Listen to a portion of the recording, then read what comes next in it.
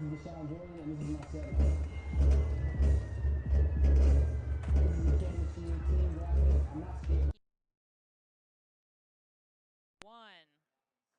You're watching Dew Tour. So you're gonna open it up, set the stage a little bit. You know the Set the deal. stage. Ask me Ask whatever you a question. whatever you want. I'll probably ask you more like judging.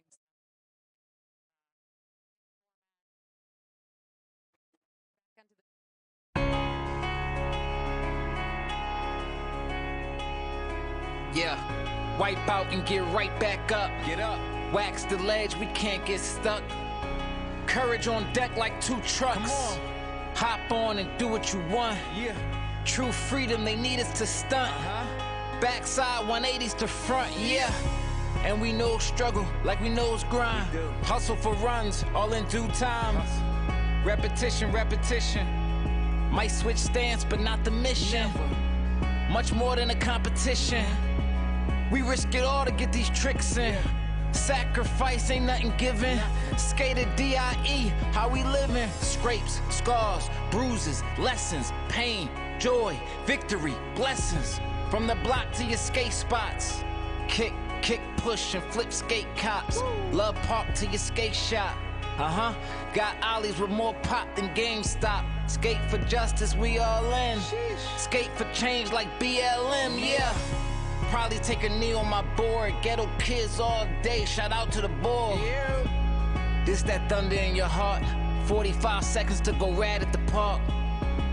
That go hard or go harder. That go far or go farther. That 5-ring camaraderie. 4-wheel polyurethane world society. And all eyes on we. And all eyes on gold. All praises be. United we roll. Peace.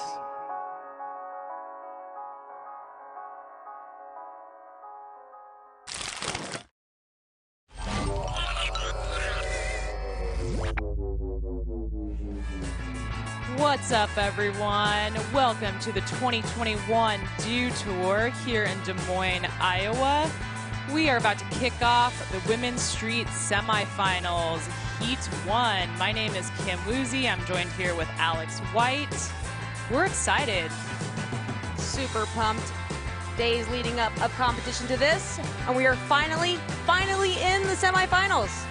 Here's the breakdown. We got 32 athletes, 3 heats of 10 to 11 skaters, 2 runs each skater, 45 seconds, best run counts. The scores are out of a possible 100, and we're going to show you our ongoing leaderboard. We're here at Luritzen Skate Park, 88,000 square feet of concrete, brand new park.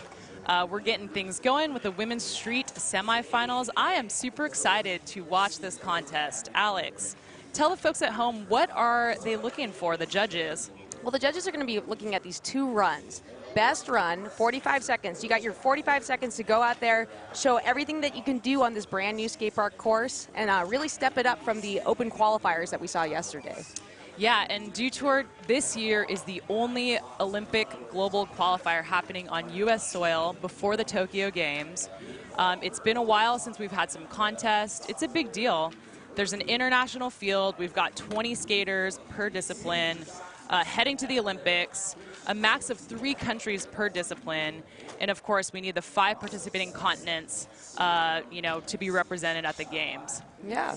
So in our first heat, we've got a really international field. We've got Canada, of course the USA, Belgium, Italy, Japan, the Philippines, Spain, the Netherlands. Alex, tell us about your thoughts around these up-and-coming skaters. Well, my first thought is they are so young. These are all teenage girls. I mean, generally speaking, I think the oldest one is Alexis Sablone at 35, and the youngest, I think we have 2 skaters that are 11 years old. So this is a really new sport. This is our first time in the Olympics, and the field reflects the youth of the sport. Yeah, and here are the standings coming into Women's Street.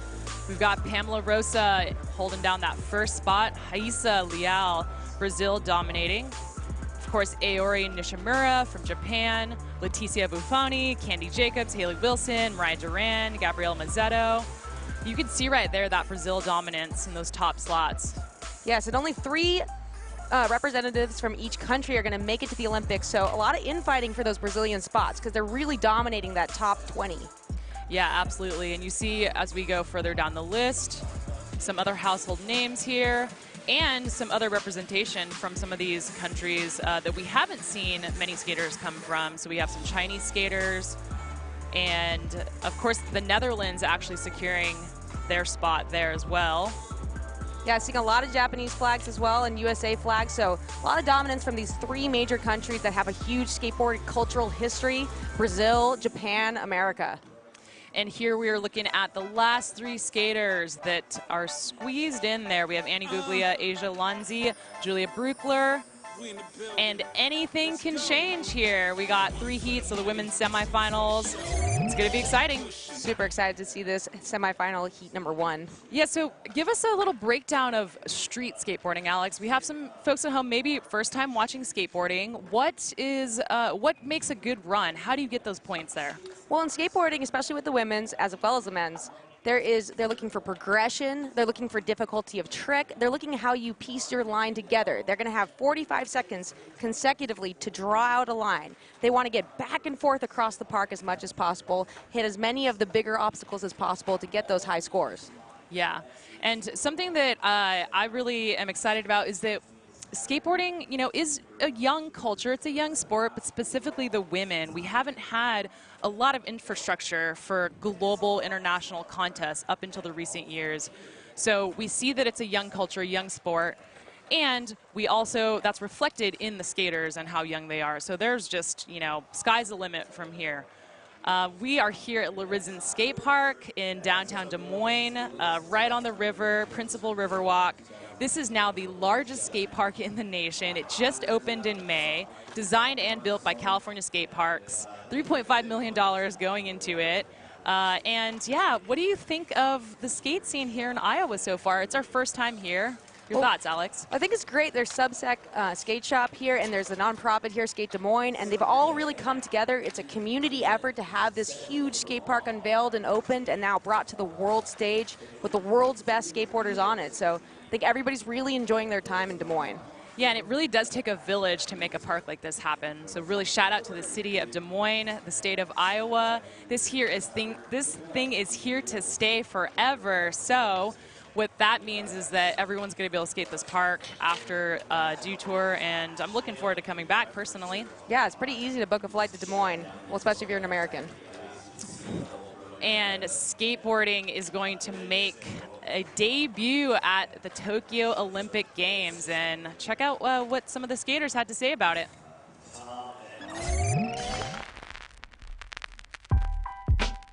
When I was a little kid, all my classmates, moms would tell my mom, why are you letting your little girl, go to the skate park? That's where the bad kids go. What are you doing? And she's like, no, go to the skate park. It's not like that. What are you talking about? I think what was so addicting about skateboarding was the fact that, there's no uniforms, there's no rules. Skateboarding is skateboarding, and it is what it is because of that liberty. I think the fact that I didn't need anybody at all is what really drew me in. And within not needing anyone, I was in my own world. With skating, there's so many different styles. People wear whatever they want, they dress how they want, they skate how they want. Every individual skater is completely different than the next. I just really could express myself when I was 8 years old, and now 16 years old. It really just molded the person I am today.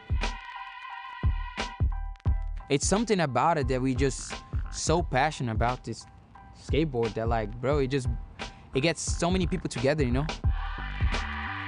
Whatever type of animal you have inside projects onto what skateboarding is for you. Every day you want to learn something new, and to learn something new, sometimes you're gonna fall, and that's part of the game, I just think that skateboarding is just a big tree, and everybody's branched out. It's such an individual thing. A wall like this, that has been still here for years. And maybe some guy comes here and wall rides on it, it's like, whoa!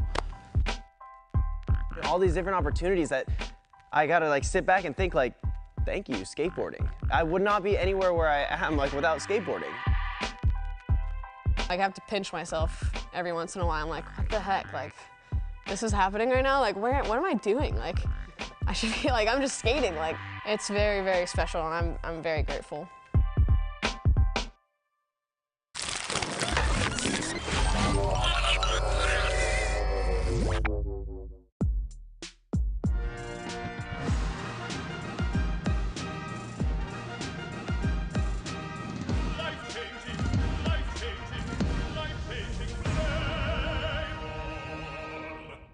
Summer's here, and with a great deal on a new Toyota, you can go out and enjoy all your favorite summer sports, like softball, beach volleyball, triathlons, woo, racing, golf. Whoa! Someone needs lessons. What makes an amazing deal even better? How about that every new Toyota comes with Toyota Care, a 2-year or 25,000-mile no-cost maintenance plan with roadside assistance. Get your Toyota today. Toyota, let's go places. Who really has the best beef? Meet the facts. Fact: Hy-Vee standards are so strict, their cattle have to be hand-selected. And only about 6% of all beef is able to bear the Hy-Vee brand. Only 6%. Many claim to have the best beef, but it's time to meet the facts. For more details on Hy-Vee's strict standards, go to meetthefacts.hyvee.com.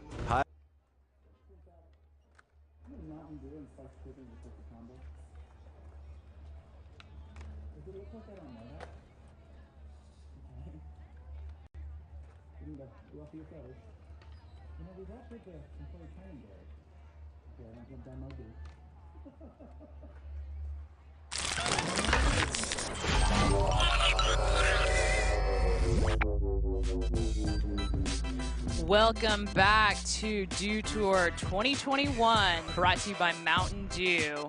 We are about to witness history in the making. Women's street semifinals about to go down here in Des Moines, Iowa at Luritzen Skate Park.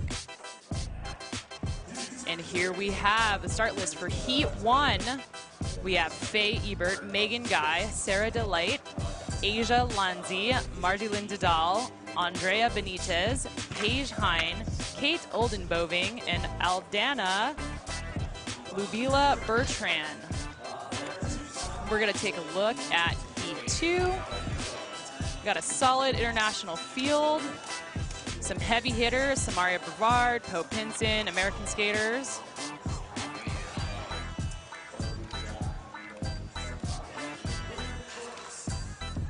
And here's a look at Heat 3. That's a stacked heat. As we get deeper into these heats, we'll see some big names. We got Alexis Sablon, Mariah Duran, Leticia Buffoni, Aori Nishimura, Haisa Liel, and of course, Pamela Rosa.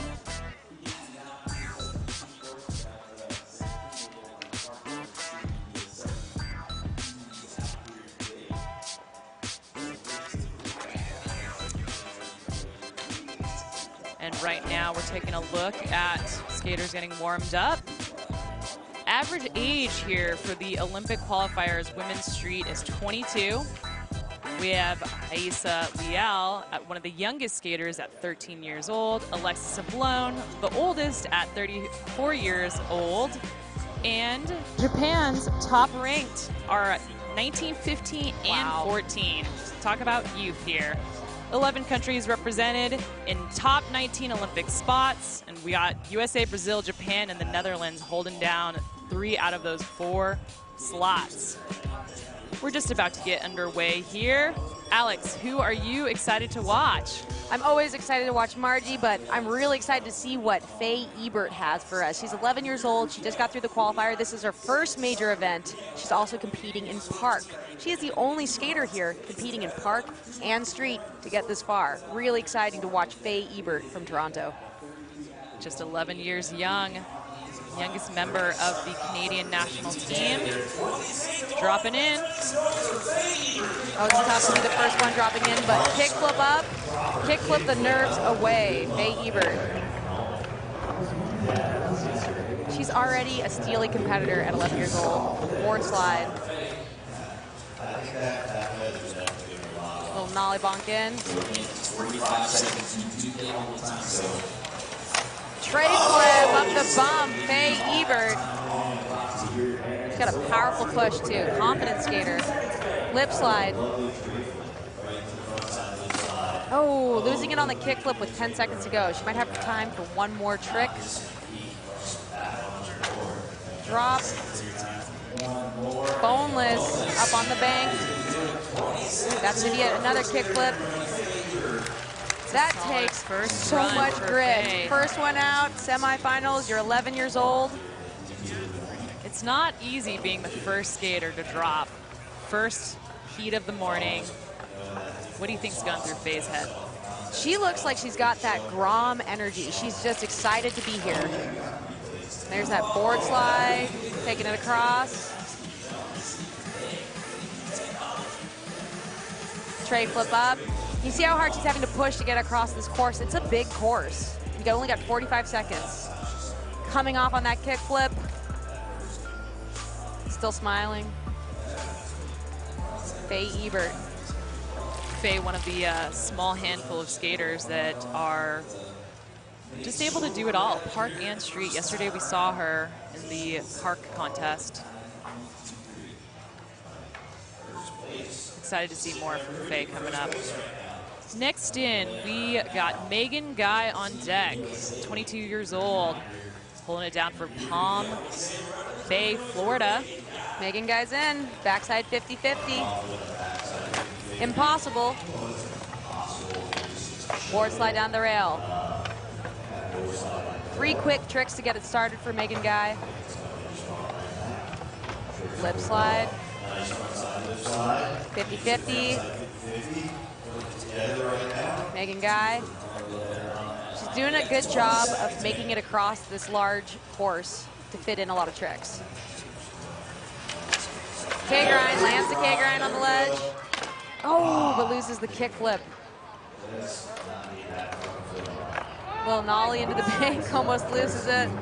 Those are exciting. Wake you up in the morning. Big spin over the hip. Not able to hold on there. Solid first run for Megan Guy. She'll get another crack at it. Megan is also a college student. Loving the just all-around skills there. She's attending school at Eastern Florida State University. She's got the brain and the bronze. Yeah, really smart, sweet person. Yeah, we've seen Megan come up in the contest scene for a while now, just starting out as a youngin'. It's great to see her out here. I would say 22 is still young, but that's just me. But in comparison to being 11. That's nuts. Well, her first run got her an 11.45, and it puts her in first place. All right. And each skater will get 2 runs. So you get a second try, but it's also pretty risky. You really only have 2 shots to give it all you got. Next in, Sarah Delight from Belgium. Kick flipping it up. Sarah into a nose slide. Frontside 180. Fakie flip. Sarah's packing in a lot of tricks. I think that's a good approach. In this smaller section here. Boneless tail. 50-50. Going for that tray flip over the bump. She's still got about 10 seconds left. See her hustling, get this last trick in.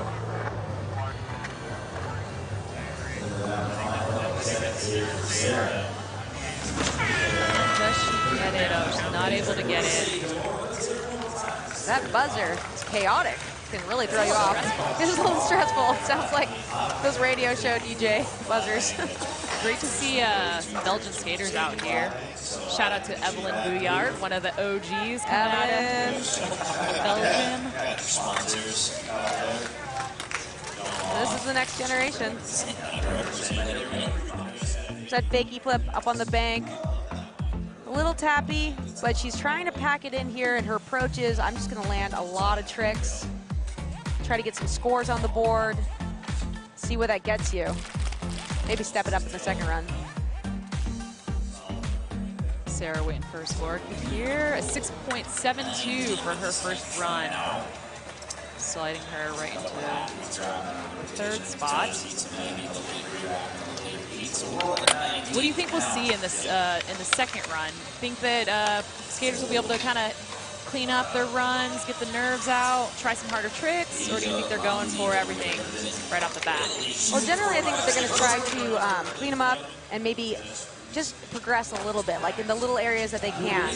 But they really need to know where they're starting from. And with a run like this right now from Asia, she wants to know where she stands in the semifinal. Every single qualifier to semi to final is judged a little bit differently.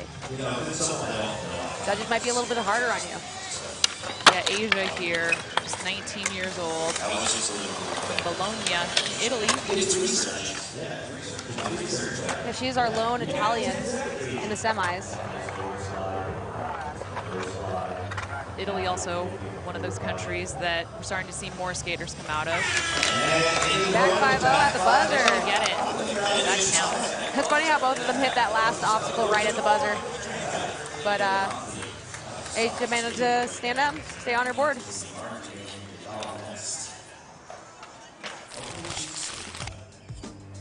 Here's that frontside tail slide. Tail sliding a ledge in a run is tricky, especially at a brand new skate park.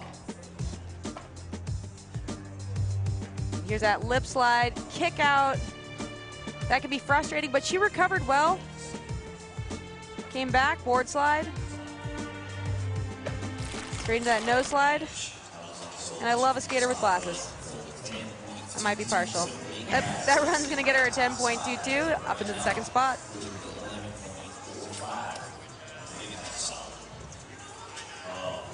All right, we got a fan favorite getting ready to drop, Margie Lynn Vidal. She's faking out the starter. From Cebu in the Philippines, 22 years old. Always loved Margie's energy. She's always smiling, dancing. You gotta have fun out here. Margie, feeble grind. Front blunt, she's the only one front blunting that smaller flat bar rail. Margie lip slide, she makes it look so easy. She's got such great style. Yeah, her style is just amazing. Oh my gosh, the board came under her feet. Still got 20 seconds. Yeah, I know yesterday in the open qualifiers, looks like she hit her elbow a little bit, but it doesn't seem to be bothering her today at all. She's tough. Tray flip, she's got the best tray flips. Just full of energy, full of pop. If she can get one more in, watch this. Big spin, over the hip. You know, she's totally got a really good run. That's gonna count against her. All right. I mean, the buzzer sounded pretty close. There might be a little delay for us, but it sounded like when she was coming up the bank, the buzzer sounded. So that trick will count. Feeble, kick it off. Margie, that 5-0, look at this. She almost goes to primo, sticks it anyway, slides out, safe. 5-0, oh, the wheel, bite. This is that perfect, patented Margie tray flip. Board slide fakie. I was talking earlier to Aunt Margie's TM, and it sounded like she wasn't able to skate a ton in the past year with the lockdown in Cebu, but she had some support from Red Bull, able to build her a training facility. Yeah. And it looks like that was helpful. But again, a lot of these skaters, it's a mixed bag of not competing for a year, nursing injuries. Yeah, the emotional stress of just being isolated that we all went through, too. And we're all such a global community, not seeing your friends is tough. Yeah, because they really do feed off of each other, the vibe and the energy and the camaraderie. All right, Margie, 12.06 for her first run is going to put her in the top spot. That's pretty good. Yeah, not even a completed run, got her up into the top spot, so you know what Margie's capable of, and she's going to want to improve on that score for next chance. It's almost like the more fun she's having, the better she skates. That's true. Love to see it. Sometimes these Olympic qualifiers can get kind of serious, and it's nice when somebody lightens the mood. Exactly. Next skater on deck, Andrea Benitez. Spanish skater. Andrea hailing from Madrid. Crooked grind. Andrea's a real street skater. She films out in the streets. You can kind of see it reflected in her skate style. Frontside ollie, getting herself to the other side of the course. Andrea, board sliding the rail. Oh, she just popped out. Maybe a little nerves. 20 seconds, yeah. Nerves, first run.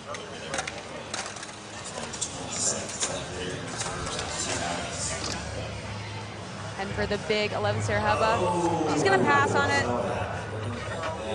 She's gonna leave it up to her second run, it looks like. She got thrown off a little bit, I think, when that board slide didn't go down. And I admire this call. Rather than to scramble and try something potentially dangerous, just give it some air. Try again next time. Gather your thoughts for the second run. Yeah. Yeah, you can see Andrea in some recent coverage, Dolores Magazine, a women-run mag out of Spain. Shout out to Veronica Trujillo, the founder. Love you, Veronica. We love Dolores, Asi Planchaba. They do a lot to support the women in Madrid, like Andrea Benitez, and all over Spain and Europe. That's the thing with the women in skateboarding. It's a real community. A lot of us wear many hats, and we're all here to really support each other and elevate.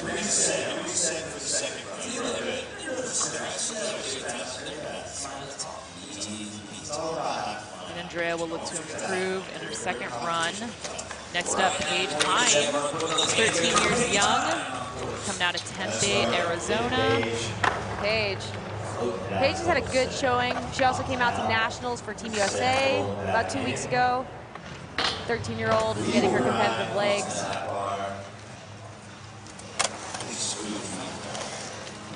Little ollie fakie. Fakie, big spin. Coming in fakie again. Switch. Little nose blunt yank in. Kick flip. Paige Hine.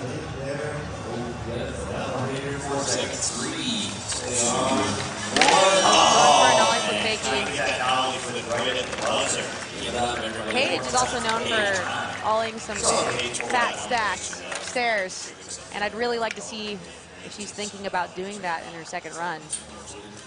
Yeah, I think she's living in Arizona, not too far from KTR, which is Jagger and Trey Wood and Alana Smith's home park. A lot of kids grow up skating there, training, getting their skills dialed. Such a scene in Arizona. Yeah, lots of amazing powerhouses coming out of Arizona. Well, it never rains. There's True. a lot of cement. It's helpful. It's helpful for skateboarders. It's our ideal habitat. Yeah, we've been battling a little bit of weather here in Des Moines, but today is perfect, so everyone's stoked. 9.55 for Paige's first run, dropping her in that fourth spot.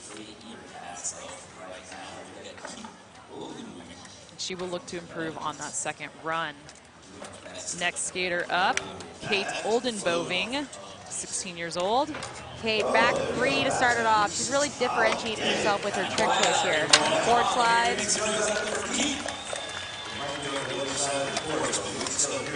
Kate's really grown up the last year. Yeah, she started skating at just 7 years old. She's basically been skating for half her life. Looks like a staple gun. I'm not quite sure what that was, but K-grind. It's like a front foot impossible sweeper. No sliding down the rail. I like her mixing it up with a silly trick up on the quarter pipe and then some really technical street moves.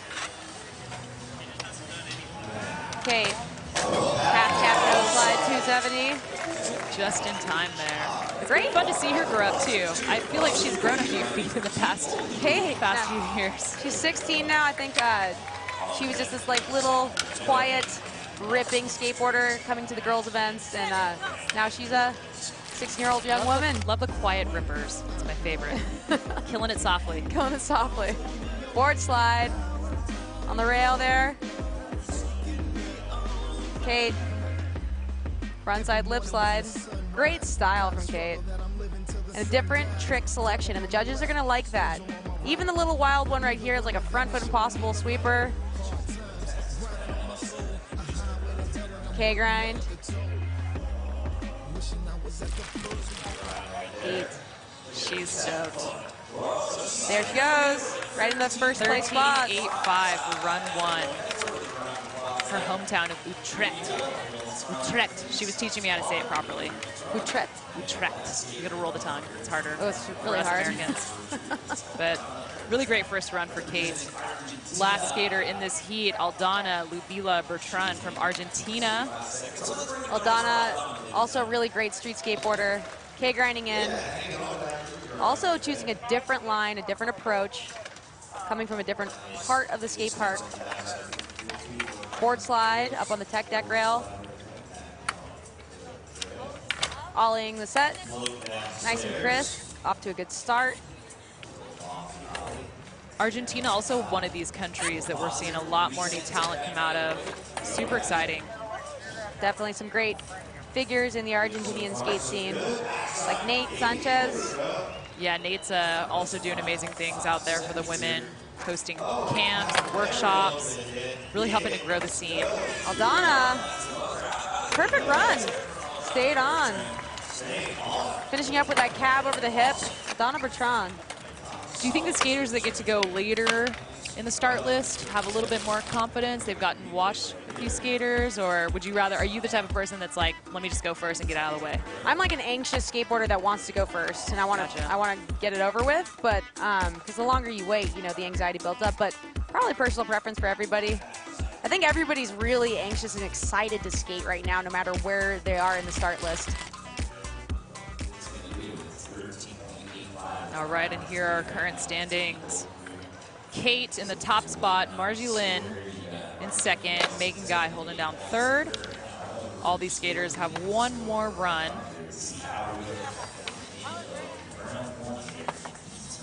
And we'll see some more epic skating from these women when we come back.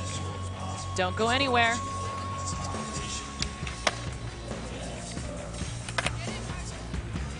All right, Aldana's got that 7th place spot, 9-2-1. Do not go anywhere. We're coming back with more skating.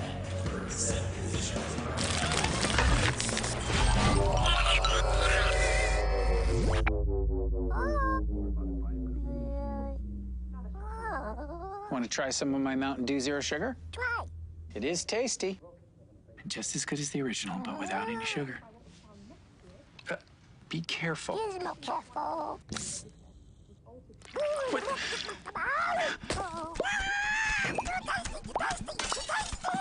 Hey, Dad, Mom wants.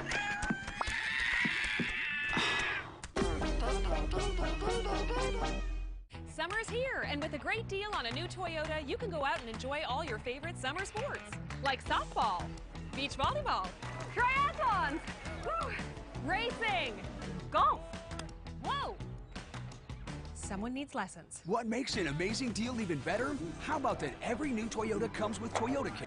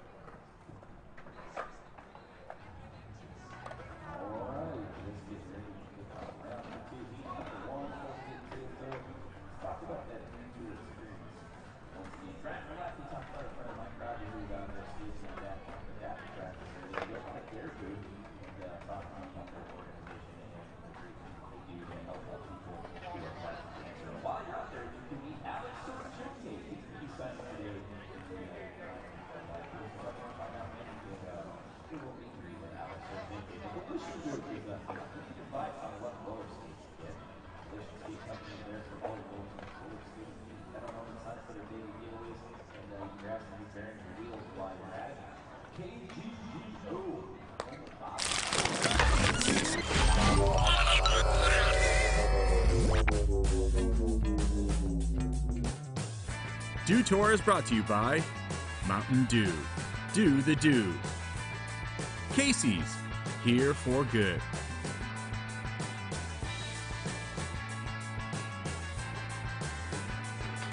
Welcome back to Dew Tour 2021 in Des Moines, Iowa. We were here watching the women's street semifinals, first heat of 3.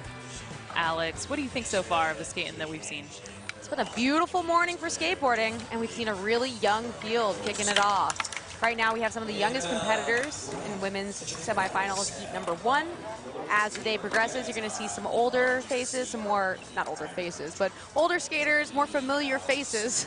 And when we say older, we mean they're not in their teens. They're like 20. Right now, we're looking at an 11-year-old Faye Ebert right now on deck, so. The youth, Faye, yeah, is currently sitting in the 6th spot. A solid first run, 9.23. Will definitely need to improve if she's looking to bump up. She's got the lucky feather in her cap.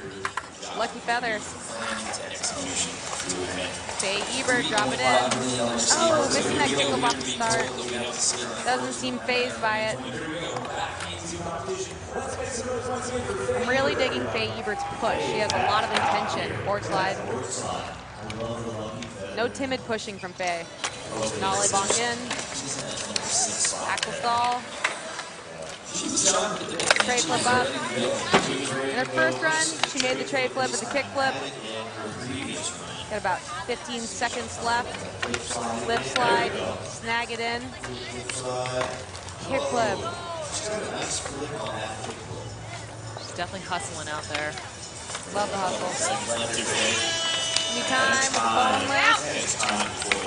We mentioned it earlier, but Faye Ebert is the only skateboarder competing in park women's as well as street women's. So an 11-year-old with a bright future. Faye being just 11 years old, obviously she's a little bit smaller, than the other skaters. Tell me about how does that affect her in skating this massive street course? Well, generally speaking, with a younger skater, you're not going to see much power, but Faye actually has a lot of power, and you can see her ferocity in her push. That's something that all the TMs look for, and you're looking at that, you're going, oh, she's got it. She's got that spark. Yeah, she's now she be gets strong older, skater. gets stronger, maybe grows, gets a little bit bigger. Not scared to go fast. Not timid. She's clearly not timid. All right. Looks like run 1 will be her best score. She'll hold on to that 9.23. She's stoked. She's smiling. She's having a good time. She's 11 years old. Like, what a mind-blowing experience to be 11 years old and an Olympic street qualifier making the semis. Megan Guy next up. Possible. She's currently in 3rd. Oh, she missed the board slide on this one. That was really her go-to, that 3-piece to start off her run. Megan gonna have to recover with the lip slide. Trying to try to flip up there. That wasn't what she went for in her first run. Currently in 3rd place right now, trying to move back for semifinal spot in final. Megan Guy. K-grind, getting away from her. Not able to get that one. She's like, what can you do? Keep skating. She's got about 5 seconds left. Maybe she'll give us an impossible over the hip or shove it, 360 shove. Big spin over the hip at the buzzer. Waves to the judges. Thank you very much. Megan Guy. What a guy. Love seeing Megan skate. She's always also one of those, always positive, smiling, have a good time. Super polite, smart person. Got those Southern manners. Yeah. Just love having Megan around. See her chatting with Mimi Noop, Team USA coach and high performance director. Mimi's always supporting everyone out there, making sure all the skaters are taken care of.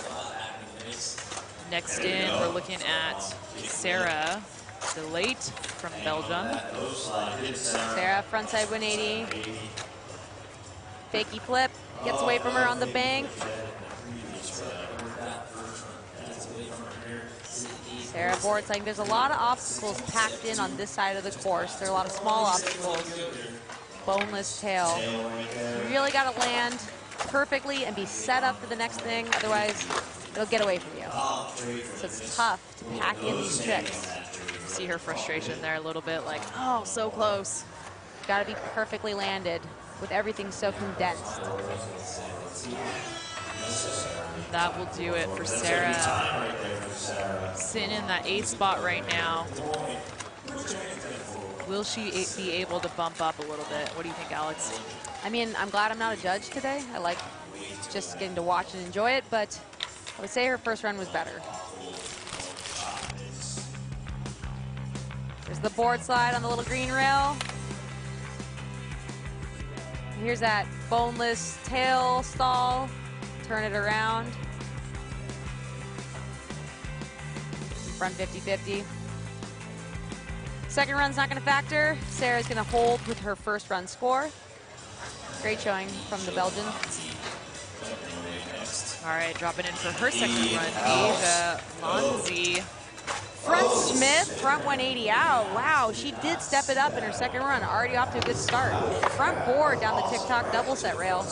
Ollie back to 180 to turn it back around. Fonzie, front lip. Having started off a run so strong with that front Smith, frontside 180 out, this is really looking out to be like a better run. Board slide. Oh, the nose slide, no! Hustling it over, maybe she can get one more trick in. Clock is ticking down. Oh. Such a bummer when trick goes wrong and you kind of lose your momentum. She's off to such a strong start. Yeah, how does that affect a skater when you miss a trick in the middle of your run? Especially something that you'd landed every time. I think it feels like an insult. And then you got to recover. It's all mental at that point. You got to tell yourself that you are good enough and you can recover, you can do this, not to get in your head. Yeah, the goal seems to like not beat yourself up a little bit. Yeah. Just move forward, which can be really hard to do. Looks like despite the front Smith 180 out, her first run is scored better. She's going to sit with that 10 4th spot. Not a bad place to sit right now. Margie Lynn looking to best her second place. Margie hanging on. One slide, hanging on again. Oh, kicking out. Able to hang on there. Margie to the sidewall there. Her board ran away from her. Still got 25 seconds. Margie. Oh, no. Slide. Margie. Little nose heavy right there. Nose grind, stomp it. Get it.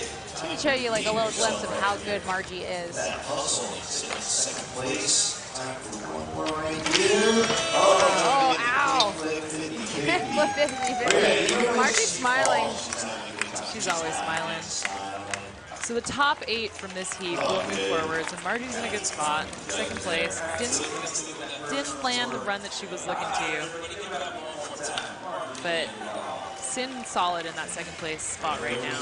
That was a good plan, you know, got off to a really rough start, and then Margie just switched gears, and she's like, okay, now I need to nose grind down the hubba. Now I need to kick foot back 50-50 the ledge. She stepped it up immediately. Shows how smart of a competitor Margie is. And being a little bit older in this field at 22, she knows the game. It's that replay of that frontside nose grind. Beautiful. Margie's a treat to watch. Yeah, you saw her there with her teammates.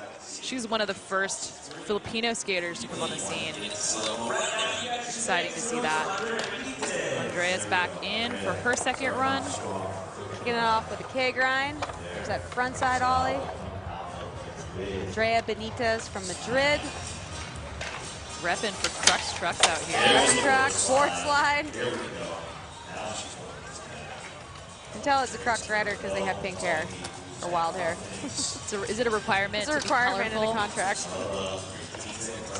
No slide down the 11th stair hubba for Andrea Benitez. This run's turning into a really good redemption. 5 seconds left. What she got for us? 50-50 down the hubba to end it out. So stayed on her board the entire time. No slid down the 11th stair hubba. She feels real good. Stoked. Nice job, Andrea. Making Spain proud. You know, Andrea's been working really hard this last year, skating big obstacles like that 11th stair hubba in preparation for this. She is definitely relieved, stoked, all the emotions. Here's how it went. Andrea Benitez, board sliding the rail to start it off. She went for the big stuff. Nose slide down. Let's see that other angle of that beautiful nose slide. That thing is steep. Margie was down there saying, it's like Six Flags Magic Mountain. It's a roller coaster. It's the drop. She's pumped for sure. And then you see the love from the rest of the skaters.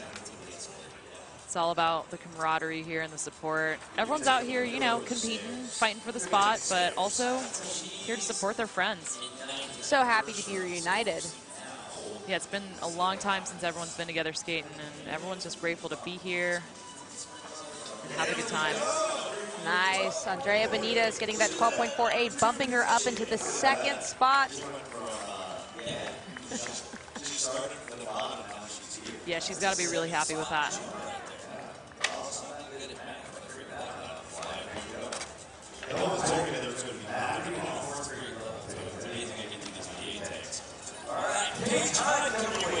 All right, Paige Hine back in. Board slide fakie coming in switch. What she got for us? Little switch ollie. Oh, got away from her. Come on, Paige. That's a solid run. Last time. Paige Hine skating around. Just go around. Work your way across the course. K grinding. Hit Paige. Blunt fakie on the quarter pipe. Haven't seen that today yet. Trying to switch flip. Oh, just losing the switch flip. I like to see that Paige does have a good switch repertoire. That means that she's skating the opposite way that she normally stands. And how hard is that? It's like, you know, you throw left-handed, it's like, hey, like a Major League Baseball pitcher deciding he's going to throw right-handed if he's left-handed, or left-handed if he's right-handed. It's like the exact opposite of your comfortable stance. So Paige has some switch in her, and you don't see that a lot in the women's field. Yes. Yeah, let's talk a little bit about what do you think is going to happen with these scores here as we move into these next heats? Paige Hine's score is not going to really factor in. In the next couple of heats, we're going to really see those heavy hitters, those well-seasoned skateboard veterans at the ripe old age of their early 20s. And they're really going to come out swinging, and they know the game. But right now, here's the youth and the energy. Kate Olden moving back in. Back in with a back three. Board slide. Kate, only 16 years old. Front lip. No comply in. That can be a scary thing to do in the middle of your run, too. Those little simple tricks. This wild move. Okay, grind. I'm sure someone will DM me later and tell me what it was. School me. Oh, she's going for a no slide 270 out.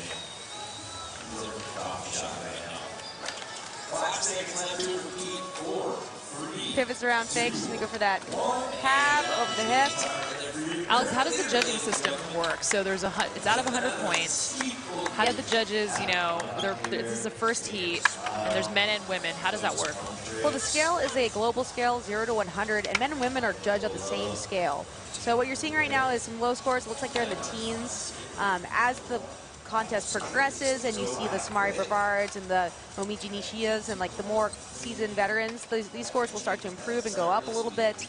But yeah, we're looking at the judges trying to hold the scores pretty tight in the first few heats so they don't get out of control and get a range. So these scores so far are really tight. They're all in that same range, and I think that they're scoring really well and consistently.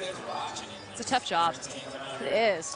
We got some, you know, solid experts up there. We got Vanessa Torres, Garrett Hill, the Matt OG Milligan, legend. Some really good former pro skateboarders who have been there, done that. All right, last skater, Aldana Bertrand. Donna from Argentina. Jinx. Personal jinx. Forward slide, the tech deck rail. Back Nice. Let's go, Argentina. Don't cry for me. Donna for the big set. What you got here? Falling the 11th stair. The Six Flags theme park. Yeah, you rolled around this course earlier. What are your thoughts on the obstacles and the sizes? I was frightened of that 11th stair. I had nightmares about it later on. That giant green, like Dew Tour can thing that was just in the background when Bertrand was skating by, that thing is huge. I don't think I've seen any of the girls skate that yet. But this backside 180 she did right now, that's a long set of stairs too. 11th stair down. Overall, this course is a perfect course for the women's and the men's because it does offer so many options. There's smaller stuff, there's bigger stuff. It gives them a choice. Often the women get put on a course that's really suited for the men, the top of the men, and they're just like, you know, scared for their lives sometimes. But some girls can step to it and some are more technical skaters that need more options.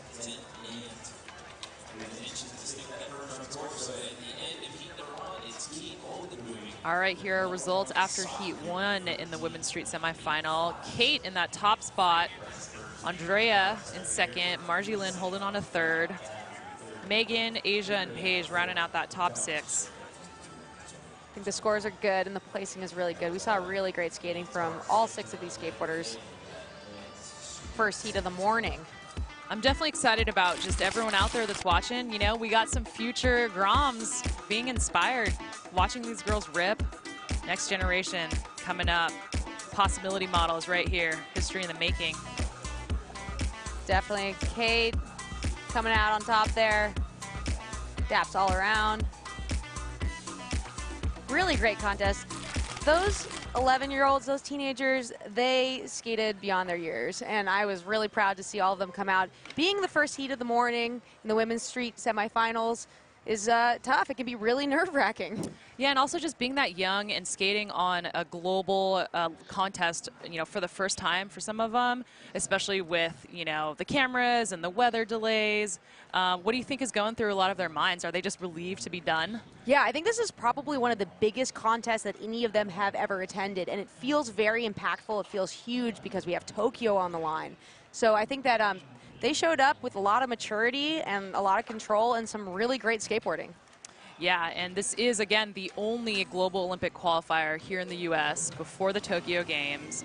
So there's a lot on the line here. What are you looking forward to next in these upcoming heats? Well, we got Heat 2 and Heat 3. We have some really amazing skateboarders. As the heats progress, you're going to see more of the veterans come out, the ones that are used to this, that have been on the hunt for Olympics for the last year before the gap year. And yeah, I think that you're going to see some really exciting skateboarding, and these skaters should stick around and watch Heat 2 and Heat 3. They should not go, I mean, maybe grab a snack, but definitely want to take some notes because you're going to watch the approach that these more seasoned veteran skaters have, and they're going to be able to learn a lot. Yeah, we talk about how street versus park is more of like a chess than a checkers game. Tell me about what is the strategy, you know, for some of these veteran skaters. They've been doing this for a long time. How does that help them, you know, get those points needed? Well, yeah, the format for street right now for the semifinals is going to be these 2 runs, right? So you want to be consistent, you want to have flow, and you want to land a lot of tricks, and you want to stick to the tricks that you know you're going to land. And then when it moves into the finals, we're going to see that 2-5-4 format, which is almost like a best trick contest to end it out. So that's when you really get to bring out your big guns, your big moves down that 11-stair hubba. You're probably going to see skated a lot by the women at the end. And yeah, you're going to really want to play to the format in these next couple heats. All right, we have 1 heat down, 2 to go. When we come back, more amazing inspirational skating from these women. Don't go anywhere. You're watching Dew Tour 2021, powered by Mountain Dew. We'll see you soon.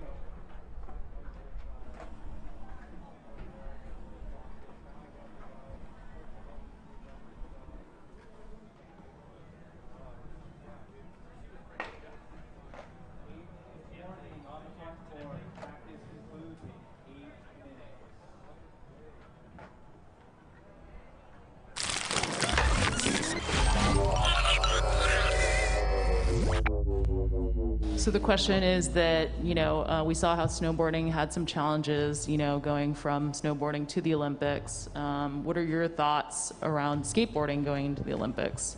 I feel like we won't really have that problem as far as staying unique, because we have a group of amazing people who really try really hard to keep that unique factor, and they put a lot of time and an effort to keep that. So I feel like as far as going into it and after, it will still be solid, and that will be the unique thing that people will take away, is that it is very different. You're looking at a group of amazing people who really try hard to keep those factors into play, and they're doing a great job. So. You look at the history of snowboarding and what happened, it's going to blow up both sides. Both sides of skateboarding are going to benefit off this. And, the sides who are competitive that want to compete for Team USA, it's been a goal, it's been hung on their wall. They've written down on paper when they were 7 years old and put it on their wall. Those type of athletes are finally get to do something they've always dreamed of. And I know most pro snowboarders now, and I know that they love competing, and I also know they love street snowboarding, going out and filming projects. And at the same time, you look how accessible skateboarding is. You look how accessible is what we do. You can go out anywhere. You can skateboard in your kitchen. You can go to a skate park. You can cruise down the street. You can do it anywhere. And I feel like that's why skateboarding is just going to be put on such a pedestal going into this. Yeah, I would agree with both of them for sure. We definitely have a team that's making sure the cultural side of skateboarding is going to stay the same, but I also just think it's skateboarding is such an individual thing that it's really up to the skater as to where they want to take it. If they want to go for the Olympics, then they can absolutely do that. If they just want to go and cruise and just have fun, then they can. Is always going to be there, and it's kind of just like a tree. The root is always going to be there, and you could branch out to as far as you want to go to. And I feel like that's the beautiful thing about skateboarding.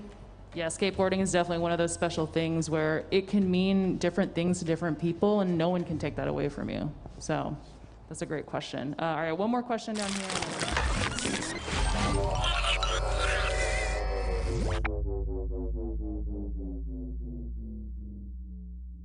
My name is Letícia Buffoni. I'm from São Paulo, Brazil.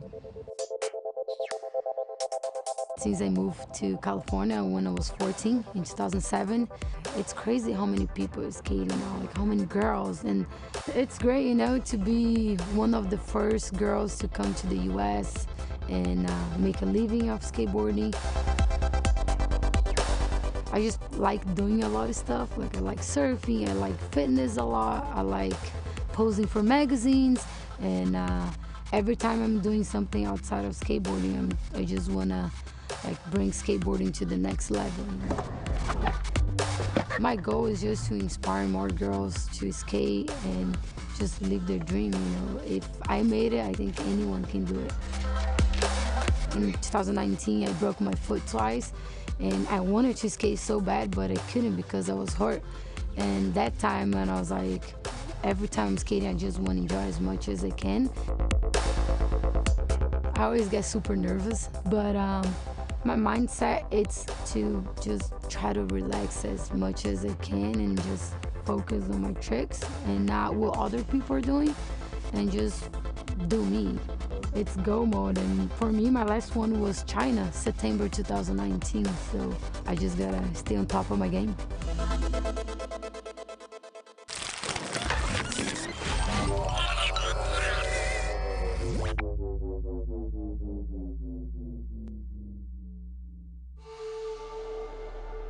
I don't know, it's going to be different going back into it because nobody skated a contest for a year and a half now. My biggest thing was just pushing through that and just being all right, I want to train like there is going to be a contest. All skate parks were being closed and stuff. It was hard to stay motivated, Skateboarding is such a adaptive kind of thing. And especially with how COVID happened and gave us all a year to practice. We didn't see anybody for a year, and then everybody's just back and just skating better than ever. The pressure's on, but at least for me, I just try to not to think about it. I think it's a little intimidating and nerve-wracking.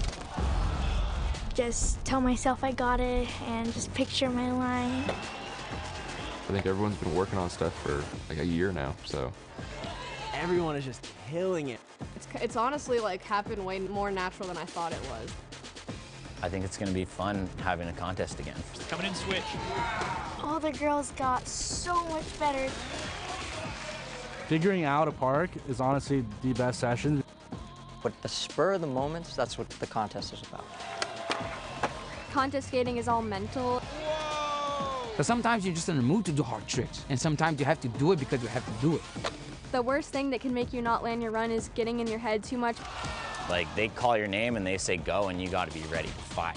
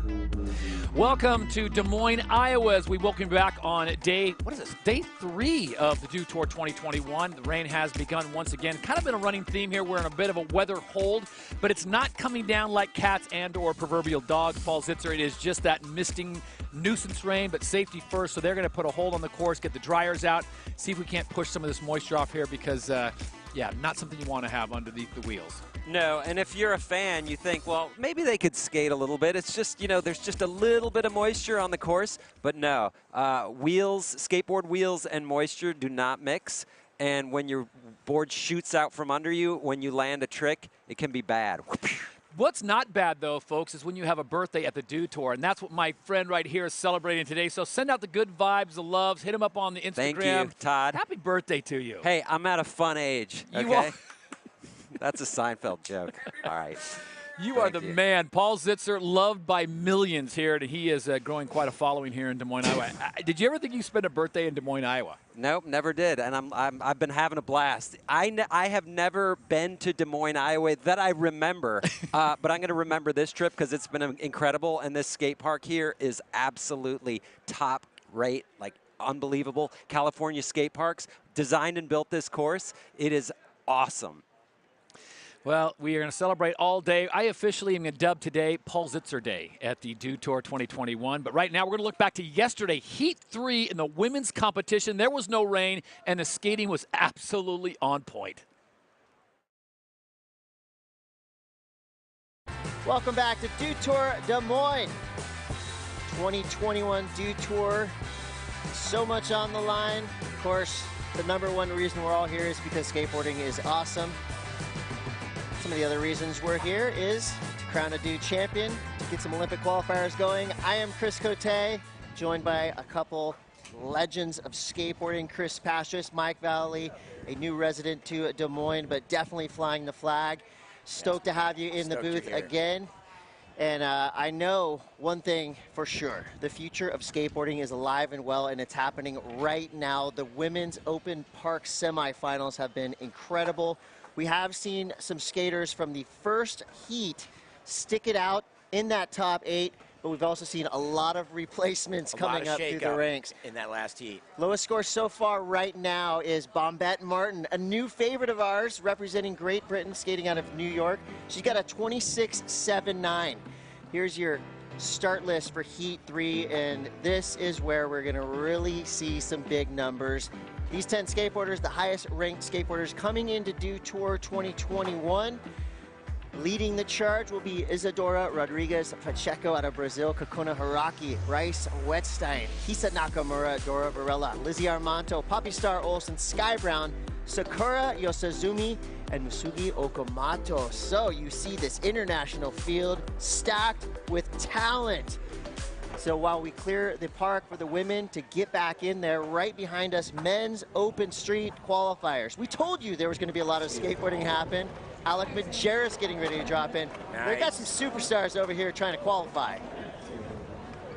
All right, yes, men's open street qualifier. There's over 100 competitors trying to compete for 20 spots to then meet our pre-seeded top 12 for a semifinal. So lots of skateboarding's gone on today on the street course. It's funny to see when you're walking around the area. We've been so focused on the women because they're really in the semis, so we're starting to see some big stars. But let's not forget the biggest of the stars in skateboarding are all here as well. The street. Alec Majerus with a nice backside nose grind 180 there on the rail. Coming from the Midwest, originally from Minnesota. 25 seconds on the clock. Oh, half-cap crooks. He kind of overshot that, but made it work. This guy makes skateboarding look so easy and so good. Nice 360 flip there. Huge front blunt on the 11 stair. 5 seconds. Alec has such good style. Big backside flip. It's kind of lucky. His feet are still on. I think that was after time, I'm going to say. His feet were still on at time. When time ended, he was still on. If that was Bill Danforth and it was 1983, it would have been me. Here's your top 6 men in the current men's street open qualifier. Eduardo Neves still with that 66.63. Now we've got skaters of the world trying to overtake that top spot. Same thing, savage cuts happening in men's street qualifiers, and right now big cuts are about to be made in the women's park division. We're only taking 8 of 32. Mike, when you have 32 skateboarders all vying for 8 spots, the level just goes that far up. Yeah, it just really, everyone starts pushing it that much harder. Isadora from Brazil. Isadora Pacheco is in. She's only 16 years young. Get him, Isadora. Nice 5-0 grind there. Into a backside stalefish. You don't see that trick very often. Nice 5-0 through the corner. I think I invented that. Did you? I would believe it. I would believe it. Backside 180 stalefish off jump ramps. I remember that. Isabella representing Florianopolis. One of the, 8 skaters coming from a small town in Brazil. Oriba. Known for incredible skate talent. Such a fun time over there. So if you watched yesterday, you would have noticed that the women were able to fall, get back on their board, and keep their run going. But today, a little bit different in the semifinals and the finals. It is skate until you fall. Yep. So you do have 40 full seconds, but if you fall at any time, your time stops. And we've seen the judges, they're not going to let you get away with it. They know the subtleties. They know what a fall is. So you got to make it very clear that you are in control on your skateboard. We wait for scores to drop from Isadora. We're going to go to Kokona Araki from Hokkaido, Japan. Only 12 years old. And we saw her bust onto the scene in 2019. She won an Advanced Park Series event with me and Cote there in France. Nice Smith grind tail slide.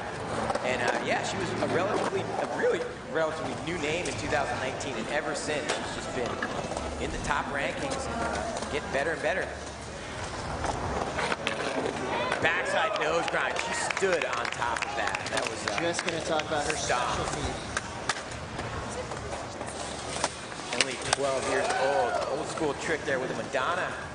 Nice frontside ollie over the hip. Frontside ollie. Well done. Yeah, that's a great run. Yeah, I think that's a relatively safe run for her, and that's kind of what you want to do, would you say, Mike, with a safety run? Yeah, if you can get your first run in there and get everything you want to make early and play it pretty safe, then it gives you the ability to open it up in your next run. Looking for a 26.79 or better. And the nose grind, to me alone, was probably one of the heaviest tricks we've seen of this event so far. And as we approach Tokyo and the Olympics, it's amazing to note how many Japanese skaters are in this competition and so dominant.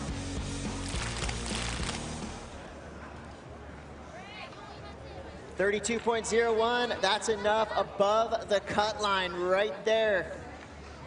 We see a big jump for Kokona Haraki on her first run.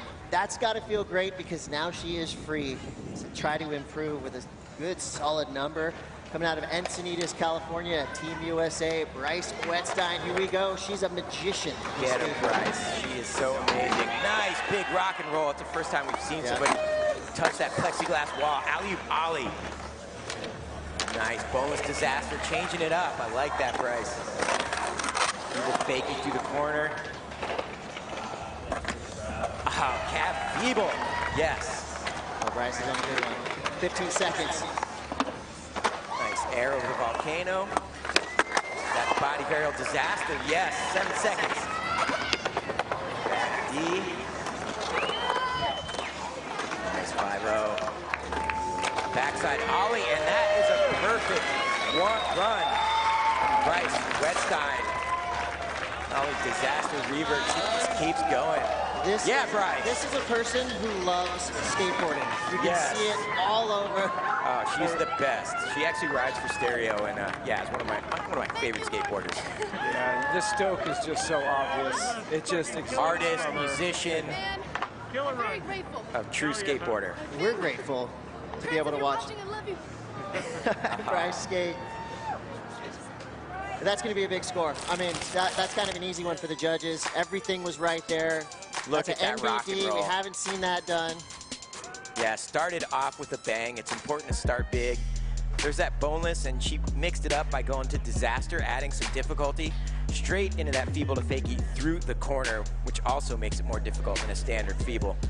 Backside disaster, setting herself up. She had great flow, no dead spots in that run. It was that body varial disaster. I believe I saw animated Chris Pastors on the bottom of her skateboard as well. That must feel pretty cool. Wow, and look at that score is in 44.96. Yes, Bryce. Yeah. Bryce Wetstein moving up into our first place position. It doesn't happen often, but she made it very easy for the judges right there. She was going fast, she was going big, mixing up her tricks. Mike, you had to love the trick selection there. A lot of different eras represented in her skateboarding. Yeah, she really just kind of embodied all of skateboarding with that run.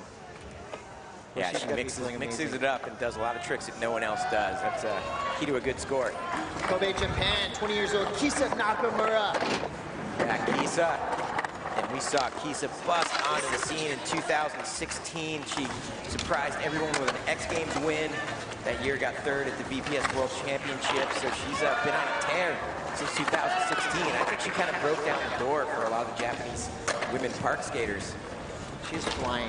Nice back solid to tail, hanging on. That was Get a Kisa. Nice Smith grind there. 10 seconds on the clock. Into an Andrecht. This is a great run. Hurricane stall, and yes, an amazing, perfect run there from Kisa Nakamura. Something about the sun coming out has really energized this field, and you know, remember, these are the highest ranked skaters we have in this contest. And Kisa, so awesome. skating you know, with a lot of heart and passion. Unfortunately lost her father just recently, and that's got to be weighing heavy on her, and you know, it just looks like she's channeling that. Again, another skateboarder that shows us with her actions how much she loves to ride her skateboard. Currently ranked 7th in the World Skate rankings, so this is going to do something good for her. She can score 60,000 points with a win and really move herself up on the rankings. Right now, she's got 33,000 some odd points. Mike, overall. As we're seeing skating right now, it's amplifying not only in the tricks they're doing, but almost the emotion that we're seeing. There's a whole lot more just people skating with their hearts on their sleeves, you know. We didn't so much do that back in the day, you know. It's just so awesome to see the smiles and the stoke. Well, it's wide open now. Bryce Wettstein just cracked the code with a 44.96. We wait for the score. I mean, I gotta say, this has got to be making the rest of the top 8 nervous when we see Kisa skate like that. We know how good she is. We know how consistent she is. And she's definitely given the judges something to think about. Waiting for scores to drop. That was a great run. She's excited. Next to her. Our judges have been spot on. Yes, definitely. Yeah, and Bryce is our #1 ranked USA skater in the women's field right now. So as we wait for scores, we had the opportunity to catch up with Kisa Nakamura and Sky Brown. Let's take a look at what fuels these amazing skateboarders.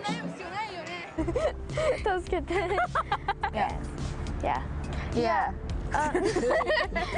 自分が私インスパイアしてありがとう。どういう意味？これ決心じゃないでしょ。I really look up to her. She's really good. スケボーが好きでしょ？好きで技。Yeah, she more than she wants to win, she wants to land the trick, like show people the trick she's doing.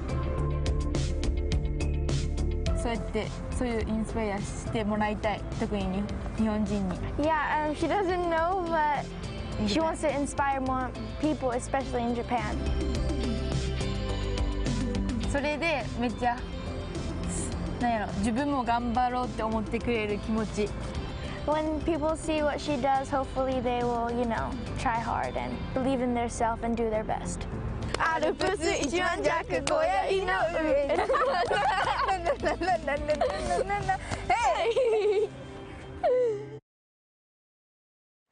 I want to hang with them. Yes. They seem like awesome people. There you see score coming through, 37.85 for Kisa Nakamura. That's enough to get her up into the 3rd place spot. And you see right down her helmet, Lawson. Well, that's a shout out to her father. He owned a Lawson store back at home. So you talked about wearing your heart on your sleeve, Mike. She's wearing her heart right there on her helmet. Fitting tribute. And Sky Brown will be dropping soon. Cheering her on, yes. It's cool to see the camaraderie amongst the women. It's awesome. So from Kisa Nakamura, we're going to go to Sao Paulo's Dora Varela. Here we go. Dora starting off with a lot of speed. Huge method there. Making full use of the course. Nice frontside air there. She's got good style, nice tail slide. She's got to get some tricks in. 15 seconds left. Lose a lot of time by carving corners.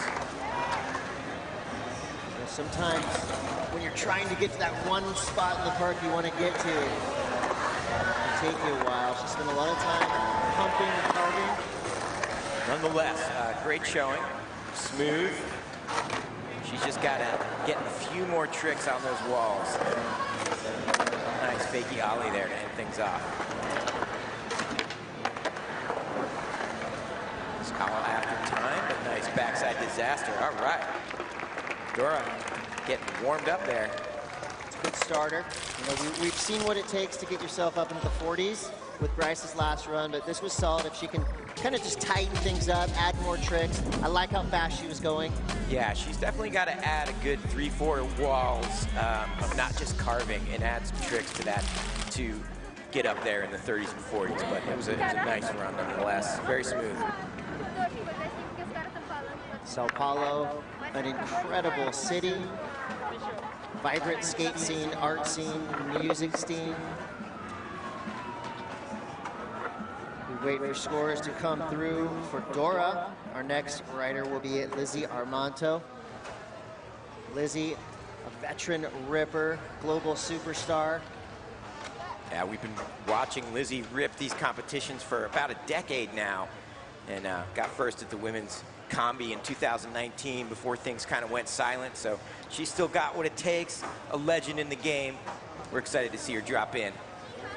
Lizzie is coming back from an injury, Mike. I know you've probably had a couple injuries in your career. What's it like to bounce back, you know, your first contest back or your first session back after a good slam? Yeah, a lot of just confidence issues, you know. It's like you got to get board time underneath you. And then rolling into a big event like this, after coming back from an injury, it could do two things. Either really get you going or have you be a little hesitant. Yeah, and I think we've seen as she's been rolling around, Lizzie has been, you know, you can tell the look on her face. She's got that determination, and you know, she's done this enough that I feel like she has that switch she can just turn on. And when she turns it on, it is incredible to watch. So here we go, Lizzie Armanto back in competition, 40 seconds on the clock. Nice backside Smith grind there. Love Lizzie's style. 50-50. That's often the one that gets you screwed up, is one of the basic tricks in the book. Yeah, the setup tricks can kill you. Yeah. The old backside 50-50 or axle stall. The good news there, as we all know, if you fall and you know, you're all right, that can be a confidence booster. Lizzie did get second at Dew Tour in 2019, and she will have 2 more runs. To put it all down, yeah, she can definitely crack our podium and definitely get the top 8, which moves on to our finals. Yeah, with or without practice, we all know Lizzie Armanto can win any event that she enters. She's that good. So coming up next at 12 years old, representing Great Britain, Sky Brown. Father's from England, mother's from Japan. She's basically from all over the world. Every time I see her, she's somewhere cool doing something awesome. And what a way to start. Wow. Huge method into that big mute grab, alley-oop method there, or alley-oop melon. Nice lean and tail up the extension. It's the first time we've seen that in competition. Sky Brown, only 12 years old. I was just going to say, did we mention back lip slide? She's just crushing it. It's crazy to see, Mike, the generations. I mean, there was no one ripping this hard at 12 when we were coming up in the 80s. You were the first 12-year-old. Thanks. I wasn't doing 540s in a bowl, that's for sure. Sky Brown. I'm still not. she just kind of casually lit this place on fire. Sky Brown. Dude, that was a solid run. Hit the coping. Not a lot of carving. Not a lot of wasted momentum. Just went through the course nicely. I like how she aired over the rail, switching things up. That alley-oop mute air, tweaking it out into an alley-oop backside air after that. Then there's that crail slide. Just a lot of style, a lot of confidence, especially for a 12-year-old. She makes all her standard tricks just look a little bit more special. Added tweaks. Got great style. Yeah, she is. To call her a savant is underscoring how good she really is. And I love how she puts her hand properly on the coping. Only 12 years old and still doing a proper invert there. And wow, look at that score. Giant score coming through, 49.25. That is a huge number. Sky Brown is now in first place. That is something to live up to the huge expectations placed on your shoulders as a 12-year-old. Sky Brown just did that and more. We've got a new leader. Kisa Nakamura drops to second, still with a huge score. We got a big cut coming. Only 8 skaters make it through. Here is your leaderboard. Sky Brown in the top spot. Bryce Wetstein, second. Mami Tezuka in third. Kisa Nakamura in fourth. Jordan Barrett, fifth. Ruby Lily in sixth. And Kokona Haraki currently in seventh. Our 8th place skater is Mina Stess. Sakura Yosazumi from Japan, an absolute technician on the board and definitely excels in big, deep bowls. You're about to see that right now. Dropping it right into that nice backside tail slide, showing her confidence. Floaty frontside ollie. Sakura has been dominating the Women's Park events for a few years now. 2 huge melon airs there. One of the biggest backside airs we've seen yet. Nice backside ollie. Lip slide to the corner. She seems so poised. 5 seconds left. Hopefully we get to see some of her mini ramp skills come into play. She is a technical skater. Nice blunt to fakie. That's just the tip of the iceberg there. She's a very smart competitor, so she's getting what we call that safety run in the books. Yeah. Just one to make sure she's got a decent score, and then she can up the difficulty for the next 2 runs. Just drop casual 40 and keep on going. Huge frontside ollie there.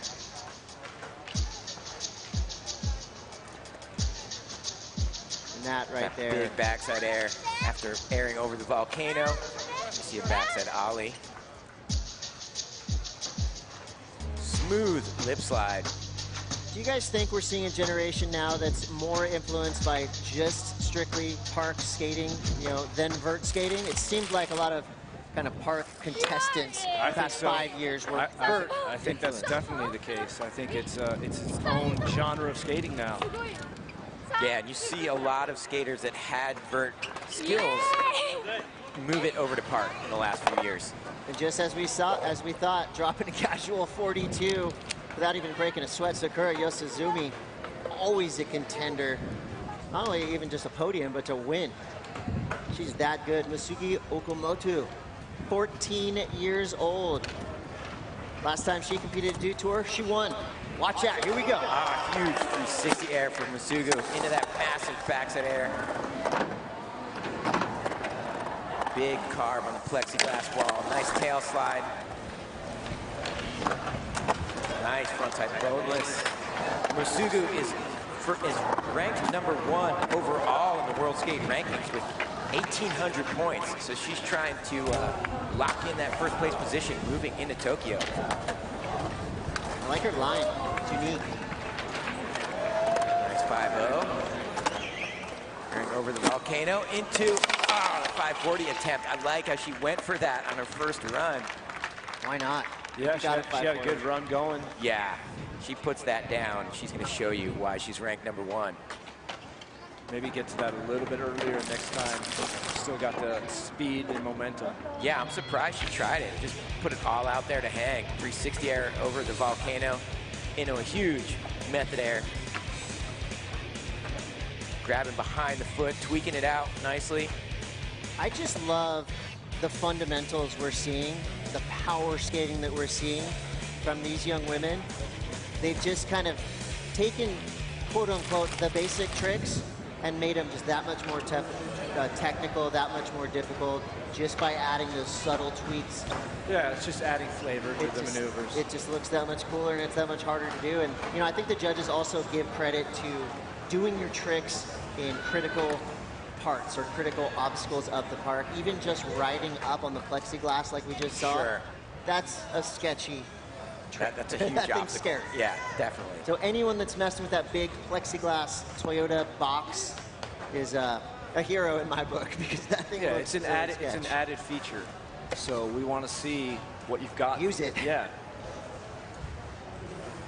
So Masugu's score drops 34.16, puts her in 7th place, which cracks our top 8.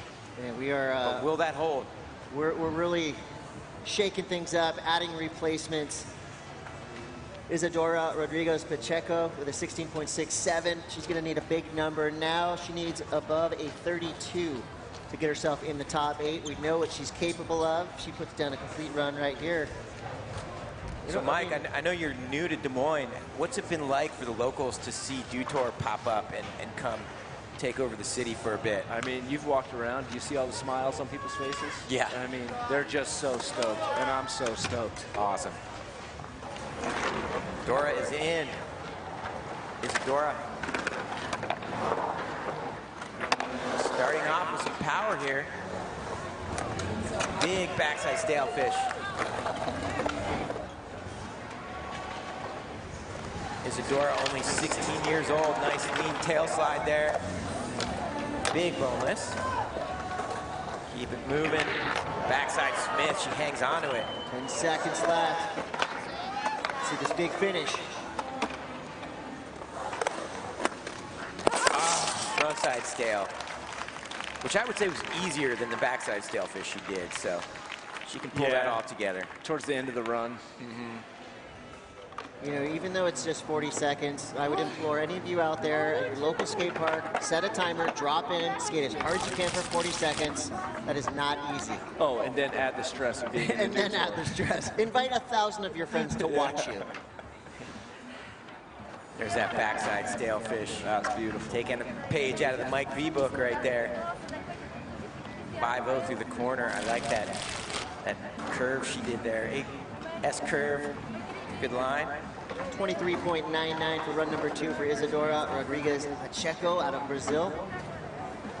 So she does climb up a little bit, but needs to add about 10 points to that total, 23.99. So luckily for her, she's got one more run, and now she kind of has the reference point of what it takes to get a 35, a 40. As we go back to Kokono Hiraki, an absolute ripper representing Japan. She is in.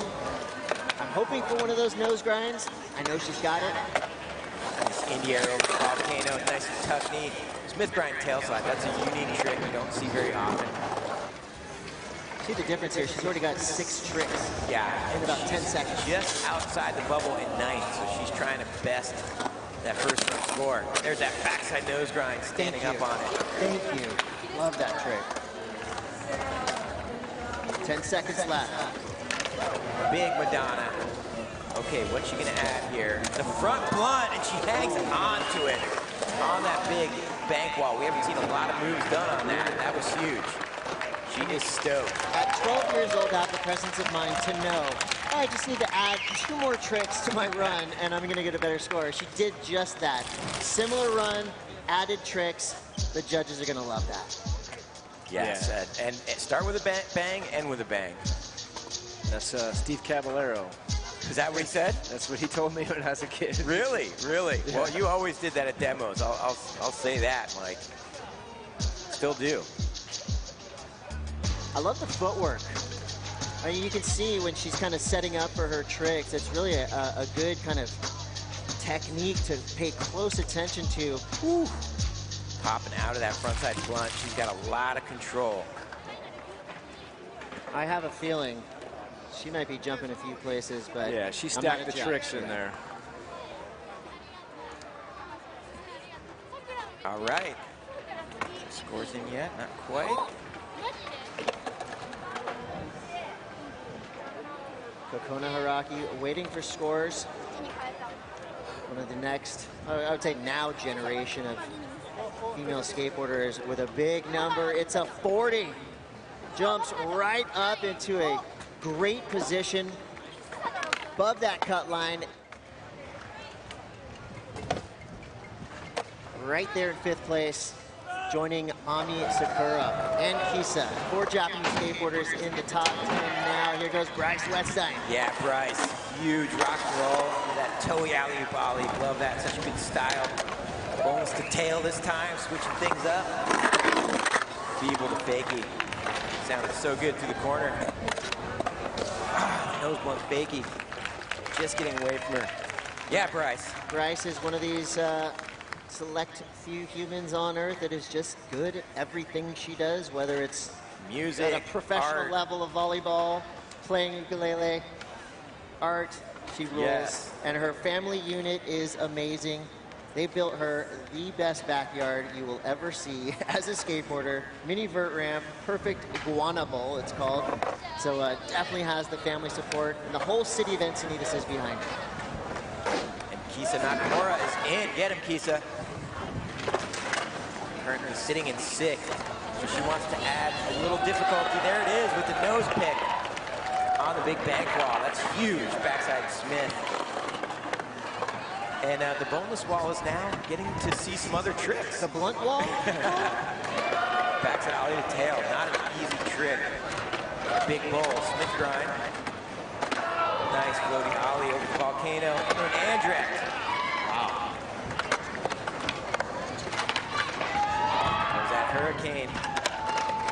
Oh, yes. Skills towards the end there. Kisa Nakamura. Yeah, going backside disaster to hurricane there. Adding some difficulty. The crew is hyped. That is as good a feeling as getting a trophy, getting a paycheck. To get your crew hyped, that's what it's all about right there. I would say that was a more solid run than the first one. She moved through the bowl a bit faster, added a little bit of difficulty there, so I expect to see Kisa's score jump up a bit from the 6th position.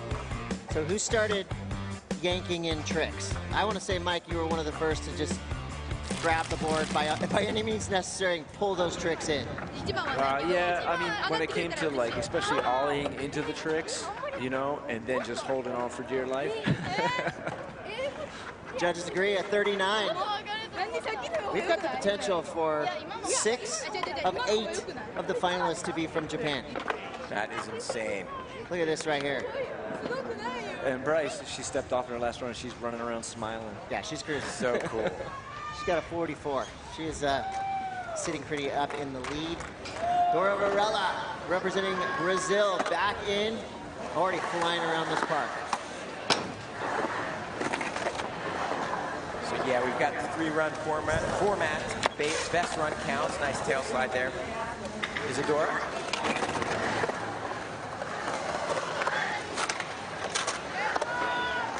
Dora, Paulo, Brazil. What I like about her style, right on the edge. It looks like she is pushing it all the way. Nice, Dora. Nice air over the Mount Ducan and the volcano into a Smith grind. Already a much better run. More tricks, harder tricks. Hitting the lip a few more times there. Well done. Dora Varela, Sao Paulo, Brazil. 19 years old. Traveling the world, hoping for Olympic glory by way of Dew Tour. Yeah, Dora currently in 23rd with her first run score, trying to improve on that. And Mike, I know, I skated with you for many years. You were a street skater who could skate vert. What was the difference, and which did you enjoy? I always identified as a street skater because I just loved the idea of adapting to an environment. But really, I was a skateboarder, Yeah. I skated everything. Amen to that. If you could skate it, I wanted to skate it. Yes. But I think what I did with different early on was I approached everything with that street mindset mentality.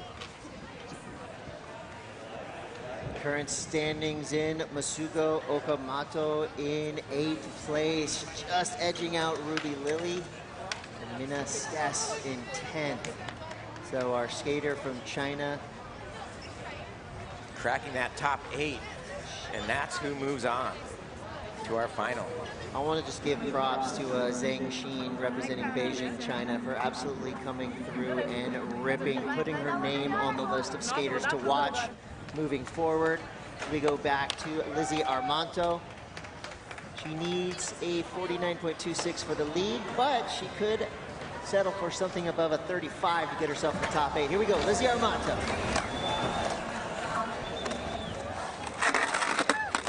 Jack Smith gets away from her, so Lizzie will be looking at her 3rd run to try to put it together and crack the top 8. She can do it. We've seen it. We know how tenacious she is. She never gives up. And usually the back Smith that Lizzie Armanto has in her arsenal is one of the best in the world. But as you mentioned, recovering from an injury, not easy at a huge competition with tons of Olympic implications. Most of us would not be able to skateboard in the short time that she's been injured and recovered. So full credit to Lizzie for the comeback. Here we go, Sky Brown, 12 years old, representing Great Britain. She's got a 49.25, our current leader. Can she bump it up? Already going higher. Alley-oop mute air. The alley-oop backside air. Clean tail slide up the extension. I love how the difficulty's been added to that bank wall in this last heat. Yeah, so currently our first place leader, the frontside nose grind, just gets away from her. But she is comfortably in first with a 49.27 so far. It's pretty cool that Sky Brown at only 12 years old has become, you know, influencer might sound like a dirty word, but I'm telling you, she is an influencer in the most positive way. Both my kids wearing that signature Protect Sky Brown helmet, they're huge fans of her. And that makes me happy because she's a rad ambassador, not only for skateboarding, but just for positivity and joy. Well, everywhere I've gone, all over town, all week, people are coming up to me and saying, Sky Brown is here. Do you know Sky Brown? And then she just started following me on Instagram. Oh, so nice. You've made it. Mike, you finally made it. I have arrived. Sky Brown right there with the throwaway run that was a keeper for most people, but for Sky Brown, she's going to hang on to the lead. Sakura Yosizumi up next, currently in third place. She's safe. This is pure that backside tail slide, so smooth. Nice frontside ollie.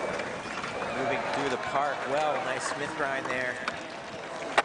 Big method tweaker there into a judo air. I don't see that trick very often. You know Sakura's work ethic. She has no doubt been putting in the time, learning new tricks. Yeah, she's currently in third, but she's a really smart competitor, so I expect some added difficulty. I'm going to be expecting her to do blunt kickflips for the finals. We know she's got that. Another perfect run put down no problem. by Sakura Yosizumi, currently ranked second overall in the world rankings.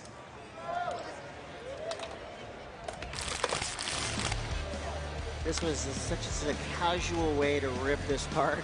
Yeah, she never looks like she's really breaking a sweat. Everything is just smooth, poised, controlled. I always say this when Sakura skates. I would love to have a backyard mini ramp session with her. She has thousands of tricks.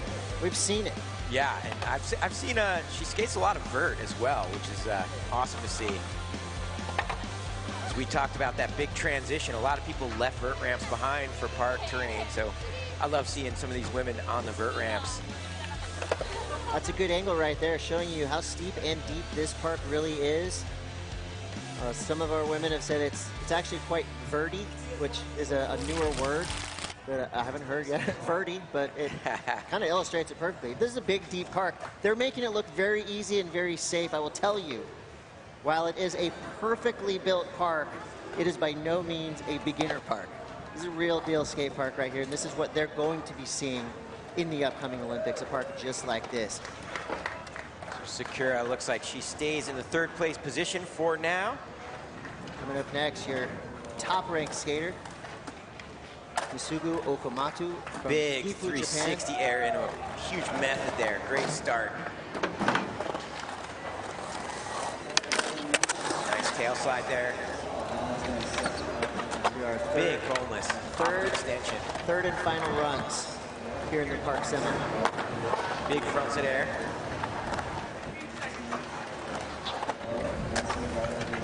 Nice method over the corner to the backside disaster. Misugu ranked #1 in the world skate rankings, and she's showing you why. There's that 540. Hello. Wow. Dropping the hammer at the end of her run. I like that she worked the hip, frontside boneless, and then came back the other way. Backside air over the same hip. Yeah, she didn't shy away from any of the tricks that made her first run special, and just added a 540. And she worked the features. Yeah, being her second run right there, to be able to drop the hammer with that 540 at the end of it, that is just going to give her that much more confidence going forward. Huge 360 air and then this big method air. That was a great combination, showing you her confidence. And then there's the trick that's going to set her apart. The first 540 we've seen in competition. I want to say she is among maybe 3 or 4 of the current women's park field that has 540s on lock, and she did it perfectly right there. Tail a little boned out as well. We've got a new leader, folks. Oh, wow. Isugi Okamachi with a 51.66. We've got a new leader. We've cracked into the 50s. Skaters are getting knocked off that leaderboard with each run laid down. And look at that. You would think a 51 would kind of freak the field out. Sky Brown just got fired up. Be careful what you wish for. Hey, you want to skate with the best. Exactly. You want the best to be happening around you. That's going to bring out your best. Now we're looking at third and final runs for our field. Isadora is in. Backside 5-0. Isadora sitting down at 23rd, needs a 36 or above. Jordan Barrett right now with 36. Watching, waiting. Nice lean tail slide there. The boneless on the boneless wall. 8 seconds left. There's that backside Smith grind. Final seconds here. One more trick. There, and she pulls it, the frontside stale. Nice work there for Isadora Pacheco. What do you guys think when only a few skateboarders are doing 540s? Do you feel pressure to have to do that trick, or does it fall into the no rules in skateboarding category? Do you need a 540 to win this event? I'll let Mike take that first. I think a trick like that has to up your game. You got to bring your best. If you have a 540, it's time to break that out. If you don't have it, you better step up with something else that is going to grab the judge's attention. It's like Indiana Jones, Raiders of the Lost Ark. Just replace it with something of equal weight and value. Yeah, it is hard to top a 540. But if you could get more tricks in there, if you could stack your run with more tricks, and they're all bio, and you're pushing it, then you have a chance. Yeah, we saw it at the U.S. Nationals. Ministes busted out a kickflip on the bank wall and placed first, so it's possible. Will Isadora crack into the top 8 on the strength of that last run? Smiles are kind of being a little bit replaced with a little anticipation. Jordan Barrett right there on the cut line with a 36. Will it stand? Oh, it's gotten awfully quiet on the deck. Judges deliberating. Isadora waiting. Comes through 26.04. Nice. A solid effort. Isadora, thank you for that run. That was really fun to watch. Unfortunately, not enough to break into the top 8. Jordan Barrett and Kisa Nakamura safe for now as we make our way to Kokona Haraki, 12 years old from Hokkaido, Japan. Nice Indy air into that Smith grind tailside every time. Look at that combination there. She's so consistent. She's currently in 6th place. So as of right now, she is in the cut, but she's going to want to secure that position. Nice backside nose grind. Again, just perfect every time. Zapadana every time. 5 seconds on the clock. Final moves. Front blunt just gets away from her. That's what placed her in 6th right now. Yeah, she already did damage with that 40-point run on her second run. So right there, no harm, no foul. She's still safe above the cut line.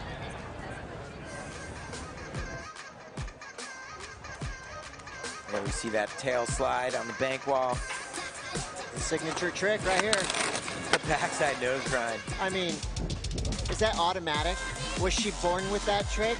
She must have been. I mean, that's just one of those. You either got it or you don't. It is such a difficult trick, and to do it every single time perfect. She rips. So we make our way up through the rankings. Coming up next, Bryce Wettstein, 17 years old, from Encinitas, California. Bryce is in. Yeah, Bryce. I love her showmanship. You know, it's kind of a different type of skating. She puts on a show for all of us. We have a lot of originality, a lot of creativity. Start off with that huge rock and roll, flowing well. People grind fakie through the corner. Cab feeble. Safe to say one of the best dressed as well. Style counts, often on the board. There's that body burial disaster, 9 seconds.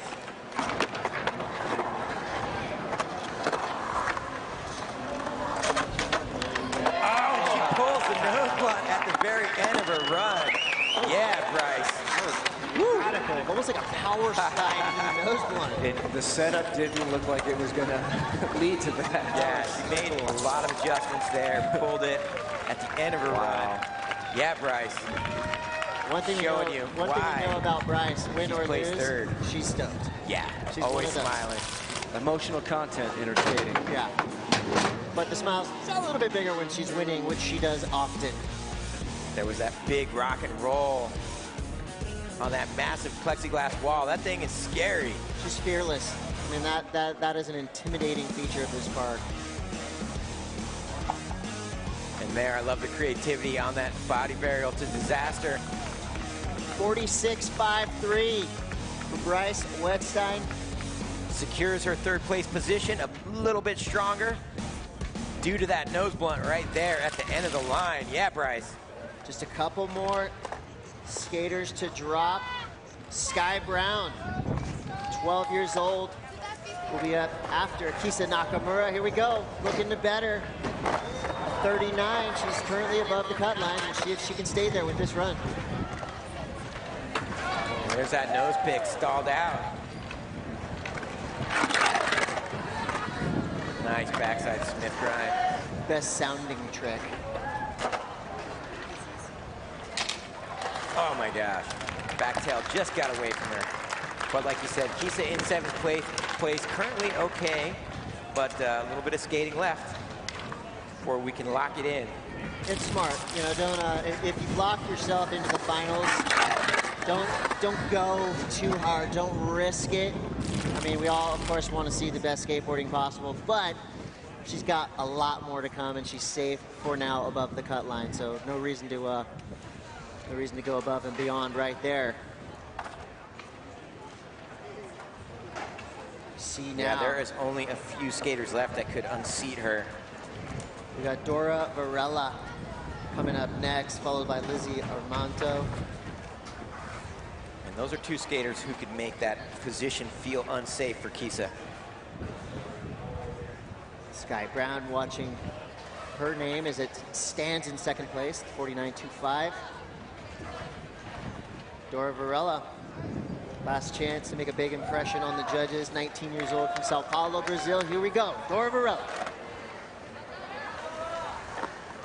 Nice frontside air. I like how she starts off with a lot of speed.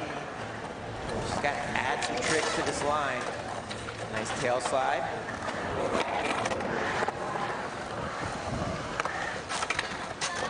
About 50-50 to fakie there. She switches it up a bit, adding some difficulty.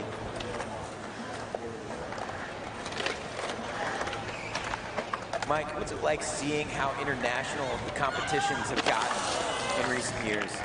It's beautiful, man. It's I mean, every generation of skaters seems to add more and more and more, but to see skaters from all over the world, especially here in Des Moines, Iowa, at this moment in time, it's a beautiful thing. You know it's fun to see too. I mean, my dad didn't skateboard, but I know most of the field, especially all the teenagers, the parents probably skate or surf or both. Or surf, and I tell you, that generational push, I really feel that's, you know, a huge reason why we're seeing the level this high. And of course the support, you know, with places like Des Moines, really putting a lot into welcoming skateboarders to the town instead of trying to push them away like a lot of cities do. That's going to help as well. Lizzie Armanto in ball. Nice invert to start things off. 5-0 grind through that corner. Get him, Lizzie. 20 seconds left. Nice Smith grind there. Great style. There's that trail slide. Signature move from Lizzie. That eggplant, 5 seconds. Lizzie Armanto, a protege of the legendary Jeff Grasso. You see it in a lot of her tricks. Yeah, and for coming off of the injury, that was an amazing run and showing. Big props to Lizzie Armanto. Coming from really one of the most brutal skate injuries I've heard in a long time, to be able to come back and skate like that, that is a huge, huge story. And that's a big moment for Lizzie right there. Going into the Olympics, going into what we're going to see, more competitions coming through. You can't have a skate contest without Lizzie Armanto. It's just that simple. I would agree there. We're stoked to see her back. So, and as we await scores, Sky Brown getting ready to drop in. She is currently ranked 3rd overall in the World Skate Rankings. Sky Brown. Only 12 years old, which is just mind-blowing. She held the lead for a minute there until Masugu came through with the 51.66. We know how competitive Sky Brown is. Do not let that smile fool you. She is out to win every contest she enters. And she will prepare to drop in for her 3rd and final run. So as it stands now, she's qualified for the finals. Technically doesn't have to throw everything she's got at this one, but you know what she's about. She does it for the fans as well. Lizzie came through with a 23 in her last run, not enough to qualify, but huge credit to Lizzie Armanto as we see Sky Brown just ripping around the park. Yeah, great job by Lizzie coming back and getting back out there after recovering from that injury. And Sky Brown doing what Sky Brown does, moving through the park effortlessly. There's the frontside nose grind. Okay. She doesn't like to get 2nd place. Big arrow over the volcano and a stalled invert. Final seconds here. Big stylish sailfish. All right, that was a great run. And just you know, casual destruction of the skate park. Already Sky sticking Brown. in, yeah, already in 2nd. I'm not sure that that run changes the standings at all, but amazing run nonetheless. Well, she's safe in that top 8. Definitely. Love the tweak on that Japan Air. Lean tail, up the extension. Another thing about Sky Brown, you saw in that Japan Air she did, full commitment to the trick. Definitely. No definitely. half-stepping. Yeah, for a 12-year-old, she stands up on her tricks proper. You see that nose grind there. No half-stepping. It's not underneath coping by any means. Oh, every trick is commanding style. That's going to be another solid score. Definitely safe in the top 8. Comes through a 50.22. Just like that, Sky Brown is in the 50 club. Yeah, and I believe as of now, our 8 are not going anywhere because the other 2 skaters up are already ranked in the top 8. So that list is pretty much locked in. You know who's the most excited about that right now is Jordan Barrett. Safe, right on the cut line, in 8th place. Yes. Sakura Yeah, Jordan. Yosizumi, she's dropped a 42, a 43. She'll probably just go ahead and throw a casual 45 in here, just to lock things up. Huge floaty backside air there. Oh, the lean tail on the extension. I like how she tried to add some difficulty. She can save that for the finals. Currently in 4th place.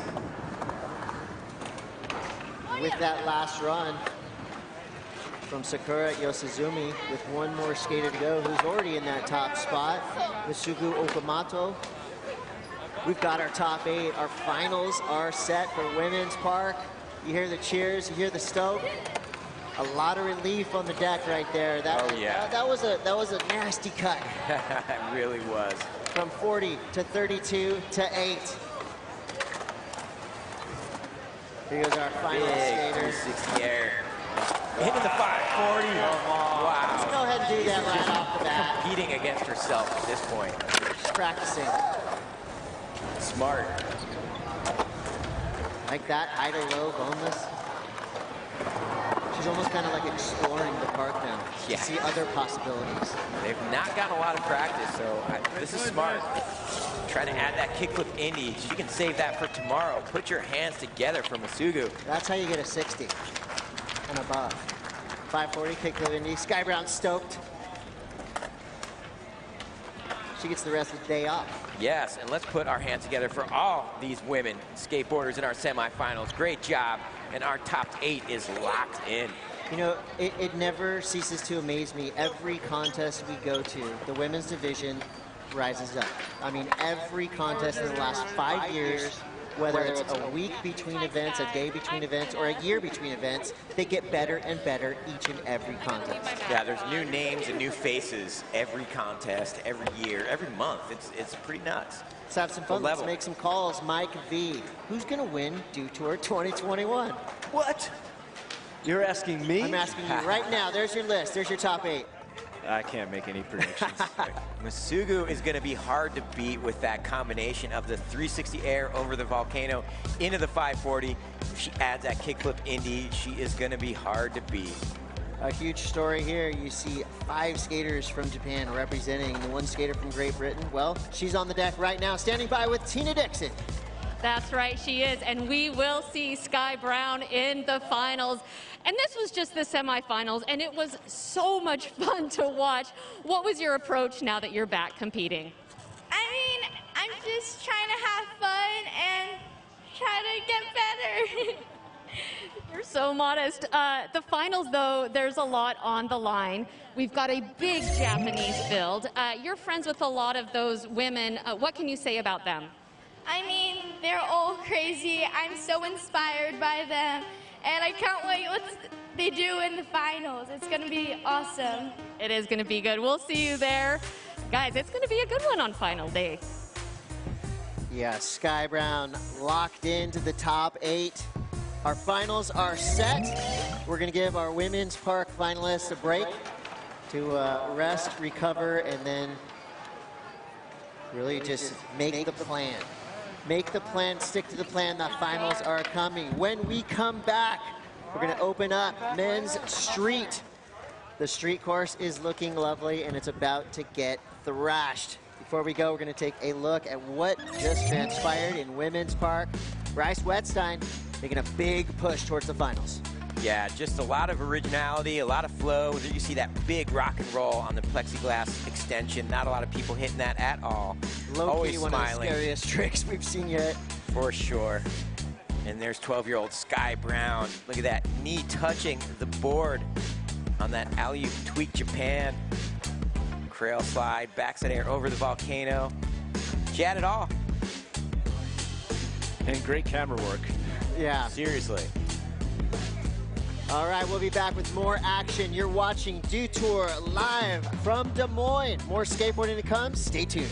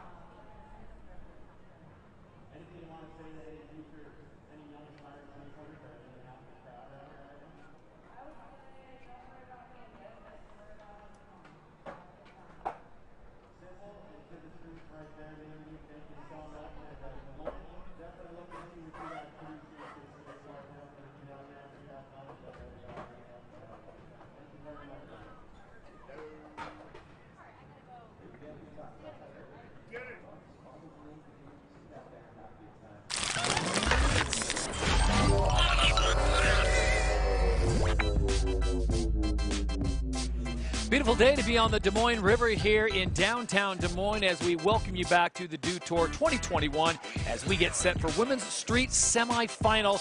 This will be heat number 2 as everyone is building points on a global scale with the Tokyo Olympics on the horizon. Todd Harris alongside Paul Zitzer as we get set for heat number 2, and this will be an interesting one with the talent that is there, Paul. Everyone, the pressure just does not let off at this competition because first there's the open qualifiers, then you had to make it to the semis, and then the big show is the final still to come. Right. Today it's only an 8 cut, right? You got to finish in the top 8 out of roughly 30 skaters. That's a tough cut, and it's the best talent from all over the world descending on Des Moines. Crazy, and it's a global qualifier. In years past, the Dew Tour has represented really the best of the U.S., but now it's everyone taking advantage of this coming out of the pandemic, trying to get themselves a global spot. Only 3 per country as we take a look at the format. 32 athletes, 3 heats, 10 to 11. So it's 2 runs, 45 seconds, and of course your best run counts, and that's out of 100. We'll have an ongoing leaderboard that will carry through the 3 heats, and yeah, just 2 runs. It makes it a little more difficult. Absolutely. A lot of these skaters have been used to the 2-5-4 format where they get the 2 runs and the 5 best tricks and the best 4 scores count. That is not the case here in the early rounds. To give you an idea of what's going on here in Des Moines, the average age for the current Olympic qualifiers is 22. So it gives you an idea where the sport is, but you've got one at 13, as old as 34. And I don't say old, that's a veteran. Japan has the top 3 ranked skaters, of course, at 19, 15, and 14 years of age, and 11 countries are represented in the top 19 Olympic spots. So 4 countries holding the 3 spots, which are the powerhouse countries of USA, Brazil, Japan, and the Netherlands. I'll tell you what, it's going to be tough to take away medals from the Japanese skaters when they get on home soil. Absolutely, but wow, talk about pressure. So this is what everyone was doing the math coming into the Dew Tour, the world rankings. Where do you sit on here? And those Olympic positions. And Paul, this is where it gets really tricky doing the math because this event carries so much weight, has so many points, so you could be way down on the ladder and really skate yourself into a top 3 position. Right, you absolutely can. But as we've been pointing out this week, if you're from a country with a deep talent pool, like Brazil, for example, look at Gabriela Mazzetto down there. She's ranked up in the top in the world, but she's not in the Olympic points rankings because she's 4th best in Brazil. You need to be top 3 in your country. Oh, man, you look at some of the names on there that are not in qualifying positions, that are not highlighted, and they are basically on the outside looking in. So you look at Samaria Brevard and some of these other talented American skaters, Megan Guy, Kendra Long, and there's so many good Japanese skaters and Brazilian skaters. And here's the bottom 4 that could be going if they get their nod on their Olympic teams. Remember, only 3, max 3 per nation. So if a skater shows up here from the African continent and earns points, they're ranked #1 in Africa, they're going to be in the Olympics. even if they're ranked 500th in the world, Todd. And we had a nice little chat on the way over here to the park this morning. The strategy of people saying, you know what, my grandmother's Norwegian. I want to skate for Norway. Because if you're an American, a Brazilian, or Japanese, you have to find a way to be creative, because if you're not in the top 3, you might be the 4th best in the world, and you're not going. So there are the current standings right now as it sits. Remember, it's a carryover. We have 3 heats, and this will be heat number 2, that 13.85 from Keith Oldenburg of Norway right now is the top scorer. And we've got a good heat coming up here in heat number 2. And then heat number 3 will really, wow, some of the names in there. Alexis Sablon, Mariah Duran, Leticia Buffoni. There's so much talent here this weekend. Todd, these are the best skateboarders in the world, and it is the last chance for a lot of these to gain Olympic points. There's the World Championships coming up in Rome, but not everybody can get all over the world every other weekend, so. It is a hot ticket to get an autograph, especially from the Brazilian skaters, because they are such a dominant force in this sport. And we had the opportunity to sit down and visit with some of the Brazilian skaters, both on the men's and women's side, and find out really what drives them to excellence. We are from third world, and everything is so hard. Most of us are like coming from a very poor family and very humble youth. So you get hooked on skateboarding and you just do it for fun, but then once you see oh, there's a career involved, I can do this. So there's only one option, make it or make it, you know, so you just go all in. It's like everything is hard out there. Like it or not, you have to be better than other people every day, you know? I don't speak English that good, I'm not American, you know? And then a couple skaters, they're starting to know, like Rodrigo TX, he made it, he came here, you know? I was like, damn, it's possible, you know? Most of the Brazilians, they don't have access to a lot of cool things. So they gotta make coolness with what they have. You know, it's my different style and my different self of what I can do with this, my interpretation. My city is 80,000 people. It's super small, and now last year I got second place on the world ranking, and they sent me money to do a skate park. Don't have skate park in my city, and now what they gonna do, you know? Just because I'm in a ranking, it's crazy. I've been competing my whole life, and I'm always competing for Brazil, but we never had that Olympics before. We never had to wear a Brazil jersey. The Brazil team, it's really helping us.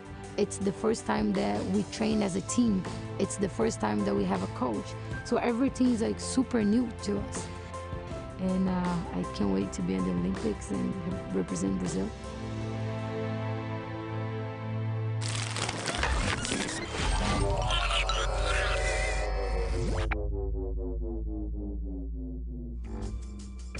And there it is, the street course as we get set for heat number 2 in the women's semifinals. Everyone trying to make the top 8. The top 8 move on to the big show. That will be the final. And there's the start list for heat number 2. It's going to be interesting to see how this international field plays out. We'll see Poe Pinson, one of the last ones to drop in this heat. I believe she is the only one of 2 Americans. Maria Brevard also in this heat as well. So after some rain delays, Paul, they've done a great job. The hardest working people in Des Moines this week are the cleanup crew. They have done a masterful job of leaf blowers, vents, fans, squeegees, whatever it takes to get the course ready to go. They've probably dried the course 50 times this week. Every hour they're drying the course. This is Charlotte Eam of France. So again, the format is crucial here. 2 45-second runs. Best run counts. Top 8 skaters advance to the final. Key is going to be staying on the board, doing your best work, hard tricks, using as much of the course as possible, keeping flow going, make it look easy. That helps. Charlotte, nice frontside board slide down the handrail there. Working quickly, staying on the board, as you said, helps because it maximizes your time. Nice. Charlotte, a local Paris ripper. Let's hear everybody for Charlotte. Great first run. Yeah. Solid showing. That's what you want to do. You want to come out, stay on your board, get your score, and then strategize and go from there for run number 2. All right, let's take a look at some of the highlights from this first run from Charlotte. Backside board slide, down the handrail, kick flip, over the wedge there, and the front side board slide. Front side on a board slide means you're sliding towards your heels a little bit blind. Front side lip slide. Solid tricks for Charlotte. See what Charlotte gets. Remember, it's all building towards that third and final heat where I'd say the heaviest hitters come in, but the top-ranked skaters will be competing in heat number 3, and there's only 8 positions available. So you factor in what the Americans bring, what the Brazilians bring, and what the Japanese team can bring when they are fully healthy and ready to roll. It's going to be a tough final to make here in Des Moines. Faces out there that didn't make their way in for the first heat. Charlotte's score drops, and it is going to be a 10.79 for Charlotte. So right now that is a 5th position for her with 1 more to go. Remember, it's 2 runs, only the best run counts. Speaking of those foreign competitors, we'll keep it international with Itzel Granadores Flores out of Mexico.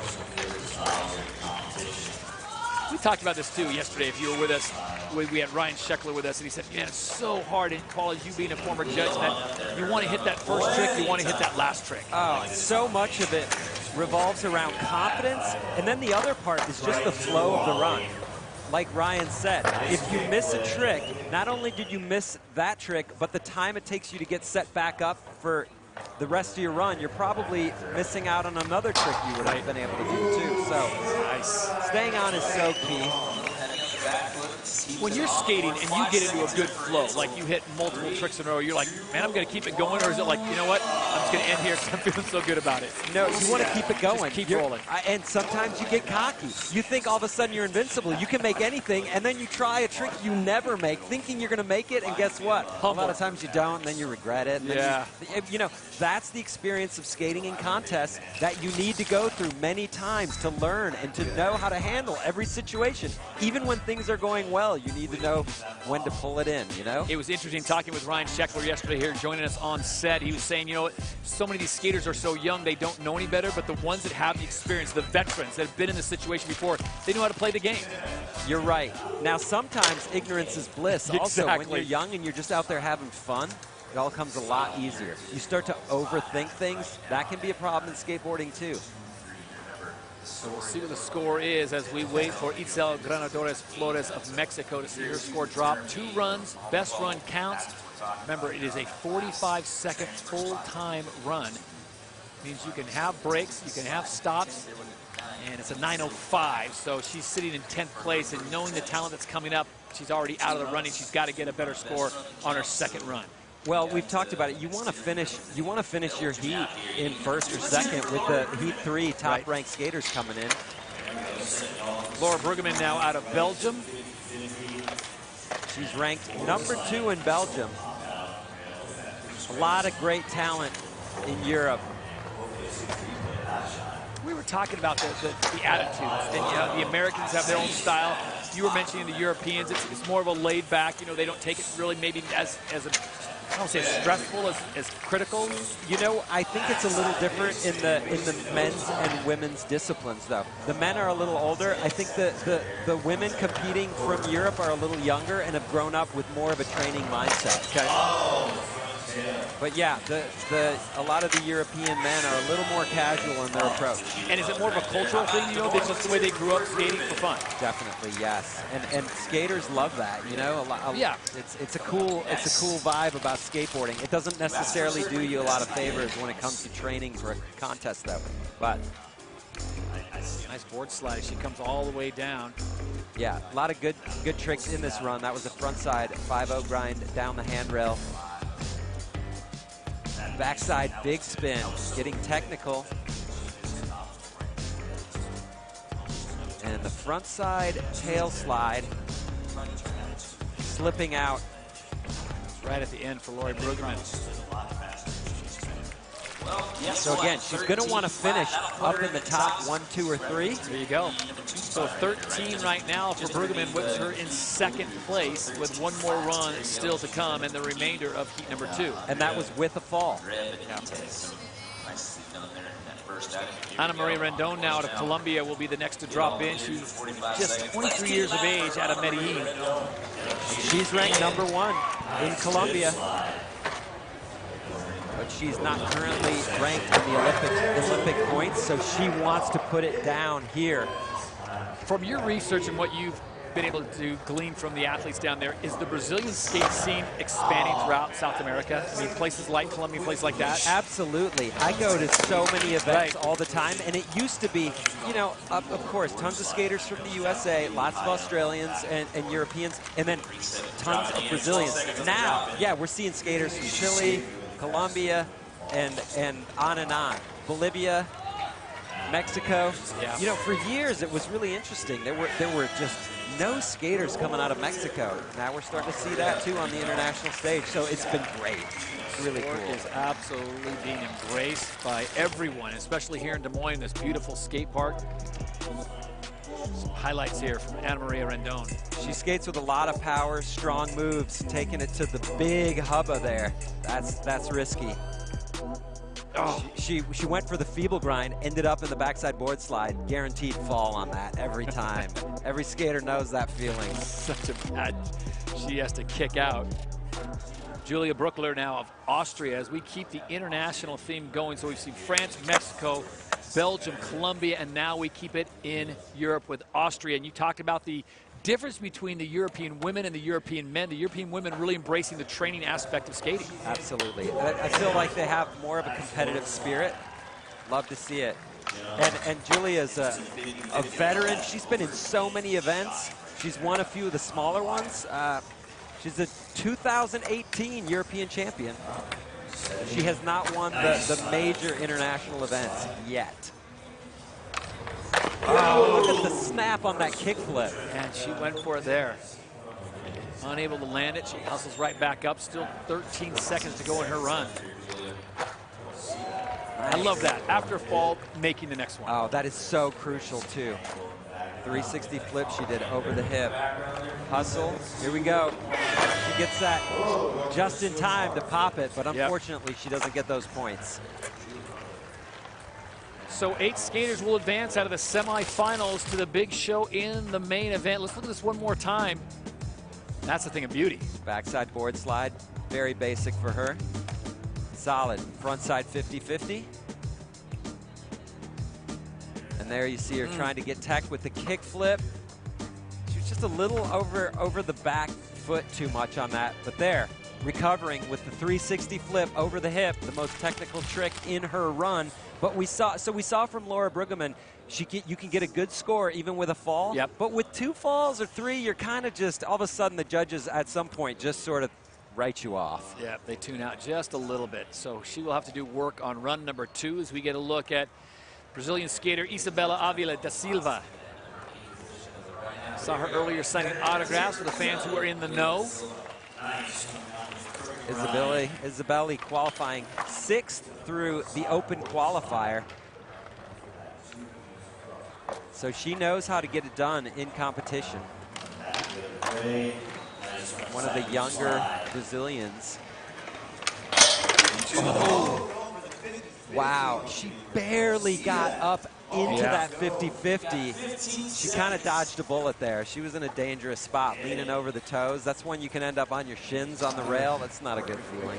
Coming up on the final 6 seconds, she lets it fly right in front of one of the best on-skate cameramen in the business, maybe the best. Yeah, that is Chris Gregson. Gregson gets it done.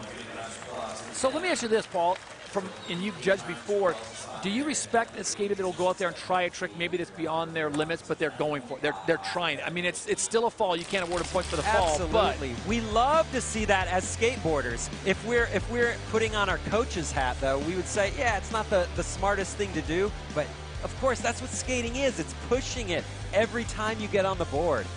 Skating is about progression. Look at this. Just barely getting those trucks on and leaning too far over the toes.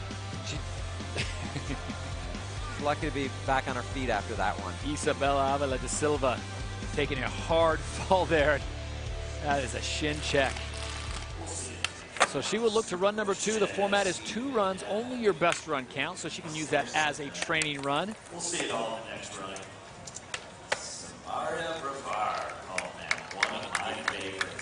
This is a skater that if you're walking around the park and she's dropping in, you're going to stop. Yeah, she's well known, well respected veteran, been around for years, putting it down, always going for it. Samaria has a great attitude and big tricks. She just finished 3rd at the U.S. National Championships at the Barracks. And we talked about the points that are available here. You look at the team that the Americans could put together for street. Mariah Duran's got to be in that conversation. And then you've got 3 or 4 skaters that certainly could make a case for, well, I definitely need to be in that top 3. Oh, absolutely. And Samaria is only ranked 5th right now in the U.S., so she has to do well here. Yeah. So out the horn, Samaria has her issues, and she will look to run at number 2. It's just so hard to come out here and put down run after run. And again, they only have 2 tries. Yeah, I mean, you really, your history, your future comes down to 2 runs at 45 seconds. Nice. Yeah, crooked grind. We've seen a lot of backside board slides on those rails, so to step it up with the crooked grind is huge. Feeble grind across that one into the wedge. Unfortunately, just coming off on a backside 50-50, she's just redirecting at that point. That's not even a trick, but that's one of those things we see so often happen in contests because nerves. It's just nerves.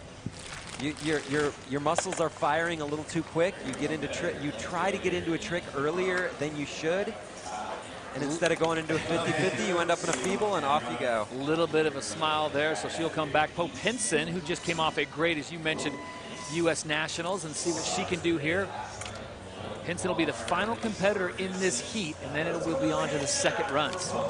Yeah, she finished 3rd in the open qualifier here, so she's had a great week so far.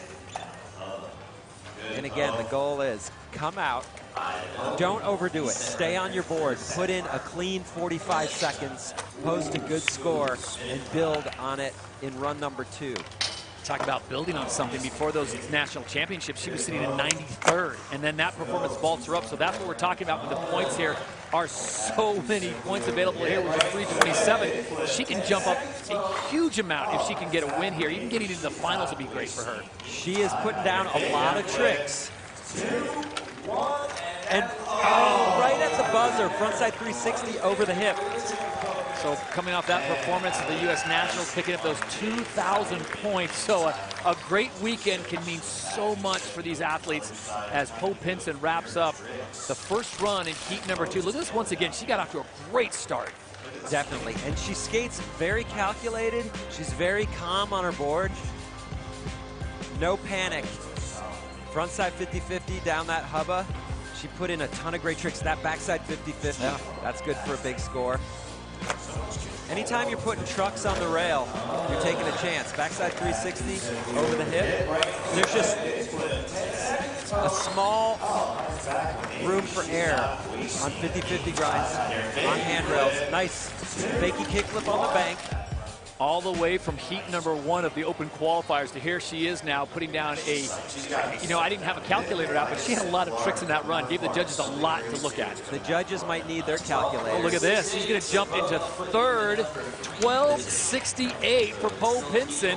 A nice way to start this heat for her as she's got one more run to go here in heat number 2. As we take a look now at the leaderboard. Remember, it's the top 8 moving on, and Pope Pinson and Laura Brueggemann have done a great job here in this heat, jumping themselves into the top 3. Paul, you were saying if you want a shot, almost a guaranteed spot to be in the final, you need to be in that top 3. Right, because we have the highest ranked skaters in the world coming up in heat number 3.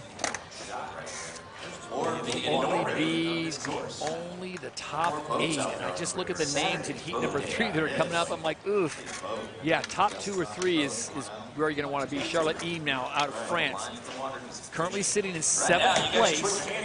Yeah, she needs to stay on. She needs to bump it up from run number 1. Do you think most of these athletes have a safety run? I mean, a run that they are like, okay, this is my lock run. Might not be as tech as it needs to be, but this is going to get me absolute max points. Yes. And then the question always is, though, after you try that safety run on your first go, and if you don't make it, and then you see the scores coming in, do you go back to it? A lot of times you want to bump it up even though you didn't make it, because you see other skaters way up ahead of you. It's a bit of a mind game, and that's where it helps to have a coach who's not telling you how to skate. They're just giving you advice from a non kind of freak out perspective. Yeah. Like, what do I do now? So Charlotte putting it down, ripping. Yeah, almost a full pole for Charlotte Eam of France. This should be an improvement on her first run, which had her in 7th place, top 8, moving on to the final with 1 heat still to go for qualifying. It's got to be a good feeling. She's laid down 2 good runs. She's done everything she can do, and she should have a decent score here. Front side, board slide, out of the bump. And then the back side, board slide down the stairs. Another front board. Repeating tricks is not necessarily what you want to do, but it's better to stay on than not. That was super tech, though. Nollie frontside heel flip over the hip. That's a hard trick. A lot going on there. Charlotte Eam now waiting to see what the judges do with her. Currently sitting in 7th, as we said, with a 10.79. I don't know, what do you think? Is she going to jump up a little bit? I'd like to think so. As you said, there were some repetition there with tricks, but as I look at eye test-wise, I don't know if that was better than what Poe Pinson did. Right, and you know, we're talking about all sorts of different things. The judges are studying every piece of that run, so it is an improvement. 12.22. So 12.22, which means she's got 3 spots that she can give away and still make it into the final. Only the top 8 moving on as we move on in the competition with Mexico's Itzel Granadores Flores on course. Ranked number 1 in Mexico, but 42nd in the world. So you see the disparity there. Do you think there's going to be a situation where they will have to, at some point, adjust that for nations that bring more talent, say we got to give them more spots or keep it even? That's a good question. I mean, I love the inclusivity, right? And how there's just skaters from all over the world. If they started giving out more spots, it might limit who shows up. They might feel like there's less of a chance. Expansion is always good. So maybe give some more spots on the global scale and say, okay, allow past performances. How about allow 50 skaters into the Olympics in each discipline? How about 100? There you go. All right, now we're talking. I'm going to vote for you for head of the IOC because next time the rule commissions get together. I'll accept this nomination. That's a great idea. I mean, seriously. Yeah, a couple more rounds of qualifying in the Olympics if there's time. Nice, backside 5-0, balancing on the back truck only on that grind, and a wally off the back of that hubba. It's cool to see a skater mixing it up a little bit. Itzel putting it down, backside 50, shootout though. Oh, nice. Kickflip backside 50, not getting both trucks on the ledge. So it's not going to give her the full credit for the trick, but it's better than a fall because she did ride out of it. There's another look at that back 50. She had trouble. I think that's contest legs. You're nervous. Your tricks are not going exactly the way they were planned, and you're just hanging on and fighting every landing. It's not a great feeling, but sometimes you're just like, well, I'm still rolling. Just keep it going. So Itzel Flores waiting for her score to come down. You know, just to give you an idea of the international field, 13 different countries represented, and it's a nice improvement for her. So at 11.20 has her currently on the cut line at 8. Now she could have been much higher up if a few of those tricks had been cleaner. Laura Brueggemann now, Belgium on course, had a nice opening run, currently sitting in 2nd place overall with a 13 even. Doing 3 tricks right out the gate, back to back to back. That's the way you want to start your run. Build that confidence up, keep it going for the full 45 seconds. Nice frontside 5-0 grind on that little handrail. Setting up again. Crooked grind. So you're seeing a lot of variety from her too. That's why she's in 2nd place. Oh, and just that, a nice frontside grind on the quarter pipe. You see so many skaters not using the quarter pipes. So if I'm a judge, I'm giving that extra points. Even though it's not an exceptionally hard trick, it shows a skater has versatility. And the fact that she's using a different line that we haven't seen really in this heat. Laura Brueggemann wraps up her 2 runs out of Belgium. 2 Belgium skaters, which gives you an idea of just how the sport is going just in the semis, as Sarah DeLate competed in heat number 1. There's the backside board slide. That's as basic as it got for her in that run. Back truck only on. Frontside 5-0 down that handrail. There's a crooked grind with the front truck locked in. Perfectly done. That was a really nice run. I liked it. The variety was there. The tricks were there. It was good up until that fall. Yeah.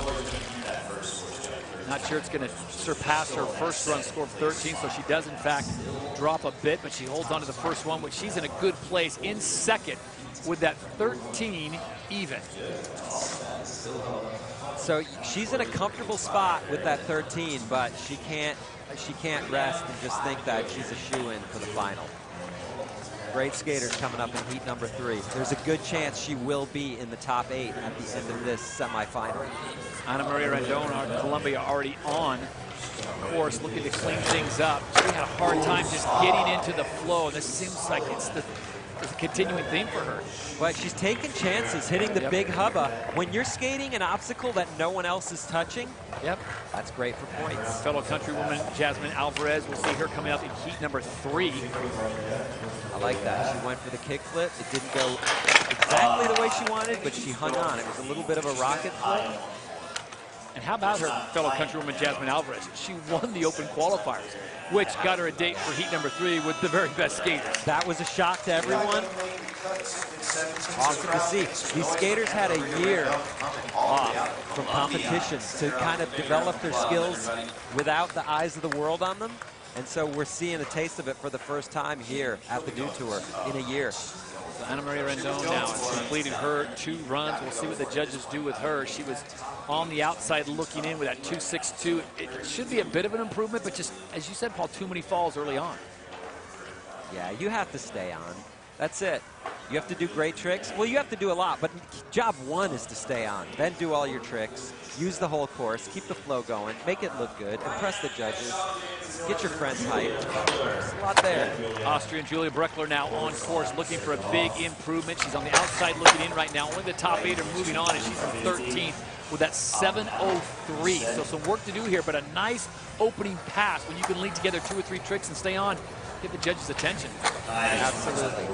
3 tricks deep into this run so far. There you see it, the kickflip. She bailed out on her first run. Tried on the first run. And that threw her off bad. Now she's on. Can she keep it going here? 360 flip? Yes! Okay. This is going to be a good score.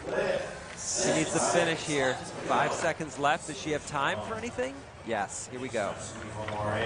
Switch hard flip. Okay, she took a big chance there at the end. You see the stoke and the relief. Props for Chris Gregson. It's going to be a huge score. A giant bump from 13th. I can guarantee you that. So let's see where the judges put her, because Julia Breckler comes out with 1 run to get herself into the semifinals. Only the top 8 are moving on, and she was sitting way down the board outside the cut line at 13 and still practicing.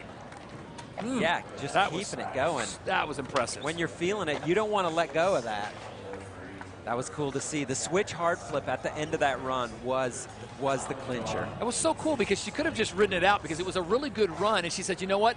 I'm going to go for 1 more. But she wanted to finish strong, no doubt. That could be the difference between her ending up in 9th place and her being in the finals. So taking another look, frontside 50-50 down that little hubba, that's easy peasy for Julia. Here's where she really went for it. 360 flip. She almost landed primo on it. Ended up getting out of it clean. And a beautiful kickflip there, though, down that double set. This has got to be a top 3 score. I mean, this is just... Watch, it hits her feet primo, and it bounces off, and she manages to land it clean. That is very rare. And here, switch hard flip to finish it. That is so tech. It was a little sloppy, but right there, that slop doesn't matter. That is almost bonus. It shows she's just going for it, and it pays off. That was awesome. Well, to give you the idea of someone that did their homework during the pandemic, last Dew Tour she finished in 30th, and here she is in first place with a 14.10. So Julia Bruckler, well done. So now you know what it takes to really impress the judges. Variety, difficult tricks, and taking that chance. That was an impressive run from start to finish, and the end to throw something a little extra. As Paul, as you know, as a former judge, they leave you wanting more, and that's exactly what she did. As we look now at Isabelle Avila da Silva, she's got to follow that up, and she needs a big score. She had problems in run number 1. Remember, it's only a 2-run format. Only your best run counts. Coming in with the crooked grind on the ledge and fighting for the landing, but making it, keeping it going. Frontside board slide down the handrail. We've seen a lot of those. What Julia just did is going to be a verb. Everyone's going to want to pull a Bruckler. Remember, she was out of the top 12 and just jumped herself into first. Nice. Isabelle stepping up the difficulty with the frontside 50-50 down the big rail. Building up speed here for the big set. Ollie hanging on. Now, the Ollie, a basic trick, but on the biggest obstacle on the course. Got to hurry. She's just going to miss. But you know what? Let it go. Just missed it. If you see the difference between Isabelle and Julia, Julia got much more technical. She flipped her board 3 times in her run. Isabelle did not, but she did a lot on the handrails, board slides, lip slides, 50-50 grinds. So this is going to be a judging call. Frontside 50-50, she got on this run, made it. It's great to see, good recovery, making the big ollie down the stairs. So it's a little bit of apples and oranges with the judges here. But I think it was just lower on the difficulty level from a Julia Bruckler run. I think she just wanted to get something complete to feel good about it because she was sitting in 16th place with a 2.87. And she definitely did it. Yeah, she pulled it off. She did her so tricks. much better than that. And now the sit and the wait. Score is going to look. Okay, so she jumps into that top 8 in 7th for the time being, 12.10. She probably knows the writing on the wall, knowing what's to come up. She has to be happy with that run and that score, but she's probably not going to end up in the final.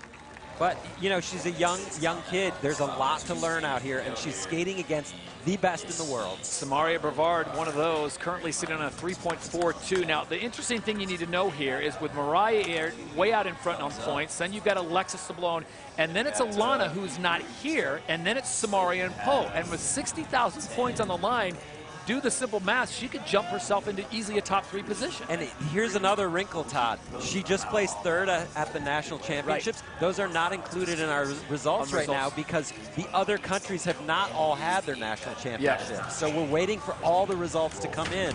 With her points, though, from that 3rd U.S., she's sitting on roughly 7,800 points. So you get the 60,000, and now you're talking pack for Tokyo, young lady. But she's got to get it done here in the next 45 seconds. And she can. Nice. That's a long feeble grind. Boom. Making the 50-50 this time on the quarter pipe. Allowing her to keep the flow going through the run, that is so crucial. And it's paying off here. Backside 50-50. Gapping out onto that hubba grind. Much better than their first run. Yeah, she's got to be feeling good right here, getting the confidence going. Oh, that's a huge chance. She really took a crazy fall on that. Yeah, and she was 10 committed. seconds. Yeah, she was fully committed. There's no doubt. Come on, get this next trick in the next 5. I mean, she's got to land it right here. Backside flip. Finishing with 2 big move falls at the end is that's not going to get her there. No. She knew it was on the line, but I respect the fact that she didn't throw in a safety conservative run. She's like, I'm going to get into this top 8 by virtue of some hard tricks. Definitely. Throwing the 360 flip down the stairs in the run is taking a huge chance. And she has the talent to get it done. Nice nose slide there on that rail. Backside 50-50 grind like nothing down that hubba. Yeah. Dang, not a big improvement for her. Just picking up that 4.80, so she's on the outside. It was all beautiful until she put her feet on that 360 flip, and that was the end of that. Right? It's a little heel heavy. Heels hit the ground. was. You're right. That was an awkward fall for her. Because she was so committed. Yeah. It was just, she's landing that no matter what. And then when your board doesn't roll on impact, that's what happens.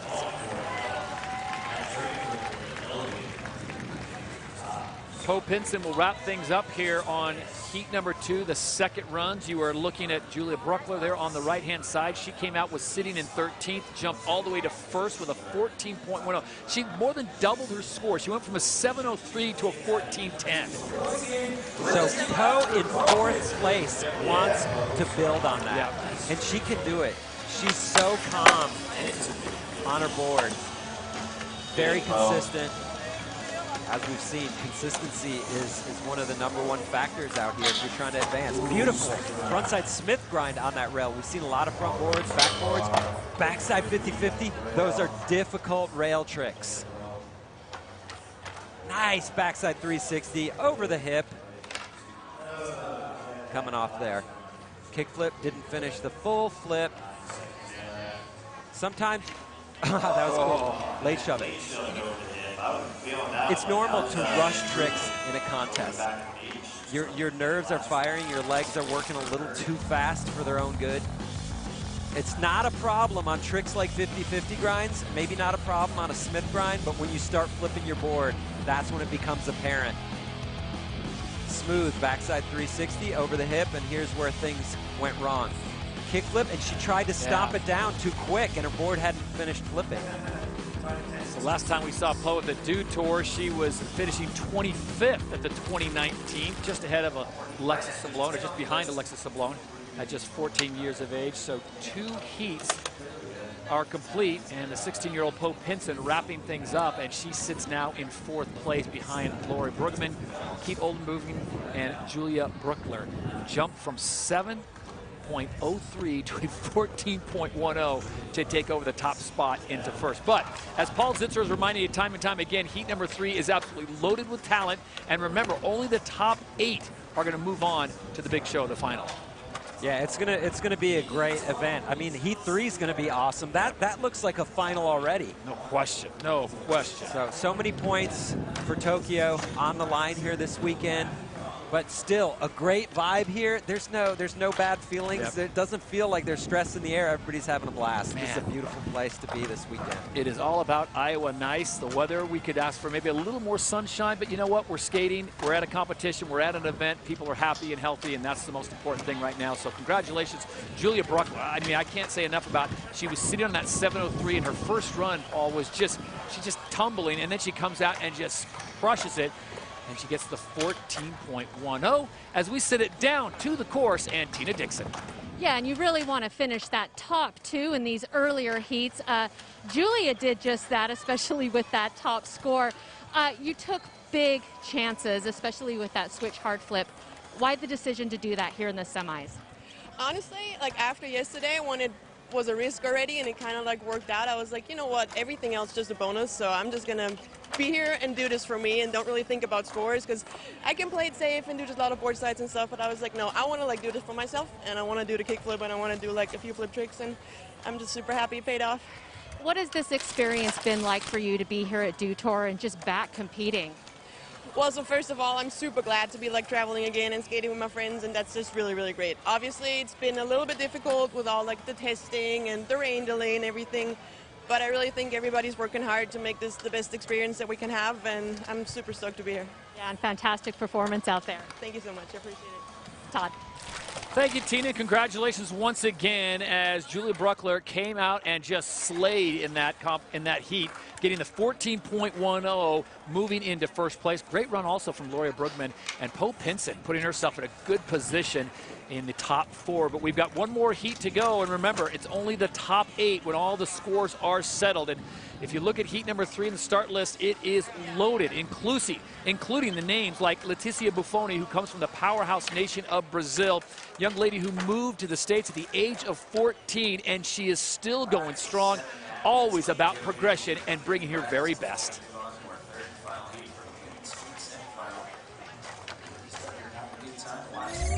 My name is Leticia Buffoni. I'm from São Paulo, Brazil. since I moved to California when I was 14 in 2007.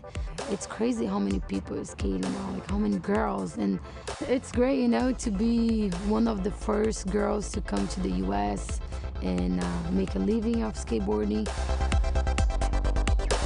I just like doing a lot of stuff. Like I like surfing, I like fitness a lot, I like posing for magazines, and every time I'm doing something outside of skateboarding, I just wanna like bring skateboarding to the next level. My goal is just to inspire more girls to skate and just live their dream, you know. If I made it, I think anyone can do it. In 2019, I broke my foot twice, and I wanted to skate so bad, but I couldn't because I was hurt. And that time, when I was like, every time I'm skating, I just want to enjoy as much as I can. I always get super nervous, but my mindset is to just try to relax as much as I can and just focus on my tricks and not what other people are doing, and just do me. It's go mode, and for me, my last one was China, September 2019, so I just gotta stay on top of my game.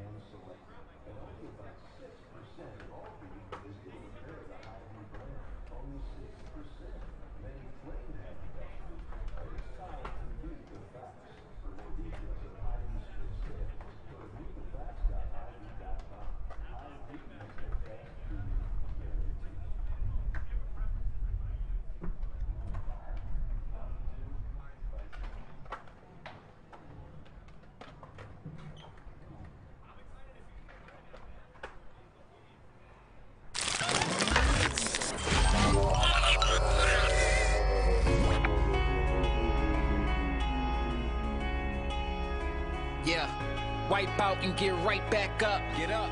Wax the ledge, we can't get stuck. Courage on deck like two trucks. Come on. Hop on and do what you want. Yeah. True freedom, they need us to stunt. Backside 180s to front, yeah. And we know struggle like we knows grind. Hustle for runs, all in due time. Repetition, repetition. Might switch stance, but not the mission. Much more than a competition. We risk it all to get these tricks in. Sacrifice ain't nothing given. Skated D.I.E., how we living. Scrapes, scars, bruises, lessons, pain, joy, victory, blessings. From the block to your skate spots. Kick, kick, push, and flip skate cops. Love park to your skate shop. Got ollies with more pop than GameStop. Skate for justice, we all in. Skate for change like BLM, yeah. Probably take a knee on my board. Ghetto kids all day, shout out to the board. This that thunder in your heart. 45 seconds to go rad at the park. That go hard or go harder. That go far or go farther. That 5-ring camaraderie. 4-wheel polyurethane world society. And all eyes on we. And all eyes on gold. All praises be. United we roll. Peace.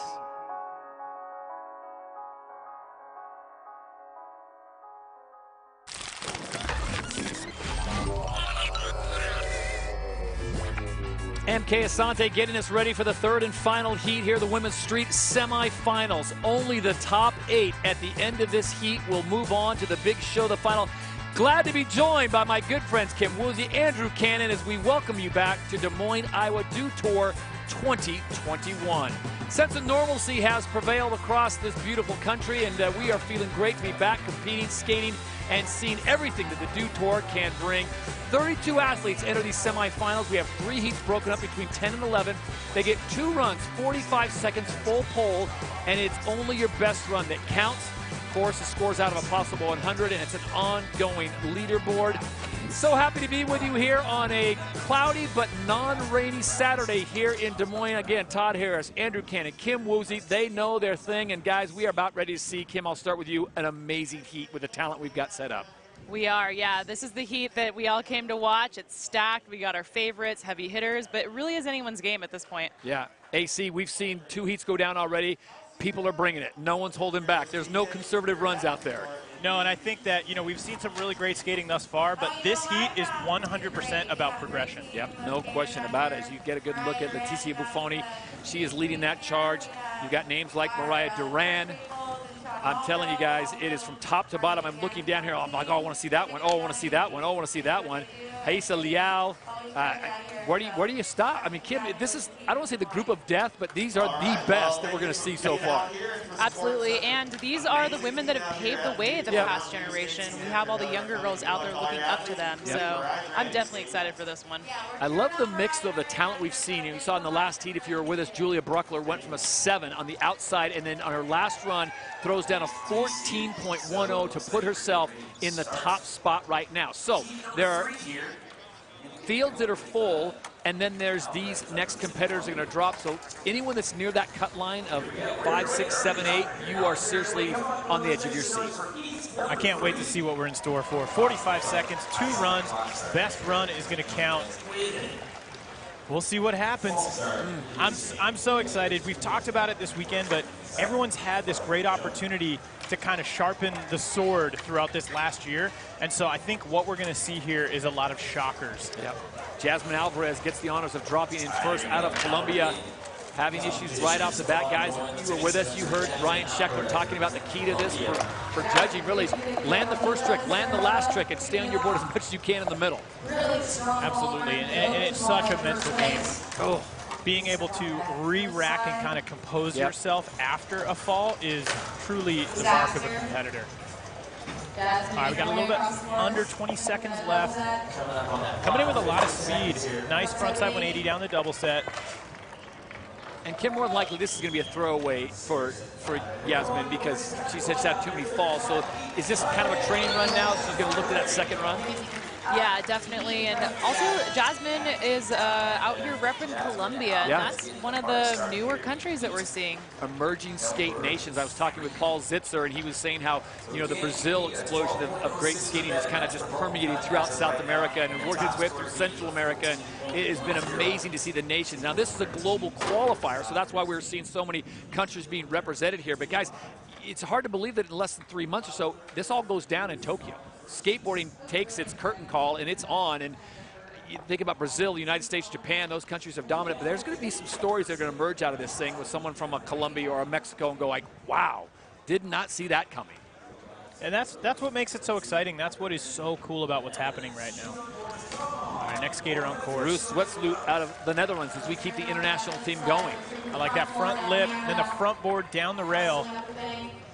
Looking really confident. We've got a little bit of mist in the air right now. We've had this just really annoying rain today. There you go. Nice crooked grind down the hubba.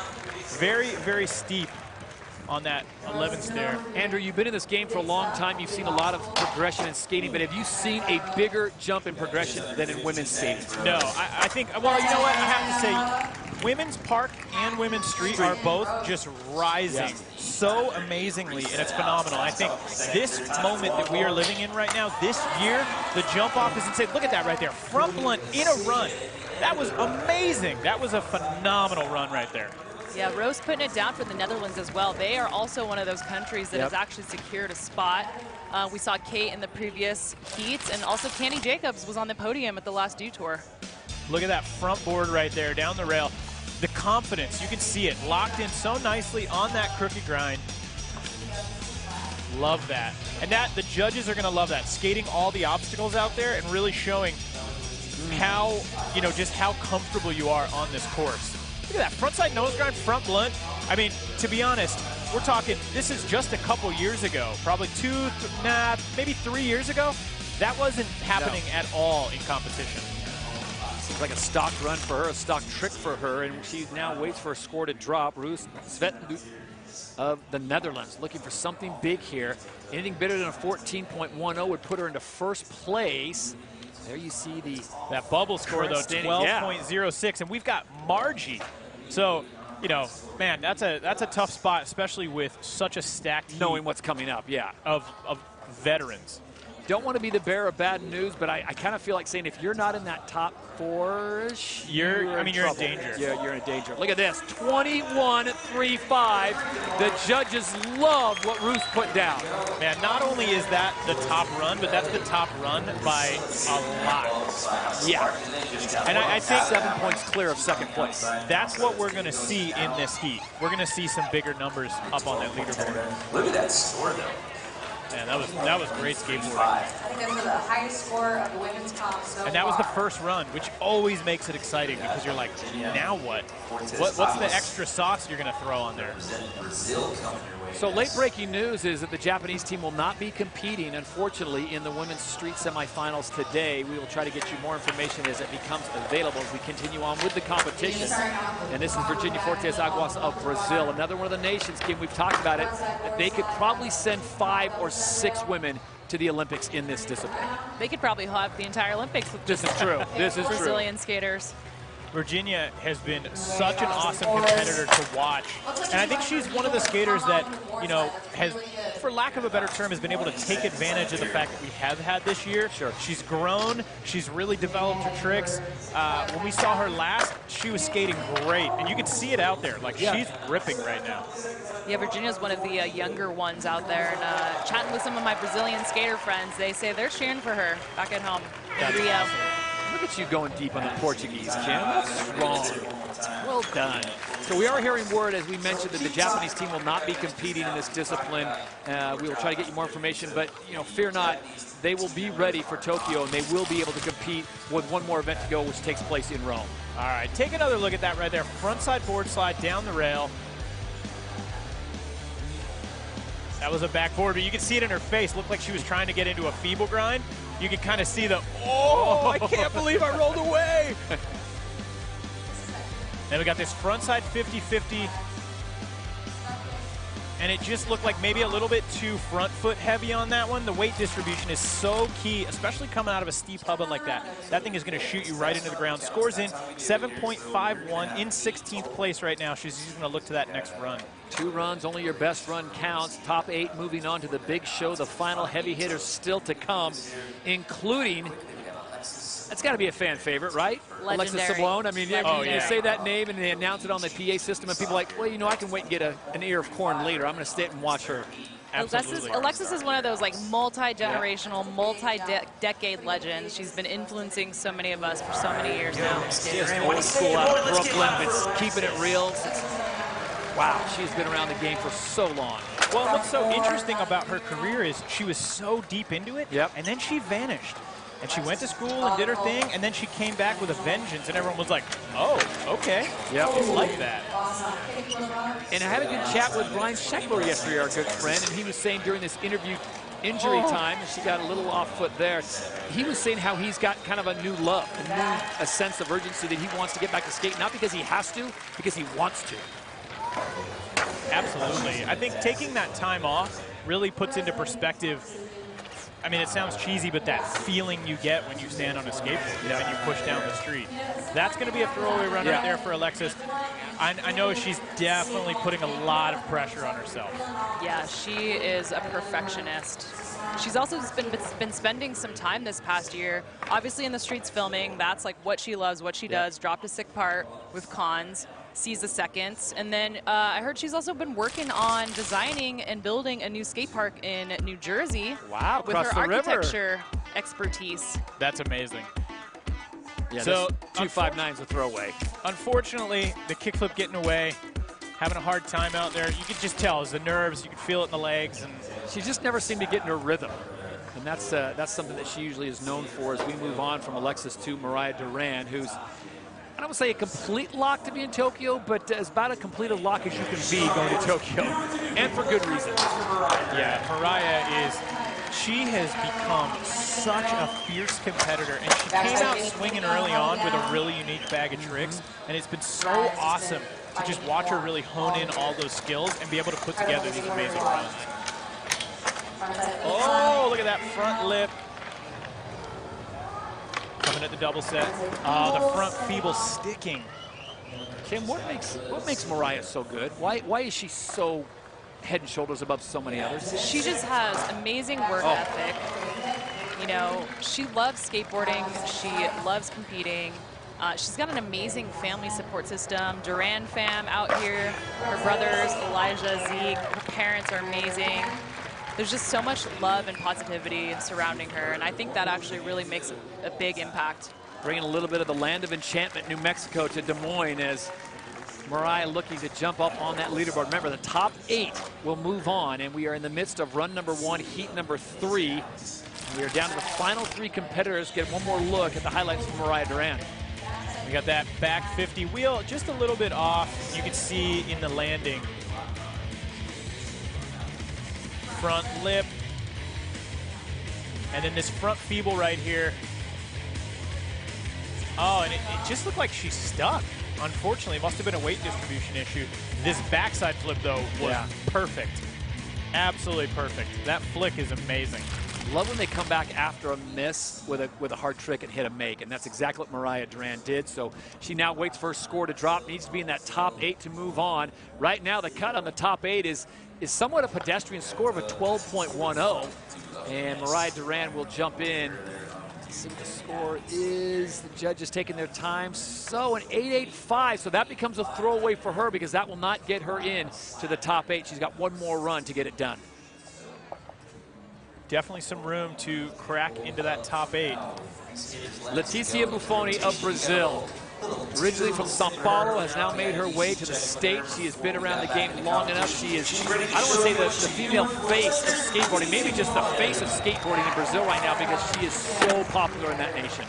I've seen Leticia grow up from, you know, just a shy kid to this powerhouse of a woman. And I was chatting with her a little bit. She's been spending the past year just really healing, doing PT, coming off a foot injury, and really spending time with her family, which honestly, she hasn't, in the past, has not had a lot of time for. She is busy. One of the things I love about the way that she skates is she actually wants to be here and she wants to rip. Look at that save. That right there is experience. To not get into your feeble and still ride away on that board slide, that just shows that you're like, nope, I got this. One more hit here. Big really well timed out run. The only time you'll really ever see a scowl on her face is when she's competing. The other times it's usually a big, there you go. Yes, that's the face you usually see. She's such a wonderful person. Yeah, she is a good human being right now, trying to get herself into the top 8. To do that, she'll need better than a 12.10, which I think, I'll put my Paul Zitzer judging hat on for a second. That's better than 12.10. I think so. Let's just take another look. So we got the back lip right here. Nice 360 flip. So getting a flip trick in there. Backside lip slide, front tail to fakie. We had the big ollie at the end. Hanging on to that. Man. Okay, so here, one more look. That truck right here. Didn't make it. And just being able to make that work, so amazing. Somewhere in mid-trick, she made the decision, I got this still. Yeah. Yeah, and you talked about like being a vet in that experience. Like I was chatting with her, she said she was a little concerned they didn't get as much practice as she liked, but clearly that did not affect her performance here. So much of this though is a confidence game. It's like you can almost see the winner. There Look you at go. that score. 15-3-2, no question about it. Leticia Buffoni. So she is a lock now into that final, as she is in second place with 1 run to go and just ahead.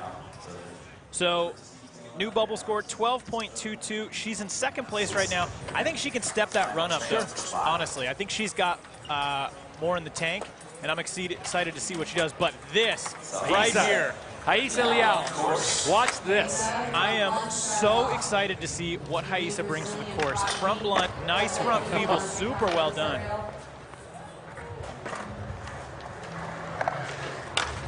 She's currently ranked #1. Hanging on to the backsmith. And for good reason. Oh, the back 5 getting away from her. She went down pretty hard right there. Bouncing back. So Haisa just has such an incredible bag of tricks. If she can put it together, I think she has the potential to be way ahead on the leaderboard. But she has to put it together. Down the board, yep. So with 1 fall in the final seconds ticking away and Haisa's first run comes to a conclusion, guys, there was a lot to digest in there. The fall, obviously, the judges are going to look at that, but was there enough to offset that fall to say, okay, she's definitely worthy of a top 3 score? I don't know about a top 3. We'll see, but I think it has potential to get up into the top 8. You know, we saw that front blunt to kick things off, the nice front feeble backsmith, but it was a little bit landed on the back foot. There's another look, super, super comfortable. And that's a pretty tall bump to rail. There we go, front feeble, so effortless. Pushing that front foot back just a little bit on her board. Backsmith. Oh, right. The pop out kind of got her into manual. Love the smile on her face. It's infectious. She's having a great time. Oh, she went down really hard right there. Yeah, that was a slam. Yeah. There it is. Quick correction, though. She is ranked 2nd. She's probably got not a little ahead of used myself. to not making that. Big back 50. And honestly, that's the tip of the iceberg on that hubba. It's been fun to see her grow up. I remember the first time. AC, you called it. Sorry, 13-9-2, yeah. so she's in the 4th. The first time we all heard about her was that viral video of her skating in a breaking the internet. She was heel flipping down the stairs, right? Yep. And it was incredible. You were like, whoa. And look at her now. Unbelievable. My apologies to Pamela Rosa. She is ranked #1 right now. 2 Brazilians, 1 and 2. Big surprise. I don't know about you, Kim. I'm so fired up about what Pamela is going to bring. Pamela is such a strong contest skater. Consistent. Let's see what she's got here. Different style, though, than what we've seen from Haisa? Yes. I would say that Haisa is more technical, whereas Pamela is going to bring in just more consistency, potentially. She's been skating contests for a in. long time, so she definitely knows how to get this job done. So looking good really right now. We've got just about 15 seconds. Nice front lip off the bump. She attacks the rails. She does. Super consistent with that. All right, coming up on the final 5 seconds, so probably time just for one more trick. All right, crooked grind down.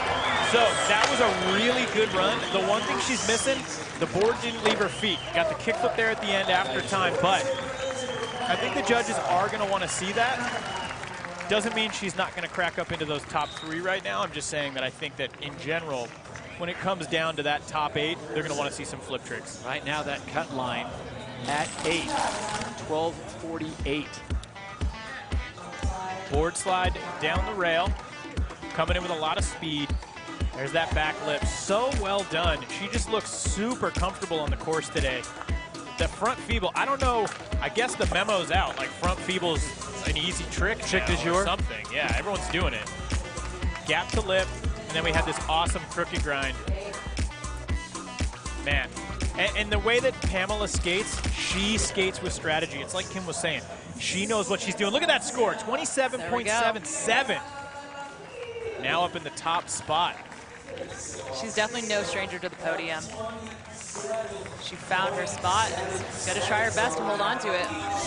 I'm excited to see what she brings to the next one because she, like I was saying, strategy. She knows how to build on a run. So there are the current standings. Pamela Rosa leads the way with a 27.7, just ahead of Rus with that 21.35, and then there's the big drop-off. Amazing, down to Leticia Buffoni, currently sitting in 3rd place.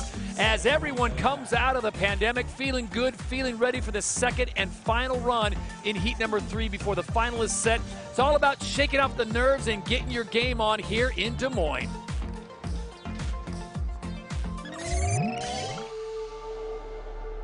I don't know, it's going to be different going back into it because nobody skated a contest for a year and a half now. My biggest thing was just pushing through that and just being like, all right, I want to train like there is going to be a contest. All skate parks were being closed and stuff. It was hard to like stay motivated, you know? Skateboarding is such a adaptive kind of thing. And especially with how COVID happened and gave us all like a year to practice. We didn't see anybody for a year, and then everybody's just back and just like skating better than ever. The pressure's on, but at least for me, I just try to not to think about it. I think it's a little intimidating and nerve-wracking. Just tell myself I got it and just picture my line. I think everyone's been working on stuff for like a year now, so. Everyone is just killing it. It's honestly like happened way more natural than I thought it was. I think it's going to be fun having a contest again. Coming in switch. All the girls got so much better. Figuring out a park is honestly the best session. But the spur of the moments, that's what the contest is about. Contest skating is all mental. But sometimes you're just in the mood to do hard tricks, and sometimes you have to do it because you have to do it. The worst thing that can make you not land your run is getting in your head too much. Like, they call your name and they say go, and you got to be ready to fire.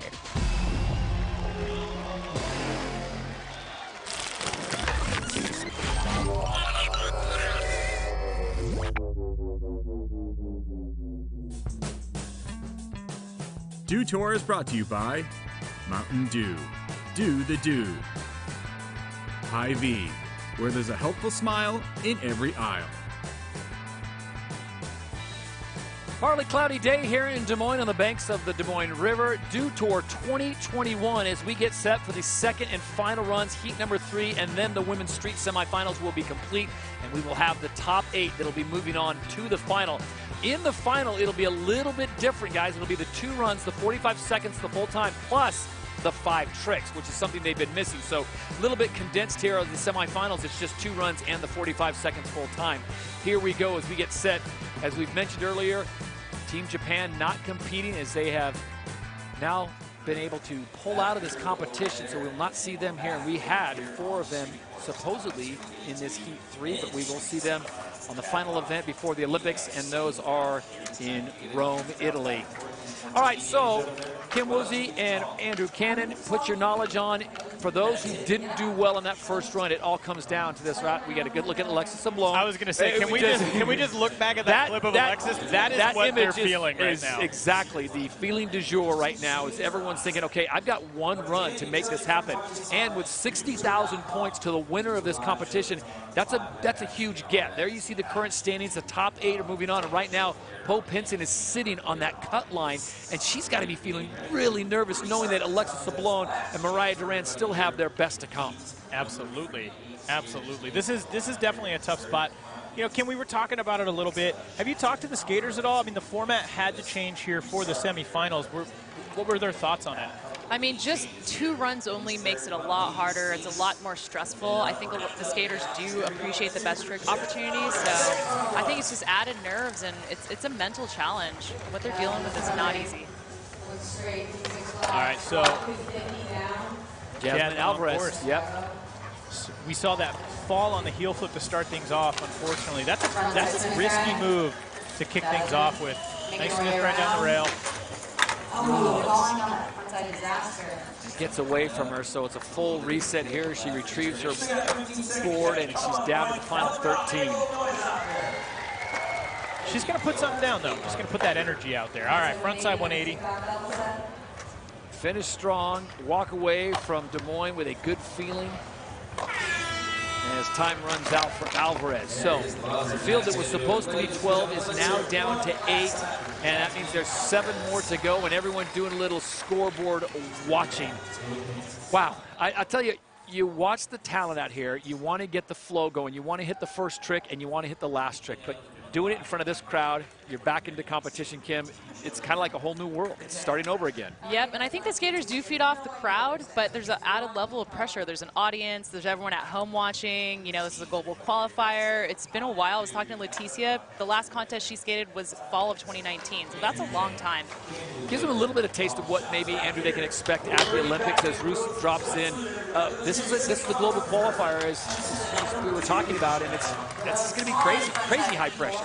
Absolutely. Everybody wants to. Oh, that is a good example right there of pressure. You know, you're so in your head. She was probably not even thinking about dropping in. What's the next trick? And look at that. Totally killing that time. Now, totally in a safe space right now, in second place, but still. Drop it back in. Let's see what it was going to be. We've got 5 seconds. She's going to be able to get another trick in. All right, nice crooked grind, making up for it. But unfortunately, that right there basically ended up sabotaging her entire run. Yeah, she's got to be a little bit bummed about that. And I think that's just one of those situations where there's just a million things going through your head, you know? Things are changing, the weather's been shifting, and you're just trying to get out there and land your run, but the smallest things, you know, have you get caught up. So look at this right here. We've seen some front feebles happening on that double set rail, but that one is definitely a bigger rail. Showing that she's got her right there. Here we go. I think it was the roll in. Oh, the back foot just not catching. Oh. Honestly, I'm just thankful that she didn't really hurt that knee. Oh, that feeling right there. I can so relate to that feeling. I just been there. Just spilling your coffee. There, yeah, you spend all this time making your coffee, and then boom, it's all over. You're like, no! Miss the foot plant. I mean, I've been there. You're like, my morning is going great. It's nice, though, that when you're sitting on a 21.35, so you can have those kind of incidents and smile about it and walk away. It's interesting, though, Kim, as we were talking about what was available here, and for the Netherlands, who would have thought making the Netherlands team would be this much of a challenge? Because there is so much good talent coming out of that nation in this discipline. Yeah, and I'm actually bummed. Candy Jacobs, I know, was nursing an injury. She was on the podium at the last Dew Tour, and she's one of my favorite skaters, so bummed to see her not here, but Netherlands definitely represent. Virginia is back in for her second run. We're hoping she can put this one together. Nice kick flip. Coming in with a lot of speed. There we go. It's the battle getting that feeble grind this time. Battle within the battle. Just making it to the semifinals is one thing, but making it on Team Brazil is another thing. Right now the score to beat is a 12.68. No, she doesn't lock that front foot in, kind of getting into an awkward front feeble. She's got 5 seconds. Is she going to be able to get another trick in to boost that score? And a crooked grind, she does. Is it going to be enough, though? Yeah, that's going to be a tough get. Poe Pinson, the American, currently sitting on the cut line in 8th place with a 12.68. So if you are on the outside right now, you need better than a 12.68. That is so awesome right there, seeing 4 Brazilian women all ripping out here representing of different ages. That is so cool. Squad goals right there. That is the Mount Rushmore of Brazilian street skating. All right, so let's take another look here. We got that front board. That was super solid down the double set. She was able to get the feeble grind last time, got into a weird board slide. This is where she missed the front 50-50. That front truck got off a little bit, but she was able to salvage it and get that crooked grind in there at the last moment. She did have a kickflip off the bump to bump too. It's not going to be enough to get her into the top 8. All right, so this is it. Yeah, we are down to the final 5 competitors. Top 8 moving on. You need better than a 12.68. Yeah, I gotta wonder if you're Alexis and you know you need a 12.68 to bump out another American, Poe Pinson. Do you back down what you were going to do and say, I've got a 12.68 in my back pocket, easy? I'm going to be honest with you, having known Alexis for a very long time, that is not the way she operates. She is so interested in just coming here to do what she's going to do, and that's the only way. Yep. Yeah. And I know all the Alexis fans are just at home right now on the edge of their seats. Already a better run. 15 seconds left. Left to go here, her second go around. Setting those feet up. Oh, going for the kickflip front 50. The fact that she will go for that is every single time is unbelievable. Just runs out of time, so this will be very interesting. Did she do enough in that first 30 seconds to get her higher than Poe Pinson? So 12.68. Here's what's unique about this right now. Poe Pinson did a lot of flip tricks. Alexis didn't do as many flip tricks, but she skated some of the bigger obstacles. So, man, the judges, they've got their work cut out for them right now. And this is like a domino thing, because if she does not make the final, that opens up the doors for Samaria and Poe Pinson and other Americans who are happily going to walk through it. So frontside lip slide there, not the cleanest. Front board looking solid. We've got the front 50.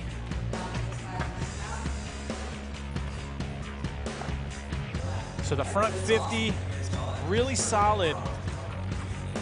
If she would have made this kickflip front 50, I don't know. I think there was a definite yes to cracking into that top 8, but I think it's going to be tough.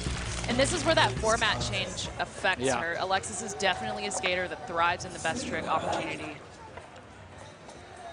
And not being able to get that here. She needs a 12.68 or better to get into that top 8 position to get a spot, and it's just going to be short, 8.40, so it is an improvement, but only gets her into the top 20. She's in a good spot, though, right now with But that does change USA things for team. some other athletes as well. Absolutely. Mariah Duran now needs something big here. She's in the same situation, just one spot ahead. And if anyone can pull it off, it's Mariah Duran. Talking about a strong mental game. 8.85 is her current score. She needs better than a 12.68. All right, we saw the front, the back 5, and a back 50-50. I'm sorry, I think that was a frontside 5-0. All right, frontside lip slide. Making her way to that double set. There we go, getting the front feeble. That is super, super important. Going over to the hip. Oh, the hard flip back 180. Still has time. She has time. She has to make this. Yes, she puts it down. She really needs to get another trick in here.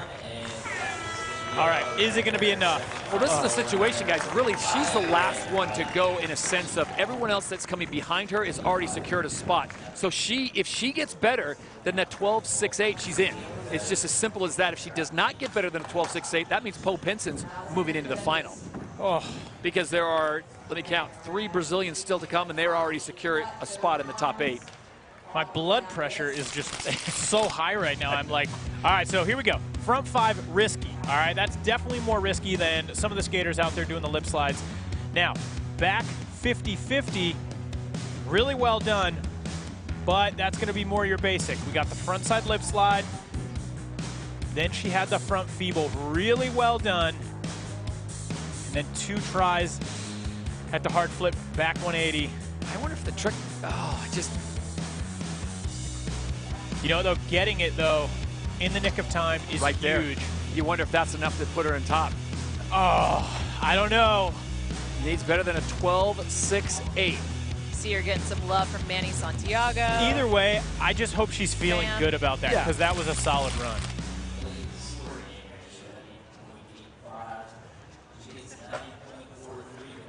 Just going to come up short, 9.43. So Mariah Duran does not do enough to get herself in, but Poe Pinson is now locked into that 8th and final transfer position. So big surprises here. We knew there was going to be some heavy skating going down in heat number 3, guys. Unfortunately, the Americans just not delivering in this pressure-packed situation. The Brazilians, however, seem to be thriving in this Iowa weather. Oh, man. That was heartbreaking. Yeah. And if Poe Pinson is good as math as I think she is, she just secured at least 7,000 points by making it into the final. Which is big. 7,000-ish. I didn't carry the 1, so I'm just going to. Leticia Buffoni currently sitting in 3rd place on that 15.32. She knows she's in, so this is kind of a practice training run, but I don't think she'll attack it like that. I'm really curious what the women are going to bring now that they're locked. If they're going to go, oh, I'm going to show my cards, or if they're going to hold that one. What do you think, Kim?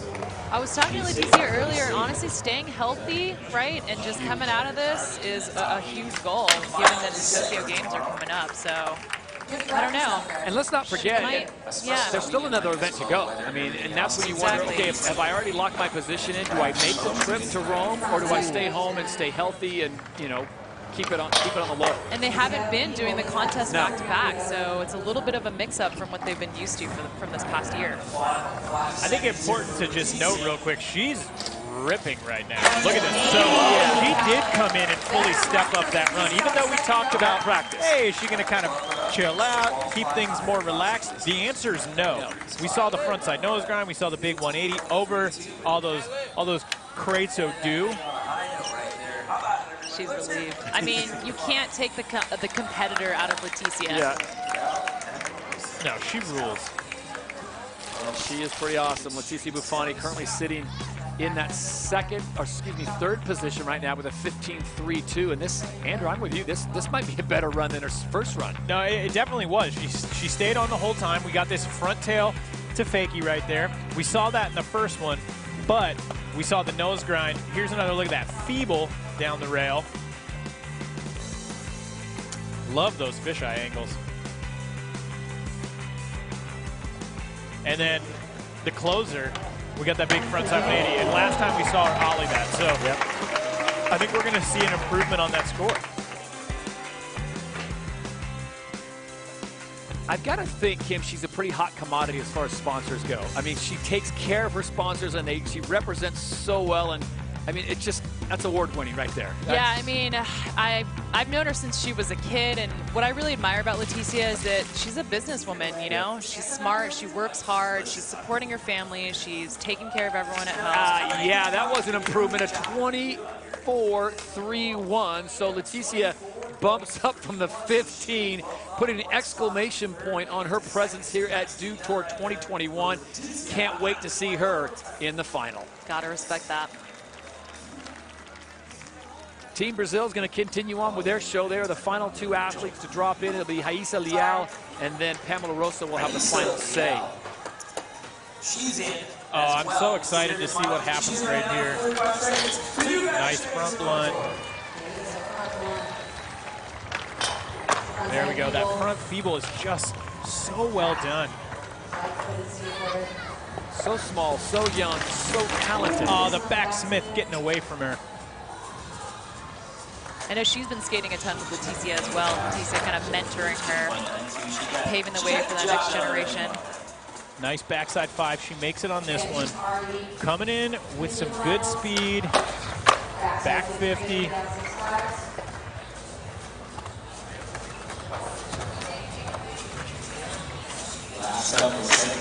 Oh, going for the back lip. Unable to put it down, but she is locked in there in 5th place right now. Good place to be, Team Brazil. Now the big battle is just making it onto that team. Only 3 spots per discipline on that nation, and that is going to be a tall order to just make the team. Wow, what a performance.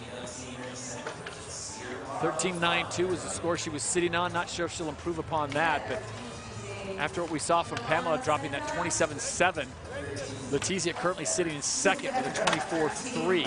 The Brazilians, the only ones other than Ruud Sweatboot of Netherlands to crack the 20s.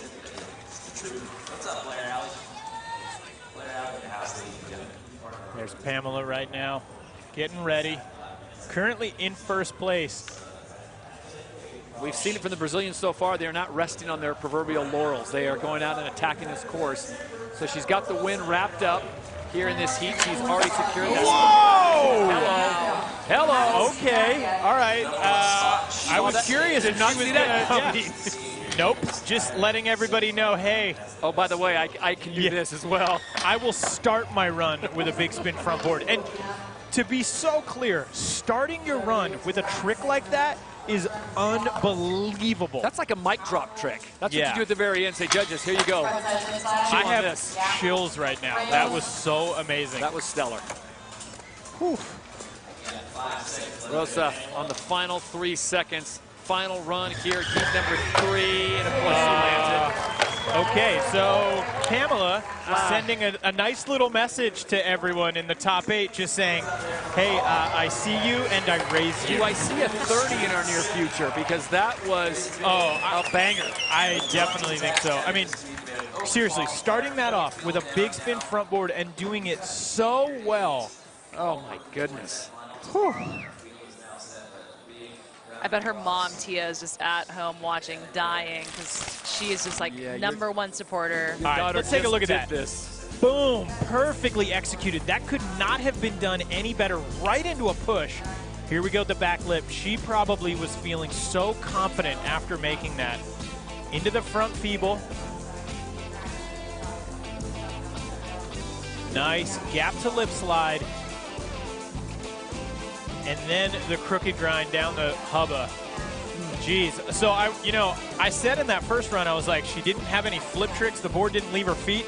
Oh, it left. Oh, it left the feet. Another look at that great crook. Just wait, Andrew. I heard Andrew Cannon say that. Watch this. I'll start off my run. Yeah, I was going to say that run was so strong, as Andrew's point.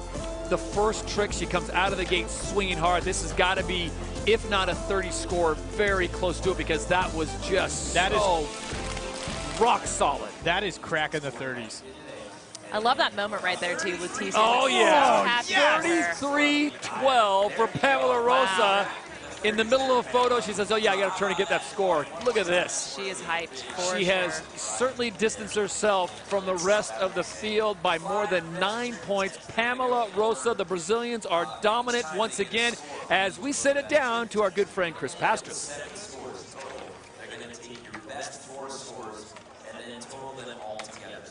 All right, so Leticia Buffoni, you're currently ranked 3rd in the world skate rankings for Brazil. How much pressure are you feeling with this Dew Tour event? Man, it's a lot of pressure, you know. Everyone from Brazil is skating really well, and I just hope I can make the finals to this one, but to the next one, so I can be in the Olympics, because it's a dream for me, you know, to be in the Olympics. And then we had a move to the 2-run format. Describe what kind of pressure that put on the skateboarding and how you were able to battle that. So having only 2 runs, it's a lot of pressure, because we have if we miss one run, it's way more pressure, and then we don't have the 5 tricks, the best trick. That's where you can always, like, if you do betting runs, you can always make it up at doing the 5 tricks. So it was a lot of pressure this morning, but I got it done. I'm really stoked that I landed my both runs, and I'm in the final, so I'm excited. Awesome. We will see you in our finals. Congratulations, Leticia. Great job. Leticia Buffoni and Team Brazil, they showed up in Des Moines, no question about it, as they put on an absolute clinic. Top 3, and they just stole the show. It was one run after another, Andrew, and it just seemed like just when you thought, okay, they've pinnacled, they've reached the point, now let's raise it a little bit more. That was such an amazing semifinal, and what we just saw, I can't wait to see it in the 2-5-4 format. Yep. Absolutely. So final results, the top 8 are moving on to the women's street final. And it will be absolutely loaded. Pamela Rosa, by virtue of that 33-1-2 top place, Leticia Buffoni right behind her. And Netherlands and the European contingent showing up in 3rd and 4th, while Haise Leal in 5th. And Poe Pinson, the lone American to make it into that top 8. Guys, is that the biggest surprise for you on the takeaway from this? What do you think, Kim? I'm excited to see Julia up there, actually. That was a little surprising, but, you know, she's been around for a while. She's a fierce competitor. She's also my fitness idol, so I think the working out and just staying healthy has been helpful, so I'm excited. This is a shakeup for sure. Look at that page, though, guys. Duran, Sablon, Brevard not in the final. And who would have thought that coming into today? Like, oh, there's a good chance at least one, if not 2 of them are going to be in there.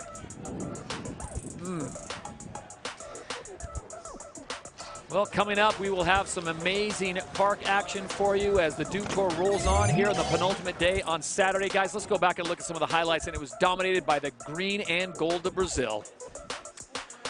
Absolutely. Leticia Buffoni just ripping today. Came out, she just looked confident, comfortable, and you could tell she's taken this last year to really put it together.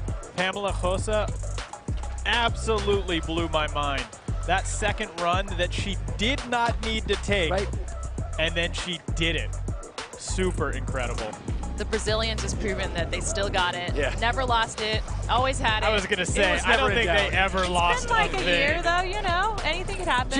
Just reintroducing ourselves to the Brazilian team and how strong they are. This was a great run as well. Roos was looking so good, especially her first run of the 2. Bringing some unique tricks, stepping the level up out there. Really exciting to see it. There's Leticia with the ender on that second run that really helped her boost that score. Classic Leticia right there. She's the go big. But in the semifinals, the queen, Pamela Rosa, Brazil. Man, that was so good. She really showed that she is here to take the win.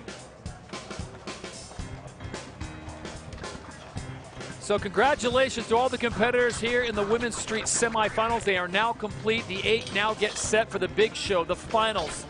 As we get ready for more great action, we move over to Men's Park semifinals. You're watching the Dew Tour 2021 from beautiful Des Moines, Iowa.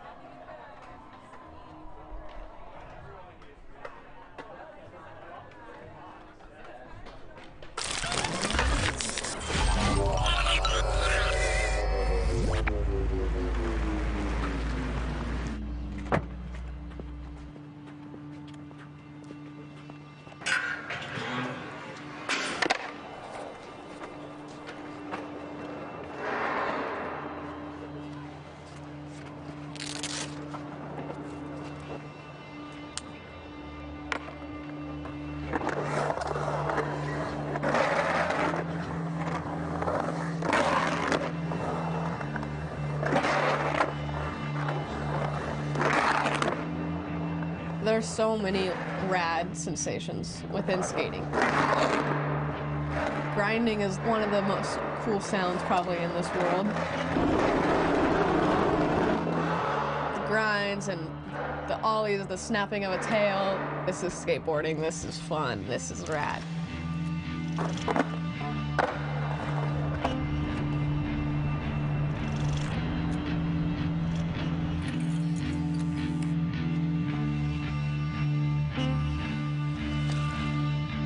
So stoked. That's perfect. Good right there? Yeah, yeah. So why are you getting the mermaid today? I don't have a good answer for that. No? Well, it works. Yeah. I grew up on the North Shore of Oahu. One of the best places in the world to grow up if you want to be a surfer. I always loved surfing. I loved the water, but I was never competitive in it. And all my friends that are still pro surfers to this day, like, they were so good at like age 6. When I started skating, I realized that I have that same passion that they have for surfing, that I have that for skating. And that's like really where I found myself, and like I found my people. I found what I love to do, and this is my thing.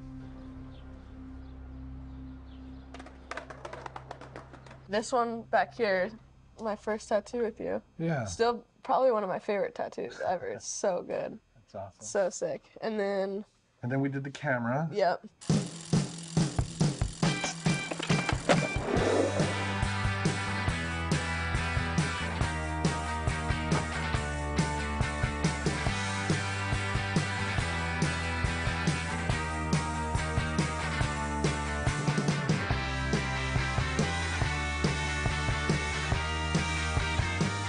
A lot of the skate videos that I've watched over and over and over are all from like the 80s. Looking back, a lot of the tricks I do, I don't even think about it, but I do a lot of their tricks and stuff like that. Watching these 80s skaters skate in the 80s and also now, and that's kind of like where I get my inspiration from. Since I became a part of Team USA, I'm training, but I'm also like, make sure I'm having fun. If I'm not having fun, there's no point. Skateboarding is to have fun at the end of the day in my eyes, like, and that's it.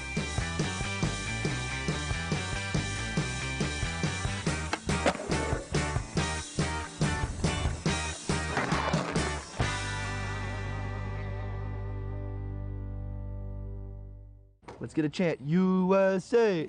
USA! Team USA is definitely the most stacked crew. This is kind of where skating's from, so it's just the place to be if you're skating. This is probably the hardest country to go for. To represent the Olympics for the U.S. in general is obviously extremely tough. You're going up against some of the best skaters in the world. Oh my God! It's crazy to think about that I'm up on the top of it, because all these guys I've skated with since I was young, they beat me in contests. We've like gone back and forth. It's an amazing feeling. I think it's a big eye-opener for people that we're just not hoodlums. We're like actually dedicated ourselves to something that we love. You know, it's a sport. We're all athletes, and I think it just brings skateboarding to more households.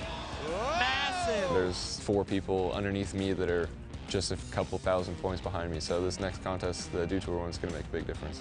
It's going to be tough, you know? One more event. I'm competing against a lot of my friends because we've been skating together for years. It's going to be a good contest. Everyone's going to be definitely going for it. It's the last one, so the Dew Tour's the last chance to make it.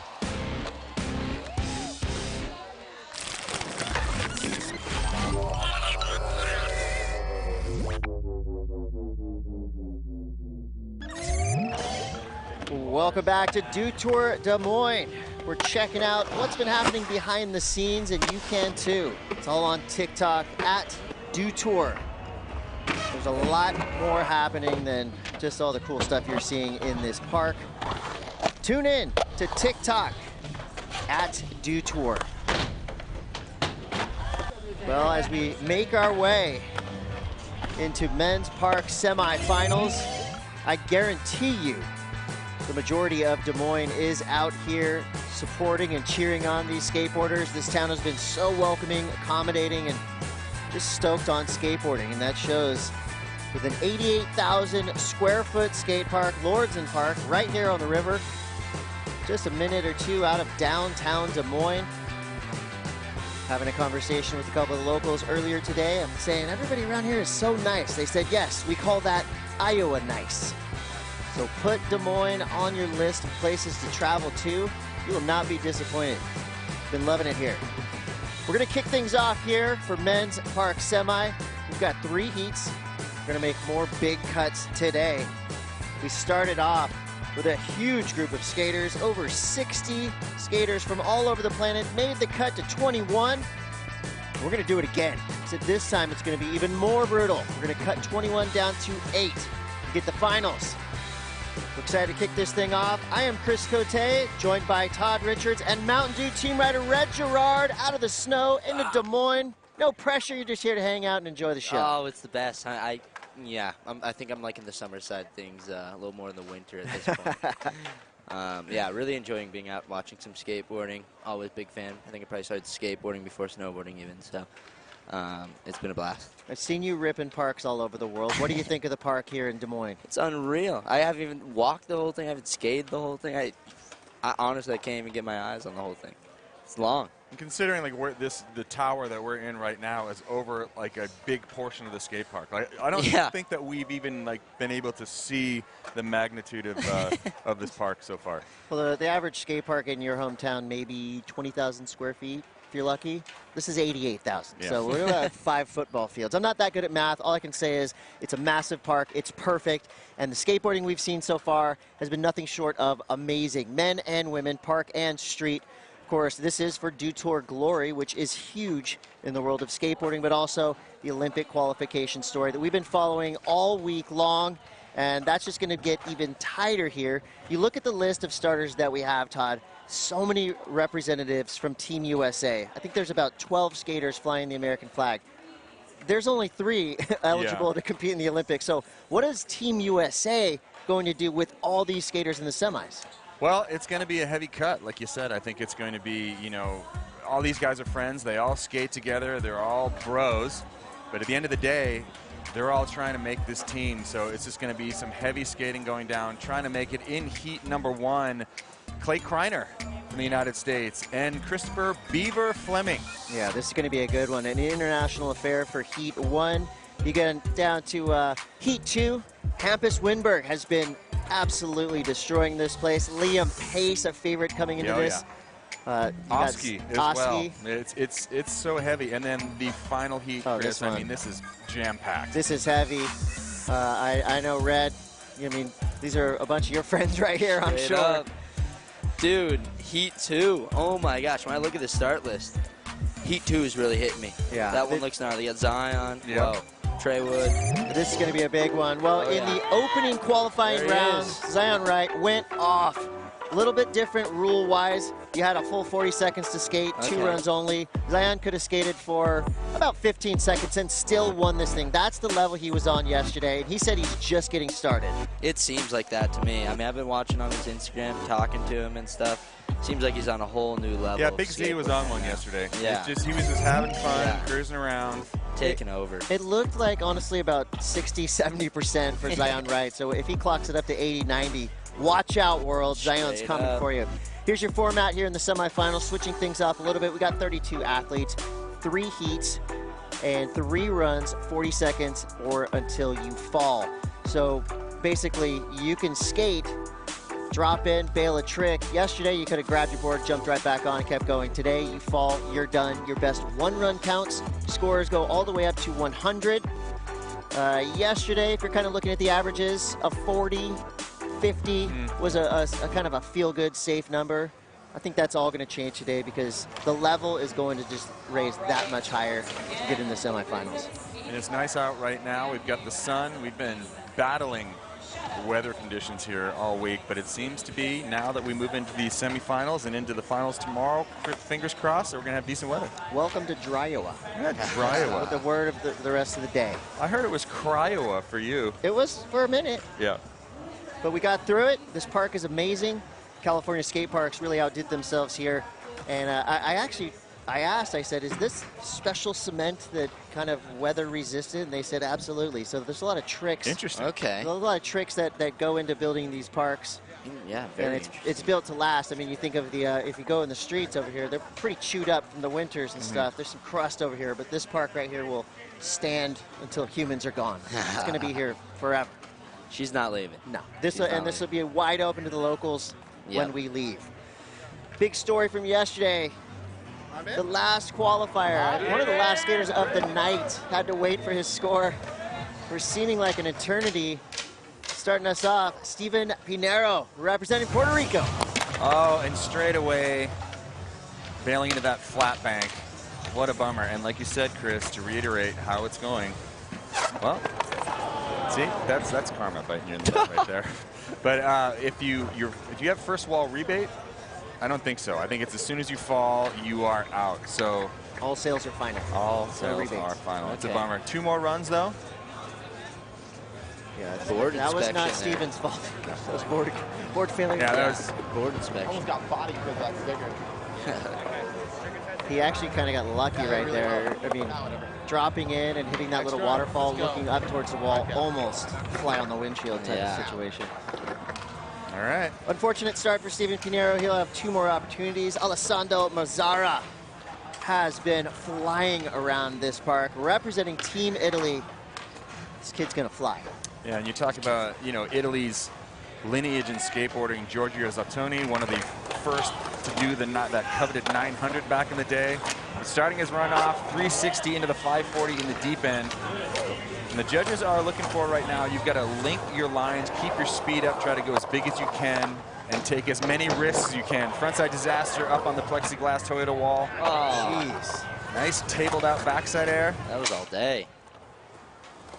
Good run so far, 50-50 up and over the Dew loaf. Looking for something here. 9 seconds left, kind of pumping for some speed. Indie air to fakie, onto the flat wall, into the Cavallarial disaster. Unfortunately coming off in that final second of that run. But Chris, just getting this going. Just getting started. You know, Red, when you think of kind of like tactics going into events, when you have multiple runs, seems like the smart thing is lay down that, I don't want to say safety run. There are no safety runs anymore, but lay down the run you're comfortable with and then increase from there on out. Get it flowing. Yeah, I think it's all about that. You know, what, 3 runs? Are they getting? Yeah, 3 runs. Just getting your feet under you, getting used to, you know, fans are back here watching. That's a big part right now. But yeah, definitely getting that first run down is like just all day. Makes a big difference. Solid start there for Alessandro Mazzara, 62. So quickly kind of setting the high mark there, already just demolishing my dumb idea that it would be 40s and 50s getting you into the finals. Now we're already looking at 60s. Here we go, next rider to drop, Elias Nilsson representing Norway. Taking a different line, frontside air to start off in that 7-foot feet section. Coming into the flat bank. Frontside nose blunt up there, nice, keeping his speed up. Oh, covering about 3 or 4 blocks in that backside Smith grind. Ooh, I like that. Backside 5-0 to tail slide. Carrying some speed. Front D almost ripping the back truck off on the way back in. You don't want to play with that big plexiglass wall. Coming in here, 5 seconds left. Smith grind over the loaf. And that'll just about do it for him. One more trick. Backside nose blunt, backside revert, but steps off. So pretty decent run. What's the deal with that Toyota wall? Like best trick wins the car under it, or what's?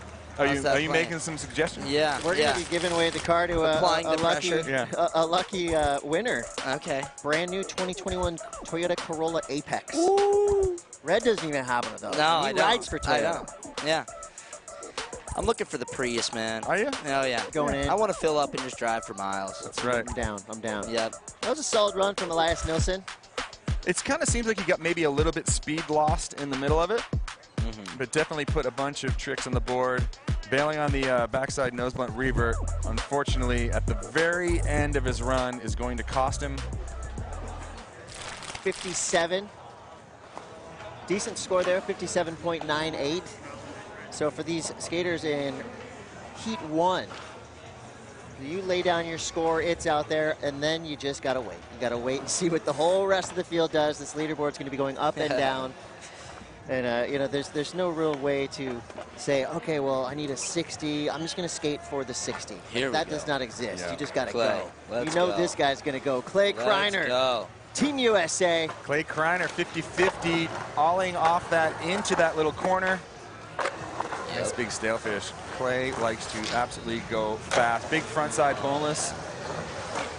Into the melon back 5, bounce pickup. Did you see that board pickup? Yeah, that was a good board pickup. Yeah, that's all day. That is control. I'm loving that one.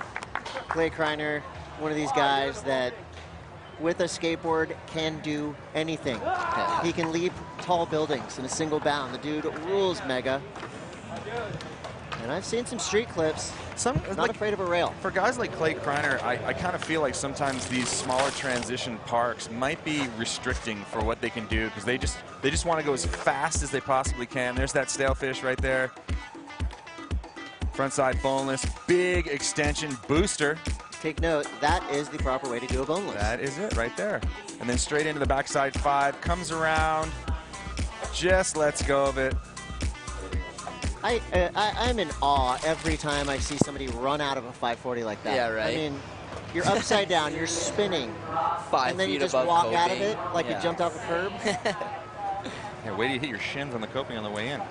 Coming up next from Spain, Danny Leon. Spain having a whole bunch of cement parks from way early on. Alley-oop in the air into the flat bank. Looking good, trying to find some speed. Little frontside tailbone over the loaf. Like that right there. Woo! Did you hear that little squeak of his wheels right there? Almost losing traction into that corner. There's that boneless flat bank that everyone seems to be throwing that trick on there. The boneless bank. Nice stalefish. Dropping that back knee. Oh. And that front blunt, so quick. Balancing up there and snapping it back in. So It would be insane to be able to do that. Right? Nice blunt. Oh my God. He had a couple close calls there, but I'm not mad at it. I like a little bit of sketchiness. He got in a through it, run. for sure. You gotta have Mainly the corner squeak. It's that fine line, you know, like between too sketchy and too perfect, and you want to be on that loose. Yeah. I think. Judges do like that. They want to see you be like barely in control. Yep. That front 5-0. Like that, stalefish dropping that back knee. You know, I like now as we get into the semifinals too, you're not going to see any half steps. Every trick is going to be boned out. It's going to be tweaked. Oh yeah. They're going to really be adding difficulty to each and every trick they do. You have to if you want to make this cut to the top 8. Score comes through for Danny Leon. Did enough, 71.63. New high mark of the day. We've got a new leader. Coming up next, this dude is a power skater from Australia, Jack Bardell. One of the sickest styles in the business. Jackie Fardell, ollie up to 5-0 on top of the Toyota plexiglass. There we go, ollie out to frontside 50-50. Backside disaster on that wall, holy cow. Everything has been scary so far. Jackie Fardell, I didn't see him do any of this stuff in his practice runs. 5-0 over the low. Using this whole course and doing some gnarly stuff. Little backside tail stall up there. Oh, I thought 5-0 fakey through the corner and just kind of... What a way to end it, though. He does that trick nearly every time. Darn, I kind of wish, man, if he had pulled that back in, it would have been really interesting to see where the judges scored him because those two tricks up there, the ollie up to 5-0 on top of the plexiglass and the backside disaster. You know, you're not going to get as many tricks as some of the other skaters, but what you're going to get is perfectly done tricks and just, I mean, like flawless execution, like we saw right there. Yep, frontside axle stall, ollie back in. This right here, that combo, watch the back truck. He barely clears it, kind of almost tears the truck off on the way back in. And the judges notice danger elements added to tricks like that. 65.48 for Jack Bardell. Todd, I think you're right. If he does that 5-0 faking through the corner, we're looking at a 70. Yeah, with a mistake. So Jack Bardell using the obstacles. Pedro Acosta Carvalho, representing Brazil. He's in, 45 seconds on the clock. A lot of speed. Backside 360, kind of gets light on the front foot. Heel flip in the air. Nose grab, back 5, walks off of it. Well, that's an example of skate until you fall right there. An early mistake left a lot on the table. Yeah, it's a brutal cutthroat format. You see his front foot getting loose there. Those all day. That was sick. Heel flip Indy. And then this was a good line though, huh? Yeah. Snaps into the, I don't know how all these kids are doing these nose grab 540s. It's like the 540 du jour right now. They're not just doing them on a flat wall, but they're doing them over hips, into corners. Pedro Acosta Carvalho will have 2 more opportunities. 40-second runs, skate until you fall. No rebates. Hey, Red, how's your backflip game on a skateboard these days? Backflip game is strong, I'm saying. Okay. Yep, no grab. Guess, I'm hitting no grabs. Guess what? Christopher Beaver Fleming is in. 40 seconds on the clock. Skateboarding's ultimate showman right here. Really is a showman. You know, he's gone from skating to these big shows with Nitro Circus. There it is. There, yeah, I'm telling you. All right, now I'm getting it. Obvious fan favorite. If you don't know anything about skateboarding and you see that, you think it's awesome. It's, yeah. And it is. It is. He's the only one doing it, too. Yeah. It is all Everyone wants to see a backflip. Yeah. No one's bummed out. How's that? Backflip, almost kind of like backflip nose bone. Frigid air there on the flat wall. One more move left. And direct reverse. Beaver's so good. And the fact that he likes to choose different tricks than everybody else is what makes him so popular. And the thing is, sometimes, like I was talking to Paul Zitzer just a little while ago about how these things get kind of judged. You know, he is the ultimate showman. His tricks are a little bit different than everybody else's. Sometimes it works out for him, sometimes it doesn't work out for him. But that run, you cannot argue with how clean it was. Full run, backside tweaker, kind of gets the late sideways tweak out on that backside air into the flat wall. 50-50. Straight into the Indy backflip up and over. So gets the poke out, then straight into a frontside air right after that. So that was a pretty great combo. That was the trick right there, huh? The backflip Andy. I like how he got a speed burst out of it, Yeah. too. Beaver's one of these guys, another one of these guys that put him on a mega ramp, he'll do something you've never seen before. He wins skater cross. I mean, the guy on a skateboard is an absolute savant. That was the weirdest 65. Andrek, like it wasn't even like a revert. It was like an Andrek 360. Kind of early grabbed it, pulled it up and over, and then straight into the take a knee. Heisman. Judges not exactly buying it. 65-30. That's Still what a good I'm talking score. about. That's when it's. He will flip his board. He will prove. He will show the judges what they want to see. Coming up next, Jericho Francisco representing the Philippines. A lot of speed straight away. You notice how fast he's going. Lip slide Smith grind at about 1,000 miles an hour. There's the frontside boneless, frontside disaster. Big backside ollie. Blasting here, so much speed. Back Smith, real rapid nose grab 5 into the flat bank, into the front side, feeble around the corner, packing a lot of tricks in. Little frontside air, frontside invert. One more trick, he's already claiming himself out. Backside nose blunt. Nice run, super fast, super clean. That was claim worthy. That was a full pull, yeah. That was incredible. That was blazing. So fast. He was blazing. A couple of those lip tricks there. That lip slide Smith grind at about 90 miles an hour. One of my favorites. That's the skateboarding I enjoy. Yeah. Fast skateboarding around the bowl. The backside ollie too. That's got to be one of the coolest looking tricks that we've seen of the entire. That line, lip slide Smith grind at about 1,000 miles an hour. There's that nose grab 540. There's a lot happening on that trick. Dude, Tia just adding a little tweak. A little Indy tweak out over that into frontside invert. Frontside invert. And then this is a frosting on the cake right here. Backside nose blunt, end off that run.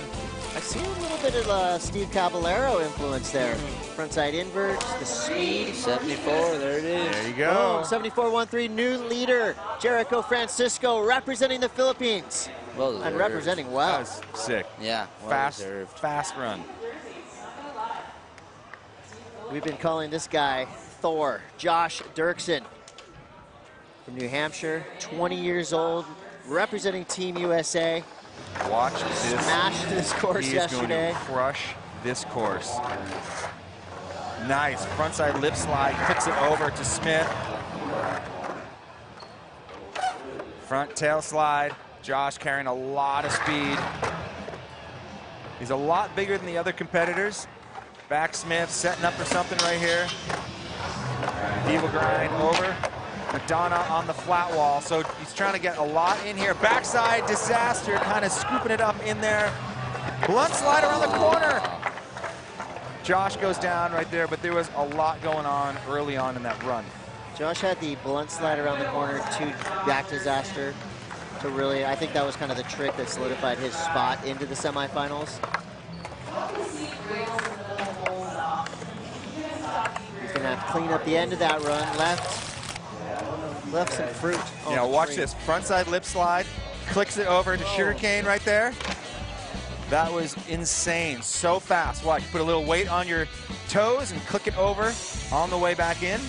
Not easy to push into grind tricks on that angled coping. No, especially going that fast too. Straight into that frontside feeble. Backside Smith grind. Gets a little feeble grind over that, straight into the Madonna.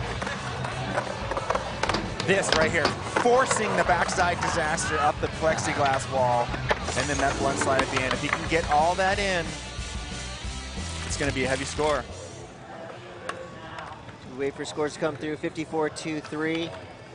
Judges, they want to see a full 40-second run, like we saw from Jericho Francisco, 74-13, the score to beat for now. Tyler Edmeyer from Germany is in, 40 seconds on the clock. Run 1 of 3. Tyler, big combos right there, 540 in the pocket, squeaks it as he's coming back up the lobe from the lower section, the waterfall up into the shallower section right there. Unfortunately, that's going to end his run, his scored portion of his run. That's one of the scariest things that can happen in skateboarding. That is just one of those blind, you didn't see it coming. He's still going though.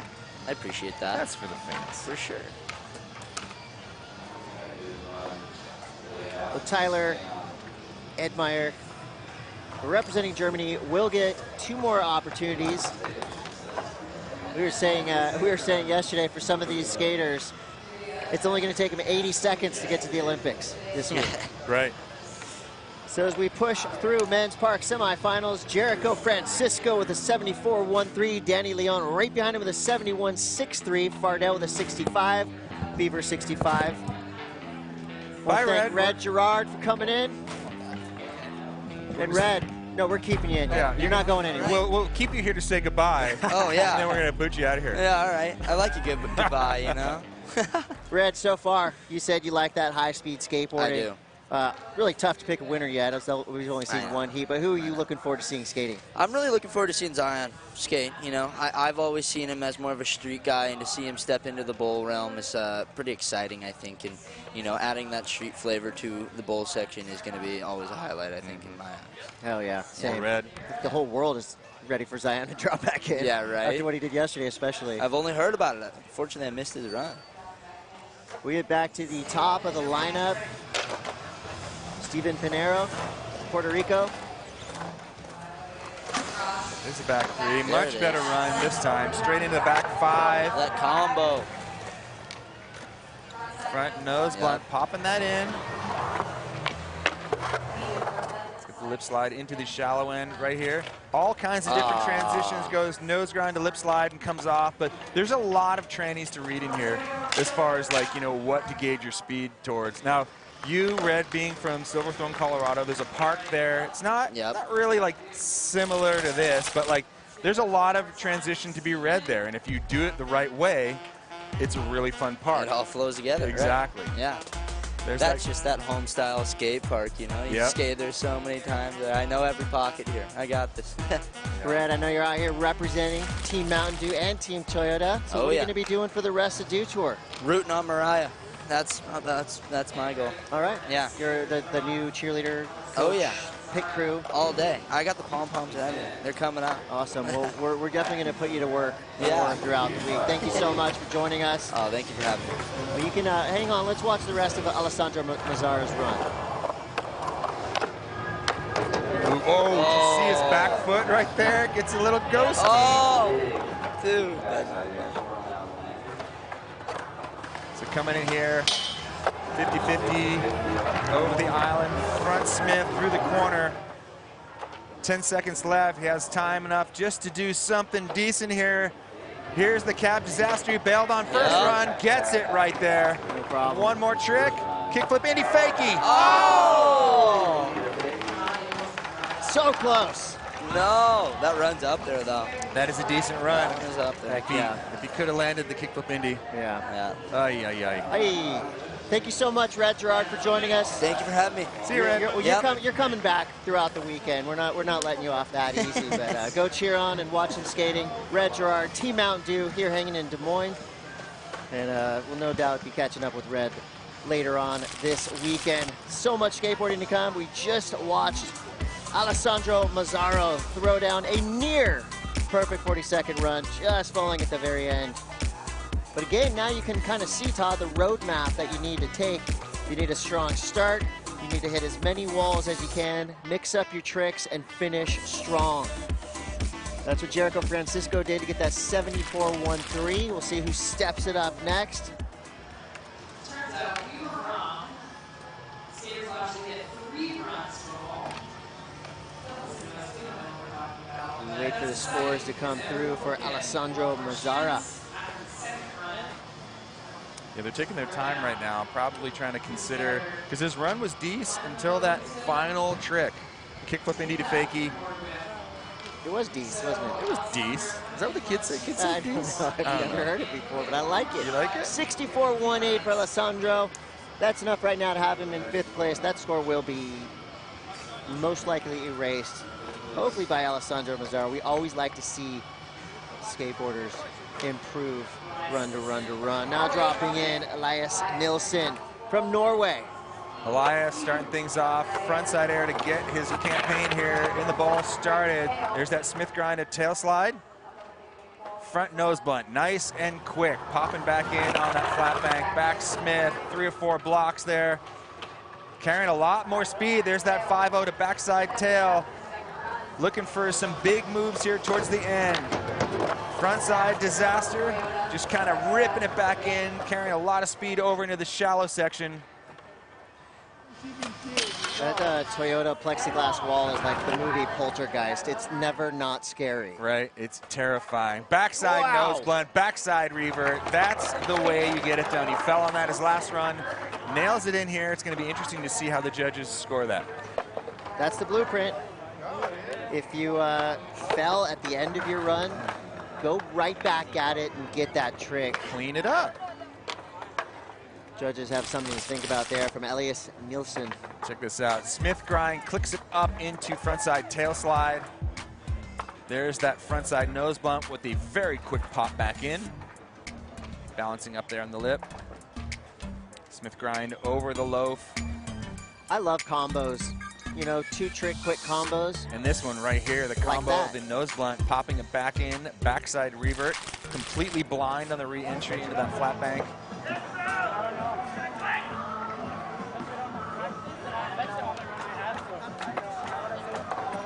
Always that waiting game. 70.08, so a vast improvement over a 57. Elias Nilsson now in 3rd place. Coming up next, owner of the best beard at Dew Tour. He's got kind of an outfit that would go with that beard. Oh, yeah. I like it. Clay Kreiner, Team USA, here we go. Here we go, Clay, frontside 50-50, olling off of that into the corner pocket. Nice front stay, a lot of power in Clay Kreiner's skating. Frontside boneless straight into this combo. Big backside 5, whips it around this time. trying to keep that speed up, keep the line. Clay Kreiner, kickflip Indy into the flat bank. Now we're talking. Smash. Now we're talking Clay Yep. Kreiner.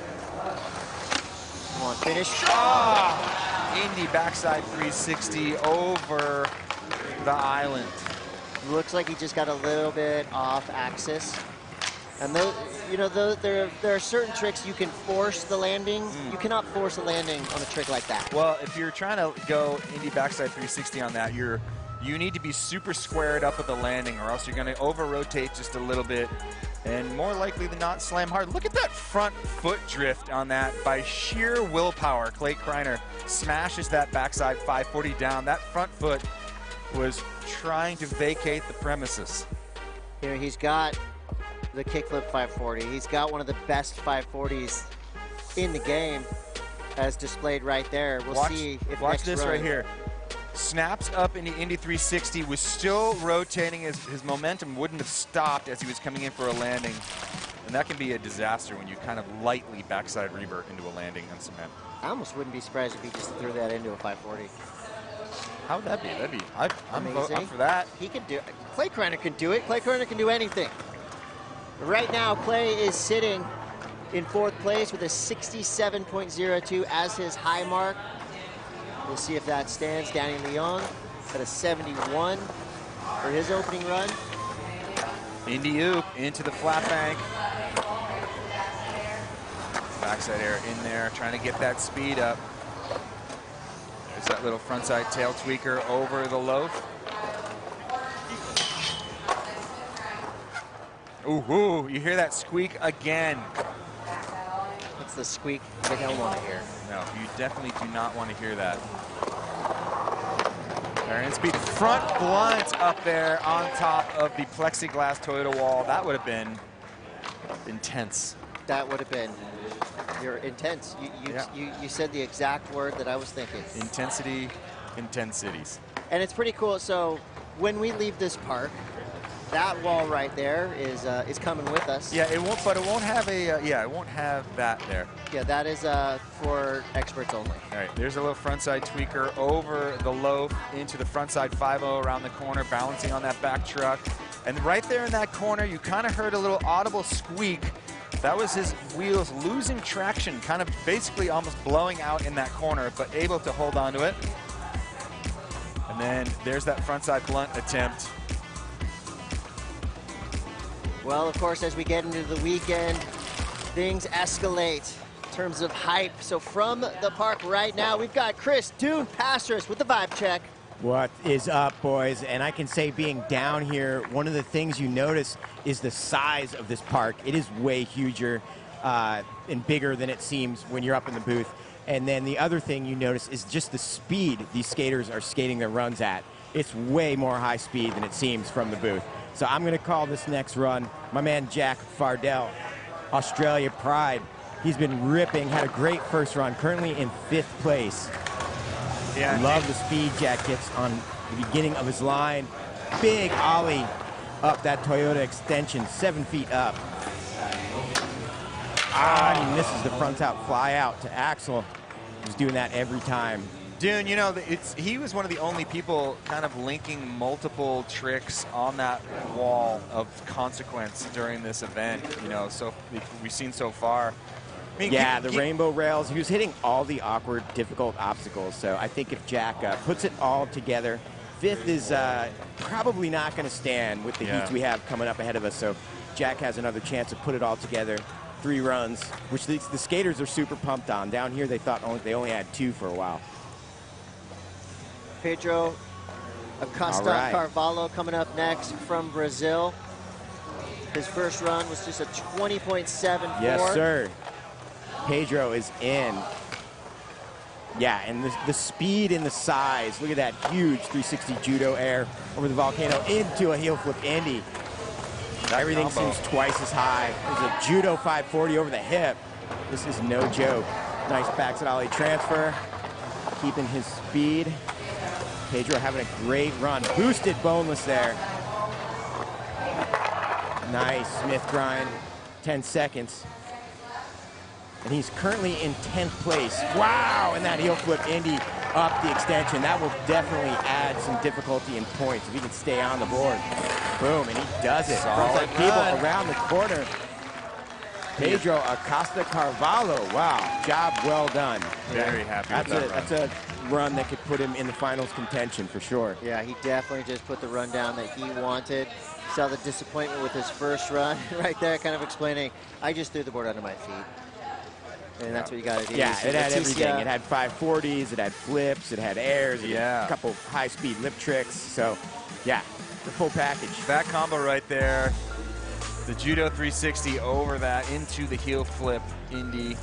Very nice. And then he does a heel flip frontside air over into that bank as well. So a couple flip tricks. Here's the heel flip. Look at it. Flipping the board away from you. And then right here, another one. Heel flip frontside air. Awesome. Well, thank you, Chris Pastras, for that vibe check from the deck.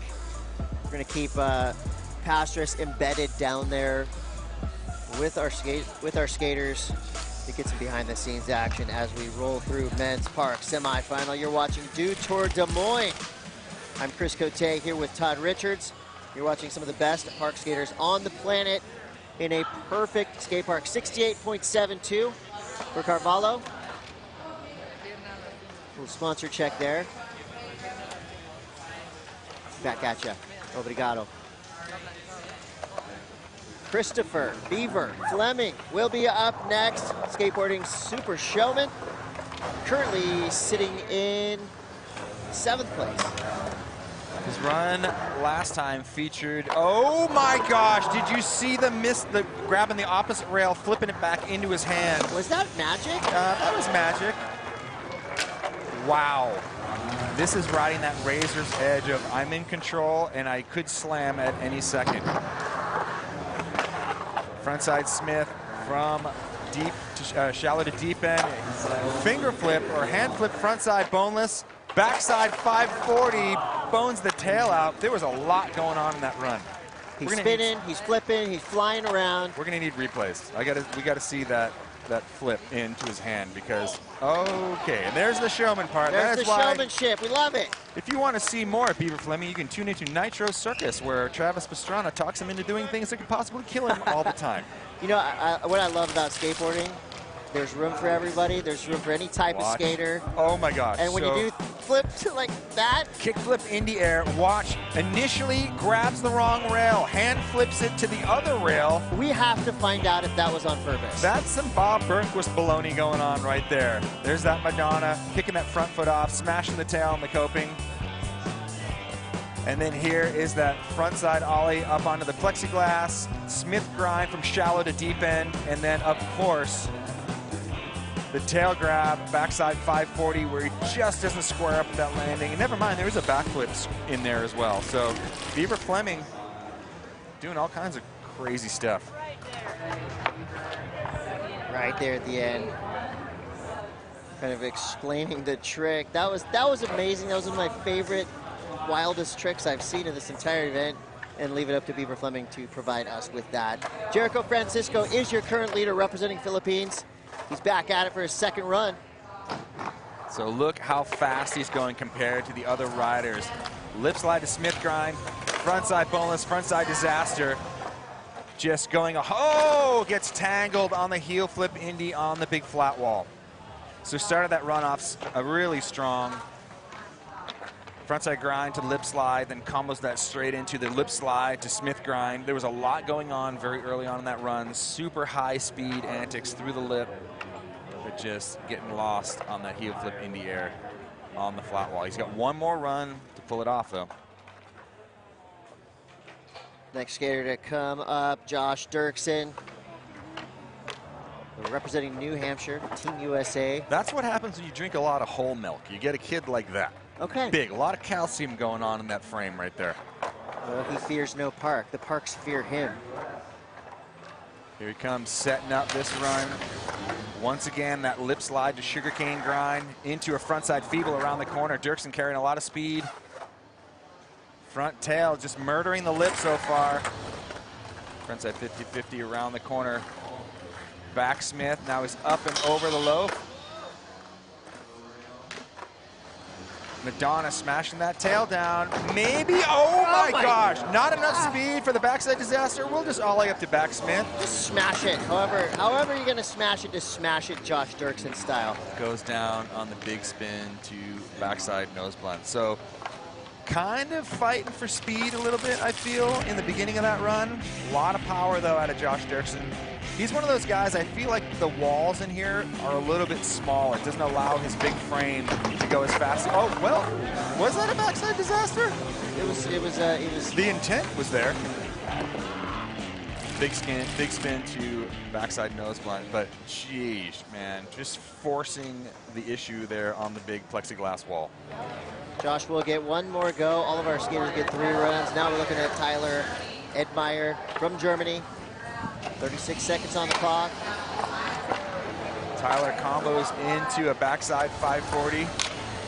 There's a boosted frontside boneless, kicking that tail way above his head. Frontside disaster up on the Toyota wall. He floated up to the lip of that wall. Yeah, you got to remember, he's probably ollieing from about that transition up about 4 feet to be in the frontside disaster position, clearing a lot of real estate on that ollie. Tyler left about 10 seconds on the clock. It looked like he had a really solid run going, just couldn't quite finish. And you can get a 70 and fall at the end, but most likely a full 40-second run is going to be the big scores. Well, Chris Pastras is back in the action right now, sitting with one of the best to ever do it, Leticia Buffoni. Yes, that's right. We've got Leticia here, and you're watching Pedro Carvalho represent, right? And how's that feel for Brazil? Oh, it's amazing. He's killing it, and he's sitting 4th place right now, and he got one more run, and he's gonna kill on the 3rd run. I'm super excited. And it seems like you guys have really taken the Olympics seriously as Brazil, as Team Brazil.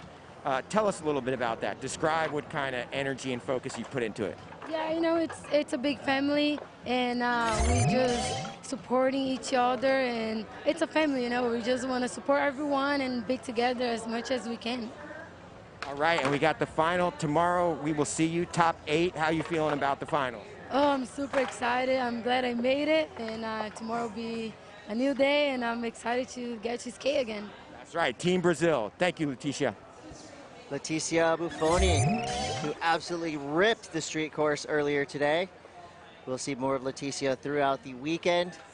Thanks, Chris Pastras. I'm sure he'll be finding more stories from the deck as we move on. Here's current standings. Jericho Francisco still sitting on top with a 74.13. Danny Leon in second, 71.63.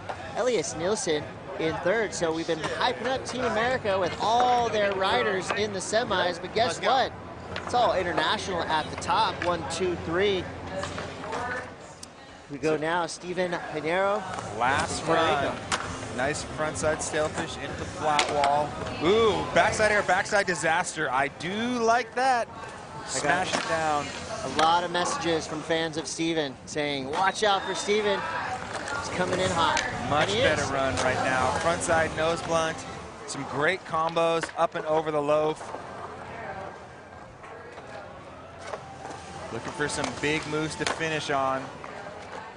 Body varial, backside 540 attempt, not able to hold onto it. Things were going so well before that. Yeah, regardless of the outcome here, Steven Pinheiro is on the map. The dude is an absolute ripper. And that trick right there, among one of the hardest tricks you'll ever see. Especially on a wall of that size. You know, you've got varying sizes of walls in here. These guys are doing really difficult tricks on walls that you kind of have to force the issue, for sure. And let's not forget, anytime we see a 540, no matter how easy it looks, that is one of the most death-defying tricks in all of skateboarding. We go back at it, Alessandro Mazzara from Italy. Backside 3 into a backside 540. Straight up into the nose blunt, carrying speed, pumping through the flat section to get that speed for the frontside disaster. Full commitment on that one. Into an ollie backside 540. Tony Hawk used to do those. Yeah, he did. He retired that trick. Recently did one and sold it as a NFT online. So, big digital news. You know, we're cutting edge over here. Tries it again. Alessandro Mazzara representing Italy, along with his countryman Ivan Federico, who we will see in Heat 2. Right now for Alessandro, he's right above the cut line with a 64.18. Very precarious, most likely, just judging by the next two heats. That cut's going to be tough. It really is. It's pretty savage cut, too, because there's so many talented skaters in here. Like this guy, Elias Nielsen Skater from Norway. Front nose blunt on the flat wall. Backsmith, the backside tail slide. That is a hard one to commit to. You're fully dipped off of the lip, and you have to kind of bring your body back over your back foot to snap it onto your tail to be able to slide that. There's so much going on. Very technical trick. Clay Kreiner right now sitting in 5th place with a 67.02, has proven that he is a true all-terrain warrior from doing some of the biggest airs ever seen on Mega Street, doing rails, 12 stairs. The dude is a maniac, and he's in. He's going to be, he always puts on a show. He does put on a show. Clay Kreiner rules. Big stalefish, palming that board. His backhand, comboing that into the 540. Big backside 540, landing solid. Wally over the Duke. Oh, that's a bummer. I mean, can you imagine if he pulled that? That would have been never been done before, and it would have been pretty amazing to be able to ride over and out over the coping like that. It would have been cool, except that's not the line that he wanted. He landed really low in that backside 540, pulled off the wall a whole bunch. So far, the best 540 that I've seen in competition yet. Yeah. So check it out right here. There's that stalefish backhand, grabbing between the feet, and there's the backside 5, pulled out a little far, lands pretty low on the transition, not a lot of speed, has to regain his composure, and it sets him straight up into the roll over the Canada. Canada. Yeah, Canada. Like, and do can, and then you one of our call that the Dew loaf? Keep saying loaf. Loaf, island, whatever. Loaf. Really? It's loafy. That's what everybody wants at their skate park. It's a volcano. Not really, Chris. Volcano. We'll meet in the middle. Here we go. Next rider in, Danny Leon representing Spain. I like that. The little indie alley-oop there into the flat bank. Traveling the opposite way that he's spinning. It's pretty cool. There's that front side air over. Like that. Anybody who messes with those rails is a hero in my book. Yeah, and being able to keep speed. Very unique line right there. Carrying a much better line through. We didn't hear a wheel squeak on that one. Setting himself up. Oh! He wanted that front side blunt. We wanted it too. We do want it. And I want that Toyota too. And you can. Oh, that was almost. I thought he was going back. I was gonna wait a second. Don't do it. Yeah. Last look at Danny Leon. Right now, Danny is sitting in a pretty good spot. 71.63 in 2nd place. But remember, we're going from 32 skaters to 8. Yeah. The brutal cut. But if you're sitting in 2nd right now, it's not that bad. You can maybe breathe a little sigh of relief. Little front side air, tail bone out transfer. There's 20 other skaters that are going to disagree. Through that. Front side 5-0 through the corner. It's really an exclusive club. It's like Studio 54 back in the day. Not, it's going to be tough to get in. You're alienating our audience, Chris. Studio 54? I don't think they would know what Studio 54 was. You don't go there for your headshots. Okay. It's very exclusive. Right. Very exclusive. You don't. Yeah. So Danny Leon, that was his 3rd and final run. Now we're gonna have last looks at Jack Fardell, Team Australia. This guy has put together some of the best street parts you're likely to see. Hey Chris, you know what I feel in the back of my neck right now in this booth? A little bit of dew. A little dew forming. But not Mountain Dew. No. Nature's dew. Naturally forming dew? Well, as you can it's possibly see, there's a slight drizzle coming through. But with that, since skateboarding is already so inherently dangerous, we don't want to make it that much more dangerous. Well, you're skating on obstacles that are plexiglass. And those stickers right there, we see that guy wiping that sticker down. Those get treacherously slippery as soon as you add any condensation, any water, any liquid to them. Yeah. Don't add moisture. No. This park, it's skateboarding kind of is like a Gremlin thing. Do not add water. That's water right. and skateboarding don't mix. But the good news is California Skate Parks actually built this park two last, two withstand weather. So, you know, the nickname for this, you know, where we're at, has been Dew Moist all weekend. Okay. Dew Moist, Iowa. It's been kind of raining. It's been humid. The humidity as well kind of affects the drying process of the cement here. A little bit. Thankfully, though, we've got 50 hardcore park dryers ready to jump into action, and they've been doing it all week long. Been a great job. I would say thankless, because we're always thankful for a dry skate park, and hopefully this little delay won't be too long. I don't think it will be. There you see the overview. You know, we're not going to like go to Oz or anything right now. It's not like one of those storms. It's just a passing shower. Everyone be cool. We'll continue on with more park action in no time. Yeah, again, when doing an unsafe activity like skateboarding, we gotta try to make it Skateboarding as safe is as possible. totally safe. What are you talking about? Where? Well, not when you do it.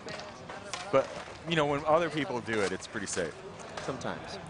And, you know, just to kind of reiterate what we're on top of right now, this is the biggest skate park in the U.S. This thing, I walked it last night with fellow commentator Andrew Cannon from Tip to Tail, and there is so much to do. And, you know, the way that we're looking at it when we're walking around right now, there's all these scaffoldings and crazy towers on top of stuff.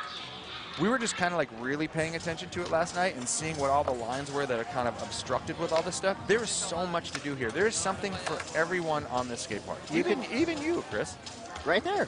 That looks like something for me. A little mini bowl. I like this because it lets these skaters kind of stay warm in between runs. There's nothing like that, you know.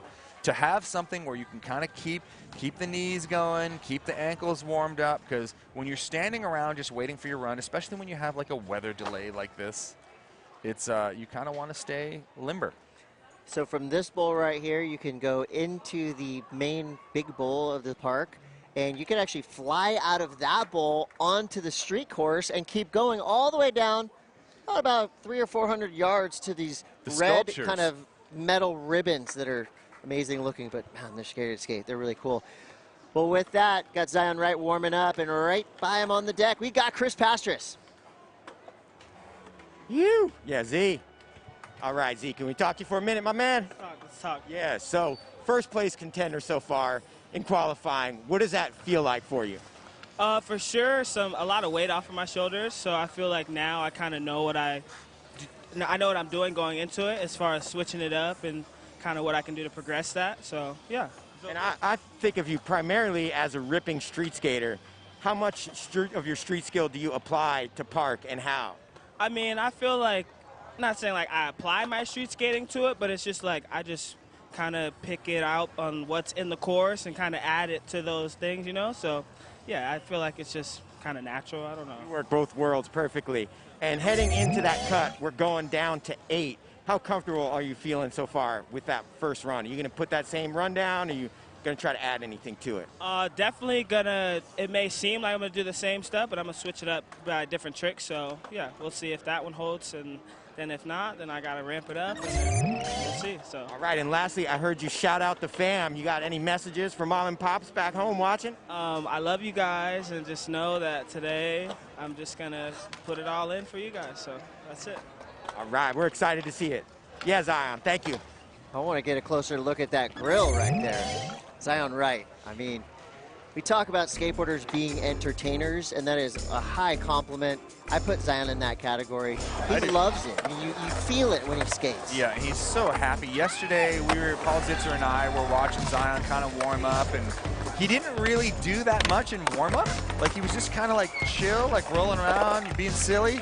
And then as soon as it was time to drop in for the seconds, he absolutely went nuts. So I can't wait to see what Zion has for us later on in today's competition. Yeah, Zion, one of the few skaters in a field of hundreds doing double duty park and street. We will see Zion in the street potentially later today, definitely tomorrow. Current standings have kind of held true. Jericho Francisco up in the top spot. Jack Fardell currently sitting in 6th place, 65.48. I take it back. Zion's focusing on park, and that's good because right now he's looking like the potential favorite. We're going to go back a little bit. It did start to drizzle during Clay Kreiner's run. Yeah, those are the rules. Yeah, we got to be fair about it, you know. He'll skate through the rain. I mean, he doesn't care, but You know, in the rule book, in terms of fairness, Clay Kreiner's going to get a third go, or fourth go, to replace the third go. Well, he seems, you know, he's the reluctant hero. He's kind of like, yeah, I guess I get a rerun. I got some water in my eye, but I mean, whatevs.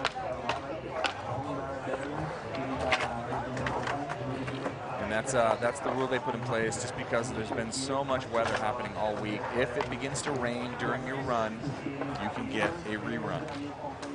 And as soon as he finds his skateboard, yeah, maybe he's not getting a rerun. I don't know. Jack Fardell's just up there on top of the Toyota extension going, can I go now? There it is. Found a skateboard. It's a madness board. It's got your name on the bottom. So a little bit of a rain delay taken care of. We're going to get re-racked here with Clay Kreiner and then Jack Fardell. I think. This is amazing. I think it's just so like, oh, all right.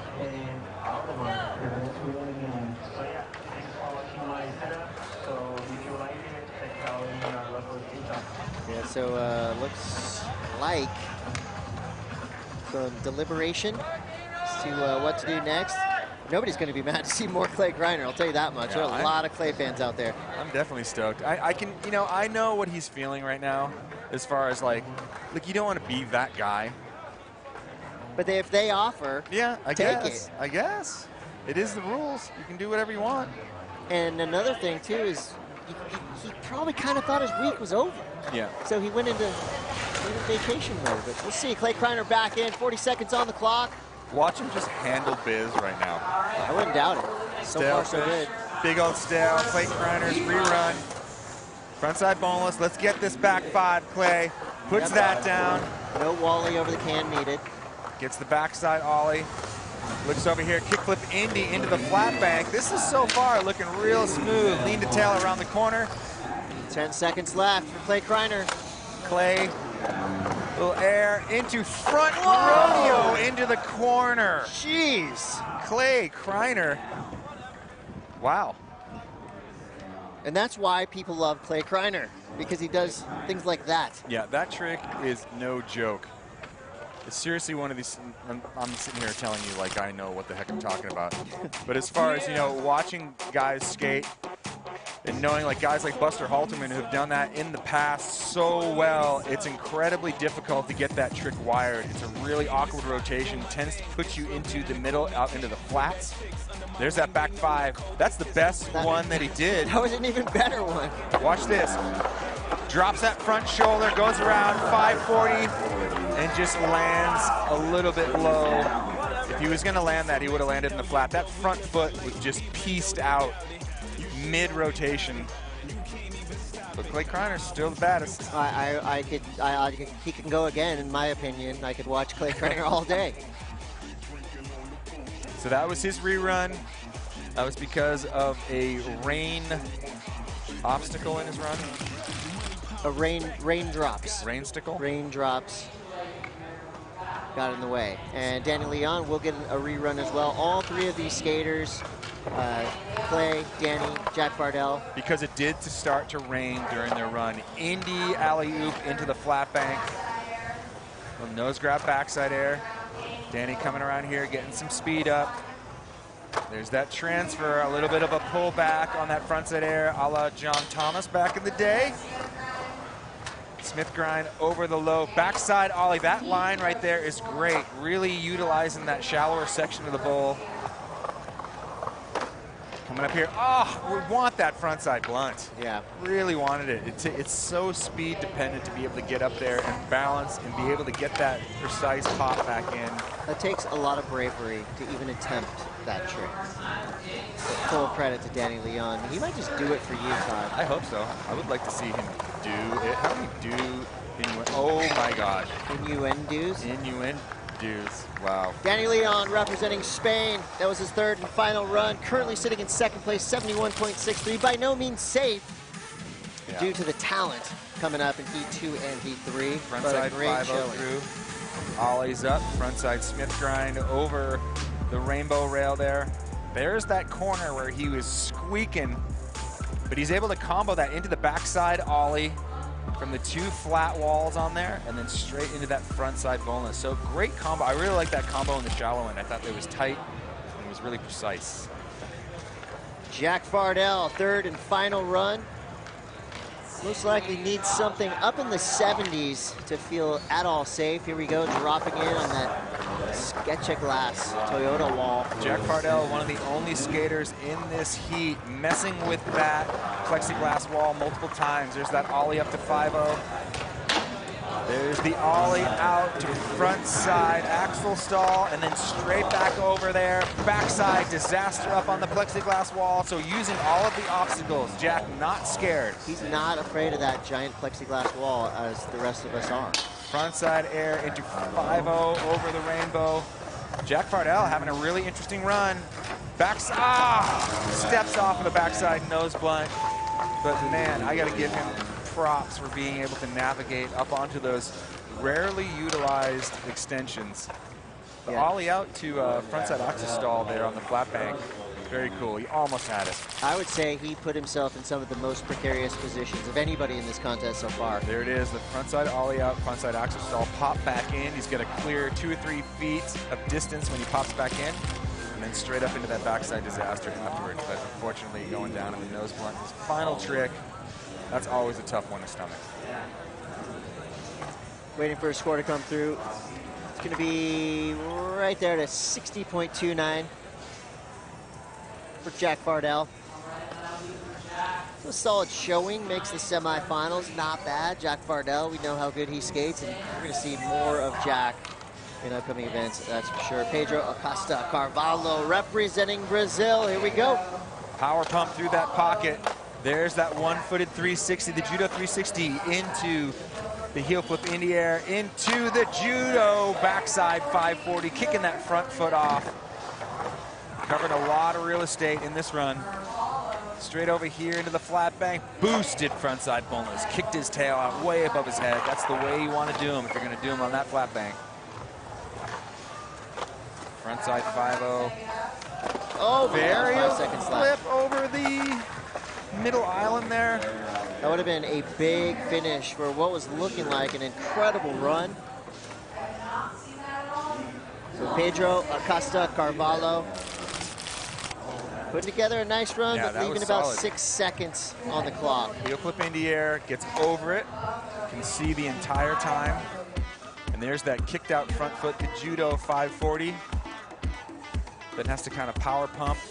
And that really extended frontside boneless. Gets his foot back on the board before he even re-enters. Right there is a 4-block frontside Smith grind, pops out. Well, as we take a look at the next skater to drop, it's going to be Christopher Beaver Fleming. He's trying to get above that cut line, which is at 8 right now. 64.18 is the low mark. You're most likely going to have a 70 or an 80 to be safe. Let's see what Beaver's got. Beaver, a little bit different line this run. Could be setting up something wild because that's the way Beaver runs his program. Hand flip, back flip. Okay, showman or not, that is undeniably impossible trick. Yes, please, do it again. Come on, Beaver, let's see this. Give the Des Moines locals what they want. I think now they want a backflip hand. You know, Chris, if he lands this, you know what's going to happen? Oh, and he almost gets it. Yeah. And the crowd goes into Beaver Fever. Yeah. Spreading. He's a motivational speaker. You know, a bona fide global superstar. He puts out a video nearly every Monday called Beaver's Motivational Mondays. The dude just oozes positivity. Shout out Yokohama, Waken Church. Love you guys back in SD. Yeah. San Diego loves you too, Beaver. Jericho Francisco is your current leader with a 74.13. He's got his last run to put something major down. If he does, he could go above and beyond that 74.13. So far, that's a high mark. Let's see what he's got. A lot of speed. Once again, lip slide, Smith grind at 100 miles an hour. Frontside boneless, smashing that down to disaster, landing on his board. Oh, and getting lost on the backside air. I'm surprised because he's had that run dialed throughout the whole week. What a bummer. But he's probably feeling okay. Sitting on a 74. Again, not safe, but definitely feeling safer than the other skaters sitting in the 60s. Josh Dirksen has one last chance. Coming out of New Hampshire. Probably spent a lot of time at the recently closed Rye, New Hampshire skate park that was up there. Live free or die. Live free or Rye.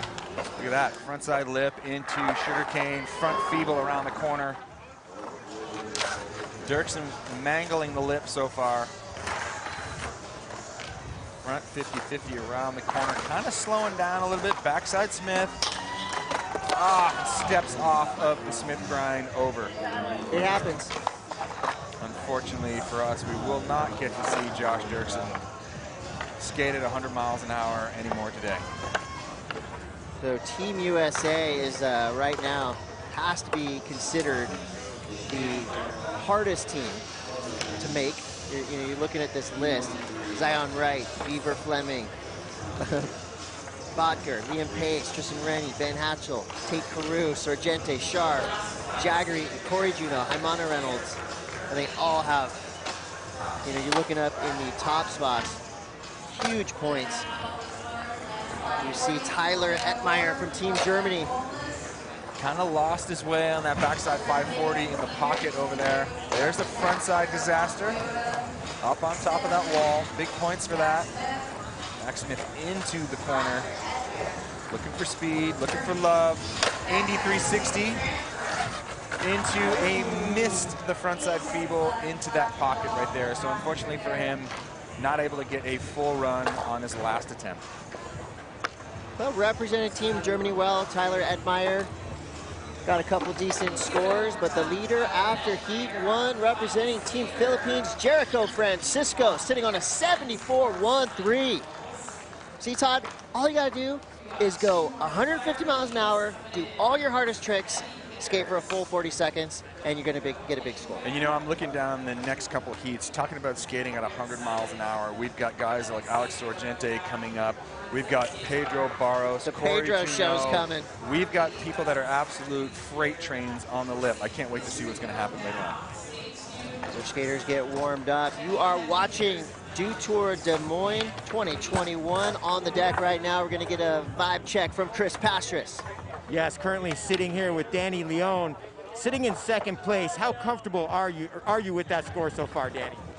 I feel great because finally I did everything what I want in the first round, and then I tried to do the best in the rest, but I couldn't make it. But well, I feel great just to skate here. Yeah, you skated amazing. And talking about skating here, what are some of the differences you feel? You've skated European contests for years. What's it like to come stateside?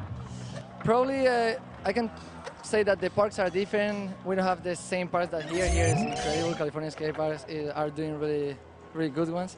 And then the level is really high here. More people, I think, in Europe we can see a lot of people like Oskir or Jan Federico coming here and skating great, but I think more Americans are skating high. Yeah, you go to Southern California, you have a park every 5 miles. Yeah. And then you guys have been battling the rain, lots of starts and stops. How has that been going through that? Yeah, this weekend was crazy with the rain and finally skating. It's impossible to skate. In my round, I was trying to do the last trick and the quarter was a little bit slippery. So that's so dangerous. I hope that it doesn't rain today for the other guys, and I hope the best for him. Yeah, well, let's hope your second place score sticks, and we will see you in our finals, hopefully. Great job, Danny. Well, as it stands now, Jericho Francisco sets the high mark with a 74-1-3. He grabbed that on his first of 3 runs. Plenty of skateboarding left to come. All your park superstars will be dropping in. There's a look at your standings for now. This will completely change in the next 2 heats to get some of the best of the best yet to drop. I'm looking at heat number 2 right now. A pair of Swedes that are insanely good. Andy Anderson's in this next heat. It's going to be so fun. Cannot wait. You're watching Dew Tour Des Moines. Lots more skateboarding to come. Stay tuned.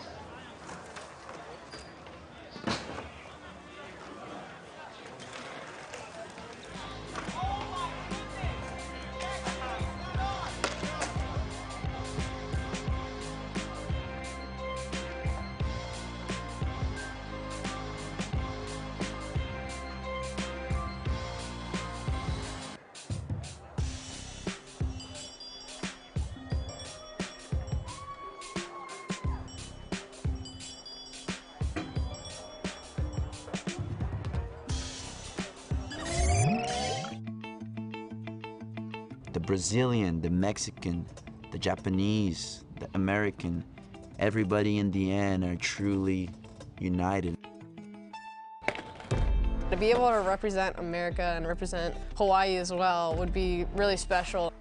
I get to compete for Great Britain, but be in Japan. I mean, that's just a dream. The Olympics is an opportunity to bring something for your country.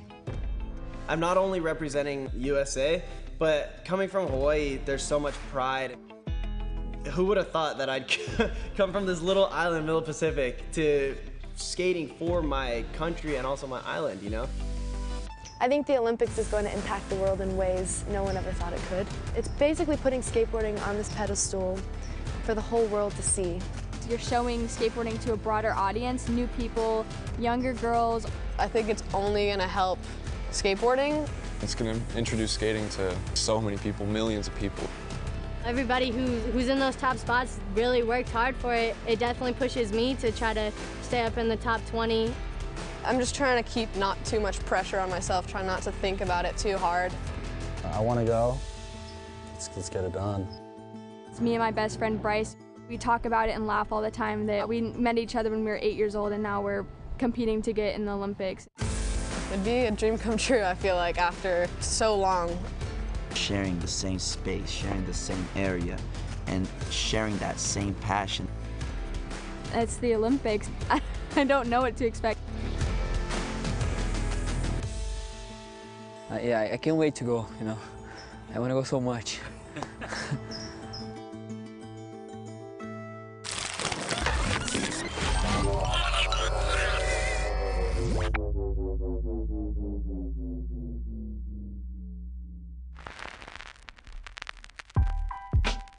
When I was a little kid, all my classmates, like moms would tell my mom, like, why are you letting your little girl like go to the skate park? Like, that's where the bad kids go. Like, what are you doing? And she's like, no, like, go to the skate park. It's not like that. Like, what are you talking about? I think what was so addicting about skateboarding was the fact that, you know, there's no uniforms, there's no rules. Skateboarding is skateboarding, and it is what it is because of that liberty.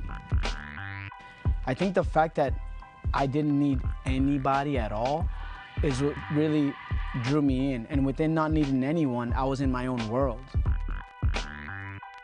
With skating, there's so many different styles. Like People wear whatever they want. They dress how they want. They skate how they want. Like every individual skater is completely different than the next. I just really could express myself when I was 8 years old, and now 16 years old. It really just molded the person I am today.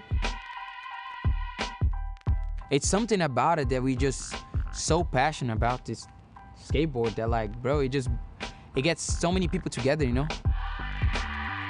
Whatever type of animal you have inside projects onto what skateboarding is for you.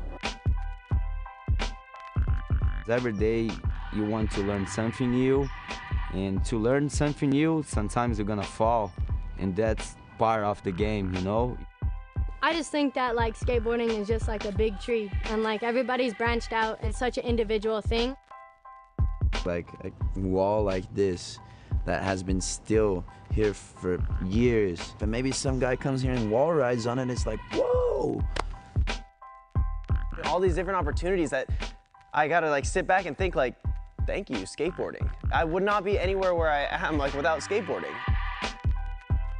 I have to pinch myself every once in a while. I'm like, what the heck? Like, this is happening right now? Like, what am I doing? Like, I should be like, I'm just skating. Like, it's very, very special, and I'm very grateful.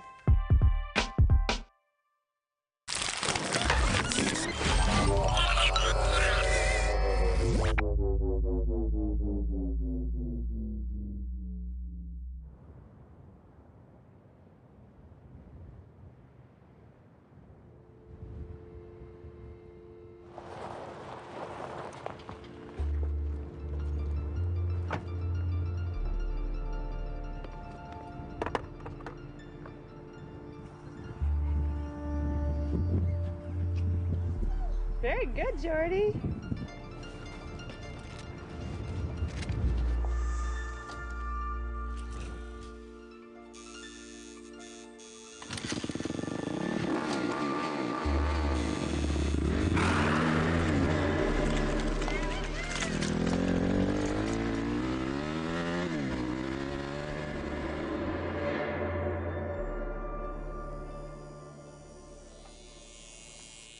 Ready? Yep. What's the first tattoo you got? The first tattoo I got is on my wrist. I got it in Spain with my mom. The next one was in Hawaii, my ribs. Oh, the hula girl. Yeah. Nice. Yeah, just like a little Hawaii. Yeah, yeah. Hawaii represent right Yeah. there. Bonsai back in the day it's like such a different place than now, I feel like. And I was like the little girl. There's no other little girls skating at the time? Mm-mm. I was the only girl at the skate park. It wasn't until I was probably like 14 or 15 when I came to California and realized there are girls. When I saw other girls skate, it was so cool because I had never seen that. Coming to California and skating against like all the girls that I looked up to. Back then, it was very, very competitive. A dog-eat-dog world, like it was gnarly. All the older girls were like super mean. So I try to not do that. Try to not be a mean girl.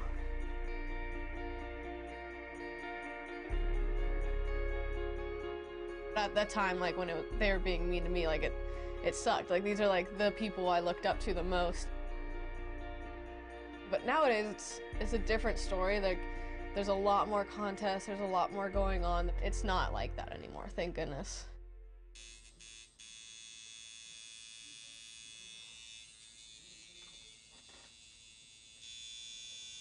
Nowadays, there's so many little girls, it's crazy. Yeah. It's so cool.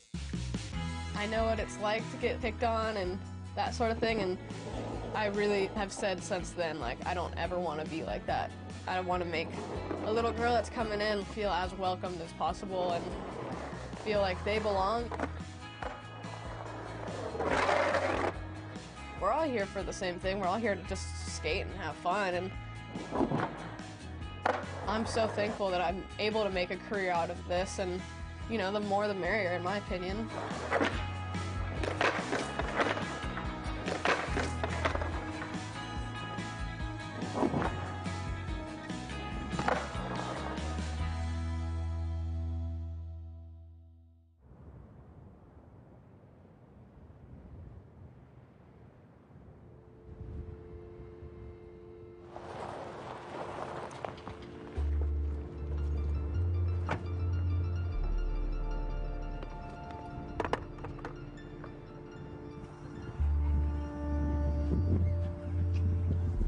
Very good, Jordy.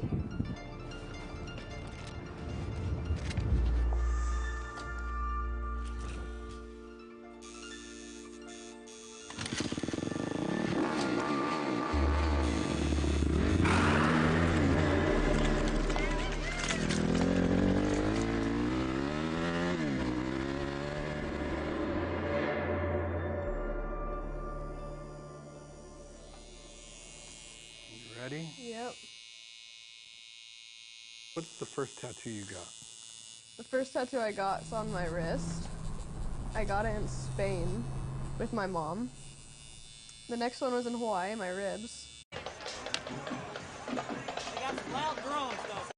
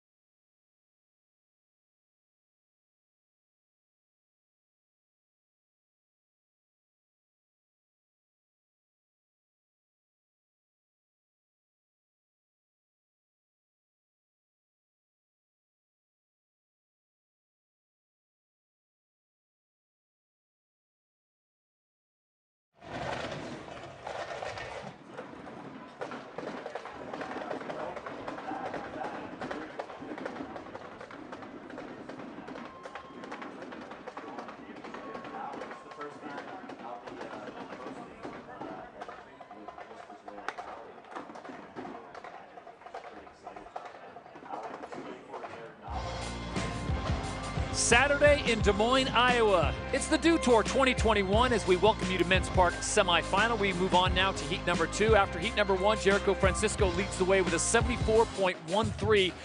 Top 8 moving on to the big show, which will take place tomorrow, the men's final in Park. We'll have one more heat after this one. That'll be heat number 3. A lot of talent in that one. You'll see some of the biggest players. But this one, Paul Zitzer, is going to be very good. You've got Zion Wright, who went out in the open qualifier and threw down the highest score, which held throughout the evening. He's in this heat. You've got Oscar Rosenberg in this one, Carl Berglund, just to name a few. The talent is so deep in Men's Park that, yeah, although these aren't the top-ranked skaters in this event, right. There's no distinction, in my opinion. These guys could all win. So they're trying to get into those top positions, make it into a top 8, and you were into the final. But remember, heat number 3 is still to come. In Park in semifinals, 3 runs. Best run counts, 40 seconds until you fall. So they're going to speed things up just a little bit. So you want to make sure you got that first trick on lock and not going down on that, because that becomes a full throwaway. But I do like the fact that they bumped it from 2 to 3. Right, there's 3 runs here in the semifinals, and then by the time we get to the finals, they'll have 4 runs. We just want to see the best skating that the skaters can put down, and this is the best format for it. 14-year-old Hampus Winberg out of Sweden will get things started. His first of 3 offerings here in Des Moines. Now this is a little kid that can go really fast and blast. Well, like that. He was over the Toyota plexiglass windshield extension. way over it. It's hard to get to the top of that for even the best pros because it's such a big obstacle. Yeah, it's one of those things on TV just doesn't seem to do it justice. You go down, stand next to it, it is big time.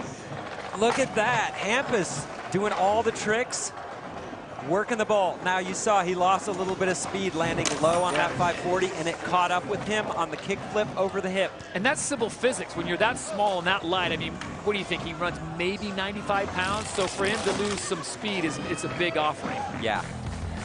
But the fact is, for a little kid, he has an incredible ability to generate speed. But like you said, you got to keep that speed. He under-rotated a little bit on that 5, had to kick turn out of it. That's where the speed went. So we'll get 3 cracks at it. Best run counts for the 14-year-old from Sweden. Comes out and just flies through this park. Generates so much speed when he's able to get those corners just dialed in perfectly. But when he comes up a little bit short, that's where his problem starts. So a 57.98, that's not going to get him into the top 8. He's got 2 more opportunities. Vincent Matheron out of France. We saw him last night in the open qualifiers work himself into it. You know him well, Paul. Marseille skate scene is certainly someplace you got to visit before you pass. Absolutely. It's one of the most famous concrete skate parks in the world, if not the. It's legendary. It's been there forever. And Vincent Matheron is just an OG park ripper. And you can see why here. Indie air over the hip. You see the difference, though, in the height. Oh, that's such a hard trick. Backside sugarcane around that little corner. There's so much going on there. So we'll see the sugarcane in the slow-mo when he gets done. Saves that one. I was about to say, oh, he's going a little slow here, but hey, that's why. 50-50 off the extension to disaster. That is a trick. I mean, you can't. That's an amazing run. Great stuff. A lot of surprises there. Matheron with a great first offering of 3. We'll see how this plays out with the judges. His contemporaries like Zion Wright, they appreciate that. Yeah, that's the skateboarding that skaters love. Nothing traditional about it. 5-0 over the rainbow. Body jar into the corner. Here's the backside sugarcane. Look, over rotating. You got to go 270, and then you're grinding backwards on your back truck. So it's totally blind. It's just, you're a pretzel. And then the shoulders, you got to keep those shoulders in check. If they keep turning, you're going to over rotate. Oh, beautiful. 50-50 disaster drop down. Those tricks those are finicky moves. They can go wrong in a million ways. Great run from Vincent Matheron. 72.46, so Vincent jumps himself into second place behind Francisco, who came out of heat number 1, putting up the highest score, 74.13. Saw Liam Pace last night out of Tucson, Arizona, work his way through the open qualifiers. Here he is now in the semis on run 1. Yeah, huge speed. Tons of just massive tricks from Liam Pace. Skates with power, authority.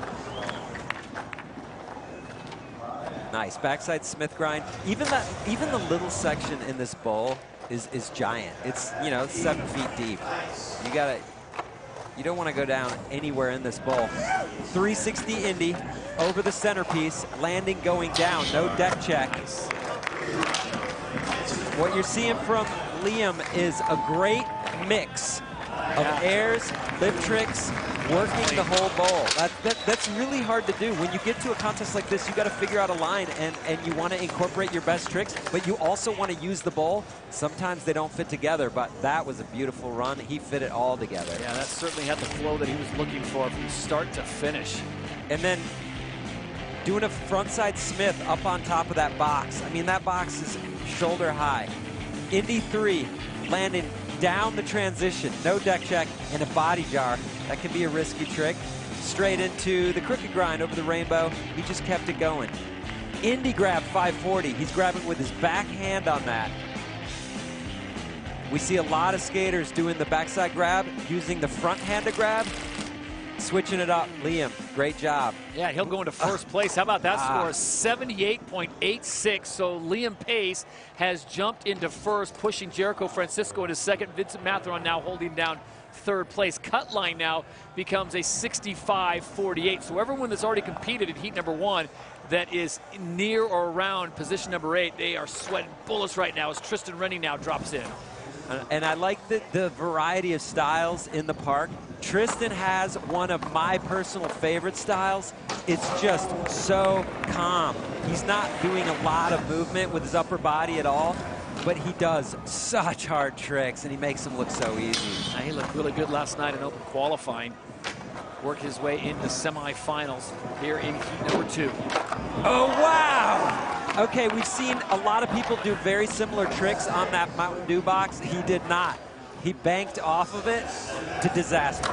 That's crazy. That's insanely hard. Judges taking note of that. Tristan Rennie with a great full pull. And he saved the 540 for the very end of the run.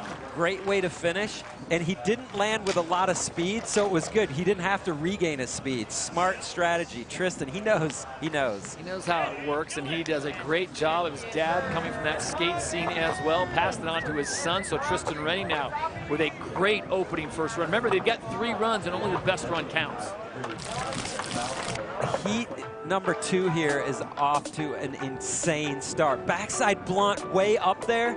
That plexiglass bank is about 7 feet tall, and that's on top of the ball. So any trick up there is crazy. Just to be able to get up there, and there he is, wall riding off the Mountain Dew box and taking it to disaster.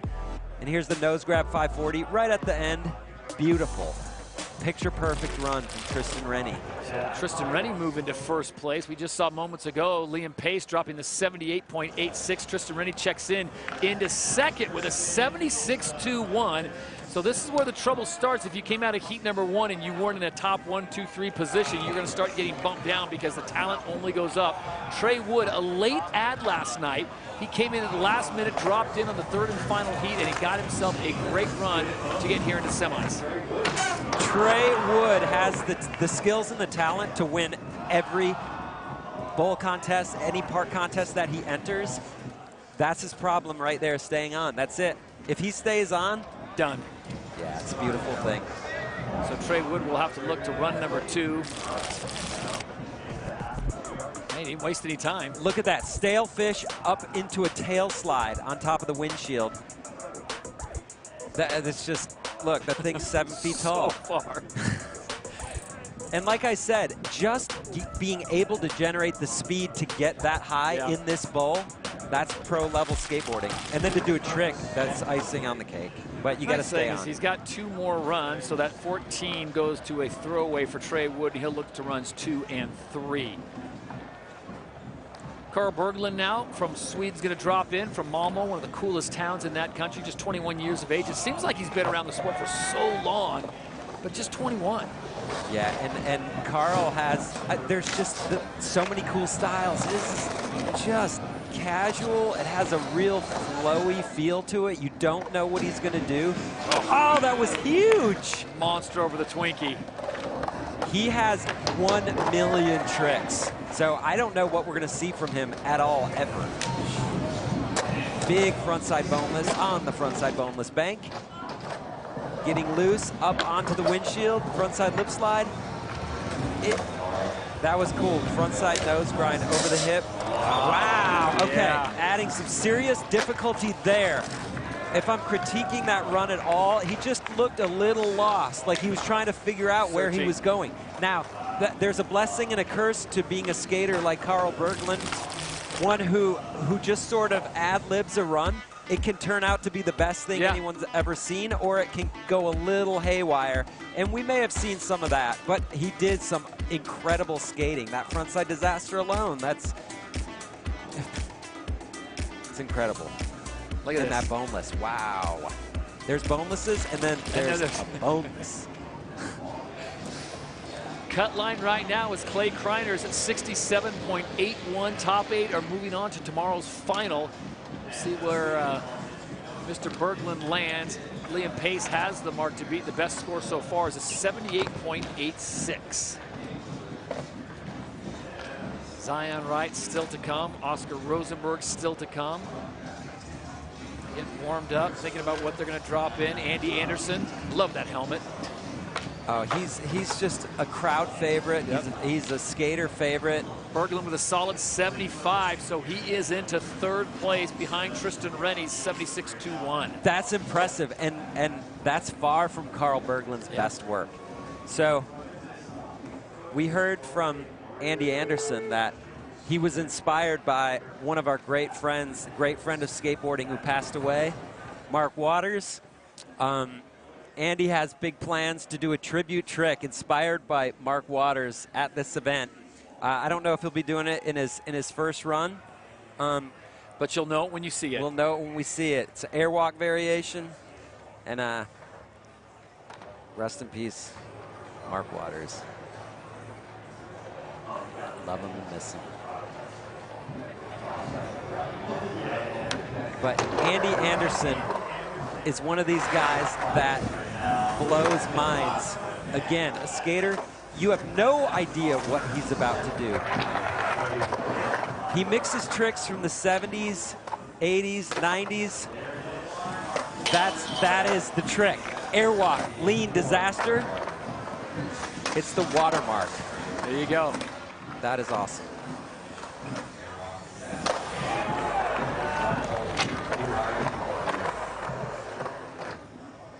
So Anderson down to the final 5 seconds. The Canadian with a great opening run and a tribute, and that things up as the clock runs out. Okay, now you're gonna see the difference with Andy Anderson. He's doing really, really hard tricks. He's not going faster than everyone. He's not going as high as everyone, but he skates so unique. You sit up and pay attention. If he's happy about the run or happy about the tribute or happy about the whole package. That was All amazing. And we should note, the nicest humans you could ever hope to meet. All right, after he got done doing this, set up for the tribute. I like that. Nose grab, back tail on the steep bank. Front side shove it, lean. And there's the Madonna, one-footed lean to tail, invented by Tony Hawk. Varial heel flip lean. Wow. So much going on. Board turns 180, does a heel flip, grabs lean. He tossed that thing under his feet. Yeah. Yep. Look at this. There's Look the how much pop is out. going on. I mean, there's just so much going on in his run that you really need the slow motion, the replays to really appreciate what he just pulled off.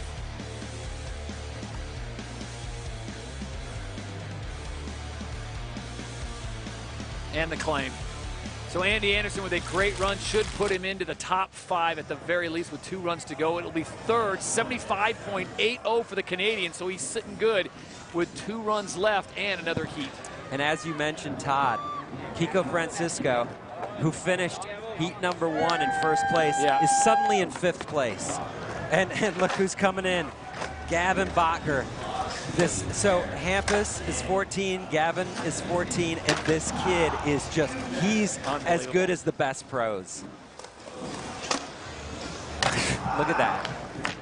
Straight into a mute grab McTwist. Not a backside grab, which we've seen so many times, but the mute, that's my favorite grab. That's the one Mike McGill invented in 1984. So Gavin is just an incredible talent. High speed frontside lip slide.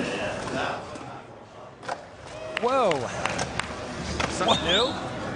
I lost it in the shadow. I'm going to need to see again what exactly he did.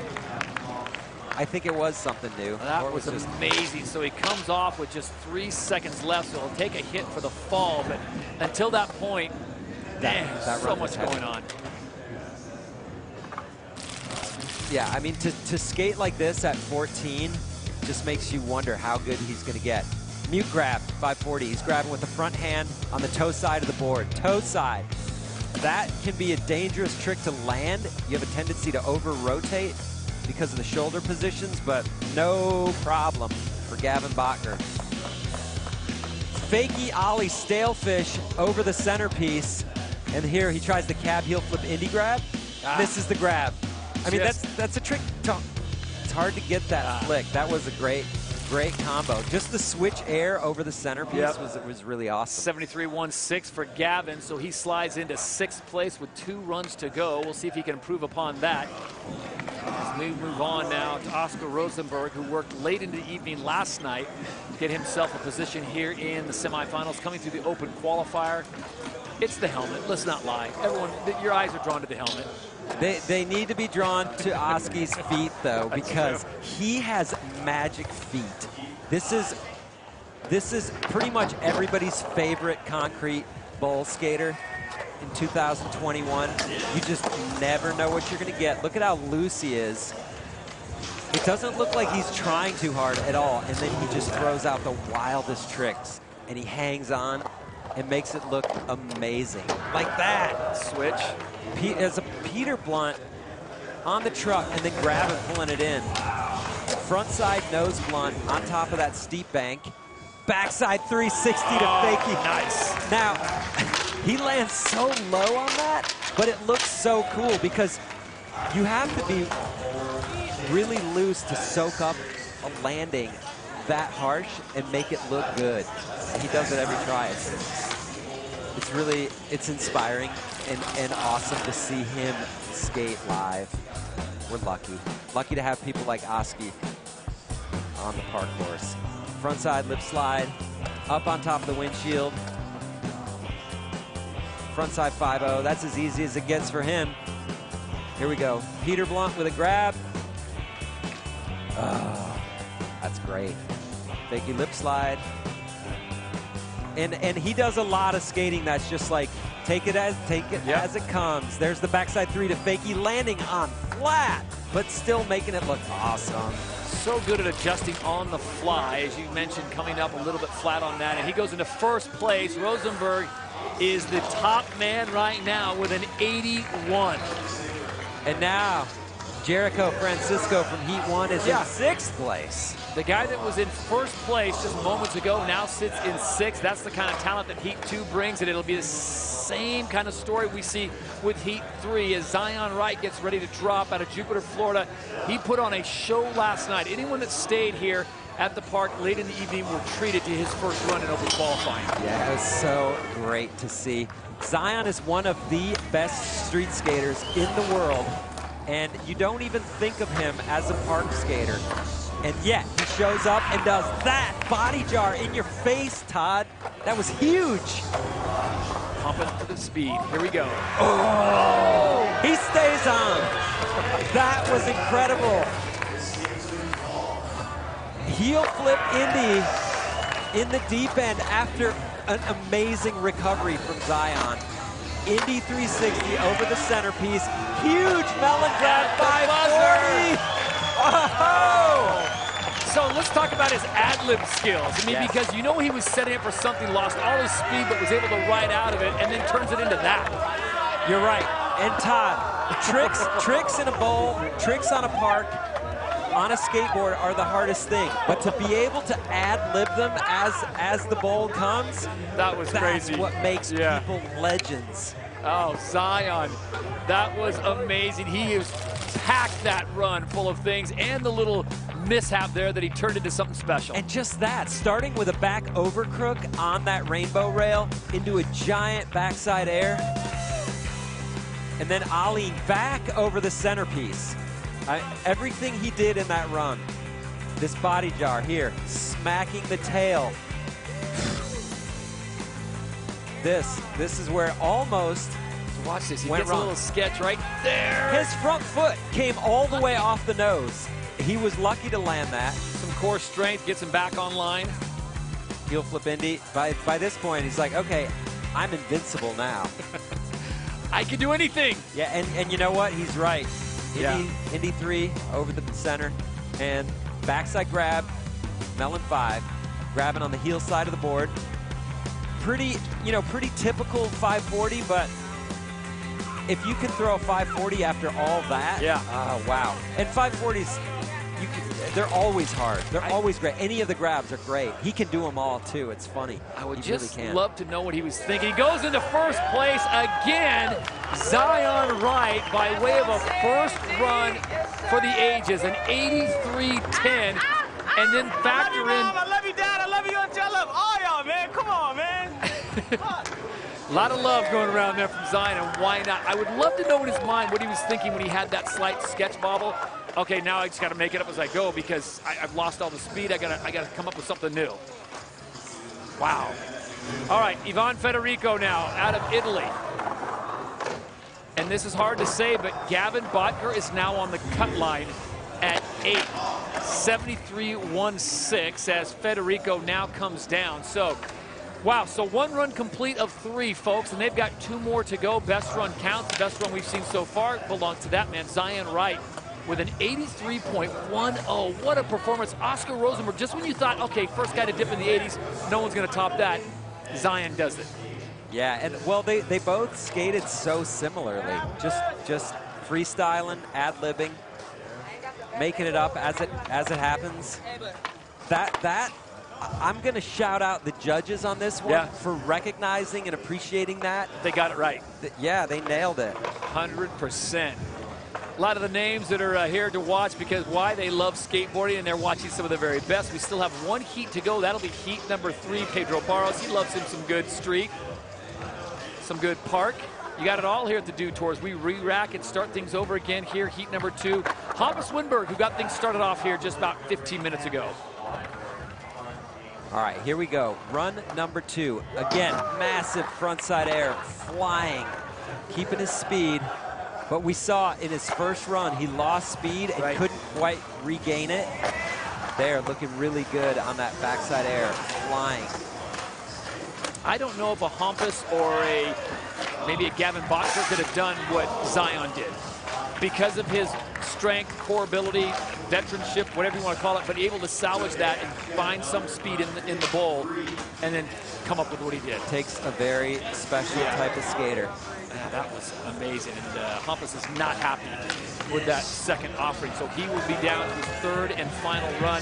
A 57 on run number 1 is not going to get it done. The second one, not great, and right there is a great shot with Zion and Oski, top 2 right now as it stands in the park competition. So these guys battling for Olympic points out here, and you could tell it's on the line. They're 60,000 points to the winner, and if you're someone like Zion Wright, who's way down on the Team USA list, he wins this, he vaults himself into the top 3.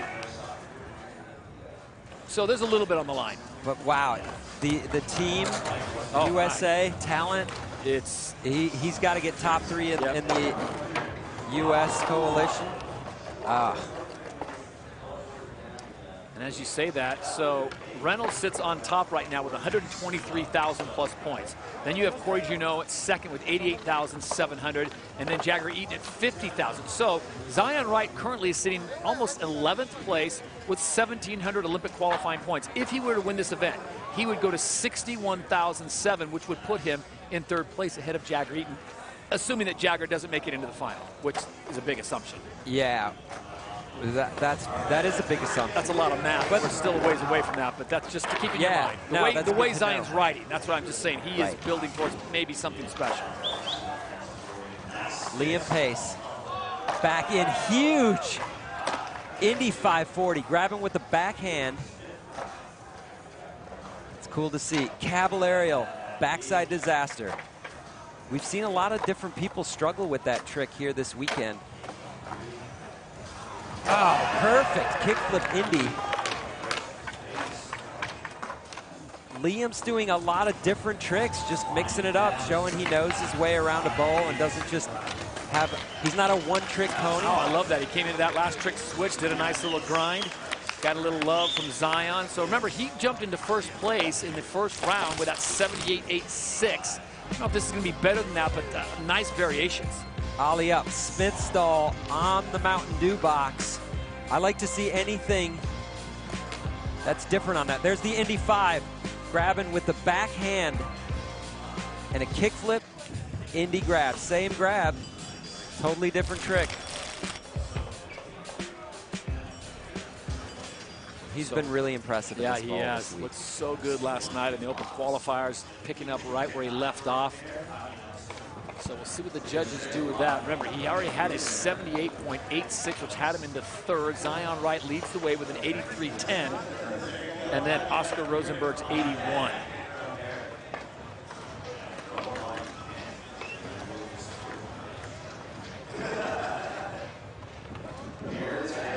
$79.30, so he stays in third place.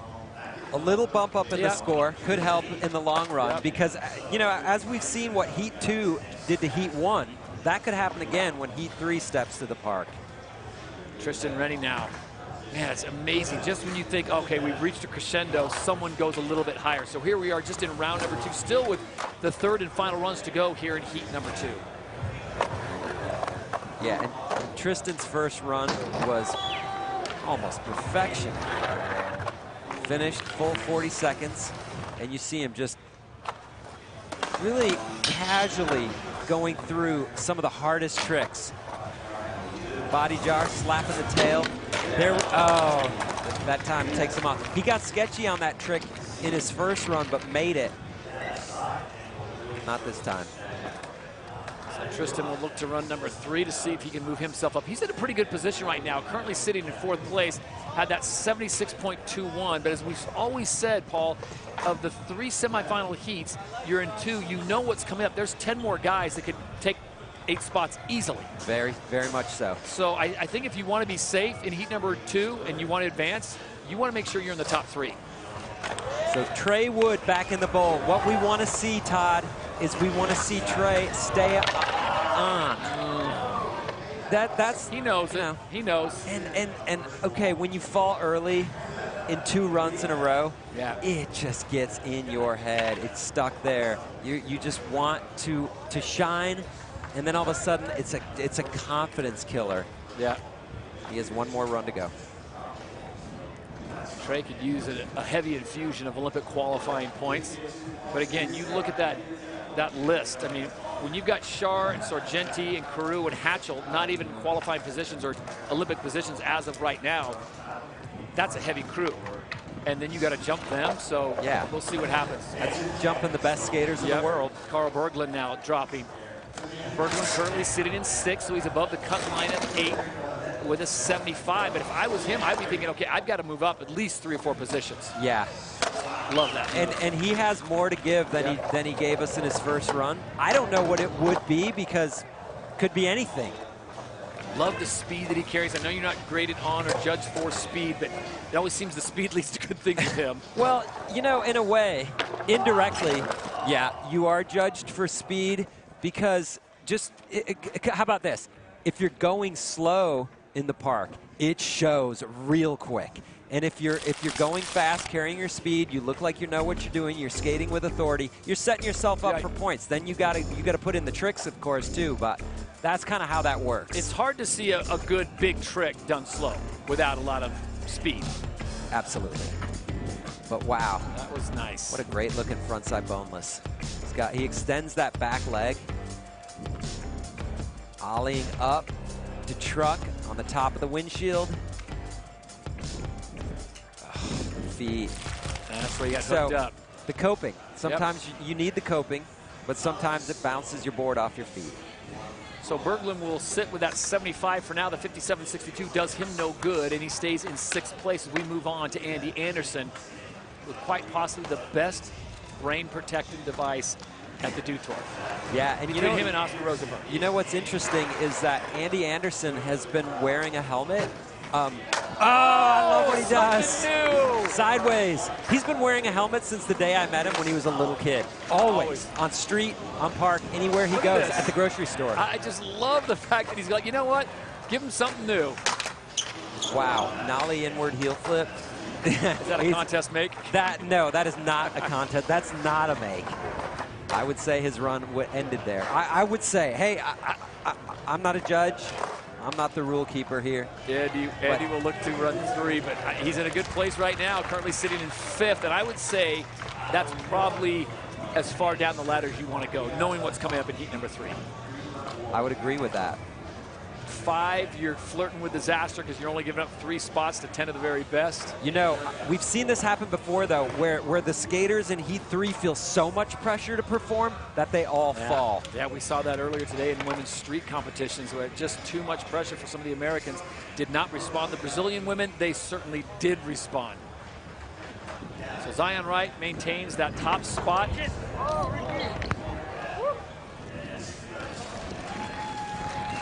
Gavin Bodker now set to drop in with his 73.16, folks. That is the cut line. If the contest ended right now, we didn't run heat number 3, he would be in. But we are going to run heat number 3, and 10 of the very best are going to drop in. So Gavin knows the game. He's 14, but he knows how it's played. He's got to move up. Gavin Bodker is a prodigy. Yeah. He's one of these kids. He grew up in Southern California. He's exposed to the greatest skaters all the time. He got on a board early, I'm sure. I mean, I don't know the stats, but I guarantee it was probably around the age of 5. Yeah. And he reminds me of maybe how Danny Way was when he was 14. Like this, he's as good as the best people in the world at that age. That is just so rare. There's a few names that you talk about when they were really young. People were taking notice, like Tom Shar was another one. When he was coming up, it was like, oh, who's been tutoring him? And he just, Danny Way, another one. It's Tony Hawk, Tony you know, Hawk. he's one of those. When he was 14, he was able to beat the pros, and Gavin is right there. And if there's anything missing from his game, it's just his physical height. He's just a little guy. You haven't fully developed your style. And and physics. But he doesn't have any trouble keeping speed, working the ball. I like that. He's grinding the rail, going the opposite way, swimming upstream, if you will, Todd. I love the fact that he flows from trick to trick almost effortlessly. He just seems to know exactly where he wants to go. I don't say on autopilot, but look at this. He just links everything together. It's such a visually appealing thing. Okay, we got it. Oh, there we go. The got it finish. this time. Cab heel flip to Indy grab at the end. Oh, and a 1-foot 360 nose grab over the figure. So last run, he did a trick that I couldn't tell what he did. It was in the shadow. He did a 1-footed lean 360. That again, such a hard trick. And for him to take that straight into the switch air over the centerpiece, that combos. Was awesome. So he's sitting on a 73, and as I look down this leaderboard, I'm thinking, was that a run better than Tristan Rennie or Andy Anderson's 76, 75, 80, respectively? You could make an argument trick for trick, pound for pound, yes. Now, there's other elements to the bowl skating. You know, did he use enough of the corners? Did he grind far enough? I'm leaving it to the judges. I loved what I saw. That was stellar. Full pole, top to bottom for the 14-year-old. And Gavin Bodker with a strong performance. Remember, he's sitting on the cut line at 8th position, knowing what's coming up. He got the memo. He needs to move up a little bit. You got to be probably in the top 3 or 4 at the very least, knowing that the next heat's going to take at least 4 or 5. Wow, that was really impressive. Technically, that was really maybe the most difficult run we've seen so far. Gavin's even aware of what's I mean, this is a global qualifier. Olympic positions are on the line, and he's just out here ripping. Yeah. No care in the world. Good question. We're going to have to ask him. Do you know what's going on? Do you know how important this is? No, I'm just having fun, man. I'm just going to go get some good pizza tonight. Go down to Fong's. Hit Zombie Burger. By the way, while we're waiting for the score to come down, how good is the dining in Des Moines? I've been very impressed as of late. Look at this. Switch. Set up. And then cab, heel flip. Flipping up with the heel of the front foot, grab an Indy grab. He fell on that on his first run and still managed to get into 8th, and now he landed it. He's going to be looking at a great score. He's sitting in 8th right now, 73.16. I'd be surprised if he doesn't move up just a little bit. How about a lot of it? Gavin Bodker into first place, 86.72. Zion's like, took my spot, but I got to give it up. That was a sick run. Yeah, the tricks, if the idea of dropping into that run, knowing you had to make those combos happen, daunting. Oh my goodness sake. So the 14-year-old leads the way with the biggest score so far in 86.72, and that's a pretty good margin between him and Zion. I mean, we're talking more than 3 points. So now the rest of the field's been put on notice. by a 14-year-old. The final 3 to go in run number 2 will be Oscar Rosenberg, Zion Wright, and then Ivan Federico. All right. Oski back in. Now, again, it's cool to see the different styles, the different approach. It's like they're on different planets, you know? Oski's not going to be trying Caballero heel flips. Trying back nose blunts on the 7-foot windshield. You can take those chances when you're sitting in third right now with an 81. That's a pretty strong score, even with the next crew that's going to drop in. But that's, I'd say he's not completely safe. But that's a pretty safe zone to be in. It is, because it's not just the score. We saw what he did. So for anyone to think they're just going to show up and beat that, they got a lot to do. Yep. Look at him working those corners. Pops up there with ease. Wow, just even the frontside grind is just a thing of beauty. So that 53 gets tossed out. He holds on to the best score he's put up so far, which is an 81, which has him in third place. Quick reminder, Gavin Botker, the 14-year-old we saw just moments ago, put up the highest score, 86.72. Zion Wright, who will be dropping next, sits in second with an 83. We'll see what happens here with Zion. What do you think he's going to do here? I don't want to. I'm going to keep my mouth shut. I hope he does. I hope he does a lot of what he did in the last run and even more. But I mean, that's like world-class, best skating of the day. It's really hard to do more than that. When you really just put it all out there and it comes together. Sometimes the next run you almost get a little like, well, you know, I'm moving on. I'm thinking about tomorrow. We'll see. That was great. Frontside Smith grind over the hip. That can get tricky when you go over hips. But Zion doing the same run cleaner this time.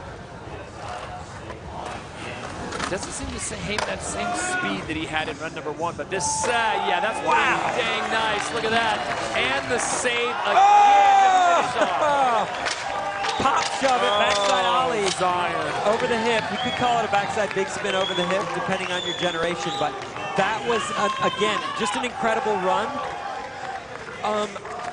You know, so he had an 83.10 on his first run, and then Gavin came out with the 86.72. So, you know, does the big spin over the hip count? It was after time. Are the judges paying attention anymore? Have they looked down at their scorecards? I don't know. I just loved what I saw from Zion again. He's on one this weekend. And he is feeling it.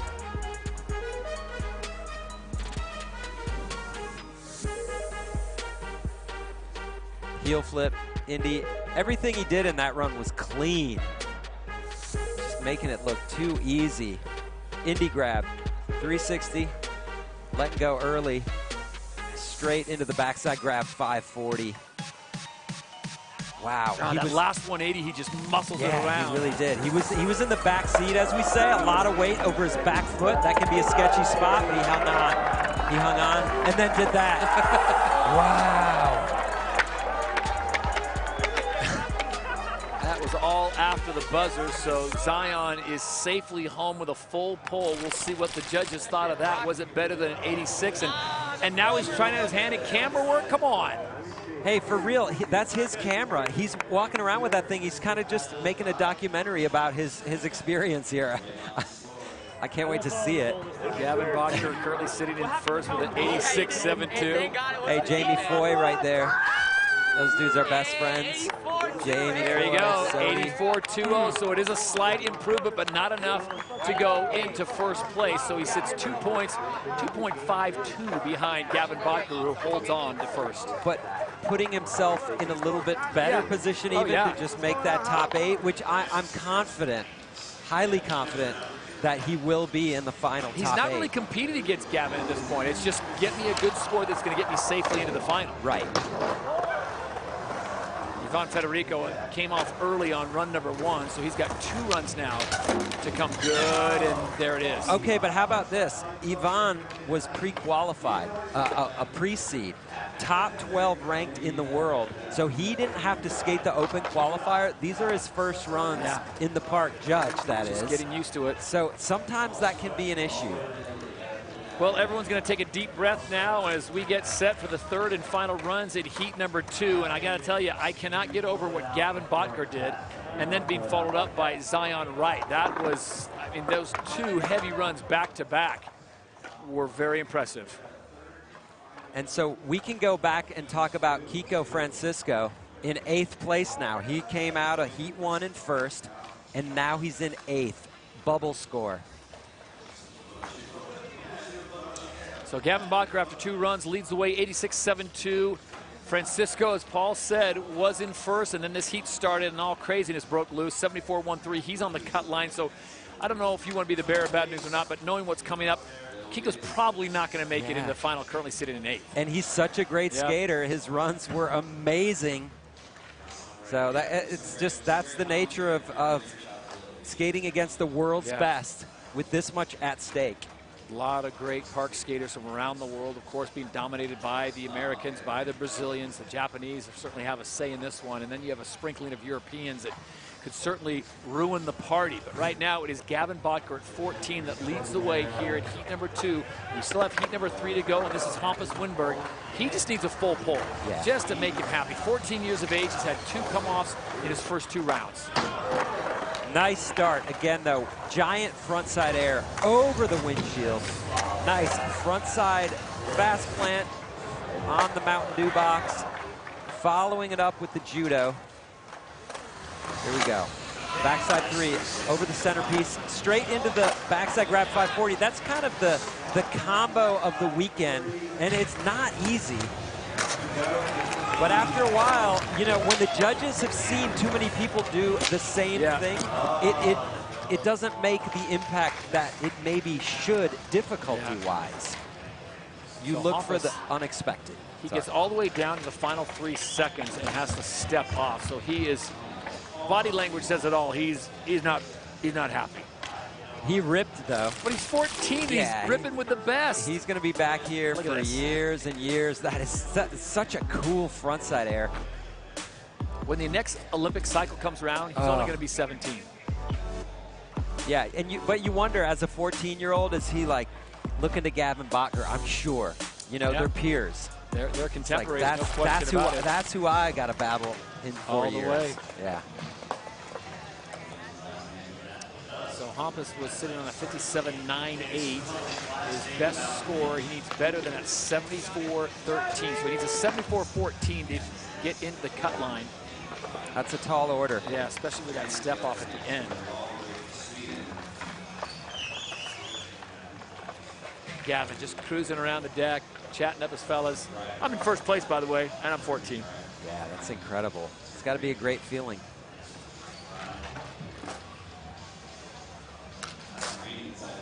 Zion Wright sitting in second, the most explosive skater going back to last night's Open qualifiers, 84.53 is his score, and then Oscar Rosenberg sitting in third with the 81.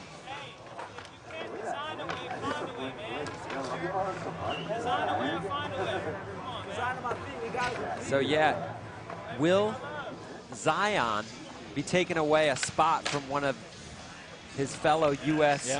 teammates in the final? You know, that could upset the apple cart. No question about it. There is one more event before everything's all decided, and that, of course, is for street competitions. They go over to Rome, but this is it for Park. It'll be interesting to see how this weekend plays out for Park. Yes. Vincent Matheron now from France. Unfortunate. Vincent coming unglued. So Matheron is not going to make it into the finals. He is in 9th place right now with a 72.46, so he's on the outside. And that run is definitely not going to score better than Francisco's 74.13. Huh. It's kind of hard to say. It's kind of even hard to predict. I don't envy your position as the expert analyst here, is who's going to be in the final, because we still have 10 amazing guys to go. And you could make a case for all 10 of those guys taking all 8 spots. Yeah, you could make a case that they could take all 8 spots, but I'm not going to make a prediction because the results could remain just as they are right now also. Because, that was crazy. Liam did a tail grab 540. That's sometimes considered the hardest grab. You're just grabbing the tail of the board. really hard to keep it on your feet, and that's exactly what happened. His front foot flew off, but props to Liam because he still went for it. He was trying to bump up his score. He's in 4th. He could very, very well make the cut, but he could also get bumped out in heat number 3. So, no predictions from me, Todd. Well, it's interesting. Everyone's starting to crunch the math. You know, when I need a math question answered, you know who I turn to? Tina Dixon. Tina, what do you know? That's a lot of pressure right there, Todd, crunching all the numbers down here. But I will say that the Americans that are in Heat 3, guys like Alex Sorgente, Jagger Eaton, Tom Shard, they are closely watching this heat because, yeah, Zion Wright, with how he's skating, he could potentially be a disruptor for some of these Americans trying to make the Olympics. So, yeah, intensity, it is absolutely heating up down here. And the next heat, Heat 3, they are closely watching. And Tina, while we have you there, what's the mood like down on the deck? I mean, the guys seem still pretty chill. It doesn't seem like they're really gripping about, hey, Olympic spots, because there's still a lot of camaraderie, I should say. Oh, absolutely. I mean, that's skating, right? Yeah, the camaraderie is still here, and, you know, guys are still cheering each other on. But there is focus, and once, you know, they step up to the deck, the focus is there. But overall, still a very chill attitude, even though there is so much on the line. Yeah, and I think there's that, thank you, Tina, I think there's that sense of community that skating has that a lot of sports, even other action sports, don't have. You know, covering a lot of snowboarding and surfing, I don't see as much camaraderie on competition day as I do in skating. I agree, and that's just another reason why skateboarding is the best sport. Fact. Skaters love it. Skaters love great skating. Yep. You're not just looking for points or trying to win.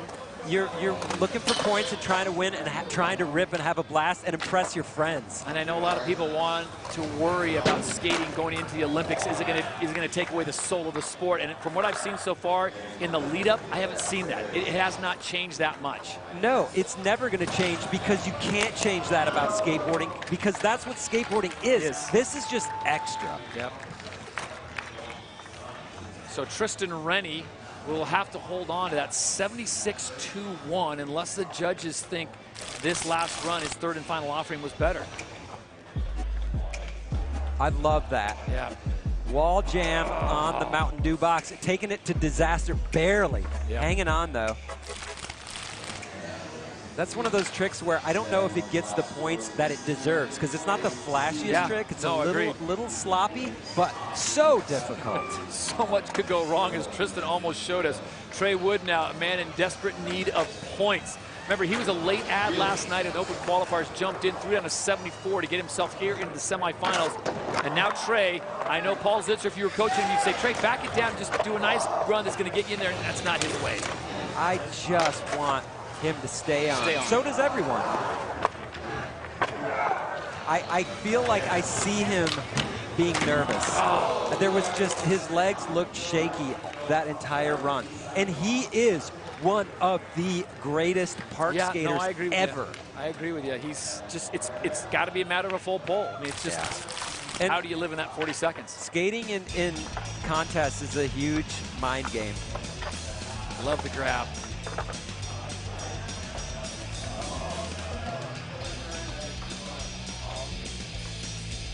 Look at all the little nuances we've talked about, the readjusting of the feet, getting set, eyeing where he's going to go off the grind. Gavin Bodker watching on, not realizing what he's done, gone into first place at 14 years of age against some of the world's best, including that man, Oscar Rosenberg. Yeah, it's funny. Being that young, there's advantages and disadvantages. You know, you're too little to get the pump that a lot of the older guys can get, so you're probably not going to be able to go as high, but you're more compact. You have a little bit easier spin, and it's a little bit easier to be consistent when you're short. So, but Gavin making every bit of it. Oh, Carl Berglund, that's uncharacteristic for him. He is usually so consistent, so for him to come off on a first hit. Yeah, I wouldn't say he's famous for being a great contest skater, competitor, any of that. He's just an incredible skater. Yeah. And there's times when he puts it all together and in a contest, but he's not one of these guys who goes out and trains. Right, I hear you. So it can go either way. It's a roll of the dice. Man, Carl's in a tough situation right now. He's sitting in 7th place. His best score is a 75. Especially with people like that guy right there, Corey Juneau, in Heat 3 coming up. He's just chomping at the bit to get in there, isn't he? He wants to go ride. Andy Anderson eyeing things up. He'll be the next to drop in. Best score so far is a 75.80. So this is different. We've seen him not only in the open qualifiers last night, but his first 2 run here starting at the top of that big plexi extension jump. And huge props to Andy Anderson for having to sort of win people over. Because when you know, skateboarding is very creative and open-minded. Is he going to do the whole course? The whole circumference? Is he going to chew up the entire clock in a manual? Oh, he's the best. Stationary. Spacewalk. Keep it going, keep it going. Into a roll-on grind. 33-second manual. That was awesome. So, Todd, he came out a little too weird for some people's tastes, but won everyone over with his insane ability to do things no one could imagine.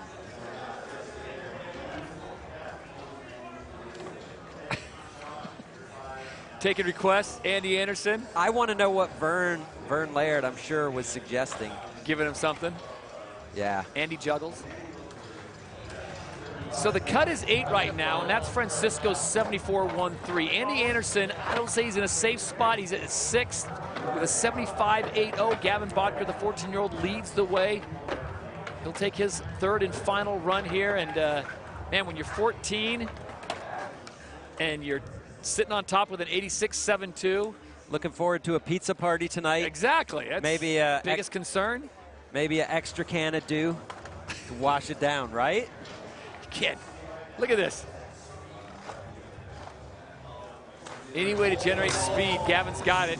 And I'm going to take every chance I can get to shout out Chris Gregson. He's the man on the camera right now. Oh, look at that. Look at that angle. Mute grab McTwist. Grinding the rainbow rail, going the opposite way, and then working the corners. Step off. It's a no-comply tail slide. And the handoff from Gregson. I think Gregson should get a pass into the final. I'm not joking. Chris Gregson could skate into the final if he chose not to film and get serious about competing, which he doesn't. So Gavin Botker's work is done in the semifinals.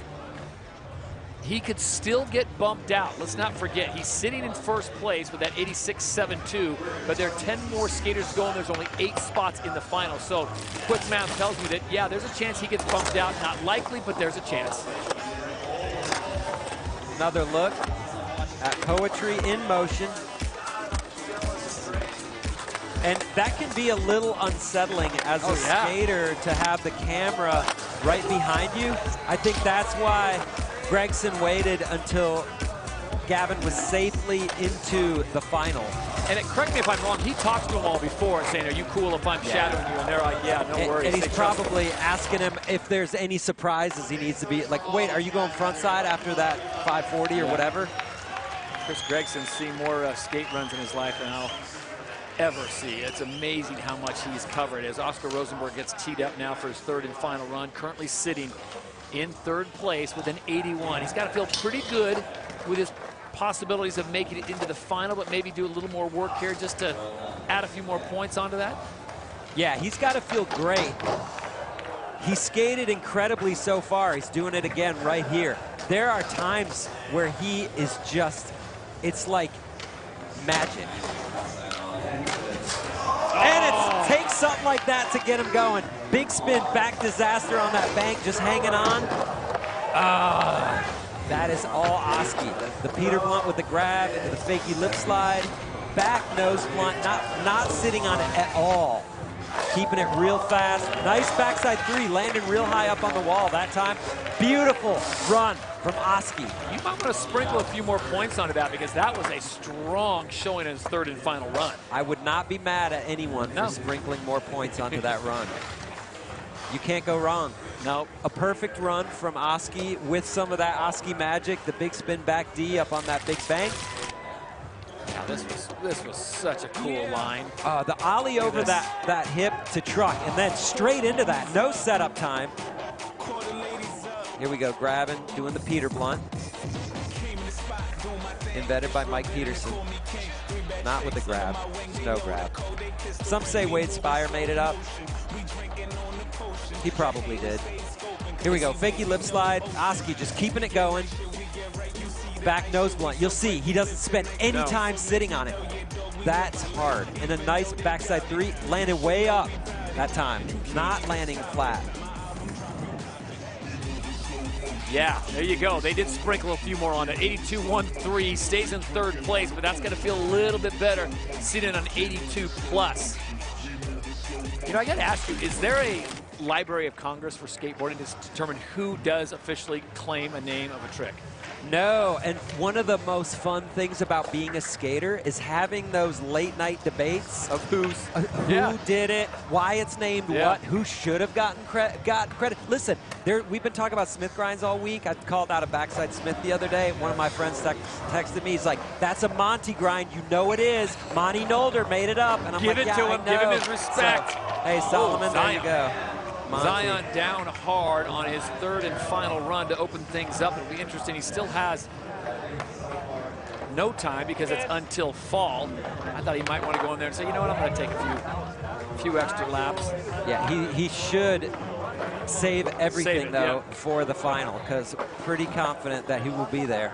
84.53 is what Zion Wright will go into the final with if he does not get bumped out by the next 10 in the next heat.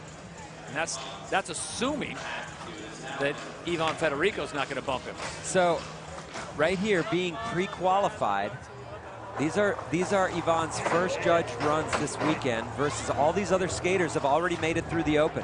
And there you go, 3 runs over and out. That is shocking. I mean, he's sitting in 22nd, best run was a 15. Some days you bail your first run and it sets in your brain that it makes you insecure, you lose your confidence, you're done. That is not happy to be in Des Moines right there. So heat number 2 is done and Francisco survives yet another heat. So he goes from first after heat 1 to 8th. Doesn't bode well knowing what we have coming up, but Gavin Bodker, 86.72, leads the way with Zion Wright right behind him, 84.53. Oscar Rosenberg was a tremendous with an 82.13. And then the 2 more Americans, Liam Pace and Tristan Rennie. So I'm guessing right around the Tristan Rennie, Andy Anderson area is where you're going to start being nervous. I would agree. Yeah, here's another look. Oski just laying down a beautiful frontside grind, 15 feet. Zion was on fire. That's the new normal. Huge body jar, slapping the tail, getting props from Jamie Foy. You know you're ripping at Foy's psyched. Gavin, backside air, disaster. He just, you know, we talk about him being a prodigy. Someday you're going to look back and say, yeah, we could see it way back then when he was 14. He was as good as everyone. Sitting on top of the leaderboard and standing by with Tina Dixon. Yeah, and Gavin really composed himself on that second run, coming after a fall and then getting that cab heel flip. Gavin, what was your expectations going into that second run? Just going to try and commit and do everything I can to land the cab heel. Let's talk a little bit about where you're from, 14 years old. You come out here and you just dominate this heat number 2. Yeah, just try and do my best. I don't know. It's an honor to skate with all these amazing skaters. We do have heat 3 coming up. There's a lot of big guys. Who are you looking forward to? To watching? Just obviously Pedro Barros and just like everyone in this heat, honestly. They're all killing it. and you could potentially skate with him in the final. Thanks so much, Gavin. Thank you. Well done, Gavin Boddicker. What a performance for him as he now sits on top with an 86.72. Wouldn't it be something? And I'm just throwing this out there in heat number 3 if no one tops an 86.72. It's totally possible. Oh my gosh. But we do have Pedro Barros. This is true. Pedro Quintas, Jagger Yes. Eaton, Yes. Corey Juneau, Tom Shar, just to name a few. just sprinkle a few of those names out there. Oh my goodness. So one more heat to go. We have got a great competition still to come. The men's park semifinals roll on from Des Moines. Heat number 3, they'll get their 3 runs in. Only best run counts. We'll see if anyone takes down the 14-year-old prodigy, Gavin Boddicker, here at the Dew Tour in Des Moines.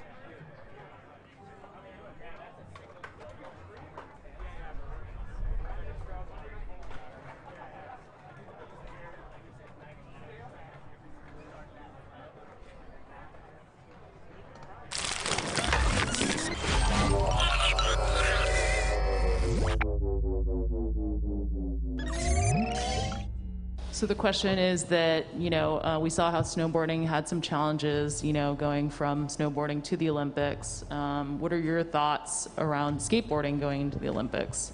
I feel like we won't really have that problem as far as staying unique, because we have a group of amazing people who really try really hard to keep that unique factor, and they put a lot of time and effort to keep that. So I feel like as far as going into it and after, it will still be solid, and that will be the unique thing that people will take away, is that it is very different. You're looking at a group of amazing people who really try hard to keep those factors into play, and they're doing a great job. So. You look at the history of snowboarding and what happened, it's going to blow up both sides. Both sides of skateboarding are going to benefit off this. And, the sides who are competitive that want to compete for Team USA, it's been a goal, it's been hung on their wall. They've written down on paper when they were 7 years old and put it on their wall. Those type of athletes are finally get to do something they've always dreamed of. And I know most pro snowboarders now, and I know that they love competing, and I also know they love street snowboarding, going out and filming projects. And at the same time, you look how accessible skateboarding is. You look how accessible is what we do. You can go out anywhere. You can skateboard in your kitchen. You can go to a skate park. You can cruise down the street. You can do it anywhere. And I feel like that's why skateboarding is just going to be put on such a pedestal going into this. Yeah, I would agree with both of them for sure. We definitely have a team that's making sure the cultural side of skateboarding is going to stay the same, but I also just think it's skateboarding is such an individual thing that it's really up to the skater as to where they want to take it. If they want to go for the Olympics, then they can absolutely do that. If they just want to go and cruise and just have fun, then they can absolutely do that. I feel like the core of skateboarding is always going to be there, and it's kind of just like a tree. The root is always going to be there, and you could branch out to as far as you want to go to. And I feel like that's the beautiful thing about skateboarding. Yeah, skateboarding is definitely one of those special things where it can mean different things to different people, and no one can take that away from you. So that's a great question. All right, one more question down here.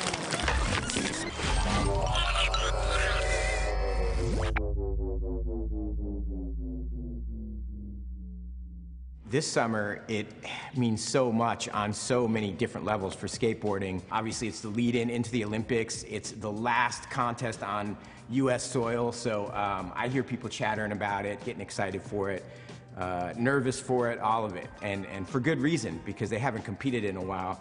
And one thing I can say from watching the skaters, you know, at the Nationals is the level has increased so much, I guess, with the downtime that people have had, especially in the women's category, in the women's park. It was a completely different contest than you saw in 2019. So I think everybody's pumped. The levels are high, people are excited. They're excited to see their friends, which means they're gonna be excited to skate because their friends are there, and ultimately they're there to impress their boys and have fun and have a session. And I think that's gonna make Dew Tour hot.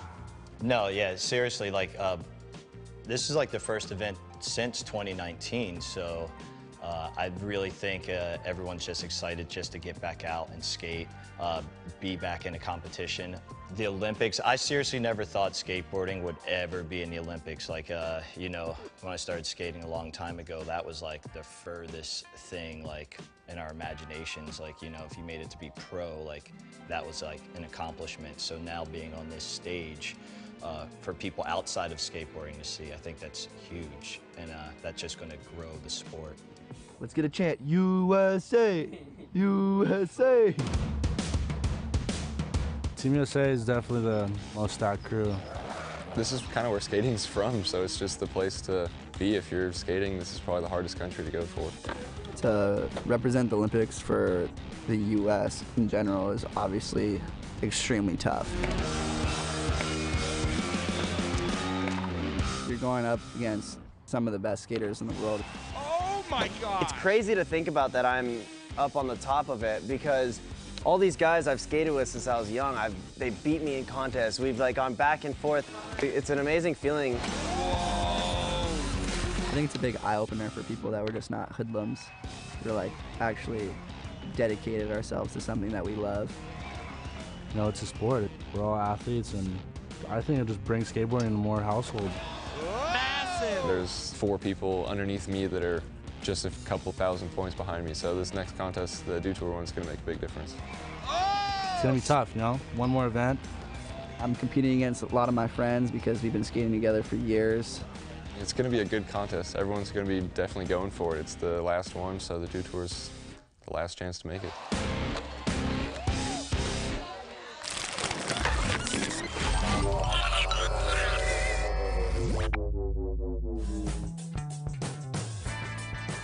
Dew Tour is brought to you by Mountain Dew. Do the Dew. Toyota.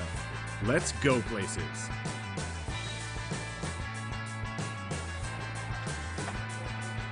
Welcome back to Dew Tour Des Moines. We are well into men's park semifinals.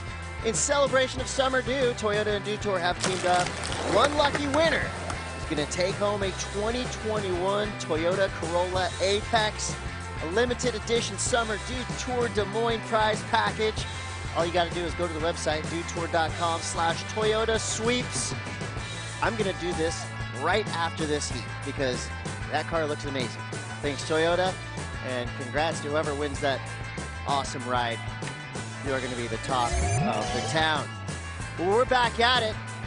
We're going to be going into Heat 3 here of the men's semifinal. 6 of the top Team USA prospects are in this heat. So there is a lot on the line for skaters dropping now. I am Chris Cote, joined by Chris Pastris and Todd Richards, and we're watching the youngsters take over. Gavin Bodker with an 86.72 in the top spot. Zion Wright in second. Oscar Rosenberg in third. Liam Pace, Tristan Rennie, Andy Anderson, Carl Berglund, and Jericho Francisco currently making up the top 8, but we've got 10 skaters that could potentially wipe out this entire top 8. We're gonna have to wait and see what happens. Let's remember the rules and regs right now. The semifinals, 3 runs, 40 seconds, skate until you fall. And as we mentioned, absolutely stacked here in semifinal heat number 3. Pastris, this really is anyone's ballgame. Yes, it really is, and we should focus on the battle for the USA with the top 3 spots. It is super, super tight, and a lot of it will be defined this weekend in this semifinal, actually. We've got names like Tate Carew and Ben Hatchell, who are only 300 points away from each other in the rankings.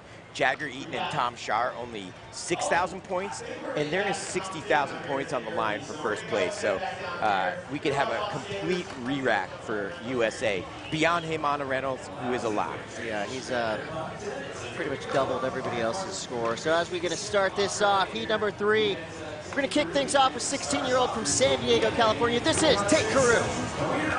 Yes, and as I mentioned, Tate sitting in that 6th place spot and just a few hundred points above Ben Hatchell. We'll see if things change this weekend. Bails the blunt slide. It's got 2 more runs to put it all together. So skate until you fall. There's an example right there. He fell, time stops. He's gonna have to wait for his next go to get a complete 40-second run. And it's got to be, you know, it's a shocker for some of these kids too. You know, they practice all morning long, never miss your run. You come in, you drop into a really important heat like this, try to make the finals, and you go down early. You got to re-rack, and that's the hardest part, is going back and kind of mentally resetting yourself. Yeah, totally. There's been a lot of stop and starting, so yeah, I think, you know, first run jitters right there, maybe for Tate Carew. 31 years old, Ben Hatchell, a veteran of the game, one of the most technical skateboarders you will see competing in park today. This guy has basically a trophy room the size of Iowa. This guy has won everything there is to win, and you're about to see why. High speed, high tech, and right now he's sitting right in the middle, 23,419 points towards qualification for the Tokyo Olympics, Kingman, Arizona. Yes, those 2 dudes right there that we were just had the camera on. Alex Sorgente, I mean, he is one of the most exciting guys to watch, but Ben Hatchell. And Ben put himself in the conversation with a first placing at the World Skate Open qualifiers in November 2019. Yeah, he got first at the World Skate Open qualifiers, November 2019. That's why he's in this conversation. Hard slam right there. So hopefully he can recover with 2 more runs to go. Let's talk for a second about how much distance there is to cover from the lip up on top of that plexiglass Toyota obstacle. A lot of these guys are popping from that bottom transition up and clearing 4 or 5 feet before they even, you see right there, the ollie from the hip to frontside lip slide. Isn't quite squared up on his board and goes down into the corner. But like we said, these guys each have 3 runs to get this done. It was a scary slam, could have been worse. Thankfully, Ben Hatchell will be back at it with 2 more opportunities. Alex Sorgente, one of the winningest skateboarders competing today. Sorgente is in with 40 seconds on the clock. Oh, nice ollie to tail, 180 ollie out. That was sick. Into the fakie Smith grind through the hip. Get him, Alex. Big boy frontside ollie right there. Wow. Nose grind into that judo body jar. 50-50 over the rainbow rail. Big tail grab. Alex moving through the course nicely. 10 seconds. Big ollie revert there.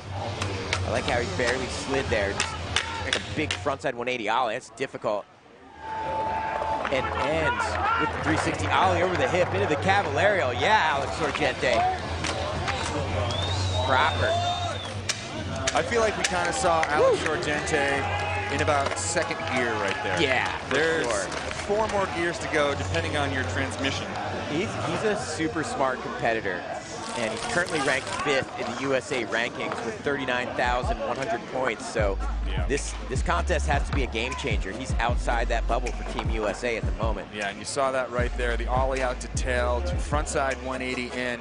He had some combos yesterday that I saw last night on Instagram where he was doing a frontside nose blunt up on top of that Toyota wall. I hope to see that run number 2. Like I said, run number 1 was fairly conservative for him. You see right there, kind of a hot tail grab. Didn't even really need to do that. Sorgente is one of these guys that looks like he can do anything he wants on his skateboard. There are no boundaries for Alex Sorgente. We'll see what the judges think of that last run. Current high scores, well into the 80s. 74.13 is the score you're going to want to beat, or you need to beat, to get yourself into the top 8. Jericho Francisco, Carl Berglund, Andy Anderson must be watching now. You know, nothing they can do about it. 76 points for Alex Sorgente. That's enough to get him up into qualification spot. Pressure's off for Sorgente. For now. For now. We know we'll be right back on next run as we go to Jagger Eaton from Mesa, Arizona. Jagger Eaton, a household name by now. You know all about Jagger, and here we go. Switch ollie gets away from him. And it's rare to see Jagger fall. It really is. Yeah, and as I mentioned, about 6,000 points separating Jagger and Tom Shar. So they are really battling it out. They are battling for third and fourth respectively. So this is a game changer. Super unique way to even enter his run right here. You know, he ollies over that lope that's in the middle. So there's a lot, you know, you've got to try to make your run stand out from everybody else. And as you see right here, there's a lot of different styles of skateboarding going on in this tight competition. For our top 3 American skateboarders, currently Heimana Reynolds, Corey Juneau, Jagger Eaton, Tom Shar. So really, we're going to be watching very closely. Sorgente, Shar, Eaton, all battling to get up into that top 3 spot. Here's Tom Shar from San Diego, California. Another guy that's been winning contests since he was 6 years old. Yeah. His trophy room is overflowing. And yeah. Anytime he drops in, expect big things. And Tom is just out of that cut for the USA team, so he's going to try to best Jagger Eaton here. Big ollie to Smith stall, no, big 540. Off to a great start, 20 seconds on the clock. Big kickflip Indy. Wow. Front feeble there, 180 ollie. Oh, it's like a switch ollie there. Switch ollie to fakie. This is so sick. Nice back tail. 5 seconds. I can't believe he's kept his speed. Massive floaty ollie over the volcano. Front blunt slide after the time there. Wow. Let's see if that's enough. I believe that cracks the top 8, but we shall see. The ollie out to Smith stall, straight combo into a giant backside 540. That was insane. Here we go in the replays. Frontside tail slide, setting himself up perfectly for this. Pops out of that flat bank, lands in Smith stop, pops back in, and then straight into a giant melon backside 540. Gets that grab, spots it all the way around. Perfect landing. Tom Shar can do 540s in his sleep. There's that kickflip Indy. Puts that back on his feet, kicks the board away, grabs it with his trailing hand, and there, that switch ollie gets phantom foot on the way back in, and somehow holds on to it enough to throw a back tail slide in the corner. Tom Shar is another one of these guys. I said before, he's got a lot more to give. I feel like that was a conservative run for Tom Shar. He's another tough competitor that knows the numbers and knows he needs to lay down what we call sort of a safety run, and then he'll just build on the difficulty of that first run, which is perfect. Yeah, as of now, these skateboarders in P3 pretty much competing against each other. As we know, the leaderboard is stacked for now, but with scores like we've already seen being dropped, Sorgente up over the top cut line. Tom Shar now jumps up into that 7th spot, drops Andy Anderson to 8th, knocks Carl Berglund below the cut, as well as Jericho Francisco. 75.90 for Tom Shar. Watch that front foot. That was terrifying. That was sheer will right there. He's like, whoa! That'll get your heart pumping. Coming out of Brazil, Pedro Quintas, representing Sao Paulo, an incredible, vibrant skate scene in one of the biggest cities in the world. Great to see Brazil representation. As always, you know their team is stacked. Brazil is another one that's stacked, so a lot on the line for Pedro and the Brazil crew. Huge boneless there. Nice. Nose grab 540 gets away from him. I love a boneless as good as the next guy, but Todd, do you think that's a difficult enough trick to really put in one of these runs? Considering what Sorgente's been doing, considering what Tom Shar did, and that boneless has been played out on that flat bank all week long. You've got to do something really special with a boneless there to make a difference with the judges right now. You got to be kicking that thing way up above the top. You got to get your foot on top of it. And right now, I mean, it just reflects in the score. 24, but more. 2 more runs to go. Agreed. I think it's great as a setup trick, but as we've seen, there are no setup tricks allowed. No more setup tricks. You can't have these filler tricks anymore. Everything's got to be banger. These are trying to make the 8 cut, and it is going to be real tough. Ladies and gentlemen, skate fans from all over the world, the Pedro Show is about to begin. Another one of the most winningest skaters currently on the planet. This is Pedro Barros. Pedro is in. Just look at the power and speed he's getting going there. Nice 5-0 grind up that extension. Massive frontside air. Oh, man, it's just so exciting to watch Pedro skate. Big 360 tail grab into a massive melon 540. Yeah, Pedro, get him. Woo! Hanging on. Setting his feet up here. Huge indie air over the hip. 10 seconds. Rock fakie, what's he setting up for? 5-0 into the corner.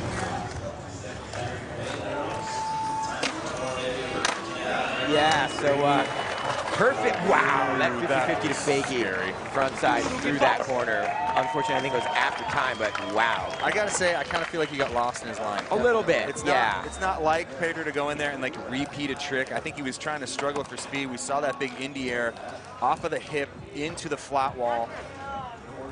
Yeah, I think he just got lost, but so much to talk about in this run. A lot of speed. Watch this ollie over the hip, up to smash his truck into a frontside 5-0. Giant frontside air, basically landing in the parking lot on that one, so flat. Tail grab back 3, clutching that rear shoe straight into the back 5 melon grab. I mean, that's a crazy combo to do a tail grab 360 over that and land. And there's perfectly. Never been a more locked in tail grab than that 360 over that volcano. Yeah, that back foot was grabbing his foot. And then the rock fakie on that, it's a simple trick, but so terrifying. So hard. I think that might be where his line went a little wrong. I think he was trying to commit to something else when he did the 180 slide there, the half cap slide. A 73.01 for Pedro Barros. And I agree with both of you. Rarity to see Pedro get lost in a skate park, but you could just see at the end of that run, probably the last 10 seconds, he'll be able to clean up in his next go. Corey Juneau from San Diego, California.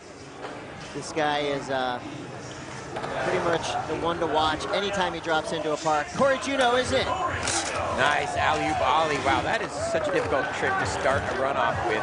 Into the backside Smith through the corner. There's the signature back lip. Floaty frontside ollie. Corey is just so relaxed.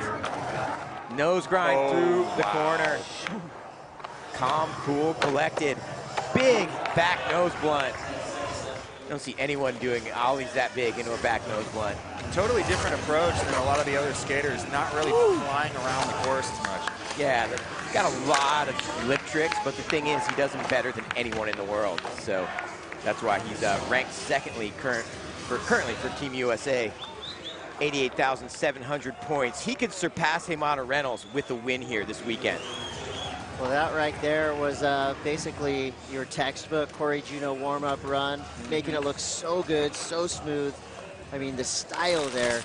That was what we call a no-touch run. At no point in time did his hand touch his board during that run. That was all lip finesse, guiding the board through the air with his ollies. Look at that nose grind in and through the corner. So crazy, so much balance.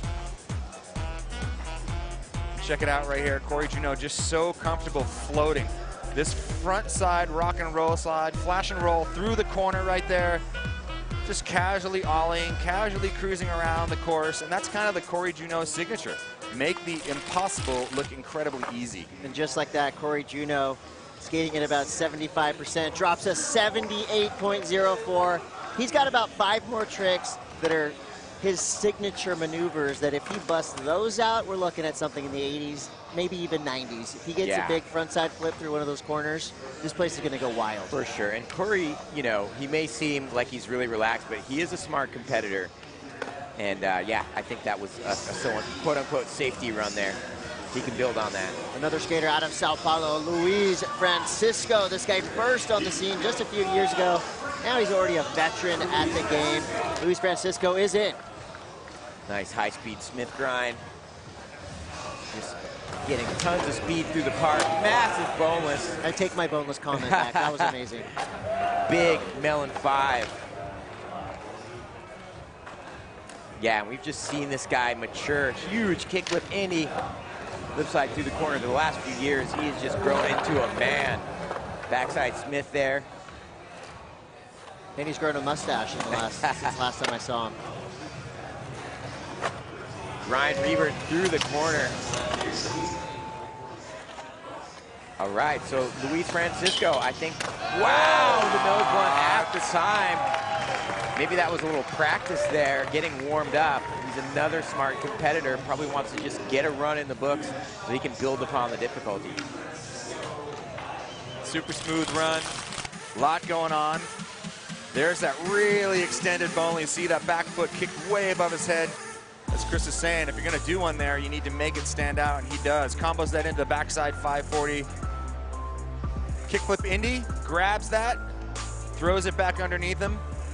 Combos that right there, straight into a lip slide. So really technical footwork there to make sure you're on it. And their front side nose blunt slide up and over the loaf. A little bit after time, but maybe leaving something, some crumbs for overall impression. I'm thinking that we're going to see a new member of the top 8 with that last run. I'm no judge, but right now, yeah, just all imagine Americans. if he fits that nose blunt into that line. Right. Oscar Rosenberg sitting with an 82.13, representing Sweden. That right there shows you how stacked Team America is right now. Can Luis Francisco break in a 67.15? It's not going to be enough. Wow. He's in 18th place. Judges wanting more. Well, you know, I think he's skating against himself there. They know how good he is. Right. So from Luis Francisco, we go back to the top of the lineup. Here goes San Diego's Tate Carew. Nice Smith grind there. High speed tail slide. A big tail grab. I love the speed here. Wow. Look. Oh my God. Oh. What? Wow, that was crazy combination. Such a big step up from run number 1. Oh my gosh. All right, make way, top 8. Make room for Tate Carew. Big one foot to tail. Wow, this was an amazing run. All right, Tate Carew. Interesting, very interesting to see what's going to coming up down from the here. depths of 28th place. I think that's a game changer right there. Varial flip, Indy over the hip, then straight into a body varial backside 5. Yeah, here we go. So kickflip varial, body varial backside 540. Body stays in the same place, board moves around the body. You see right there, just switching position of the board.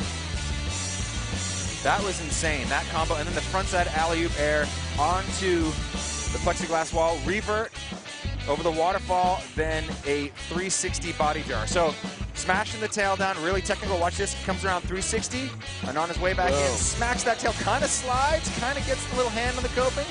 But that was a very upgraded run from what Tate did earlier.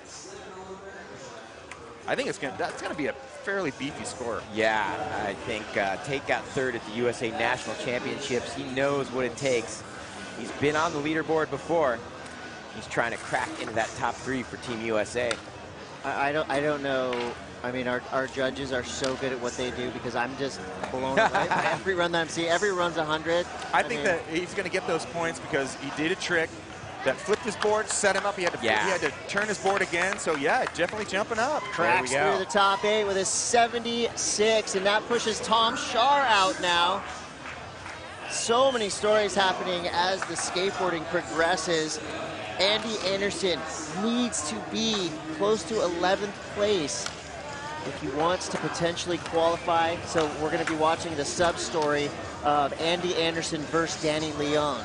So there's stories on stories on stories happening right now. We'll keep you updated with everything for Olympic qualification. But right now, we're going to go to Ben Hatchell with 40 seconds on the clock. Yeah, and Ben Hatchell, you mentioned it, Chris. He's a contest veteran. We've been watching him rip these competitions for about a decade now.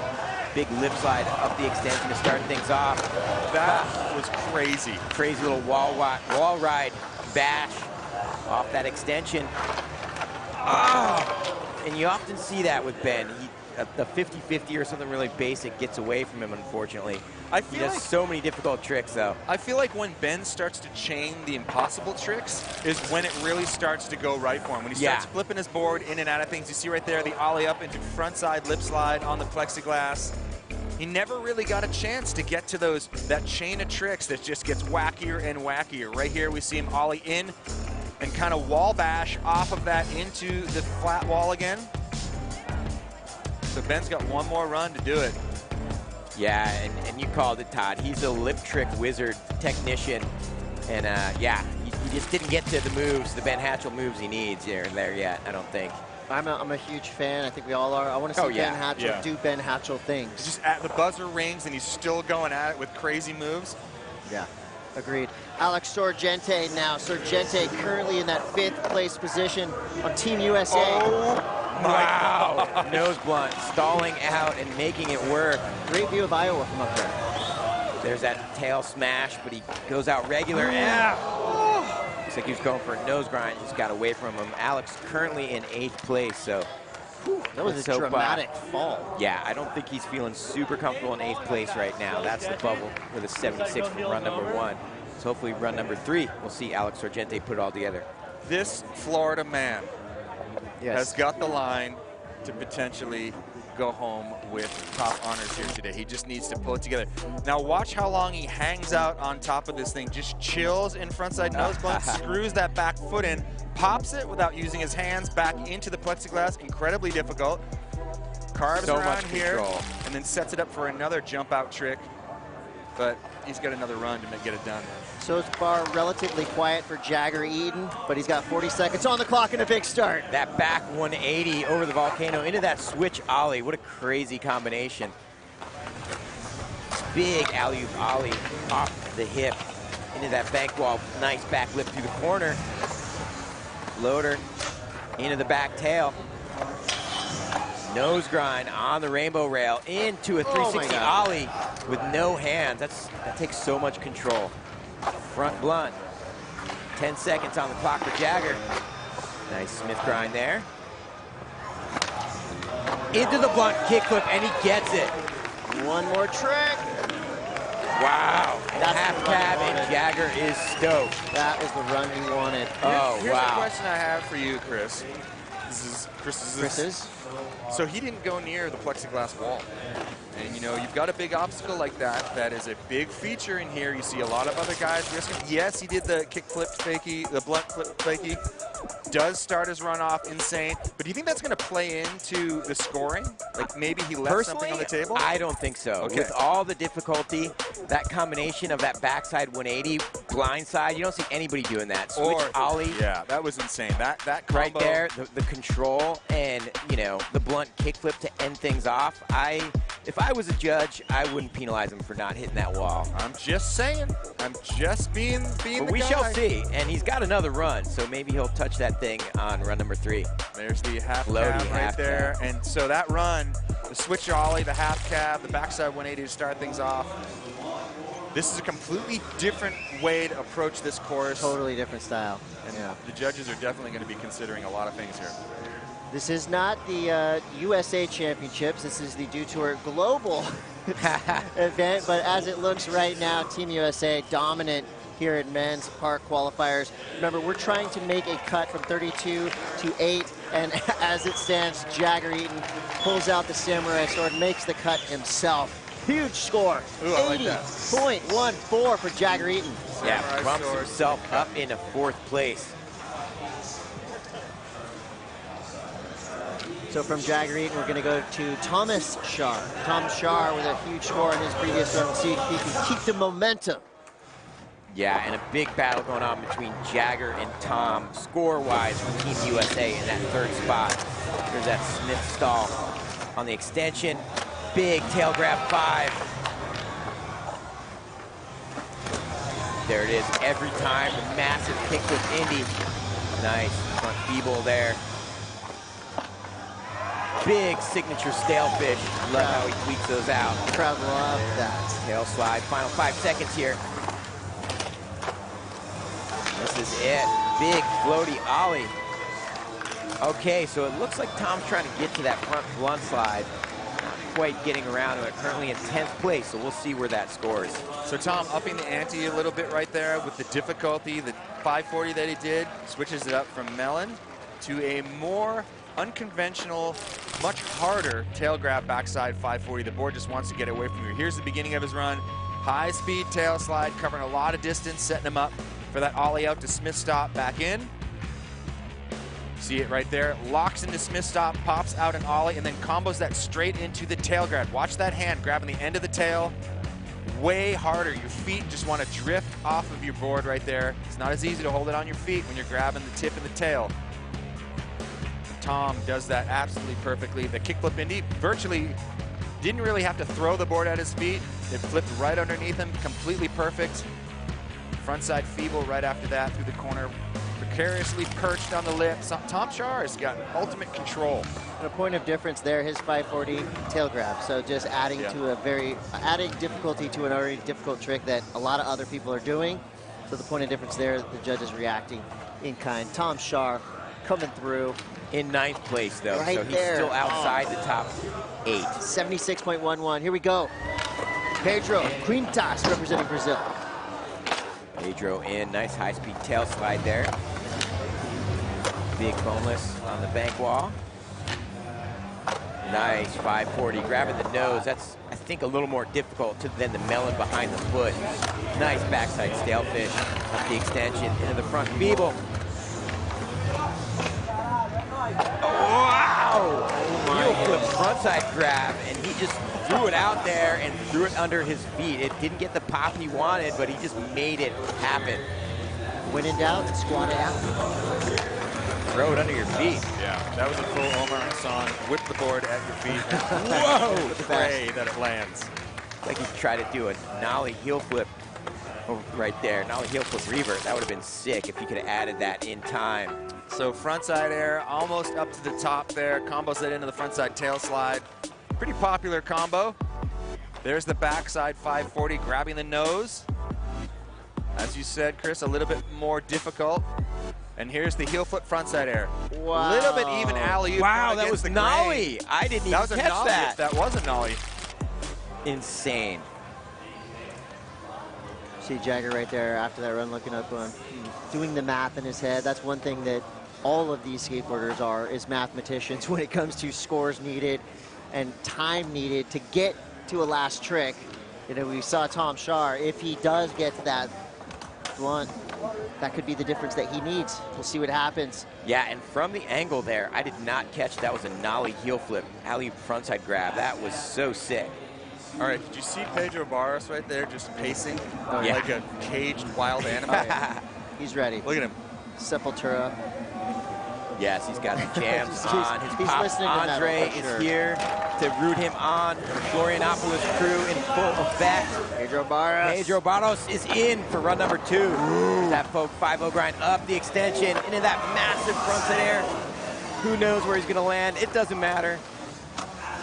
Big tail grab 3 over the volcano into that big 540 melon. That's called reacting on the fly. Yeah, flying Making over it up as onto you that go. U-can. I think he didn't land exactly where he wanted off the 540, and Pedro's going to get one more run to put it all together. One of the fiercest competitors in the game. Absolutely. Watch this. Ollie's up. Front truck, and he bashes his back truck on that frontside ollie. And a huge frontside air. Look how giant that is. Into the corner. Another look at it right there. Covering a lot of distance, landing in the pocket. And there's that tail grab 360 into the 540. Just smashing a square peg in a round hole and trying to make it happen there over the Ducan. But Pedro Barros has got another shot at it, and you know that he performs so well when he's backed into a corner. Usually his third and final run is the most explosive you'll see all day long. So we'll see if the Pedro show rolls on. Coming up next, Corey Juno. Corey currently sitting in 6th place. He's got a 78.04 for his first run. What a contrast in styles that we're going to see right now. This Yeah, completely. Flow. High-flying flow. Pedro versus the lip trick master. And Corey is in the park. High-speed backside tail slide. Stands up on that thing. Love it. Alley-oop frontside ollie up the extension into a floaty frontside ollie. Love Corey's style. I think floaty is the best word to describe it. He's floating around the park. Wow, and that nose grind through the corner, popping off with so much speed and power. And the backside nose blunt just gets away from him. Ah. Man, oh man. So Corey currently in 6th place. I think he'll hang on to that first run score of a 78.04, and he's going to want to try to put it all together for run number 3. I can't wait to see this backside tail slide. Standing up on top of it, locking into it. That was like a ledge trick for a street skater right there. Just 8 blocks. Standing on it. That trick is so hard to stand up on. A lot of people do those kind of inside the transition and then does that nose grind in and through the corner. He's so comfortable standing up on top of the coping and just gliding and balancing. Wait for scores for Corey Juneau. 52.24. He's going to hang on to the 78.04 for now. So as we move from Corey, we're going to go down to Luis Francisco, one of your top-ranked qualifiers. Luis, a ripping skater out of Sao Paulo, Brazil. Sao Paulo has a bunch of big, awesome cement parks just like this. High-speed lip slide there to get things started. Nice Smith grind. That big boneless tweaking it out. Wow. That would have been one of the biggest 540s of the day, easily. Yeah, he got a little over the deck there. Yeah, you can see it. He kind of does like basically jack in the boxes, goes straight up, doesn't actually go into the transition right there. We're going to see it on the replay, perhaps. And as it starts to rain. Now, the rules say if it starts to rain during your run, you get to have a rerun. Well, and you see the crowd splitting because this might be a little thunderstorm coming in. I didn't think Iowa was such a wet place, but it's going to get wet for a minute. It's cats and dogging out here right now. Wow. We have a lot of electrical equipment around us. I don't know if this is so smart to be sitting here with this on. Oh, we're good, we're good. You're watching Dew Tour Des Moines. Being like, I'm sticking around. Oh yeah, these fans are super into it. 2 out of 3 runs down. We're going to be on a quick little rain delay, but when we come back, we're going to get to the culmination of Heat 3. We're going to stack our finals. Team USA absolutely dominant for now, but wait to see what happens next. Can Luis Francisco and Pedro Barros do it for Team Brazil? You're going to have to stay tuned to find out. We'll be right back. Think dry thoughts.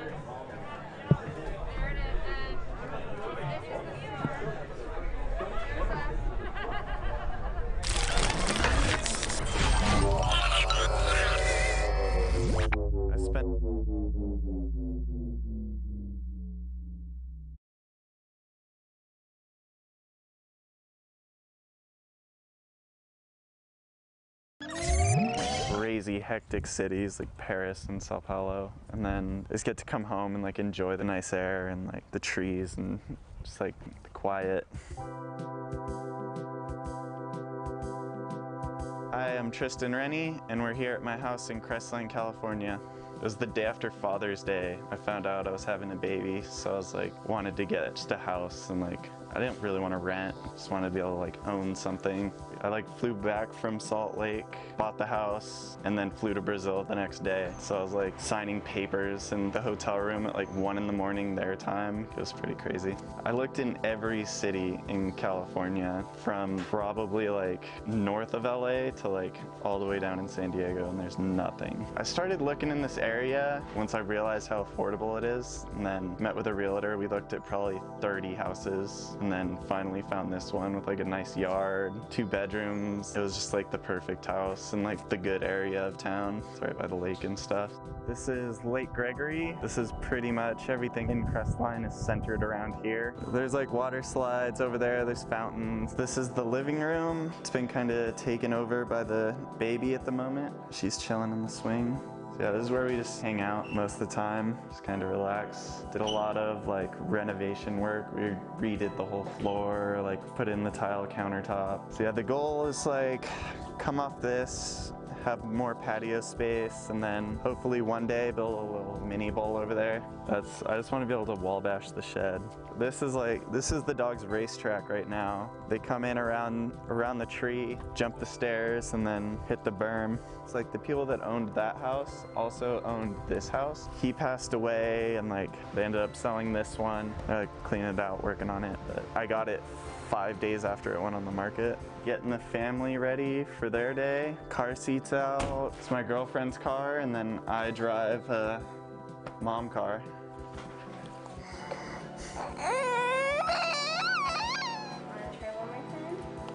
Maybe get her like happy. This is the baby, Isla. She is almost 4 months old now. We were just like brainstorming names, and she said she liked the name Isla. Yeah, now she's starting to sleep through the night, and she just plays all day, so it's easier for me to get out and start skating more. I have to pull the car out, and then we gotta get her all situated in the Jeep, and then she's gonna visit family, and we're gonna go skate.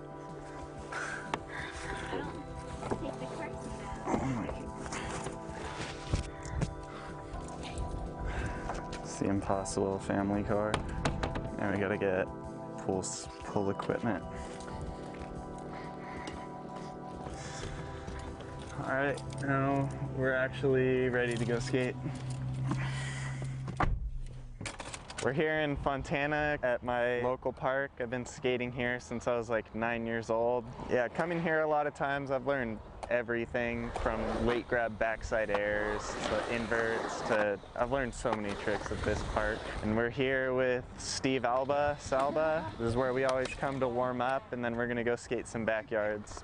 My dad, who I grew up skating with, he took me everywhere. Yeah, he grew up skating pipeline with Steve, and then when that closed, they started skating pools. And when I was born, I started going along on pool missions and skating parks. And I remember like skating with them, like at parks, not knowing anything, and then getting like one of my first magazines. And I like saw Salba in there, and I was like confused. I was like, Salba's in this magazine. My dad's like, yeah, he's been pro for like 20, 30 years. Like, and I was this little kid, like didn't know anything. I was just skating. We got kicked out of the park for a little bit due to Corona. They have to like wipe it down and do some stuff, so we gotta just hang out for a little bit. Picture with Cody, man. This is his life, dude. So you guys You spilled all over yourself, man. This way or that way? Facing the park. I've been hanging out with Tristan's dad since the old days, Pipeline Skate Park in the 80s. And when Pipeline closed, we all had nowhere to skate, so we built a skateboard ramp. So that's when I really got to know Bill then, is when we had the ramp. I mean, we skated together Pipeline, but I really got to know him then. We started skating ramps together more, skating lots of pools. And then through the time, like all of us started skating, our kids are skating. And ever since then, Tristan's been kind of hanging out with a lot of the guys. The thing about Tristan I think is really impressionable is he comes from a good family unit. His mom and dad are totally straight up rad people. And I think when you got good parents, and then you start introducing your kid to skating and surfing surfing and all the cool things that we think are cool, and the kid starts accepting it and kind of getting into it and it starts excelling, then all of a sudden the kid's better than all of us within like 2 years. Like, hell yeah, man, let's root for the kid, because not only did he come from us, but more than anything, I'm super proud of him because he's a hometown boy. He's very humble. He's a great kid, super ripper, and he lets his actions speak louder than words, so he lets his skating talk for most of the time, and I like that. The cool thing about all of us, and Tristan included, is again, skating, man. The age goes out the side, and all your society stuff goes out the door. It doesn't matter. Once you got that skateboard in your hand, that's all that matters.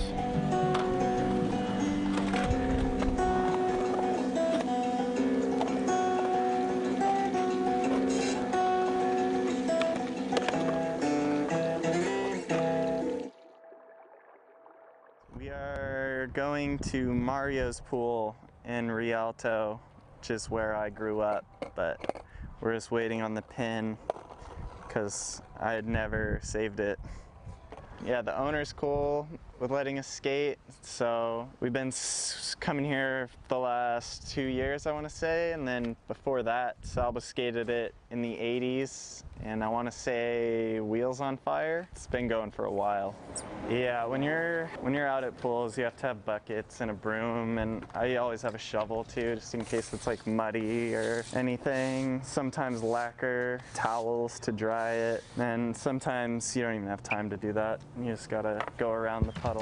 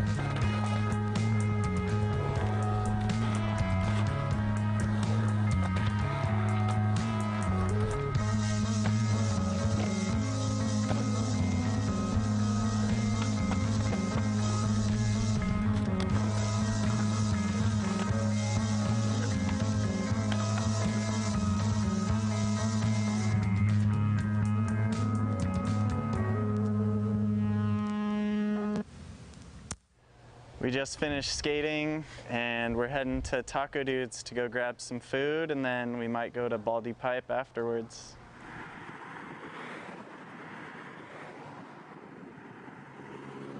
So this is the owner of Taco Dude's, Eddie. He's known my dad for years, and he's started out catering, and then he opened this restaurant right here in Chino. Whenever we're in the area, we always stop by. I always get the pastor, the chicken's good, the asada's good. Everything here is super proper. I've known his dad for, geez, almost 30 years, and we all grew up skating together, and this guy just growing up, he started just ripping, and I started a catering company, started wearing my shirts and sponsored the guy. Been riding with me, getting free food for I don't know how long now. Yeah, before the restaurant. Cater my birthdays. Catered all your birthdays, I've done all that stuff. Yeah. Catered the baby shower. Yeah, we just all kind of just help each other out, you know, and skate together. That's what it's all about right there, what it came down to, you know. We all get together, have some tacos, have some food, have a good time, you know. Shop decorated with all kinds of skateboard stuff and Badlands memorabilia, and, you know, we just all got a little connection, you know. It all works out.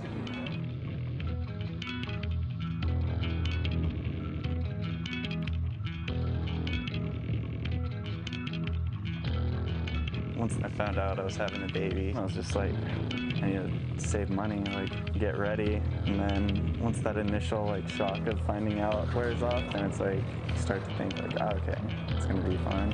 And then once she's actually born, then it's another like, then it's real, and you're like, all right, now I have to take care of this little human. As she gets older, it's like way mellower. It's like, it's scary, and then it's just like, you start looking forward to it, and then it's scary again, and then it's like life.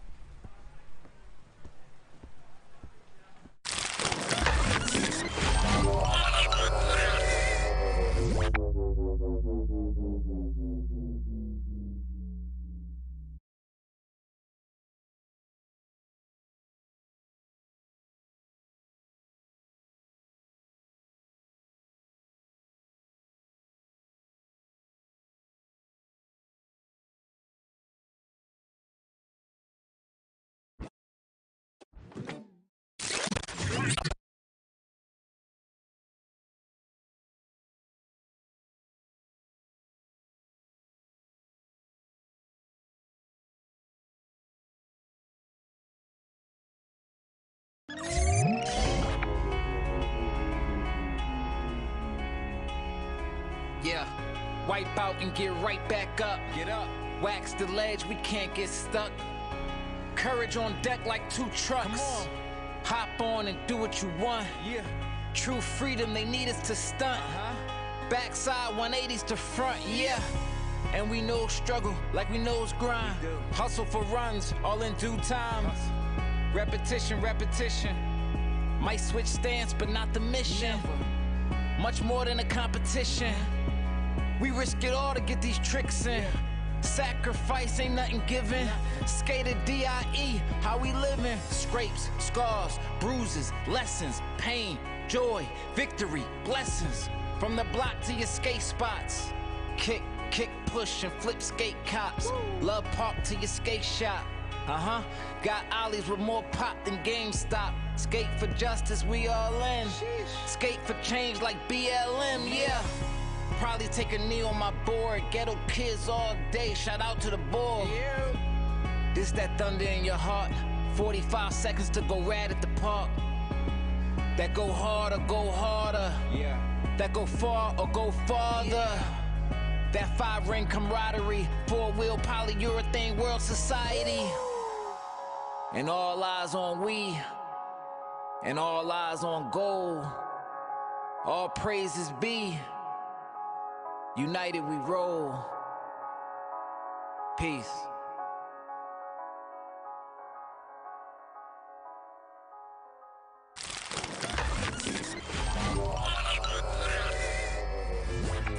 MK Asante getting us ready for the 3rd and final heat here, the women's street semifinals. Only the top 8 at the end of this heat will move on to the big show, the final. Glad to be joined by my good friends Kim Woozy, Andrew Cannon, as we welcome you back to Des Moines, Iowa Dew Tour 2021. Sense of normalcy has prevailed across this beautiful country, and we are feeling great to be back competing, skating, and seeing everything that the Dew Tour can bring. 32 athletes enter these semifinals. We have 3 heats broken up between 10 and 11. They get 2 runs, 45 seconds full pole, and it's only your best run that counts. Of course, the scores out of a possible 100, and it's an ongoing leaderboard. So happy to be with you here on a cloudy but non-rainy Saturday here in Des Moines. Again, Todd Harris, Andrew Cannon, Kim Woozy, they know their thing. And guys, we are about ready to see, Kim, I'll start with you, an amazing heat with the talent we've got set up. We are, yeah. This is the heat that we all came to watch. It's stacked. We got our favorites, heavy hitters, but it really is anyone's game at this point. Yeah, AC, we've seen 2 heats go down already. People are bringing it. No one's holding back. There's no conservative runs out there. No, and I think that, you know, we've seen some really great skating thus far, but this heat is 100% about progression. Yep, no question about it. As you get a good look at Leticia Buffoni, she is leading that charge. You've got names like Mariah Duran. I'm telling you guys, it is from top to bottom. I'm looking down here. I'm like, oh, I want to see that one. Oh, I want to see that one. Oh, I want to see that one. Haisa Liao. Where do you stop? I mean, Kim, this is, I don't want to say the group of death, but these are the best that we're going to see so far. Absolutely, and these are the women that have paved the way the past generation. We have all the younger girls out there looking up to them, so I'm definitely excited for this one. I love the mix of the talent we've seen. You saw in the last heat, if you were with us, Julia Bruckler went from a 7 on the outside, and then on her last run, throws down a 14.10 to put herself in the top spot right now. So there are fields that are full, and then there's these next competitors are going to drop. So anyone that's near that cut line of 5, 6, 7, 8, you are seriously on the edge of your seat. I can't wait to see what we're in store for. 45 seconds, 2 runs. Best run is going to count. We'll see what happens. I'm so excited. We've talked about it this weekend, but everyone's had this great opportunity to kind of sharpen the sword throughout this last year. And so I think what we're going to see here is a lot of shockers. Yep. Jasmine Alvarez gets the honors of dropping in first out of Colombia. Having issues right off the bat, guys. If you were with us, you heard Ryan Scheckler talking about the key to this for judging. Really, land the first trick, land the last trick, and stay on your board as much as you can in the middle. Absolutely, and it's such a mental game. Oh, being able to re-rack and kind of compose yourself after a fall is truly the mark of a competitor. All right, we got a little bit under 20 seconds left. Coming in with a lot of speed. Nice frontside 180 down the double set. And Kim, more than likely, this is going to be a throwaway for Yasmin because she said she had too many falls. So is this kind of a training run now? She's going to look at that second run? Yeah, definitely. And also, Jasmine is out here repping Colombia. And Yeah. that's one of the newer countries that we're seeing. Emerging skate nations. I was talking with Paul Zitzer, and he was saying how, you know, the Brazil explosion of great skating has kind of just permeated throughout South America and worked its way through Central America. And it has been amazing to see the nations. Now, this is a global qualifier, so that's why we're seeing so many countries being represented here. But, guys, it's hard to believe that in less than 3 months or so, this all goes down in Tokyo. Skateboarding takes its curtain call, and it's on. And you think about Brazil, the United States, Japan, those countries are dominant, but there's going to be some stories that are going to emerge out of this thing with someone from a Colombia or a Mexico and go like, wow, did not see that coming. And that's what makes it so exciting. That's what is so cool about what's happening right now. All right, next skater on course. Ruth Zwetsloot out of the Netherlands as we keep the international team going. I like that front lip, then the front board down the rail. Looking really confident. We've got a little bit of mist in the air right now. We've had this just really annoying rain today. There you go. Nice crooked grind down the hubba. Very, very steep on that 11th stair. Andrew, you've been in this game for a long time. You've seen a lot of progression in skating, but have you seen a bigger jump in progression than in women's skating? No, I think, well, you know what? I have to say, women's park and women's street are both just rising so amazingly, and it's phenomenal. I think this moment that we are living in right now, this year, the jump off is insane. Look at that right there. Front blunt in a run. That was amazing. That was a phenomenal run right there. Yeah, Rose putting it down for the Netherlands as well. They are also one of those countries that has actually secured a spot. We saw Kate in the previous heats, and also Candy Jacobs was on the podium at the last Dew Tour. Look at that front board right there, down the rail. The confidence, you can see it, locked in so nicely on that crooked grind. Love that. And that the judges are going to love that, skating all the obstacles out there and really showing how, you know, just how comfortable you are on this course. Look at that, frontside nose grind, front blunt. I mean, to be honest, we're talking, this is just a couple years ago, probably maybe 3 years ago. That wasn't happening at all in competition. Seems like a stock run for her, a stock trick for her, and she now waits for a score to drop. Ruth Zwetsloot of the Netherlands looking for something big here. Anything better than a 14.10 would put her into first place. There you see that bubble score though, 12.06, and we've got Margie.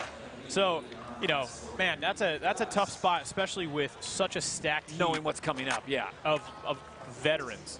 Don't want to be the bearer of bad news, but I kind of feel like saying if you're not in that top four-ish, you're in danger. Yeah, you're in danger. Look at this, 21.35. The judges love what Ruth put down. Man, not only is that the top run, but that's the top run by a lot. Yeah. And I think 7 points clear of second place. That's what we're going to see in this heat. We're going to see some bigger numbers up on that leaderboard. Look at that score, though. Man, that was great skateboarding. I think that was the highest score of the women's comp so and that was the first run, which always makes it exciting because you're like, now what? What's the extra sauce you're going to throw on there? So late breaking news is that the Japanese team will not be competing, unfortunately, in the women's street semifinals today. We will try to get you more information as it becomes available as we continue on with the competition. And this is Virginia Fortes Aguas of Brazil, another one of the nations, Kim, we've talked about it, that they could probably send 5 or 6 women to the Olympics in this discipline. They could probably have the entire Olympics with this is true. This is Brazilian skaters. Virginia has been such an awesome competitor to watch. And I think she's one of the skaters that, you know, has, for lack of a better term, has been able to take advantage of the fact that we have had this year. Sure. She's grown. She's really developed her tricks. When we saw her last, she was skating great. And you can see it out there. Like, she's ripping right now. Yeah, Virginia's one of the younger ones out there. And chatting with some of my Brazilian skater friends, they say they're cheering for her back at home in Rio. Look at you going deep on the Portuguese, Kim. That's strong. Well done. So we are hearing word, as we mentioned, that the Japanese team will not be competing in this discipline. We will try to get you more information, but, you know, fear not.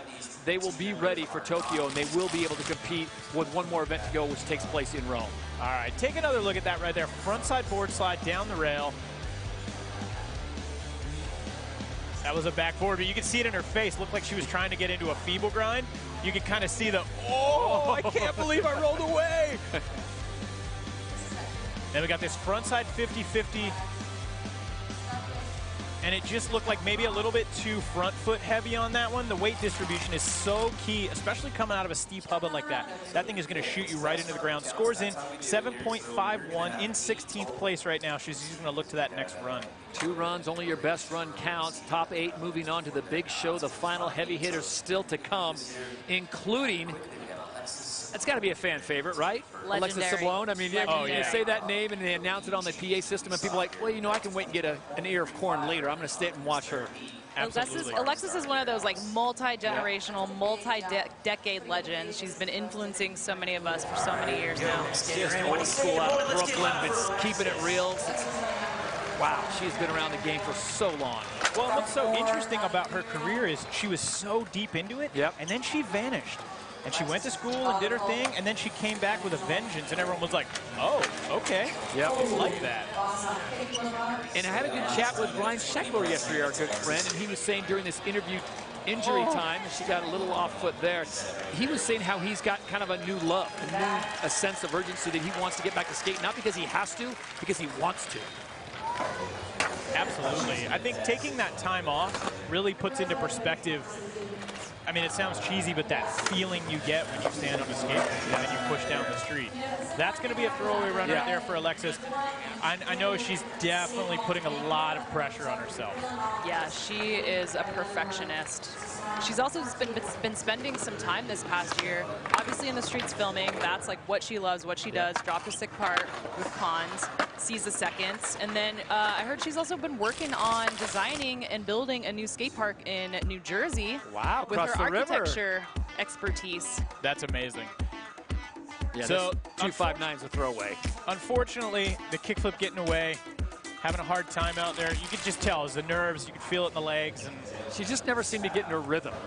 And that's something that she usually is known for as we move on from Alexis to Mariah Duran, who's, I don't want to say a complete lock to be in Tokyo, but as about a complete a lock as you can be going to Tokyo. And for good reason. Yeah, Mariah she has become such a fierce competitor, and she came out swinging early on with a really unique bag of tricks, and it's been so awesome to just watch her really hone in all those skills and be able to put together these amazing runs. Oh, look at that front lip. Coming at the double set. Oh, the front feeble sticking. Kim, what makes Mariah so good? Why is she so head and shoulders above so many others? She just has amazing work ethic.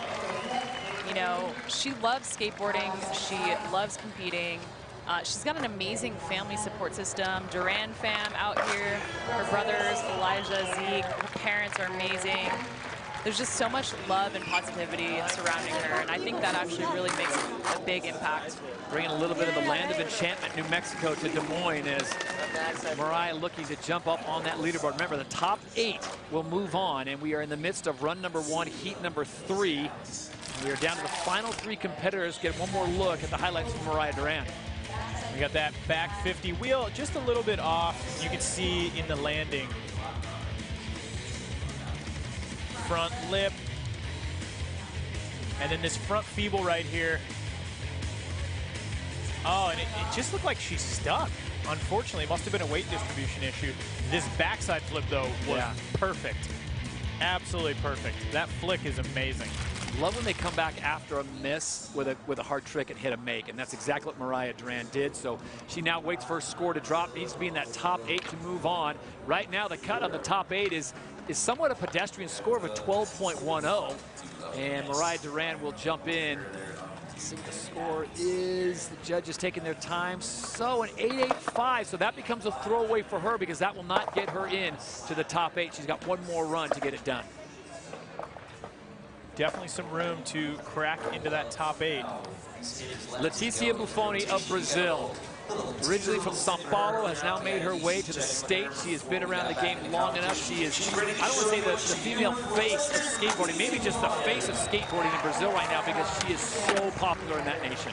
I've seen Leticia grow up from, you know, just a shy kid to this powerhouse of a woman. And I was chatting with her a little bit. She's been spending the past year just really healing, doing PT, coming off a foot injury, and really spending time with her family, which honestly, she hasn't, in the past, has not had a lot of time for. She is busy.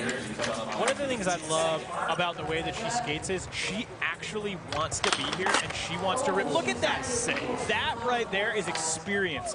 To not get into your feeble and still ride away on that board slide, that just shows that you're like, nope, I got this. One more hit here. Really well turned out run. The only time you'll really ever see a scowl on her face is when she's competing. Other times it's usually a big, there you go. Yes, that's the face you usually see. She's such a wonderful person. Yeah, she is a good human being right now, trying to get herself into the top 8. To do that, she'll need better than a 12.10, which I think, I'll put my Paul Zitzer judging hat on for a second. That's better than 12.10. I think so. Let's just take another look. So we got the back lip right here. Nice 360 flip. So getting a flip trick in there. Backside lip slide, front tail to fakie. We had the big ollie at the end. Hanging on to that. Man. Okay, so here, one more look. That truck right here. Didn't make it. And just being able to make that work, so amazing. Somewhere in mid-trick, she made the decision, I got this still. Yeah, and you talked about like being a vet in that experience. Like, I was chatting with her, she said she was a little concerned they didn't get as much practice as she liked, but clearly that did not affect her performance here. So much of this, though, is a confidence game. It's like, you can almost see the winner. Look at that score. 15-3-2, no question about it. Leticia Buffoni. So she is a lock now into that final, as she is in second place with 1 run to go and just ahead. So new bubble score 12.22. She's in second place right now. I think she can step that run up there, honestly. I think she's got more in the tank, and I'm excited to see what she does. But this right here, Haisa Liao, watch this. I am so excited to see what Haisa brings to the course. Front blunt, nice front feeble, super well done.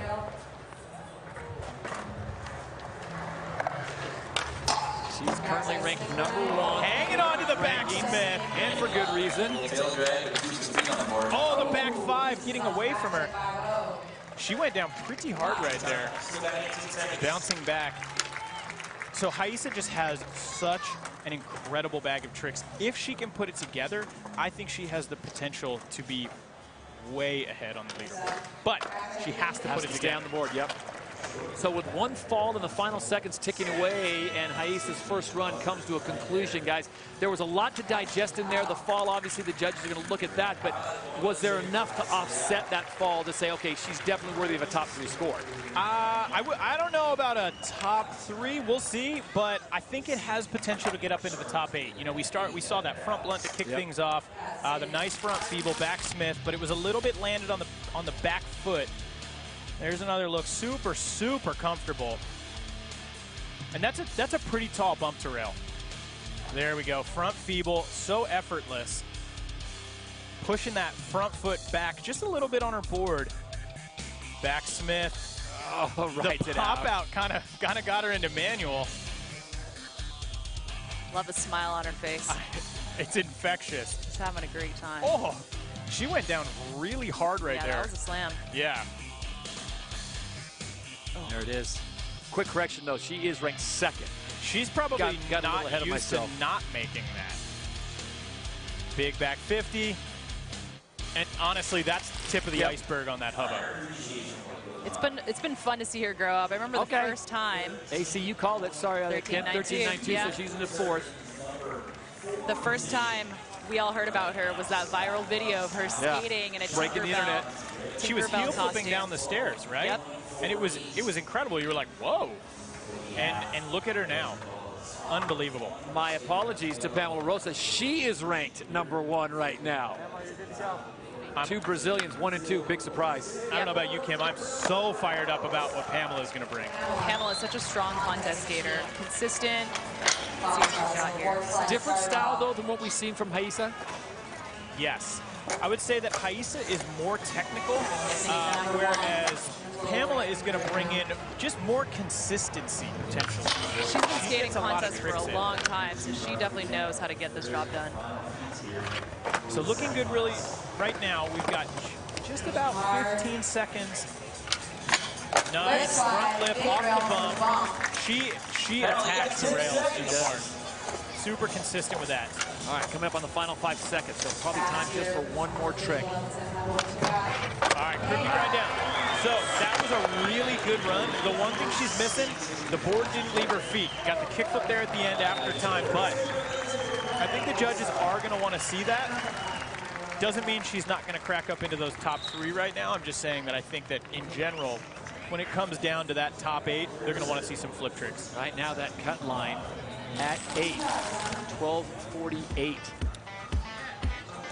Board slide down the rail, coming in with a lot of speed. There's that back lip, so well done. She just looks super comfortable on the course today. The front feeble, I don't know, I guess the memo's out, like front feeble's an easy trick du jour? Something, yeah, everyone's doing it. Gap to lip, and then we have this awesome crooked grind. Man, and the way that Pamela skates, she skates with strategy. It's like Kim was saying. She knows what she's doing. Look at that score, 27.77. Now up in the top spot. She's definitely no stranger to the podium. She found her spot and is going to try her best to hold on to it. I'm excited to see what she brings to the next one because she, like I was saying, strategy. She knows how to build on a run. So there are the current standings. Pamela Rosa leads the way with a 27.7, just ahead of Rus with that 21.35, and then there's the big drop-off. Amazing, down to Leticia Buffoni, currently sitting in 3rd place. As everyone comes out of the pandemic, feeling good, feeling ready for the second and final run in heat number 3 before the final is set. It's all about shaking off the nerves and getting your game on here in Des Moines.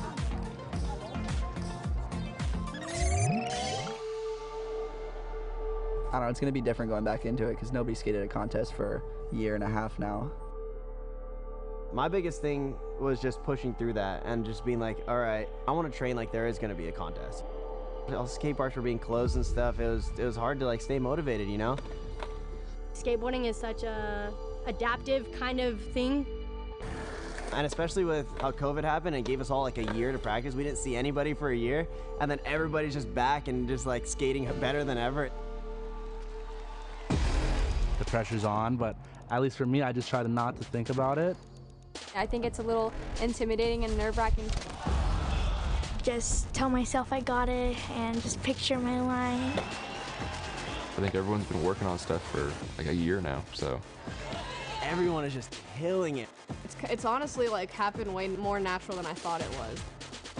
I think it's going to be fun having a contest again. Coming in switch. All the girls got so much better. Figuring out a park is honestly the best session. But the spur of the moments, that's what the contest is about. Contest skating is all mental. But sometimes you're just in the mood to do hard tricks, and sometimes you have to do it because you have to do it. The worst thing that can make you not land your run is getting in your head too much. Like, they call your name and they say go, and you got to be ready to fire.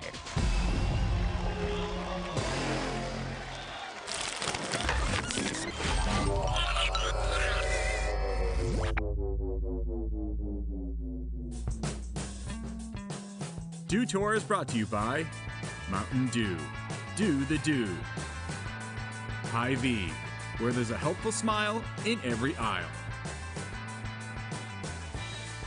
Partly cloudy day here in Des Moines on the banks of the Des Moines River. Dew Tour 2021 as we get set for the second and final runs, heat number 3, and then the women's street semifinals will be complete, and we will have the top 8 that'll be moving on to the final. In the final, it'll be a little bit different, guys. It'll be the 2 runs, the 45 seconds, the full time, plus the 5 tricks, which is something they've been missing. So a little bit condensed here of the semifinals. It's just 2 runs and the 45 seconds full time. Here we go as we get set. As we've mentioned earlier, Team Japan not competing as they have now been able to pull out of this competition, so we'll not see them here. We had 4 of them supposedly in this heat 3, but we will see them on the final event before the Olympics, and those are in Rome, Italy. All right, so Kim Woozy and Andrew Cannon, put your knowledge on. For those who didn't do well in that first run, it all comes down to this, right? We got a good look at Alexis Sablon. I was going to say, can we just look back at that clip of Alexis? That is what they're feeling right now. Exactly. The feeling du jour right now is everyone's thinking, okay, I've got one run to make this happen. And with 60,000 points to the winner of this competition, that's a huge get. There you see the current standings. The top 8 are moving on. And right now, Bo Pinson is sitting on that cut line. And she's got to be feeling really nervous knowing that Alexis Sablon and Mariah Duran still have their best to come. Absolutely. Absolutely. This is definitely a tough spot. You know, Kim, we were talking about it a little bit. Have you talked to the skaters at all? I mean, the format had to change here for the semifinals. What were their thoughts on it? I mean, just 2 runs only makes it a lot harder. It's a lot more stressful. I think the skaters do appreciate the best trick opportunities, so I think it's just added nerves, and it's a mental challenge. What they're dealing with is not easy. All right, so Jasmine Alvarez. Yep. So we saw that fall on the heel flip to start things off, unfortunately. That's a risky move to kick things off with. Nice lift right down the rail. Gets away from her, so it's a full reset here. She retrieves her board, and she's down to the final 13. She's going to put something down, though. She's going to put that energy out there. All right, frontside 180. Finish strong, walk away from Des Moines with a good feeling as time runs out for Alvarez. So the field that was supposed to be 12 is now down to 8, and that means there's 7 more to go, and everyone doing a little scoreboard watching. Wow, I tell you, you watch the talent out here, you want to get the flow going, you want to hit the first trick, and you want to hit the last trick, but doing it in front of this crowd, you're back into competition, Kim. It's kind of like a whole new world. It's starting over again. Yep, and I think the skaters do feed off the crowd, but there's an added level of pressure. There's an audience, there's everyone at home watching. You know, this is a global qualifier. It's been a while. I was talking to Leticia. The last contest she skated was fall of 2019, so that's a long time. Gives them a little bit of taste of what maybe, Andrew, they can expect at the Olympics as Roos drops in. This is the global qualifier as we were talking about, and it's going to be crazy high pressure. Absolutely. Everybody wants to. Oh, that is a good example right there of pressure. You know, you're so in your head. She was probably not even thinking about dropping in. What's the next trick? And look at that. Totally killing that time. Now, totally in a safe space right now, in second place, but still. Drop it back in. Let's see what it was going to be. We've got 5 seconds. She's going to be able to get another trick in. All right, nice crooked grind, making up for it. But unfortunately, that right there basically ended up sabotaging her entire run. Yeah, she's got to be a little bit bummed about that. And I think that's just one of those situations where there's just a million things going through your head, you know?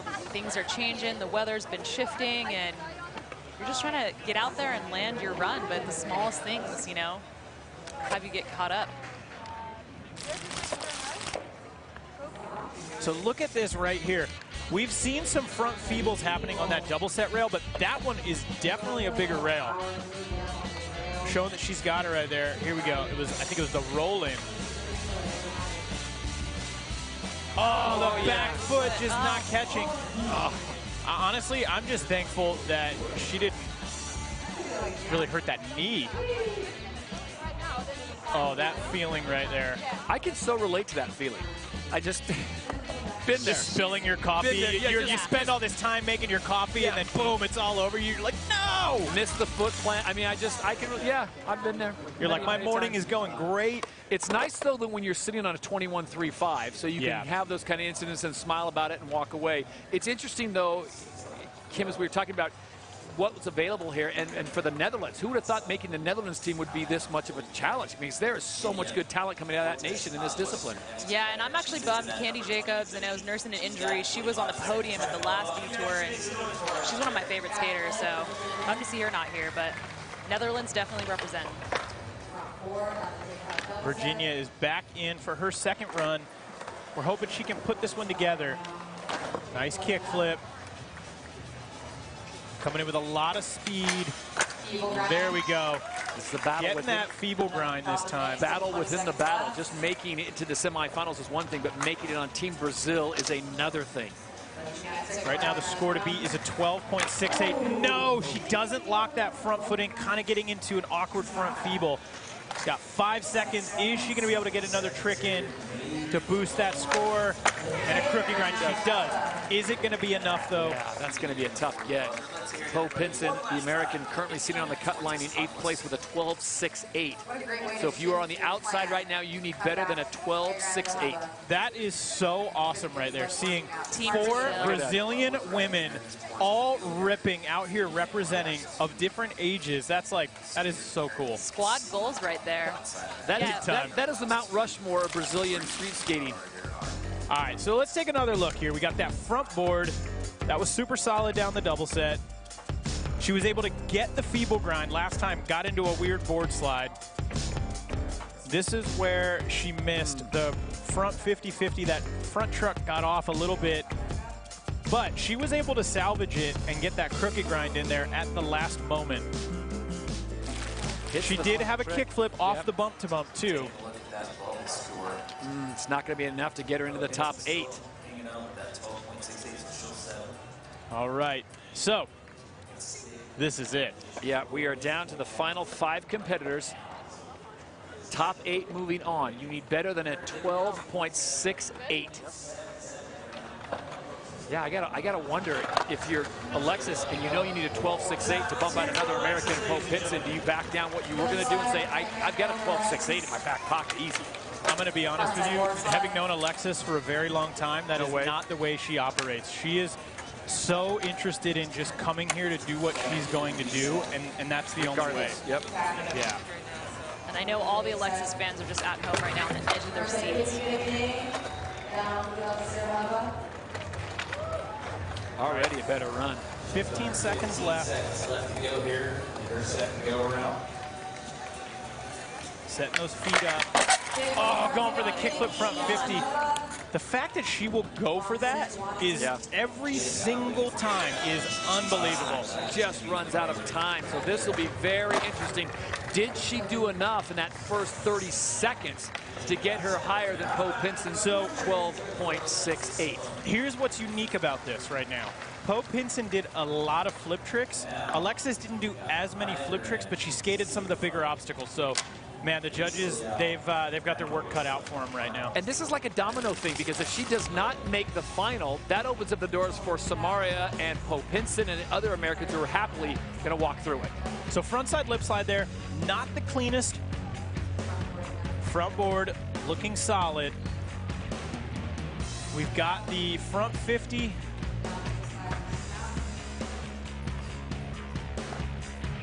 So the front 50, really solid. If she would have made this kickflip front 50, I don't know. I think there was a definite yes to cracking into that top 8, but I think it's going to be tough. And this is where that format change affects her. Alexis is definitely a skater that thrives in the best trick opportunity. And not being able to get that here. She needs a 12.68 or better to get into that top 8 position to get a spot, and it's just going to be short, 8.40, so it is an improvement, but only gets her into the top 20. She's in a good spot, though, right now with But that does change USA things for team. some other athletes as well. Absolutely. Mariah Duran now needs something big here. She's in the same situation, just one spot ahead.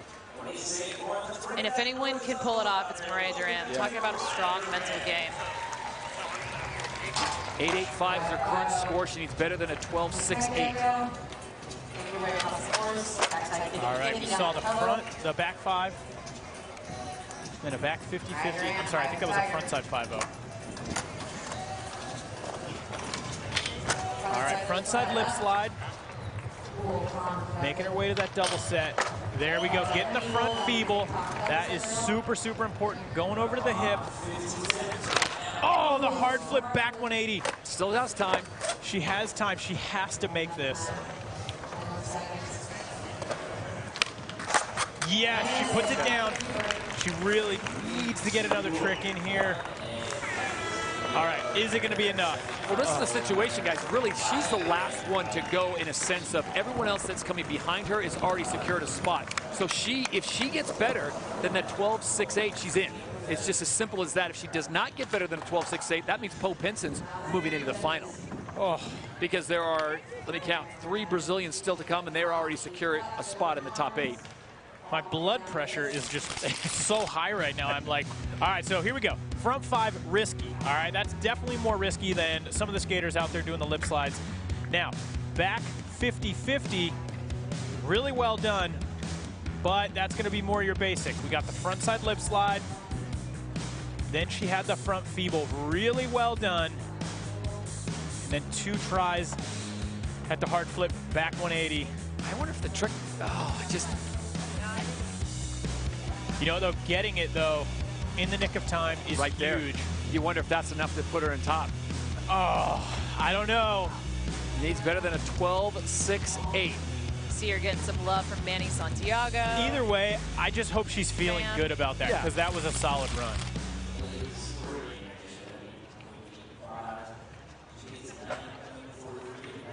Just going to come up short, 9.43. So Mariah Duran does not do enough to get herself in, but Poe Pinson is now locked into that 8th and final transfer position. So big surprises here. We knew there was going to be some heavy skating going down in heat number 3, guys. Unfortunately, the Americans just not delivering in this pressure-packed situation. The Brazilians, however, seem to be thriving in this Iowa weather. Oh, man. That was... heartbreaking. Yeah. And if Poe Pinson is as good as math as I think she is, she just secured at least 7,000 points by making it into the final. Which is big. 7,000-ish. I didn't carry the 1, so I'm just gonna. Leticia Buffoni currently sitting in 3rd place on that 15.32. She knows she's in, so this is kind of a practice training run, but I don't think she'll attack it like that. I'm really curious what the women are going to bring now that they're locked. If they're going to go, oh, I'm going to show my cards, or if they're going to hold that one. What do you think, Kim? I was talking to Leticia earlier, and honestly, staying healthy, right, and just coming out of this is a huge goal, given that the Tokyo Games are coming up, so... I don't know. And let's not forget, there's still another event to go. I mean, and that's when you wonder, okay, have I already locked my position in? Do I make the trip to Rome, or do I stay home and stay healthy and, you know, keep it on the low? And they haven't been doing the contest back-to-back, so it's a little bit of a mix-up from what they've been used to from this past year. I think it's important to just note real quick, she's ripping right now. Look at this. So she did come in and fully step up that run, even though we talked about practice. Hey, is she going to kind of chill out, keep things more relaxed? The answer is no. We saw the front side nose grind. We saw the big 180 over all those crates of Dew.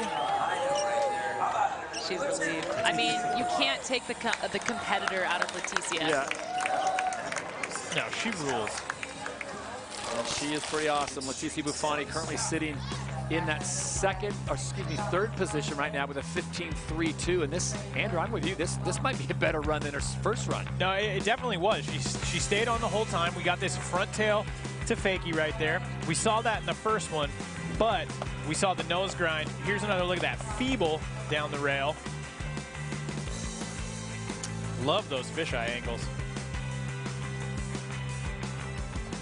And then the closer, we got that big front side 180, and last time we saw her ollie that. So I think we're going to see an improvement on that score. I've got to think, Kim, she's a pretty hot commodity as far as sponsors go. I mean, she takes care of her sponsors, and she represents so well, and I mean, it's just, that's award-winning right there. Yeah, I mean, I've known her since she was a kid, and what I really admire about Leticia is that she's a businesswoman, you know? She's smart, she works hard, she's supporting her family, she's taking care of everyone at home. Yeah, that was an improvement of 24.31, so Leticia bumps up from the 15, putting an exclamation point on her presence here at Dew Tour 2021. Can't wait to see her in the final. Gotta respect that. Team Brazil is going to continue on with their show. They are the final 2 athletes to drop in. It'll be Raíssa Leal, and then Pamela Rosa will have the final say. She's in. Oh, I'm so excited to see what happens right here. Nice front blunt. There we go. That front feeble is just so well done.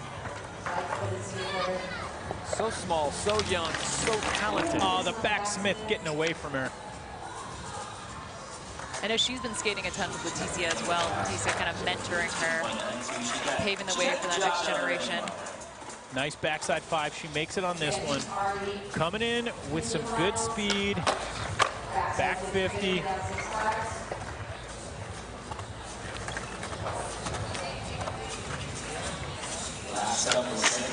Oh, going for the back lip. Unable to put it down, but she is locked in there in 5th place right now.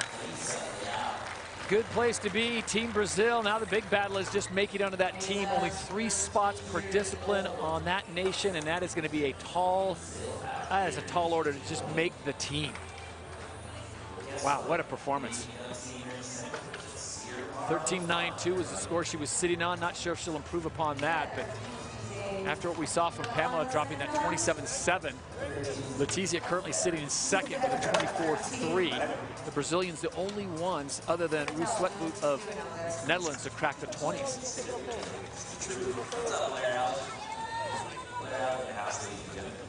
There's Pamela right now, getting ready. Currently in 1st place. We've seen it from the Brazilians so far. They're not resting on their proverbial laurels. They are going out and attacking this course. So she's got the win wrapped up here in this heat. She's already secured that. Hello. Hello. Okay. All right. I was curious if not she was see that coming. Nope. Just letting everybody know, hey. Oh, by the way, I can do this as well. I will start my run with a big spin front board. And to be so clear, starting your run with a trick like that is unbelievable. That's like a mic drop trick. That's what you do at the very end. Say, judges, here you go. I have chills right now. That was so amazing. That was stellar. Whew. Rosa on the final 3 seconds. Final run here, heat number 3, and of course she lands it. Okay, so Pamela sending a nice little message to everyone in the top 8, just saying, hey, I see you and I raise you. Do I see a 30 in our near future? Because that was a banger. I definitely think so. I mean, seriously, starting that off with a big spin front board and doing it so well. Oh my goodness. Whew. I bet her mom, Tia, is just at home watching, dying. She is just like #1 supporter. All right, let's take a look at that. Boom, perfectly executed. That could not have been done any better. Right into a push. Here we go, the back lip. She probably was feeling so confident after making that. Into the front feeble. Nice gap to lip slide. And then the crooked grind down the hubba. Jeez. So I said in that first run, I was like, she didn't have any flip tricks. The board didn't leave her feet. Oh, it left. Oh, it left the feet. Another look at that great crook. Just wait, Andrew. I heard Andrew Cannon say that. Watch this. I'll start off my run. Yeah, I was going to say that run was so strong, as Andrew's point. The first trick, she comes out of the gate swinging hard. This has got to be, if not a 30 score, very close to it, because that was just so rock solid. That is cracking the 30s. I love that moment right there, too, Leticia. Oh, yeah. So happy 33-12 for Pamela Rosa. Wow. In the middle of a photo, she says, oh, yeah, I got to turn and get that score. Look at this. She is hyped She has certainly distanced herself from the rest of the field by more than 9 points. Pamela Rosa, the Brazilians are dominant once again as we send it down to our good friend Chris Pastras.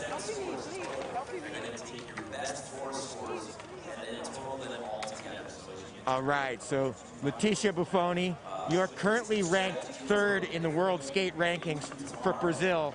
How much pressure are you feeling with this Dew Tour event? Man, it's a lot of pressure, you know. Everyone from Brazil is skating really well, and I just hope I can make the finals to this one, but to the next one, so I can be in the Olympics, because it's a dream for me, you know, to be in the Olympics.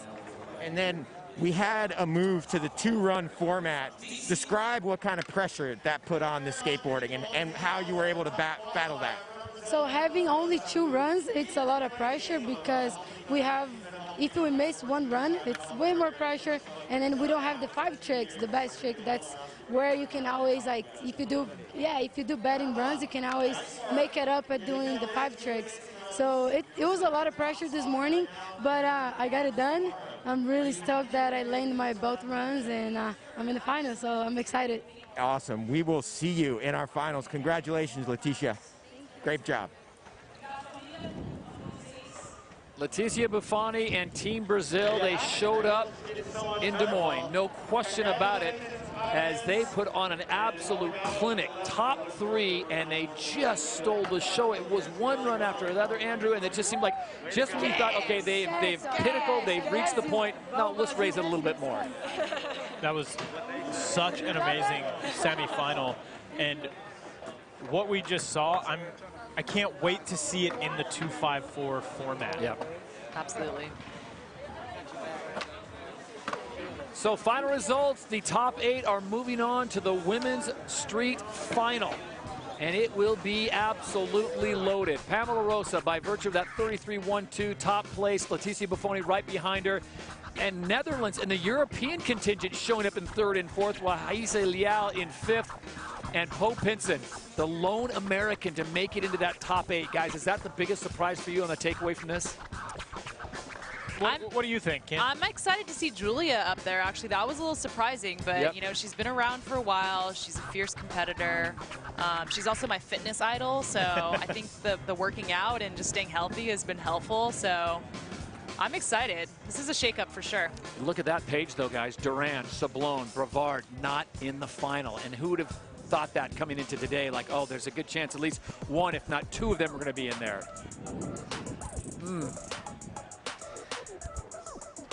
Well, coming up, we will have some amazing park action for you as the Dew Tour rolls on here on the penultimate day on Saturday. Guys, let's go back and look at some of the highlights, and it was dominated by the green and gold of Brazil. Absolutely. Leticia Buffoni just ripping today. Came out, she just looked confident, comfortable, and you could tell she's taken this last year to really put it together. Pamela Rosa absolutely blew my mind. That second run that she did not need to take, and then she did it. Super incredible. The Brazilians has proven that they still got it. Never lost it. Always had it. I was going to say, I don't think they ever lost It's been like a year, though, you know. Anything could happen. Just reintroducing ourselves to the Brazilian team and how strong they are. This was a great run as well. Roos was looking so good, especially her first run of the 2. Bringing some unique tricks, stepping the level up out there. Really exciting to see it. There's Leticia with the ender on that second run that really helped her boost that score. Classic Leticia right there. She's the go big. But in the semifinals, the queen, Pamela Rosa, Brazil. Man, that was so good. She really showed that she is here to take the win. So congratulations to all the competitors here in the Women's Street semifinals. They are now complete. The 8 now get set for the big show, the finals. As we get ready for more great action, we move over to Men's Park semifinals. You're watching the Dew Tour 2021 from beautiful Des Moines, Iowa.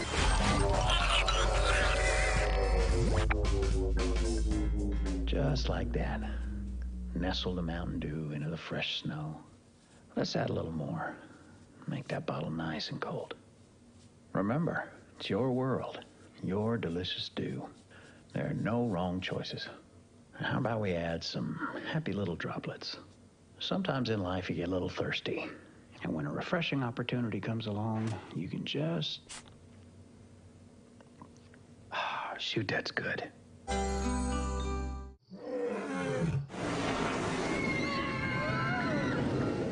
Des Moines. The S's are silent. Our city is buzzing.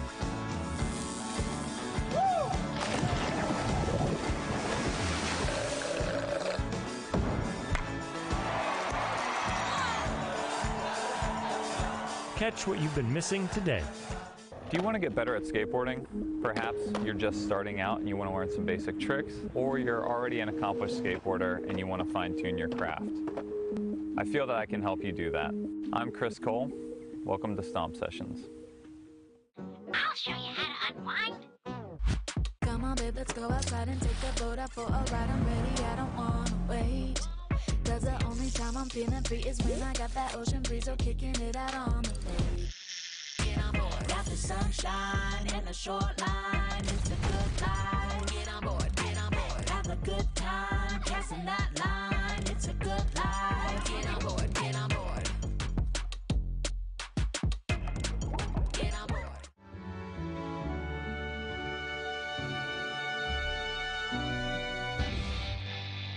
When the skateboard's just too big, you need a handheld rig. Tech deck, the world is your skate park. Tech deck, build your own skate park. Tech deck, with tiny little shred sticks.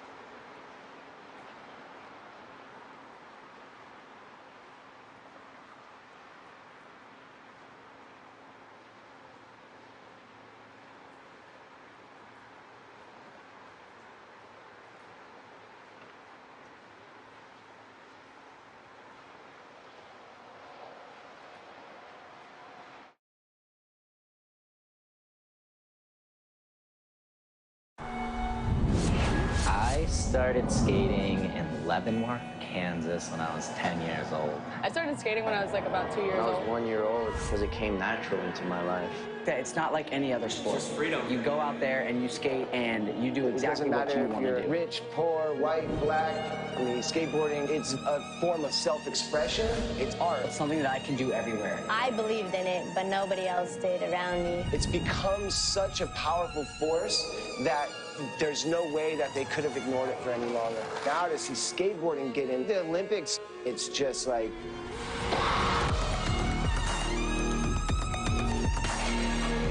I mean, to make the Olympic team, it's going to be really hard. This Oh my goodness! Just brings a whole new level, you know. The margin for error is a lot less. Going for the win. The time is now. Putting Olympics on the table, it's going to impact every part of skateboarding. Whoa! I'm kind of blown away. To represent my country and show like the sport that I love, it's kind of crazy. This right now is some of the most important skating as we approach the 2020 Olympic Games. We also have to represent skateboarding, represent this union that skateboarders really have and share. It takes consistency. It's about going out there and staying on top of your game. That is wild. Oh my God! Competition on our hands. There's nothing like a battle in skateboarding. You know, it'll teach you so much about yourself. Oh, wow! It's a mission on a life-changing journey, and everybody's dedicated. It ain't over till it's over. Welcome to sunny Long Beach, California. This is the 2019 Dew Tour, fueled by Mountain Dew. For everybody joining us today, I'm Paul Zitzer alongside Andrew Cannon. What's at stake? Well, a trip to Tokyo, Japan in the summer of 2020 for skateboarding's Olympic debut. Olympic hopefuls from around the globe have begun the arduous task of qualifying, and today is the next step on the long road to Tokyo. With the deep field of talent determined to make the cut, it won't be an easy task to qualify. Let's take a look at what it's going to take.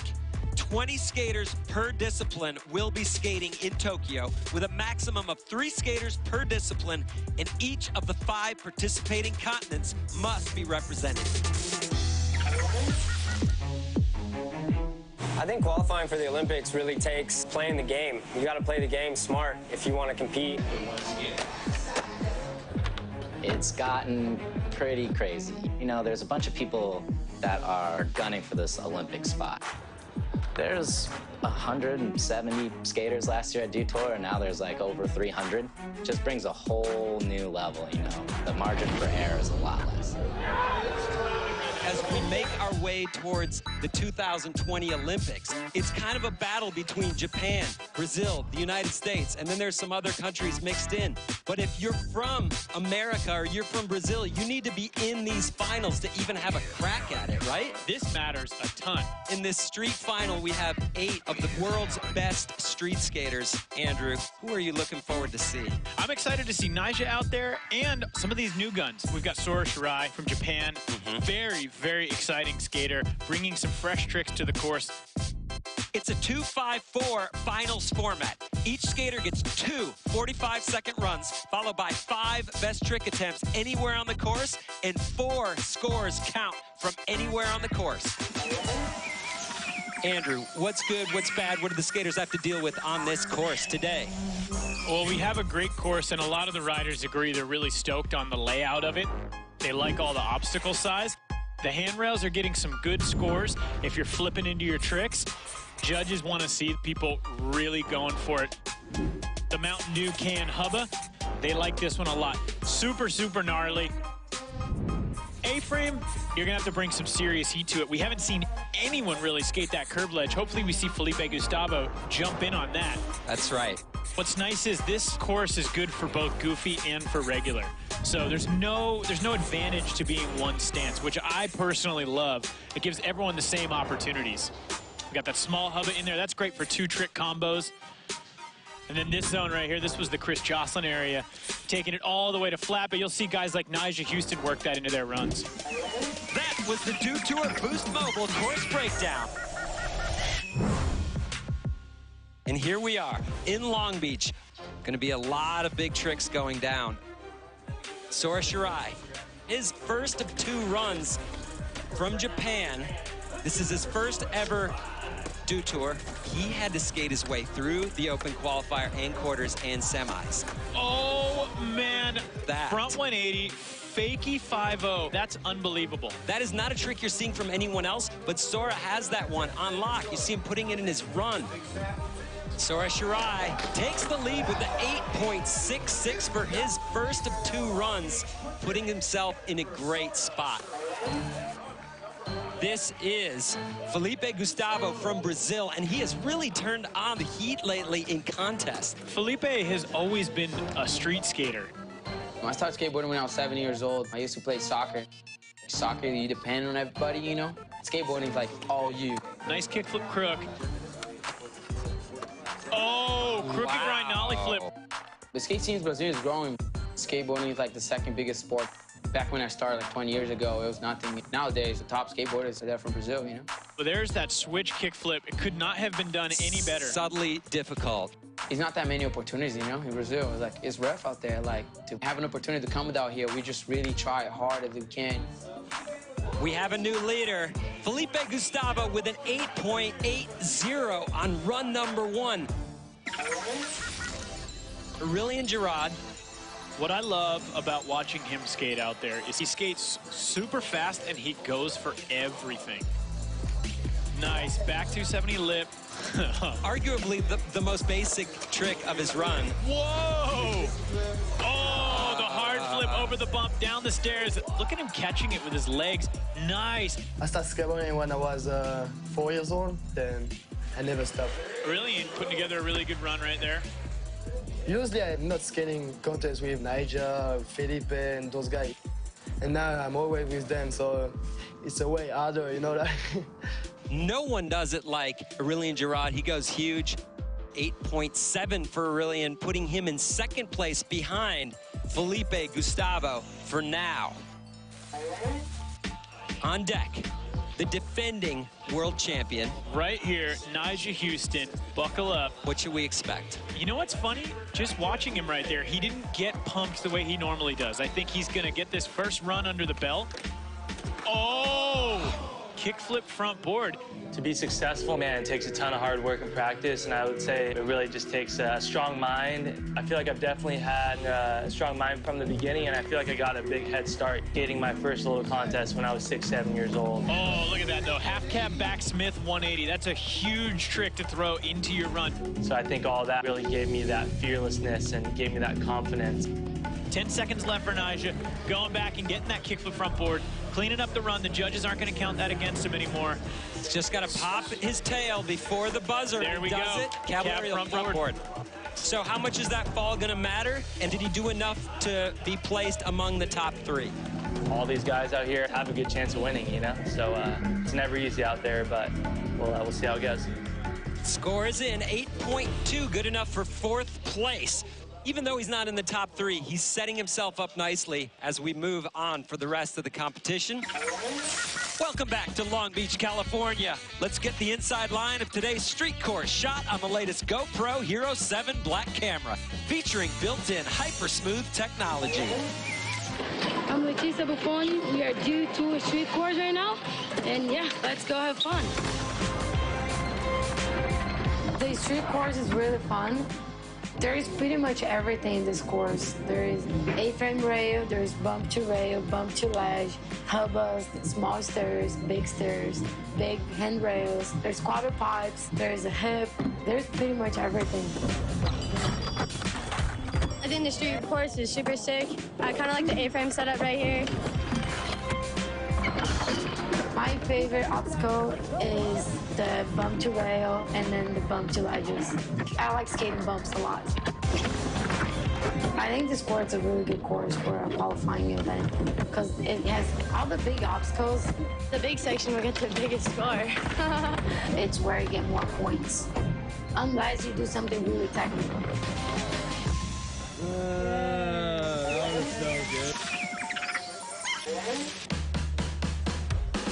Brazil, France, and Japan are up on top of the leaderboard, but that is likely to be tested throughout the rest of this men's final. 8 of the best street skaters on the course, trying to earn points on their way to the 2020 Olympic Games in Tokyo, Japan. Skating is a good fit for the Olympics. I would say first off because, I mean, it's such a well-rounded sport. There's literally kids all around the world that skate. Skateboarding is so big, and no matter where you go, like, it's really universal. That's a huge trick. Skateboarding is one of the first high-level artistic ways to express yourself in a sport. I haven't seen a 9 yet. We started this.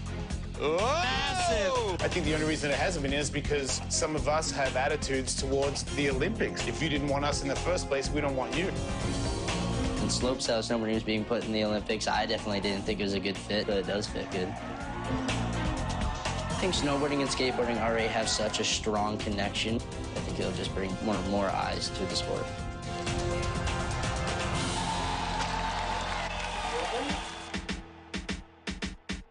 We move on to the second runs here in the men's street finals. You're watching the Dew Tour. Gustavo Ribeiro from Portugal. Making his way at that hub, a back 180 nose grind down. Nose grind across and down. Gustavo just looks so confident. Big spin, front board, fakie. There we go, hanging on to the 360 flip nose slide. So Gustavo, good run. 7.83, so still a solid score for Gustavo Ribeiro from Portugal. He is in second place for now.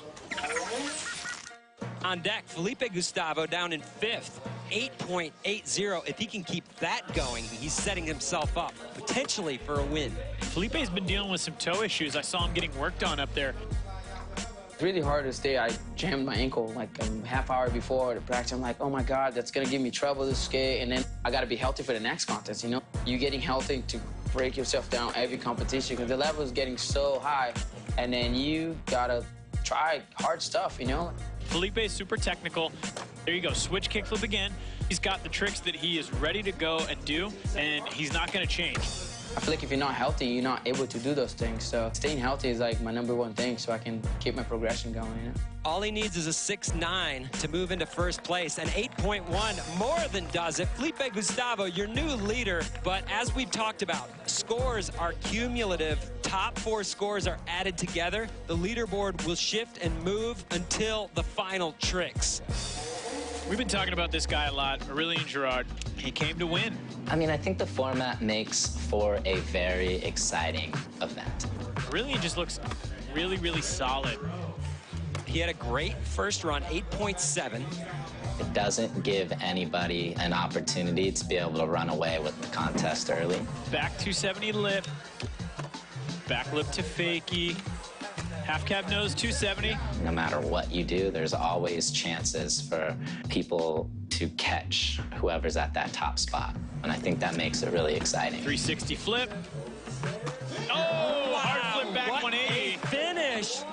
Aurelien Girard right now needs an 8.21 to get up in that first spot.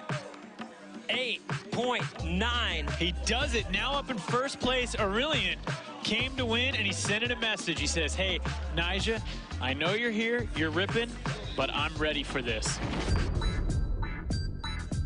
Watch Nyjah. Watch his body language right there. You can see him. He's starting to get pumped up because now it's on. He's got an 8.2 on that first run. He needs to step it up and go huge if he wants to get Aurelien knocked down. There we go. Nollie front feeble. Stepping it up from that last run.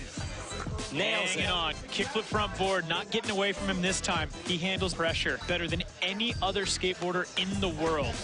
Oh. Look at that. Looks like he got half cab back 50, 180 out. Good. What is it going to be that he ends it with? Cab front board again, and he does it. And oh, the the switch front blood, so close. Nyjah can do it all. 8.6. Only good enough for third place for Nyjah Huston. So moving into best trick for him, work to do.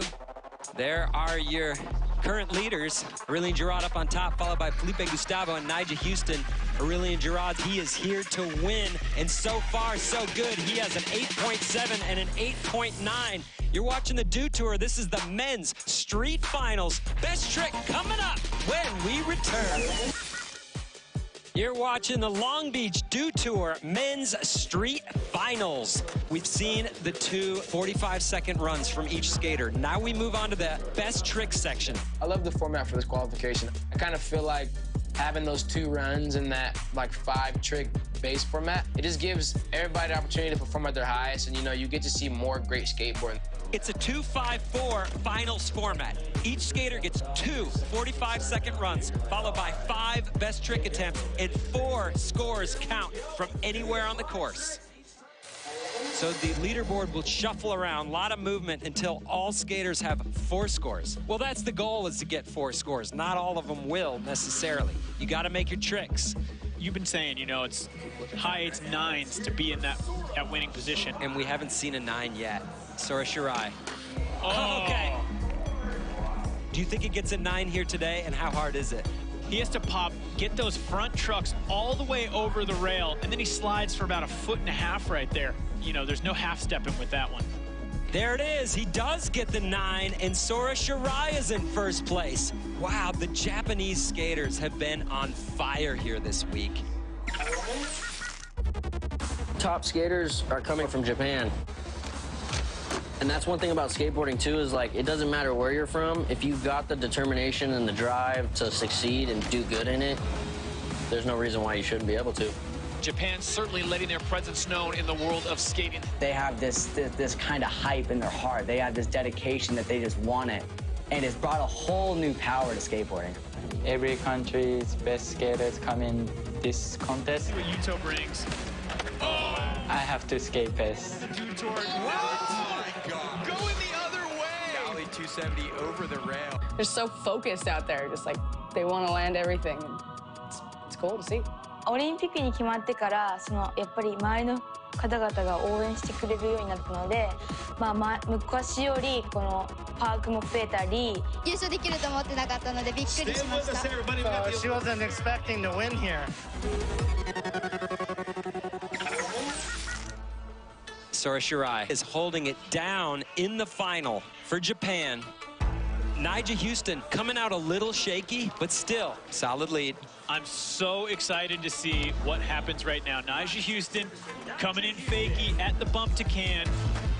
Oh, wow. Man! Fakie flip nose grind on the bump to can hubba. That is wild. So insanely difficult. Nobody else is doing that here. Nyjah looking for a 7.9 or better to jump into the lead. I think that's getting a higher score than that. There you go, 8.9, first place, Nyjah Houston. You really got to work for a 9 here today.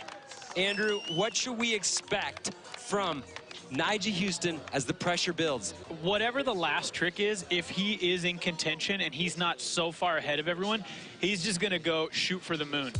The best part about skateboarding coming in the Olympics is the fact that it's not like any other sport. You watch gymnastics, right? And there's a set level of tricks that everybody does. In skateboarding, you go out there and you skate and you do exactly what you want to do. Next skater in, Felipe Gustavo. Felipe needs 8.81 to get into first. Coming in switch.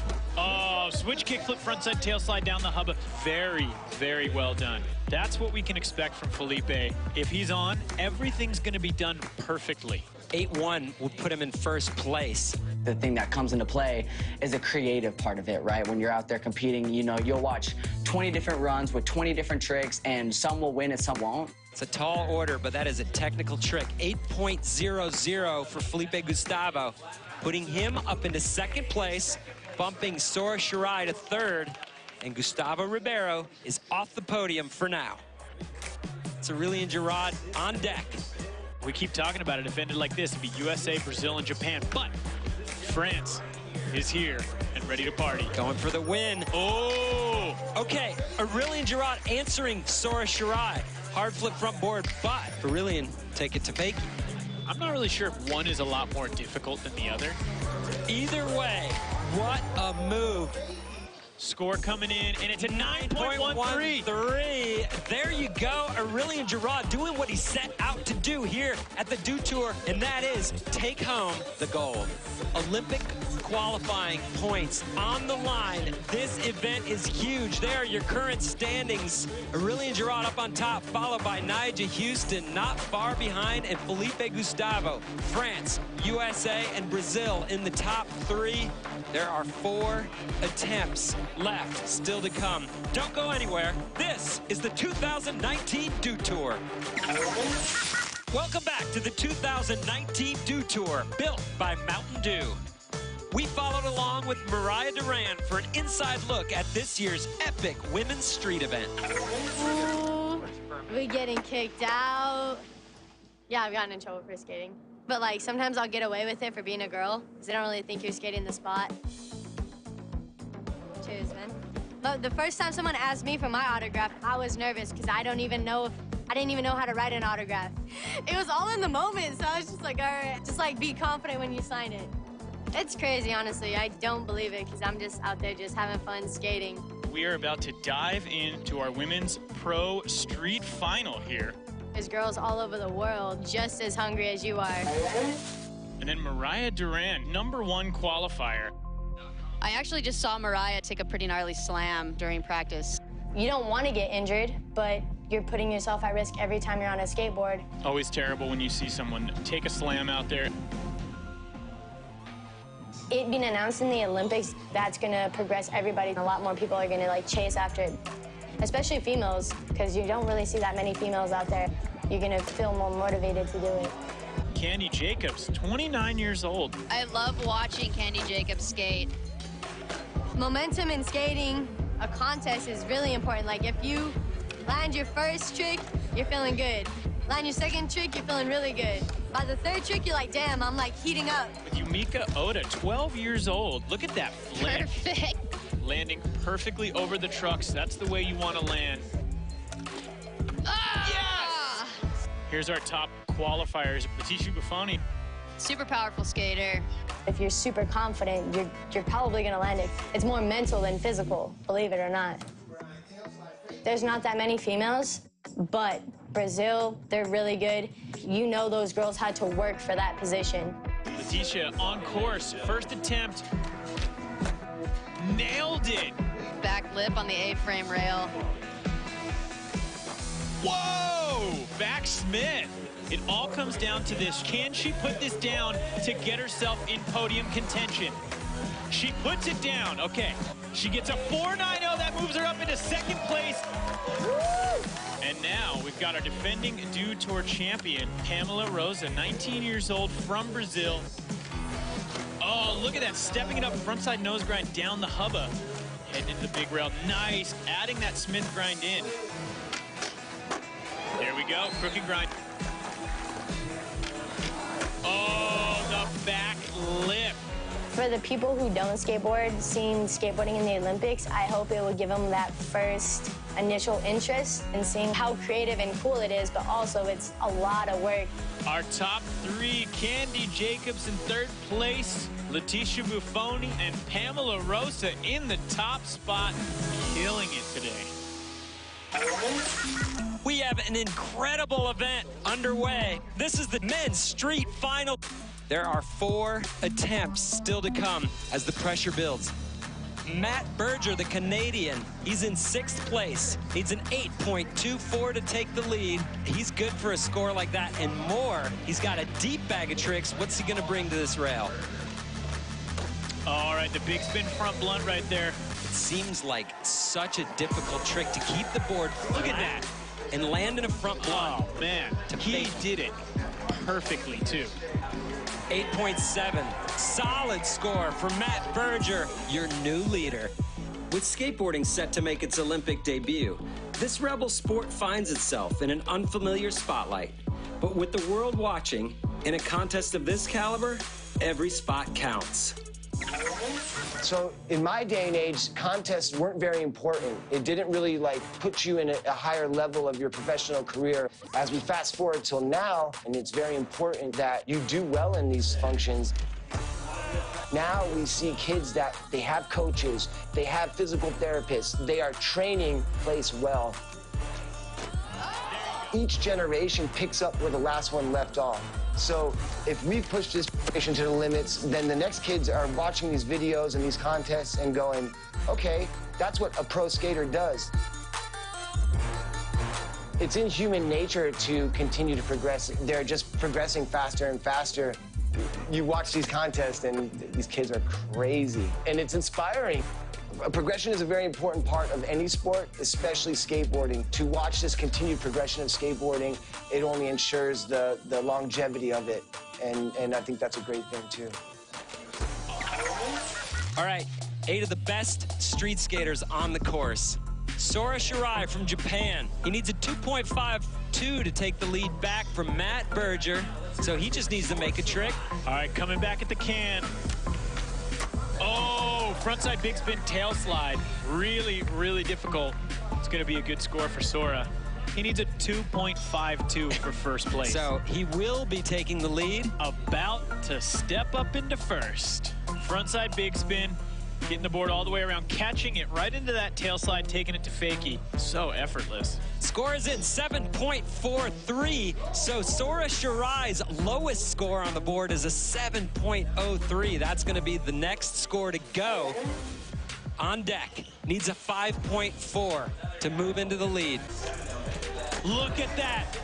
So well done and very, very different than Gustavo Ribeiro. He does a full 360 kickflip, catches it with his body straight, and then turns late into the front board. Let's send it down to Chris Pastris. I spoke to Aurelian's manager, Jeremy, again about strategy here with Aurelian in the lead. And he said he's trying to do the French expression for put the nail in the coffin. He's just trying to finish this thing off. Aurelian had the 9.13 for the hard flip front board fakie. This has got to be in a range like that. Big spin front board to forward. Needing only a 5.4 to move up in that top spot, no chance. Sorry, Sora. 8.60 does it for Aurelian. France is up on top. Once again, he's doing what he came for. His lowest score now is that 8.6. And he's drastically ahead of the other competitors right now, 35.33. Aurelian Girard, he's in a good spot. Coming up next, it's the 3rd through 5th best trick attempts here at the Dew Tour Men's Street Final. Welcome back to the 2000 2019 Dew Tour, built by Mountain Dew. In recent years, the sport of skateboarding has witnessed an influx of talent across the globe, paving the way for what is guaranteed to be the most competitive age of skateboarding the world has ever seen.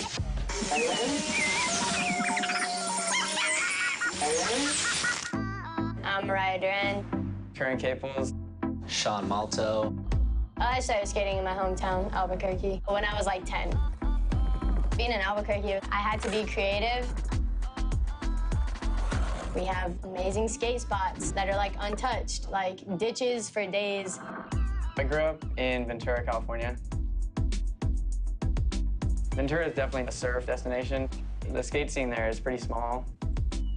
My parents got me a skateboard and I just skated in the front yard barefoot. One of my neighbors came up to my mom and was like, "You should probably take him to the skate park." Kansas, as far as the skate community goes, it's pretty small but really strong. We all try to come together and make whatever we do special. I was the only girl skater in New Mexico. Oh, there it is. So I think it just opened up my perspective of skateboarding to be creative when I come out to all these events. I grew up skating a park called Skate Street, and there's like a 13-foot giant bowl corner. That's definitely the reason that I skate the way I do. In Kansas City, there is some ruggedness. As far as competition goes, I think it helped me be a stronger skater, to be able to skate all day, every day growing up. That was one of the greatest times of my skateboarding life. You're watching the third best trick attempts here at the Dew Tour Men's Street Final. Next in, Matt Berger from Canada on the course. He's in second, coming in, needs a 7.93. Coming at the rail backside, kickflip back tail to fakie. Matt got a good score for that one in the semifinals, and then we saw him step it up when the time came. There's another look at that kickflip back tail to fakie. So Matt Berger in third, trying to move up into second. The 8.10 does it, 32.3 overall score. Can Calvin Hoffler pick up the pieces and make his last 3 attempts? He needs to, if he's to have any chance of ending up on the podium. There we go, kickflip front blunt. One of the things that's so impressive about Calvin Hoffler is his landings of his tricks. They are so solid. Watch the motion when he lands. There isn't any. Doesn't need to recover from that trick. It is landed perfectly. So he needs an 8.45 just to move up into fourth. Pressure's on. Calvin Hoffler, 8.7. It is. That's good enough for fourth place. Nigel Houston's looking for his 4th score. As far as the contest, I mean, I'm always going out there doing my best to win. He's in 5th place. A 9.64 moves him into the lead. Any Nigel trick will put him in a good spot to take the lead later. Let's see where he goes. Sets the feet up. Looks like the nollie heel nose blunt again. Oh, and he doesn't do it. This is going to put some serious pressure on Nigel in these next 2 attempts. Wow, uncharacteristic for Nigel Houston. Wow. And he's hurt. Gotta live. Skateboarding is defined by sweat, blood, nagging injuries, and broken bones. And in the lead up to the Olympics, there's no reward without the risk. For a competition like this, it's hard to not do well without risking everything that you've got. Ouchie. I do think a lot of that legwork, a lot of that risk has to come in the practices before. Risk in skating is always going to be a part of it, but there's too many good people out there to play it safe to get a high score. Oh! Knowing that there's points involved, you have to send it. Every single qualification, you have to show that you're the best. Oh my gosh. Anybody who's skateboarding knows that there's going to be falls, and those are the things you just have to get comfortable with. That's what it's all about, is just becoming comfortable and being able to get up from those falls. No! I feel like now talent has like increased so that there's not really any room for like playing it safe. You're trying a trick and you're in the heat and you're falling and you're slamming. Heavy slam. But it's self-fulfilling when you land a trick, and that feeling of accomplishing that is just unreal.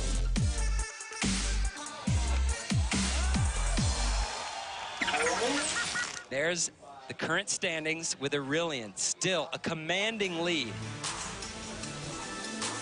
He has 3 tries left. He's in first place. Oh, man. Hard flip back 180, going the distance. So trying to drop that 8.6. That's his low score. That's his low score, 8.6. There's a lot of skaters that don't have any other tricks for an 8.6 or higher. Will this do it? Today might be his day.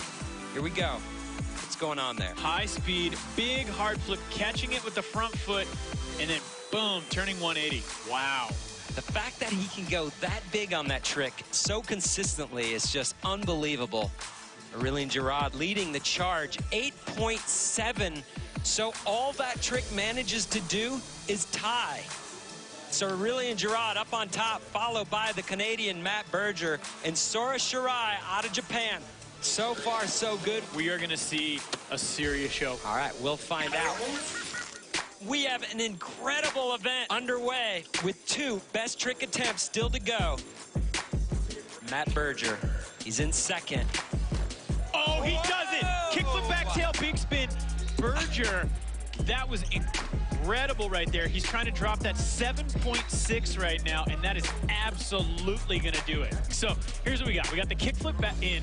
You gotta land just on your tail, okay? Sliding backside down the rail, totally blind, then it's all back foot, but you're going down, and you're still trying to big spin it, but you have to keep it level. It's so incredibly difficult.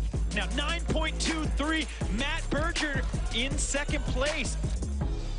Sora, though, on the other hand, needs an 8.85 for second place. We've seen a 9, we've seen an 8.66.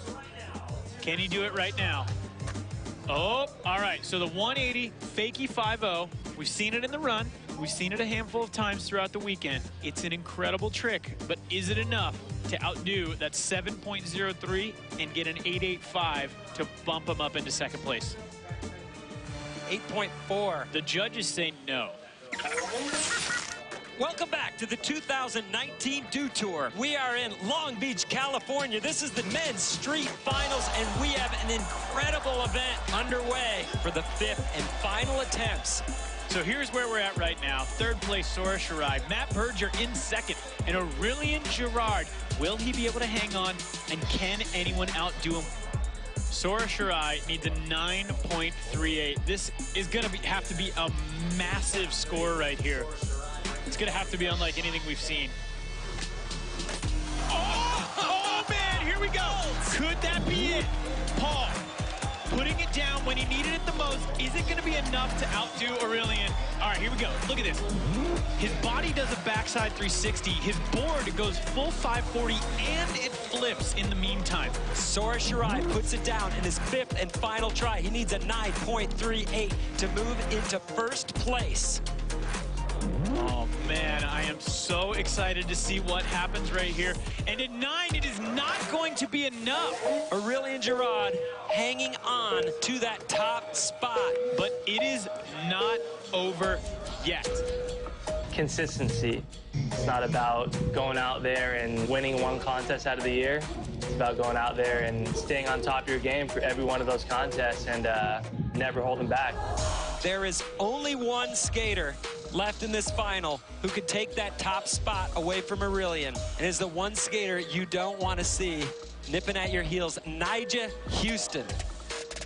He needs to get a 9.74. He has gotten scores up in those high 9s, but it is going to take everything.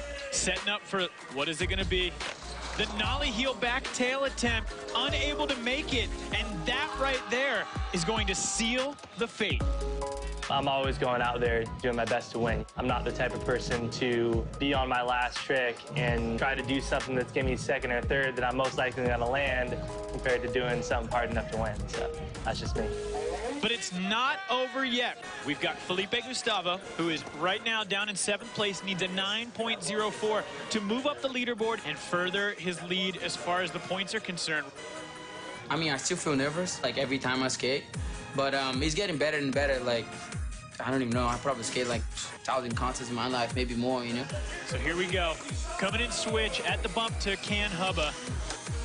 There we go. Wow. The switch flip nose grind on his 5th and final try. A 9.04 puts him on the podium. It's just the pressure now. It's like super important. You got to be on the top. You got to keep skating. You got to keep doing the stuff. Does that trick, Andrew, warrant a 9.04 score from these judges? Everything about that trick is so difficult. Switch, kickflip, and then balancing the nose grind. And he nailed it. He did it so perfectly. Look at that. Currently down in 7th place. 9.04. That moves Felipe Gustavo up into 3rd place. Matt Berger now bumped down into 4th.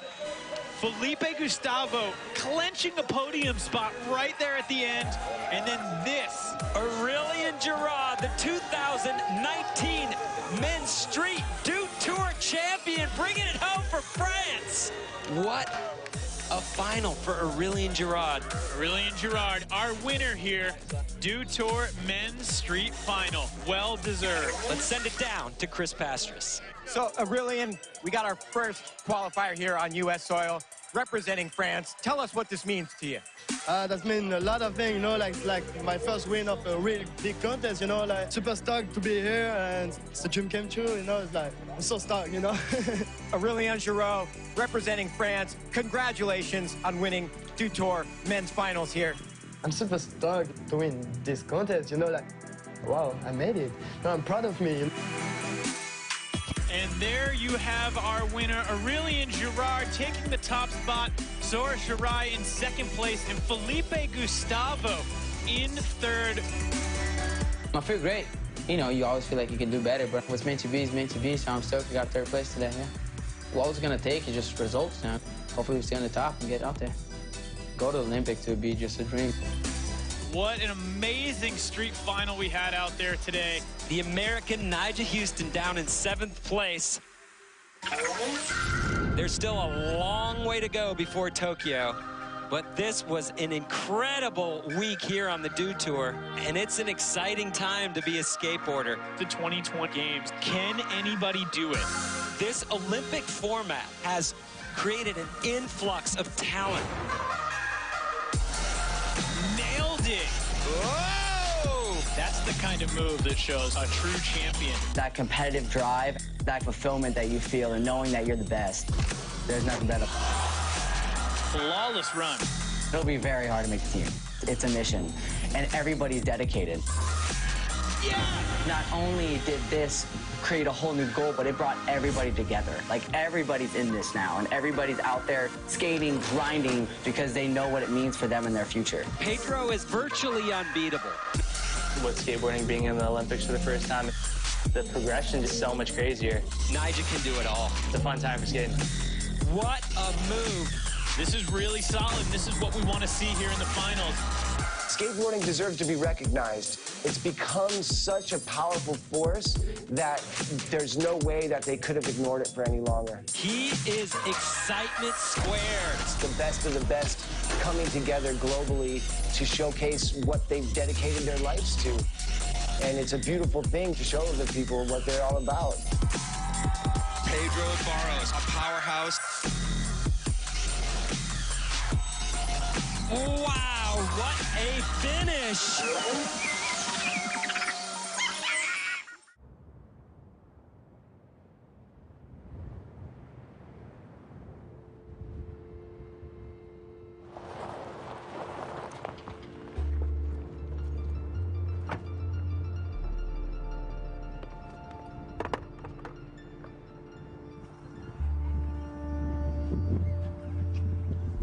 Very good, Jordy.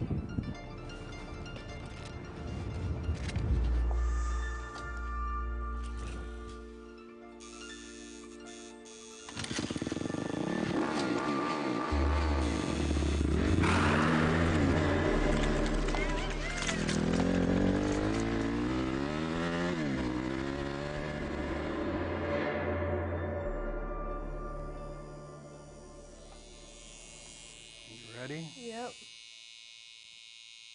What's the first tattoo you got? The first tattoo I got is on my wrist. I got it in Spain with my mom. The next one was in Hawaii, my ribs. Oh, the hula girl. Yeah. Nice. Yeah, just like a little Hawaii. Yeah, yeah. Hawaii represent right Yeah. there. Bonsai back in the day it's like such a different place than now, I feel like. And I was like the little girl. There's no other little girls skating at the time? Mm-mm. I was the only girl at the skate park. It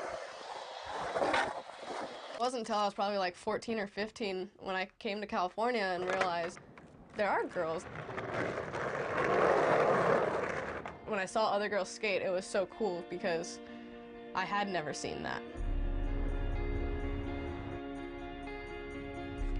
Coming to California and skating against like all the girls that I looked up to. Back then, it was very, very competitive. A dog-eat-dog world, like it was gnarly. All the older girls were like super mean. So I try to not do that. Try to not be a mean girl.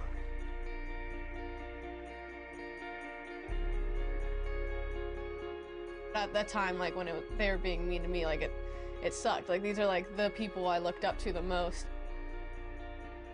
But nowadays, it's a different story. Like there's a lot more contests, there's a lot more going on. It's not like that anymore, thank goodness.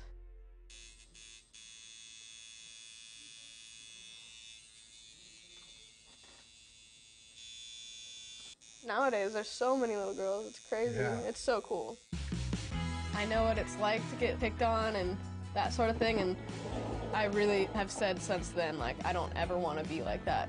I want to make a little girl that's coming in feel as welcomed as possible and feel like they belong. We're all here for the same thing. We're all here to just skate and have fun, and I'm so thankful that I'm able to make a career out of this, and you know, the more the merrier, in my opinion.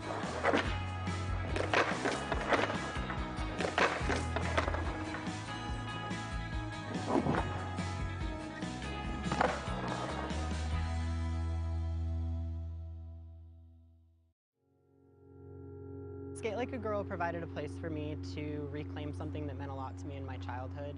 It was the thing I was most passionate about when I was a teenager. I stopped skating because I didn't really think there was space left in it for me as a trans person. Skate Like a Girl has provided that space and created a sense of inclusion in skateboarding that I've never really had.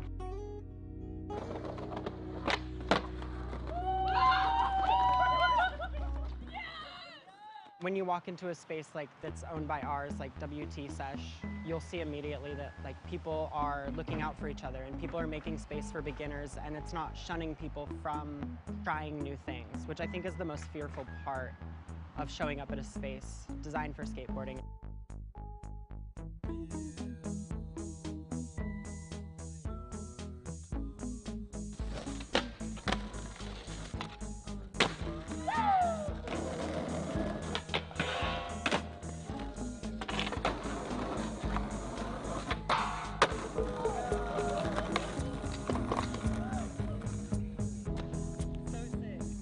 So what does it look like inserting yourself into a space like that? And like, we create a welcoming environment for that to be possible.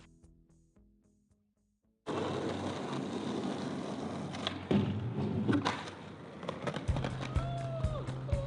name is Kristen Ebling. I am the executive director of Skate Like a Girl. Skate Like a Girl is a community-based organization that's focused on creating more accessibility in skateboarding. What we try to do is take an approach of like who's not really showing up, who doesn't really have space, and talk to those communities and get their feedback and find ways to create space for them in skateboarding so they can enjoy it just as much as we do.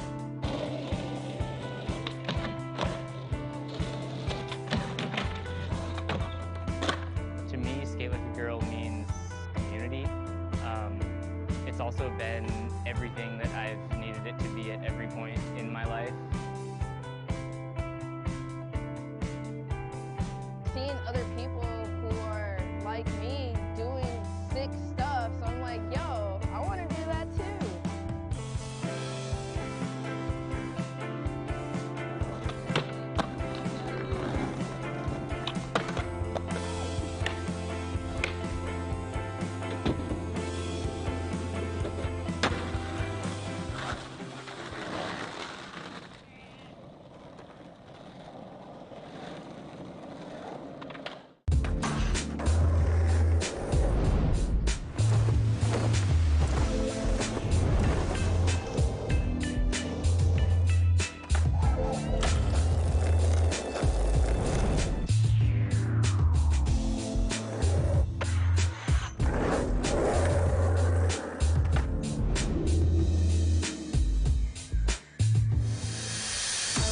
welcome to sunny Long Beach, California.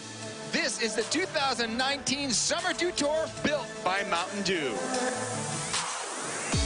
With skateboarding set to make its Olympic debut in the summer of 2020, passion and excitement are at an all-time high. And today is the first qualifying Pro Park event on the long road to Tokyo.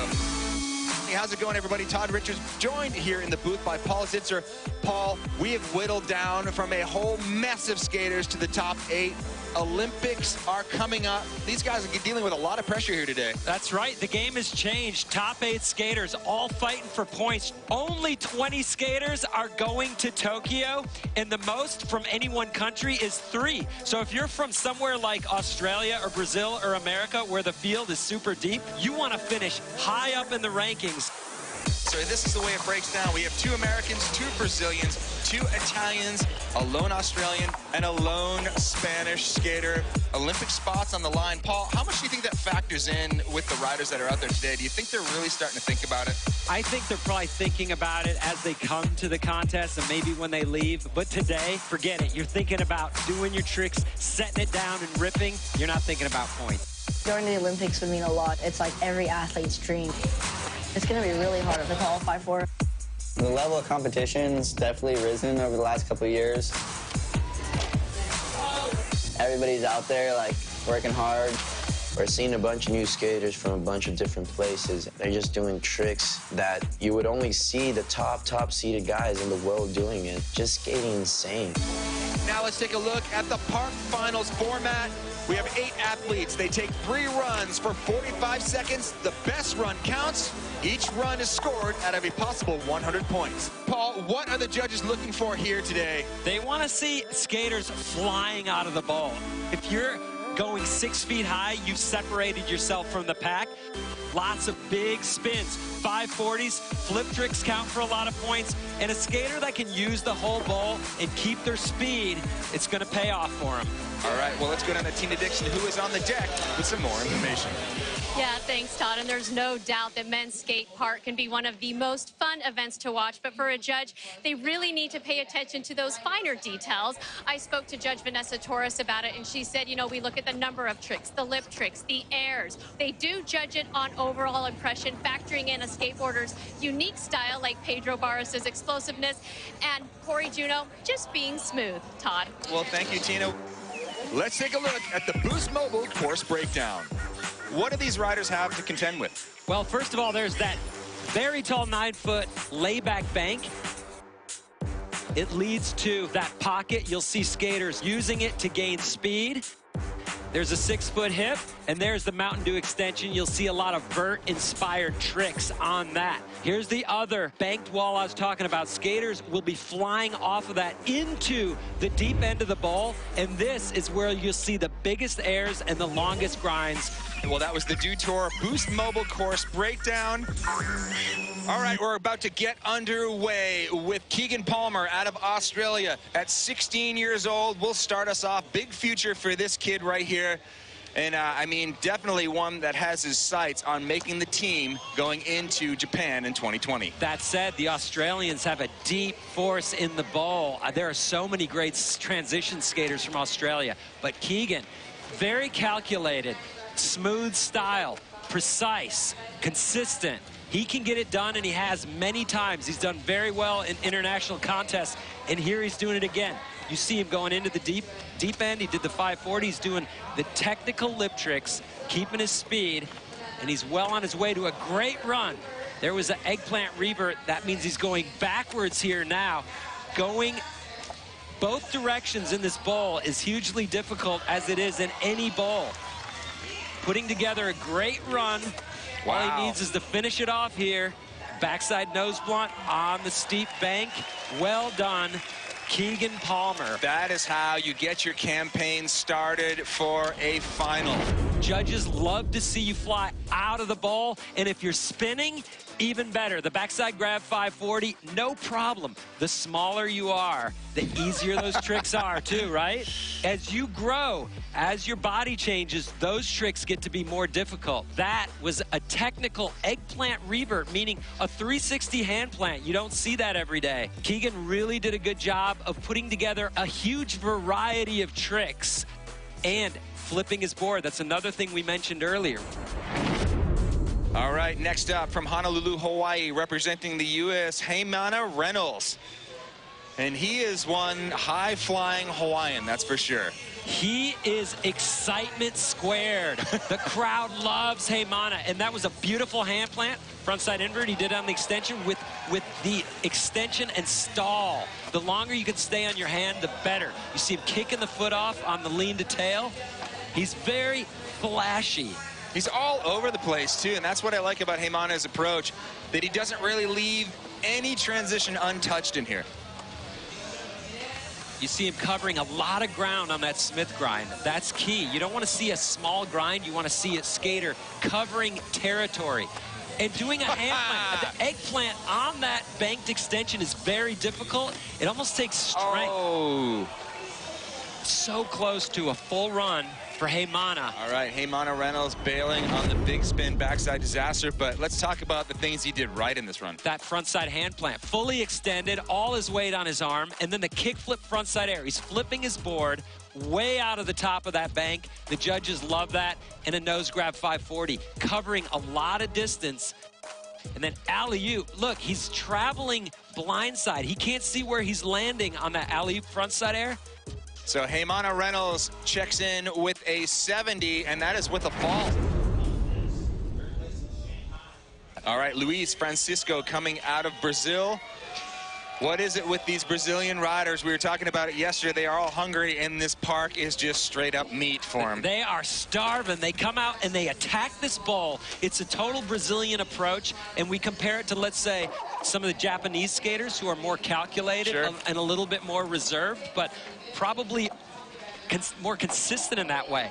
But Luis goes huge, and the judges love what he does. Look at that. Wow. That backside grab 5 onto the bank. It was massive. Backside boneless up there on the extension. Kind of a simple trick, but good to keep the speed going. See how high he was on that frontside air, and then to kick the foot off. That's just a bonus. Heel flip Indy, flipping the board, giving the judges what they want. Coming off with 4 seconds left in that run. We talk about Brazilian passion, and it's no joke. They come out and they're super passionate as they bust into these tricks with that lip slide right there. And a young kid with so much power in the bowl, it's such a great thing to see. That backside grab 5, he landed pretty low, but it didn't phase him at all.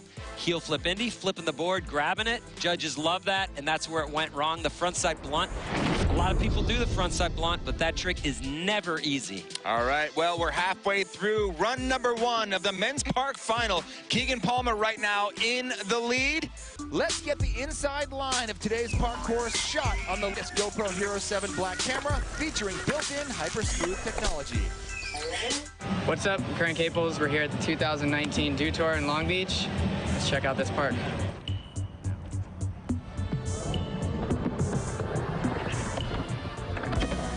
This park's unique just because it has really nice flowing lines and good big bowl corners, good transfers, good steep banks.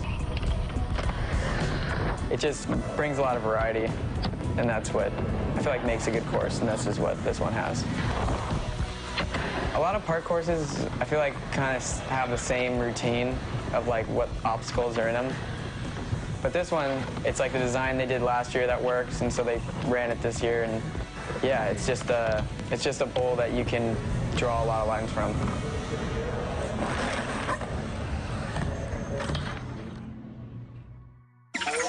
Welcome back to the men's pro park finals. Keegan Palmer right now in the lead. Dropping in next is our 2-time defending Dew Tour champion, Corey Juneau. We're halfway through run number 1, and we have one of the most stylish skaters ever to stand on a plank of wood with 4 wheels. Corey Juneau can do whatever he wants in this bowl.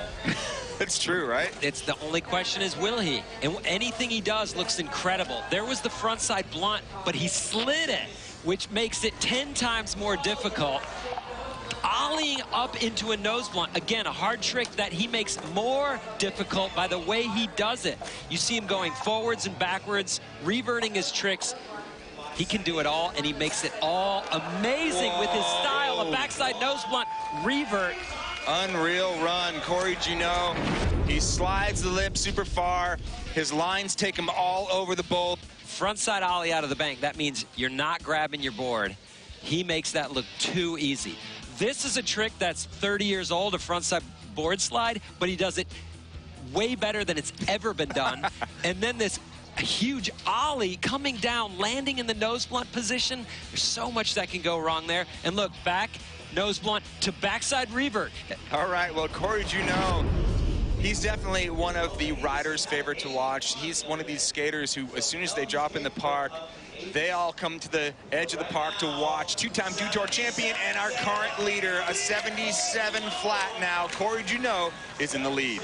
All right, well, we're going to have a completely contrasting style of skating in this park by Ivan Federico. A lot of flipping that board, a lot of catching that board, maybe more of a more technical approach. Absolutely. He's a tall, lanky skater, so he doesn't have quite the same type of flowy style that we see from Corey Juneau.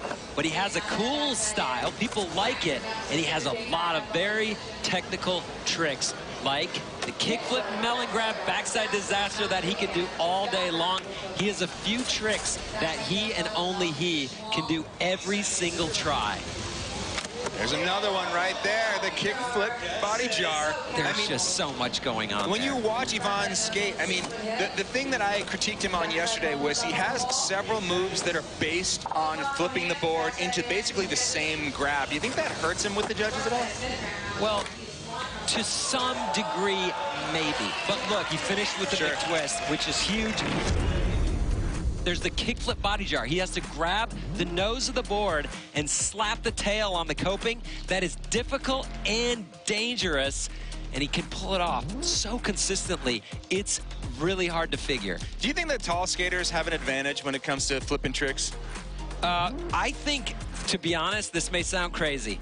I think skaters with long arms and big hands have advantage flip grabs. I think so too. Makes it easier for them to grab. They got a bigger wingspan. We're going to get Ivan Federico's score right now. Third place with a 74. But let's head down to Chris Pastris with some more info on Pedro Barros. What's up, guys? I am as excited as you for Pedro Barros' run. Andre said yesterday he basically freestyled that entire winning run because he had some sketches that threw him off and got him a bit lost. But hey, it worked for him to just freestyle that line.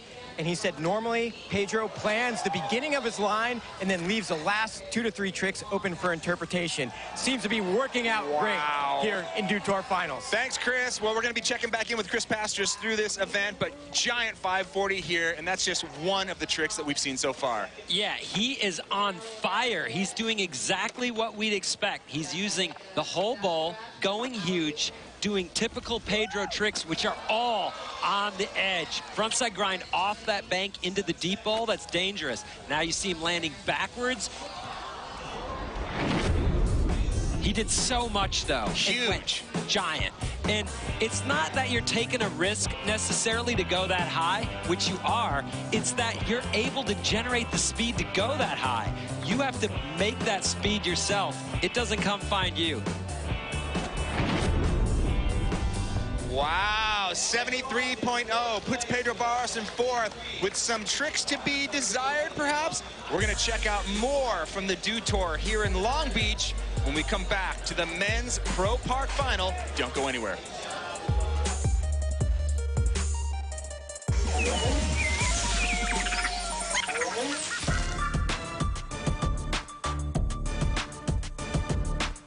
After run one, it's Ivan Federico, Keegan Palmer, and Corey Juneau leading the charge.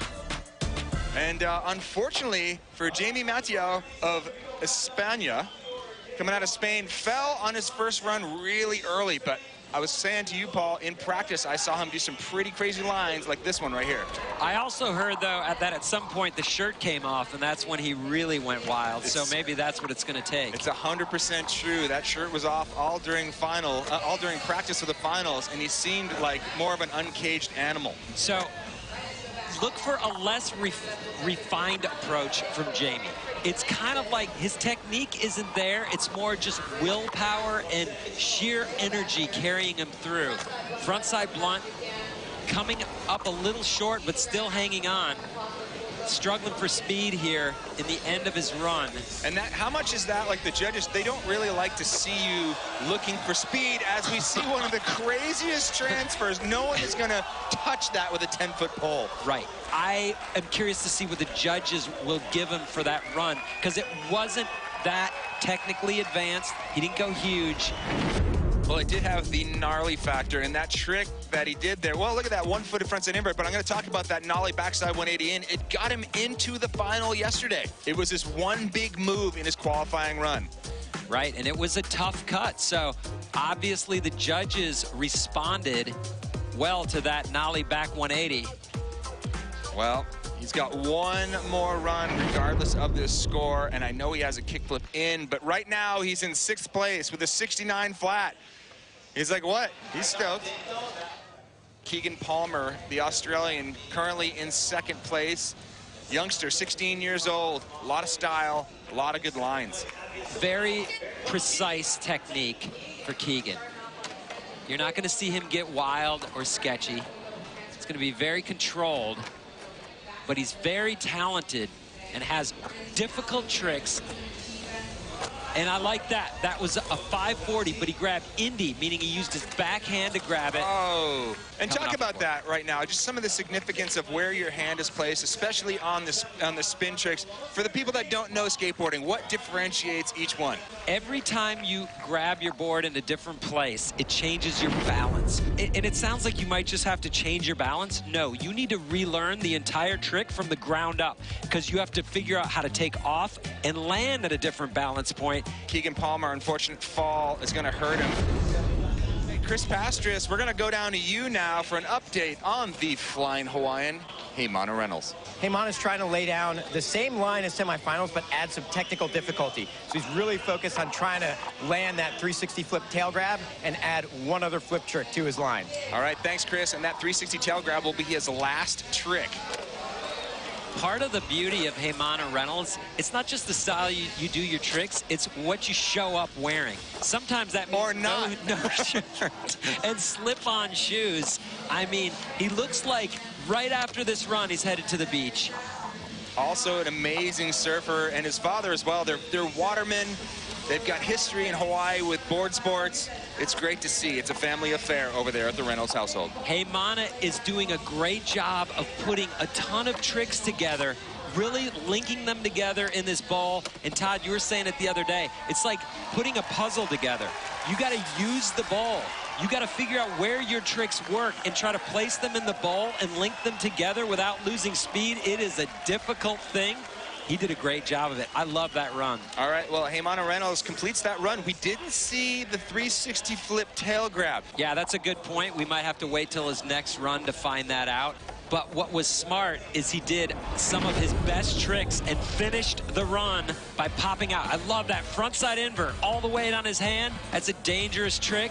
And this, look at him kicking the board, kickflip, frontside grab, little stinky we call it, with the arm between the knees on the way in. Not like extra bonus style points for the landing on that kickflip frontside air, but the judges seem to be backing it, so he might as well keep doing it. Moves into 4th place, 73.66. You just see the excitement, though. He brings a lot to the bowl. Welcome back to the Dew Tour, built by Mountain Dew. We followed along with California's own Lizzie Armanto for an inside look at this year's Women's Pro Park event. Once again, the Women's Park Final has gone final. All of these skaters are going to try to grab points. The competition level is so high. Just getting into a final is a big deal, but to get on a team to represent next summer, that's going to be even bigger. 8 athletes taking 3 runs. Best run counts. This year the stakes are way higher and the level of skating's gone up a lot. The future is now, and the name is Masugu Okamoto at 12 years of age. Comes out and absolutely blows minds. Backside 540 with authority. Her level of riding was so far and above the rest of the competitors. Since the competition's so tough, you have to bring your A game and you have to be in the mode.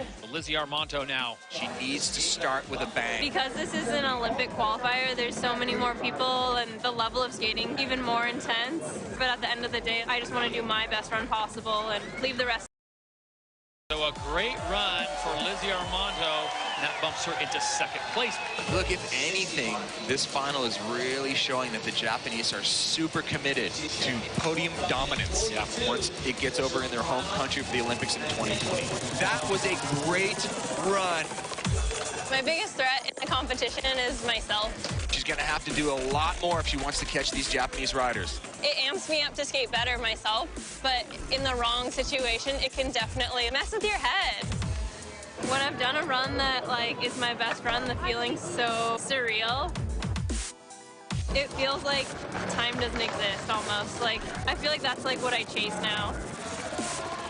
For skating to go to the Olympics, I think it's so cool because people all over the world will get to be exposed to skating, and it's so cool to be able to share that feeling that I get from it, and I hope many other people find their own passion. Masugu Okamoto takes the win with a 63.16. Second place going to Lizzie Armanto, representing Finland out of Oceanside, and Kokona Haraki finishing in third.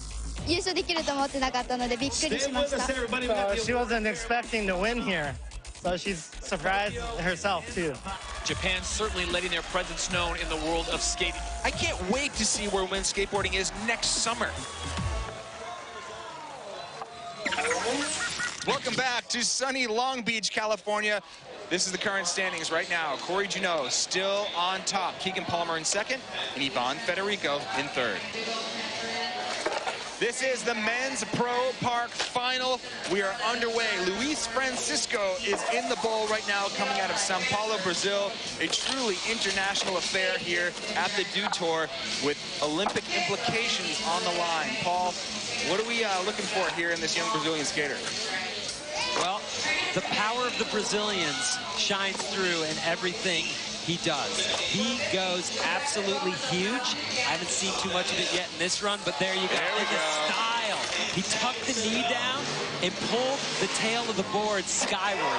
That adds a lot of difficulty, and it should add some points. Whoa, he's hanging on to the end. All right, that last trick, he just had to throw the board under his feet to ride away from it. It wasn't necessarily technically done right, but that doesn't matter at that point. He stayed on, and the crowd loves it, and that should be big points coming his way. Here is a really solid part of the run, though. Backside grab, 540. I would say that's the easier of the grabs on all the 540s, but still, to take it onto the bank at that height. Though. There, you see the tail is over his head on a frontside air, pure style. And sloppy heel flip Indy, again, showing he's just going for it. And the varial flip Indy, throw it down. All right, moving into fourth place, 73.88 with run number 2, an improvement over the 67.33 he got in his first run. So you're building a house here. You're building towards that final run. If you can get yourself some confidence, you're going to be able to throw down hard on third run. Corey Junot, two-time Dew Tour champion, and he's about to take his second run in this Pro Park final. His first run was a warm-up. If he can stay on his board, he can do anything in the world. Wow. That's huge. Ollie up the backside nose blunt. Again, a trick that only he flies into. Just that casual style, making his tricks look easy. And there's the frontside kickflip. And here's why that's so hard. He never grabbed his board, didn't have to. It looks like his feet were just trying to find the deck the whole time it was coming around. That was insane footwork. He's the only skater to fly out of the bowl with that trick and consistently land it. Keeping it going. Now, same finish as he had in his other run.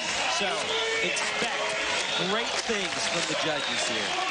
Big highlight, that kick flip, not to mention the super long frontside board slide. He's got every move on the lip.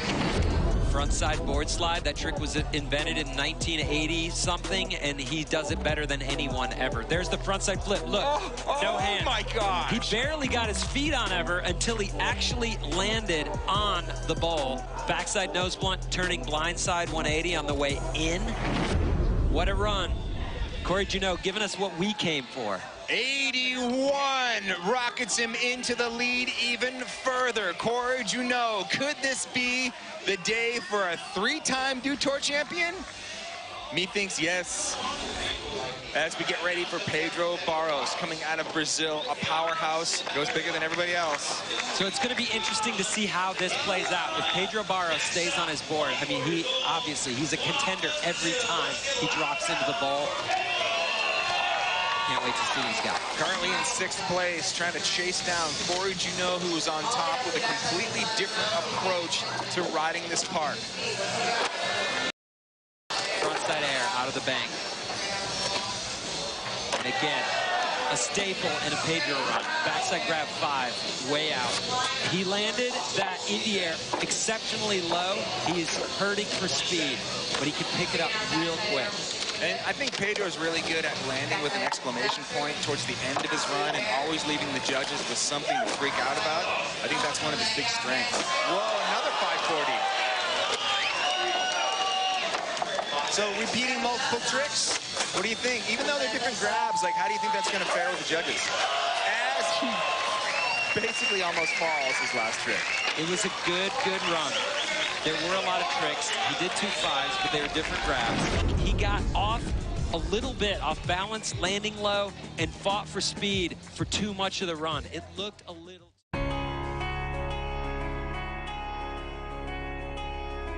Yeah, wipe out and get right back up. Get up. Wax the ledge, we can't get stuck.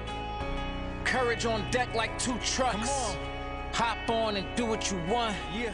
True freedom, they need us to stunt. Backside 180s to front, yeah. And we know struggle like we knows grind. Hustle for runs, all in due time. Repetition, repetition. Might switch stance, but not the mission. Much more than a competition. We risk it all to get these tricks in. Sacrifice ain't nothing given. Skated D.I.E., how we living? Scrapes, scars, bruises, lessons, pain, joy, victory, blessings. From the block to your skate spots. Kick, push, and flip skate cops. Love park to your skate shop. Got ollies with more pop than GameStop. Skate for justice, we all in. Skate for change like BLM, yeah. Probably take a knee on my board. Ghetto kids all day, shout out to the board. This that thunder in your heart. 45 seconds to go rad at the park. That go hard or go harder. Yeah. That go far or go farther. Yeah. That 5-ring camaraderie. 4-wheel polyurethane world society. And all eyes on we. And all eyes on gold. All praises be. United we roll. Peace.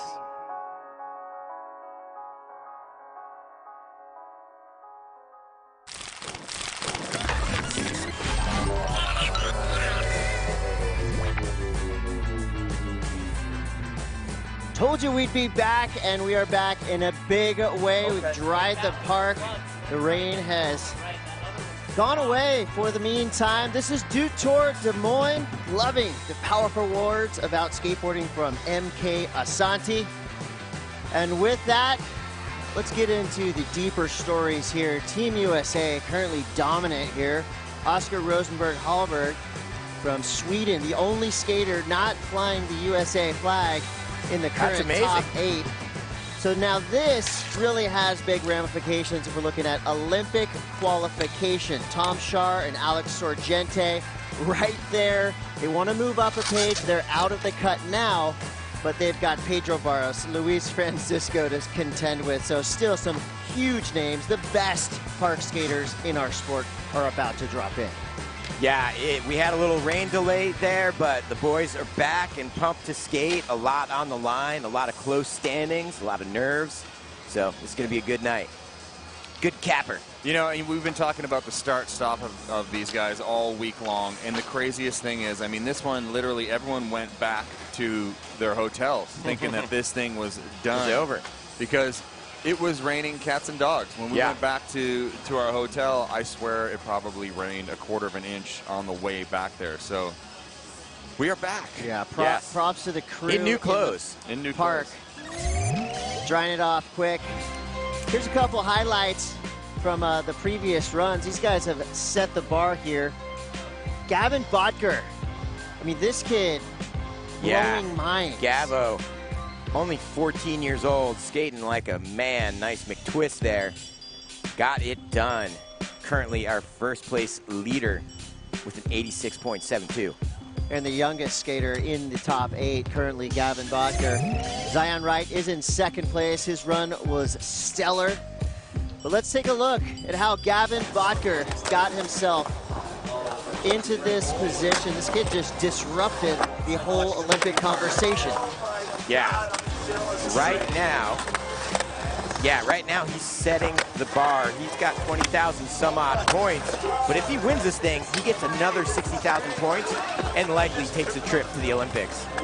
And right now, he's one of the people helping keep Tom Shaw, Alex Sorgente just out of the conversation, holding down that first place spot. And Tom and Alex, it's critical right now. They really need to make that top 8.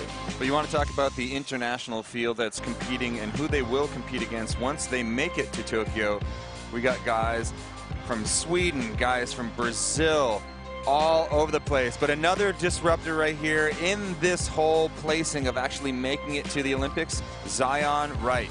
He's another name to look out for as far as being someone that maybe we didn't think was even in the mix or in the running for the park competition. But guess what? He's here to play, and he put on a show today. He put on a show yesterday. It seems like he's like kind of reaching his peak Zion right now. And if you're a Brazilian skate fan wondering about the Olympics, Luis Francisco and Pedro Barros are looking like locks to compete in Tokyo 2020. Here's your start list for men's park semifinal. We've already seen Tate Carew and Ben Hatchell. So we're going to be looking for Alex Sorgente, Jagger Eaton, Tom Shaw, Pedro Quintas, Keegan Palmer is out, Pedro Barros, Corey Juno, Luis Francisco. Third and final runs for everybody.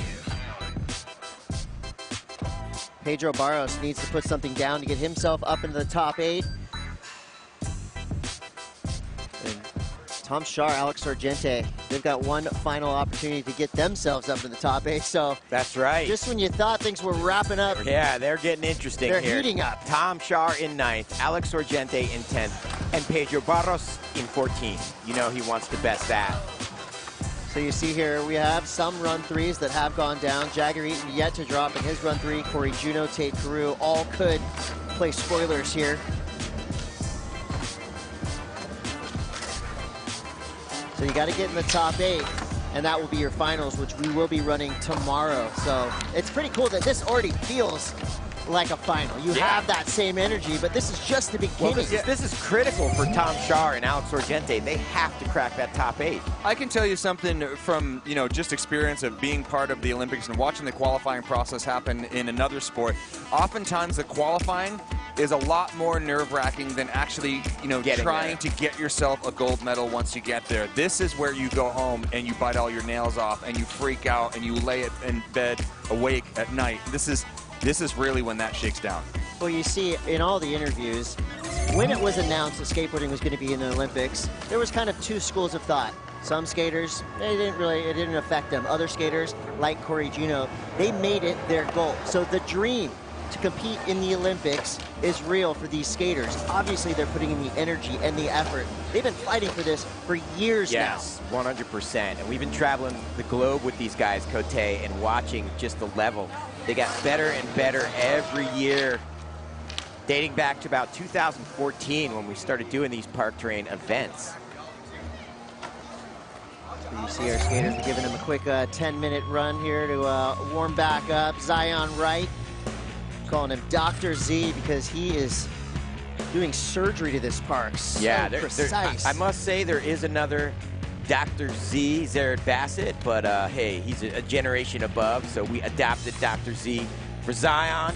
He is in our second place position right now with an 84.53. It's almost like no pressure for Zion equals huge, huge results. Right now sitting in second place. Body jar, and yeah, not a trick you see many street skaters do, is lay down a gnarly body jar. Such precision there. He saves that frontside air just out of sheer will, and there's a new one to his bag, the heel flip Indy every time. And then these big, massive, behind the foot melon 540s. That's what got it done and got Z in the second place. So all of these skaters that have come back over to the park now, everyone gets about 10 minutes of practice, and we're going to get this thing underway. We are basically, you know, we're playing a game. We're playing a Dodge a Storm game. We got a break in between the cells of weather right now. Much better weather when we saw Zion actually just go to work on this park. There's the Chris Gregson follow cam. You see a lot of those follow cams with him, and you know, you gotta wonder, when Gregson drops in behind you, when you're in the middle of a contest run, you have to be really confident in order to have someone chasing you. But let's get this party started, because it's always raining somewhere. Well, each skater who has yet to drop in for their third run will have 40 seconds. Skate until you fall. If you step off your board, if you put your hands down too much, the judges will call it a done. An end of your run. So you gotta be feeling it. Tate Carew there, youngster of the crew. It's got to feel like a one and done format right now. When you've gone home, you got to come back and like turn the dial back up to 11 again and get ready for this. Tate currently in 7th, so he's going to want to lock down that 7th place position a little better with his final run. He's still on the bubble. 76.38. And if you're looking at who's going after him, you, yeah, there's some big names. You want to create a little more distance in your score from the rest of the pack. Tate Carew from San Diego, California. I think most of the top 8 currently lives in San Diego, California, wherever they're from around the nation, but definitely there's going to be some Olympic fever in Southern California when this happens, because these are all some hometown heroes. Well, as we look towards the men's park semifinals, the stakes are high. I'm Chris Cote. I'm sitting next to Chris Pastras and Todd Richards. We're damp. We're very excited to bring you the culmination of men's semifinals to lock in the top 8 skaters who will be competing tomorrow in the finals here at Dew Tour Des Moines. And so far from what we've seen, this park has given us everything it promised it would. 88,000 acres. Right now we're focused 88,000 acres? 88,000, yeah, that much. It's that big. It feels that big. Well, we're really focused right now on the deep end section of the park. And from what we've seen, this park is perfect. This is the same type of park they will be competing at the Olympics. So basically we're watching a preview show for the upcoming Olympics. But let's not forget how big of a deal is Dew Tour Glory. That is a huge title to win. Yeah, Dew Tour champion means a lot. And heading into the Olympics, it means even much more than that. So, yeah, a lot on the line. We've got some guys kind of on the bubble there with Tom Shar, Sorgente. A lot of Olympic implications, let me say that. And so a lot of extra added pressure for this run number 3. They didn't put down the one they wanted in either other run, so the heat is on Tom Shar and Alex Sorgente. Well, let's talk about this. I mean, it's like, you know, here we are. It's May. Olympics, they won't even leave to go to the Olympics until probably end of July. So that's a pretty good span of time between now and then. So you got to imagine these guys, you know, you go home, you build up some momentum, you come home from this with a Dew Tour win, you still got time to get some tricks nailed in. All right, here we go, guys. Just like that, racing rain, we're going to drop right in. This is Tate Carew from San Diego, California. Yeah, Tate, nice blunt slide through the corner there. Currently in 7th place. And there's third and final run. Burial into that. Oh my gosh. Wow, body burial 5. Big alley-oop frontside air up the extension. I love that little power slide he does. Yeah. on a freshly dried park. That's scary. Frontside 5-0 revert there.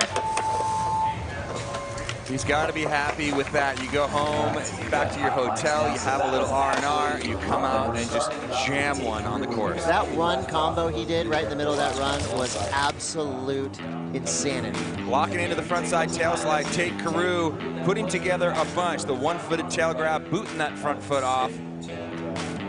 Comes in here. That combo. Varial flip right into the body varial backside 540.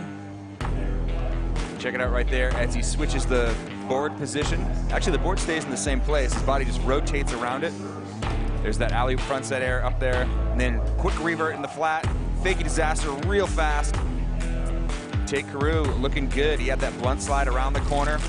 Frontside 5-0 revert. So there's a bunch of action going on in there. Probably the best run that he's had. Yeah, does that better, the 76.38. Tate Carew currently sitting in 7th place with a 76.38.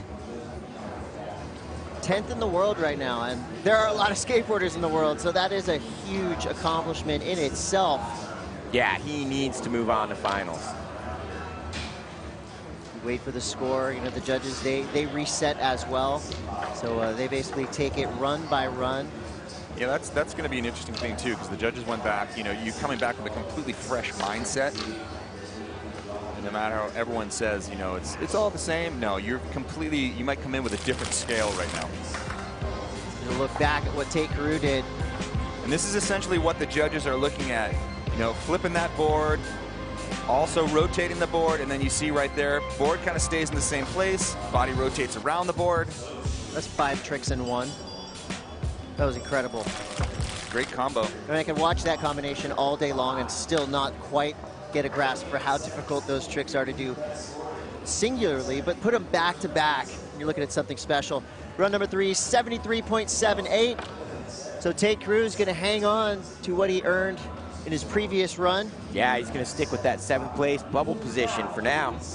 Well, Ben Hatchell has a 7.93 and a 26. It's now or never, his 3rd and final run. Here we go. This is Ben Hatchell, 11th in the world. What's he got for us?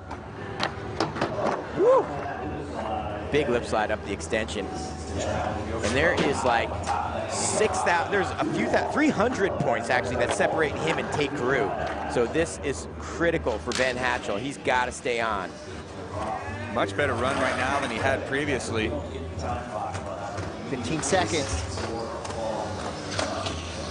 Nice kickflip Indy. Oh, yeah, and that point differential I was talking was overall standings for World Skate. They are only 300 points apart, Tate Carew and Ben Hatchell, so. Well, Ben would have needed to basically make that final 540. Yeah, there would have had to have been some heavy moves there at the end. And we were talking about it earlier before we got rained out, is how Ben Hatchell likes to build at the end. He has a big crescendo, but we're moving right along. Get it done. This guy right here. He's a multi-world champion, Alex Sorgente. He's also, he's now a vlogger, Off the Chain, him and the homies going wild. So Alex Sorgente will be dropping in 40 seconds on the clock. Here we go. Just under 40,000 points for Alex Sorgente heading into this contest. Nice ollie to tail, 180 out up the extension there, fakie to Smith. Big floaty frontside ollie. The nose grind got away from him. Dang it, needed that run. Well, Sorgente will have to settle for 10th place or beyond right there. Had to hang on, 3rd and final run for Alex Sorgente.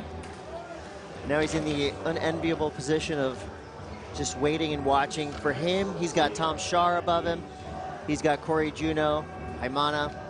So it's gonna be a tough road moving forward. But Sorge, I mean, this guy has a huge, huge career ahead of him, as well as behind him. 100%. So many accolades. 100%. For Sorgente. So from Sorgente, we're gonna go to Jagger Eaton. Jagger Eaton right now sitting at 7th on the Olympic World Skate Rankings. So 3rd in the US. It's really now between Jagger and Corey Juno. Let's look back at Sorgente's run. What went right? There's that tail stall pop out frontside 180 into the fakie Smith grind through the corner. So things were going great for Sorge. Different line he took. There's that fakie pop to Smith. And then he did a big frontside ollie and was basically going to kind of mix up his line. This is a little different than what he was doing earlier. There's a big frontside ollie over there on that 7-foot wall into the nose grind, and then just isn't able to hold on to it. And it's such a bummer to see that, and all that pressure. Oh, he'll be thinking about that missed nose grind for a long time. Or maybe not, you know? Who knows? Now he's on vacation. He's on vacay. So from Alex Sorgente, who we're waiting for a score, most likely will not be enough. He got a 35, so not going to be enough. So after Sorgente, we're going to go to Jagger Eaton. So it's just like they're playing hot potato with the pressure ball. Now the pressure goes to Jagger Eaton. Jagger is currently ranked 3rd in the U.S., but there's only a few hundred points separating him and Tom Shar heading into this event, so he wants to lock in a position for Team USA. Jagger's in a good position, though, right now for making it in. I mean, he's not going to get bumped, I don't think. He could get bumped by Tom Shar in a few minutes. But in making that top 8 to make it to the final. Gotcha. For the finals, For the final, he's good. Gotcha. Well, that's, I mean, I'm with Passions. It feels like a final right now. I think we're all in the same boat. It's almost like we're calling it right here, but got to remember there's a lot of skating left to come. So Jagger Eaton currently sitting on that 80.14. He'll be safe in 4th place. How's that? Backside 180, switch frontside ollie. That combo, no one is even touching that. Little revert over there on the flat to kind of set himself up once again. Frontside alley-oop ollie onto the flat bank. Just guiding that with his feet. Comes up here, backside lip slide in through that corner, covering a lot of distance, a lot of commitment for that trick. Jagger is so gnarly that he probably has different runs for the qualifiers, for the semis, and the finals. So he's probably saving some stuff. He's just as gnarly on a street course as well. That's the crazy thing. So from Jagger Eaton, we go to Tom Shar. Tom Shar has to make it above that 8-point cut line, sitting in 9th place right now. Again, hand off the pressure. Now it's handed over to Tom Shar. Can he make the cut? He needs to get above a 76.21.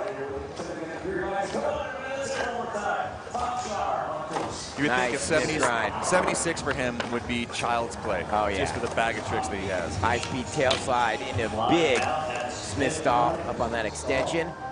Powerful 540 tail grab. You talked about how difficult that is, Todd.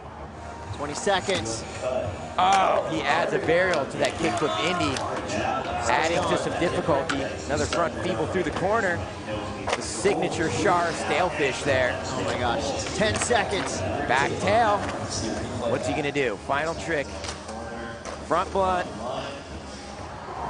Tom Shar, ladies and gentlemen. And Ooh, was that after time? A gnarly fall. I think that may have been after time, but hard to say.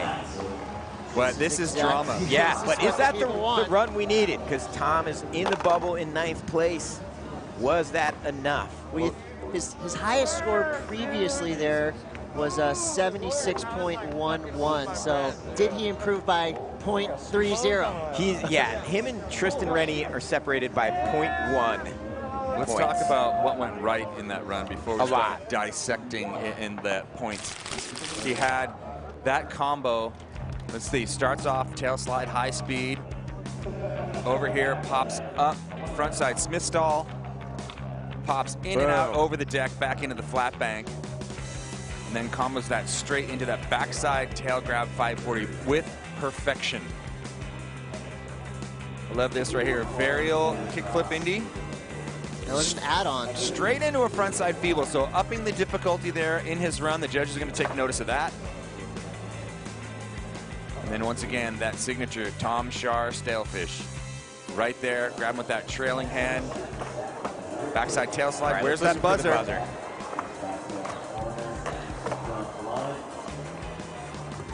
that was after time. He got lucky right there. Well, lucky and unlucky. But also, you know, you have to think about like the overall impression. If you commit to a trick after the buzzer, you know, the judges, I mean, you're not supposed to judge after that, but it's that overall impression. It kind of leaves them with something. Scores coming through, 77.05. Nice. Tom Shar is in the finals. Yes. For now. For now. For now. That could all change. Tom Shar cracks up into that top 8 with a 77.05. That knocks Tristan Rennie down a notch into 9th place and out of the cut. And we've only got 4 skaters left. Pedro getting Quintas. heated. Pedro Quintas is kind of that Cinderella story there, because right now he's sitting at 6th in the world in the Olympic World Skate Rankings. And he is battling with Pedro Barros and Luis Francisco. Teamwork, that's their top 3 currently. 3 skaters will go represent Brazil in the Olympics. Pretty sure Pedro Quintas could be one of them, but we'll see if he makes the finals here at Dew Tour.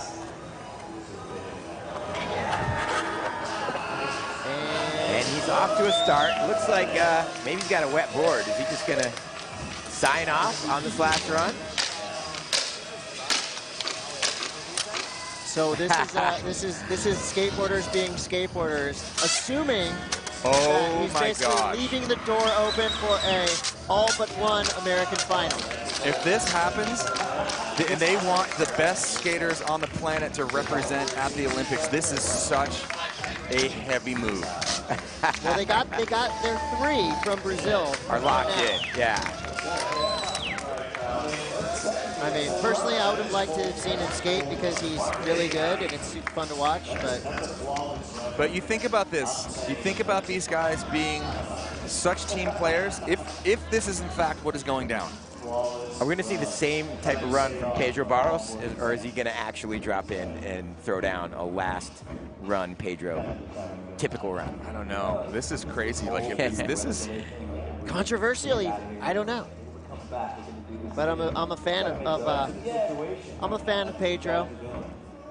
I'd have liked to have seen him take a full run, but we did see Pedro in earlier. Well, also, they might just be doing the gentlemanly thing, knowing there's a lot of Americans on that bubble spot, trying to crack into 3rd place for the overall standings. Yeah, for all intents and purposes, Brazil's got their team locked. And here goes Pedro Barros.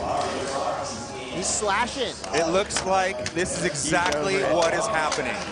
This is incredible. Like, you want to talk about sportsmanship as far as like the camaraderie of skateboarding, the brotherhood of skateboarding. They want to see the best possible people battle it out in Tokyo.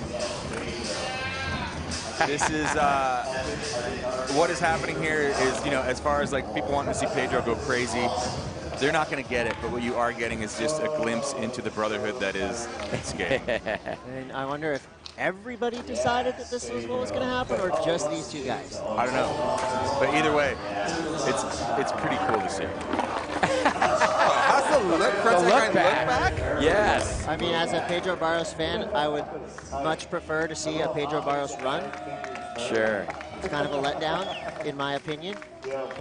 But we're going to see Pedro Barros in the Olympics, most likely. So we'll get our Pedro Barros fix. Yeah, the Brazilians. I do like those glasses, though. They know who the top 3 are for their country. As for the U.S., we are still battling it out. So sandwiched in the middle of these Brazilians at the end of this first round, Corey Juneau. Lone American left to go in this heat. They're going, Corey Juneau's going, are you guys having fun? I'm stressed. Because I can't feel my feet. Well, Corey Juneau definitely doesn't show stress on his face. He's got a 78.04. He's sitting in 6th place, so. He's in. Yeah, he's in for the finals. So this is a glory run right here. I hope he gives it to us, though. There it is. There we go. I'll take it. That's all I needed. Thank you, Corey. That was perfect. But I want huge alley-oop ollie up that extension. Backsmith through the corner. One of the best in the game. There's that signature frontside board slide. Oh, got away from him. So final runs for Corey Juneau. Frontside board slide through the corner. That's a signature trick. It Just really barely is. got away from him. But hey, he's in the finals. We're all good. So that's time for Corey Juneau. And I have a sneaking suspicion that our next skater, Luis Francisco, is going to do a comedy run. But we'll see. Watch Luis Francisco just switch it up and throw down a 90. Yeah, because Luis Francisco right now is sitting in 20th place. Yeah. I wonder if he second agrees. overall in the Olympic World Skate rankings. I wonder if he agrees with the team. Yeah, he is looking like he agrees with the team. Wow, here we go. Some skateboard dancing, maybe? Maybe he's going to bring something else, some street plants in the flat.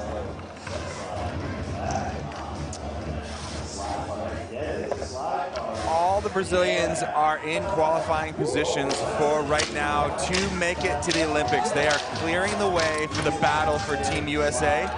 That's pretty cool. It's crazy sportsmanship. Yeah, they could have made some skaters definitely sent home a little teary-eyed. Packing. But what this does is it creates a super drama-filled final for tomorrow as far as a cutthroat American bloodbath. Oh yeah, get a good night's sleep. Tomorrow is going to be heavy. We've got 7 of 8 of the finalists representing Team USA. This is really coming down to a USA Team Olympic qualifying situation here at Men's Park. Oh man, this is going to be insane. I want to, get some words maybe from Blair Alley. Hey Blair, do you have Pedro Barros near you to ask him what the heck's going on, the strategy that's being played out? Down here with Pedro Barros. So explain to everyone watching at home the sportsmanship with the Brazilians and what you guys were doing out there. I mean, Tom killed it. He destroyed this whole park right in the beginning before the rain. And he got a result that we didn't understand. And honestly, after seeing Tom put out that run and him getting the result he got, it was pretty much like, oh, it's over for us. We're not going to be able to do better than he just did. And he just didn't even qualify with that result. So what are we going to do? All right, we'll have fun with this. Skateboarding has always been, it's always made to be fun, you know? And this is park skating. This is something that I've been doing my whole life. You know, most of these skaters have been doing this their whole life. But I feel like maybe we're getting judged about people that haven't been doing this their whole life. I don't know if they skated this. But anyways, whatever. World Skate does whatever they want. You know, we're always going to keep having fun. Skateboarding is always going to be skateboarding, and we're always going to be doing this because we love it. So, yeah, much love to skateboarding.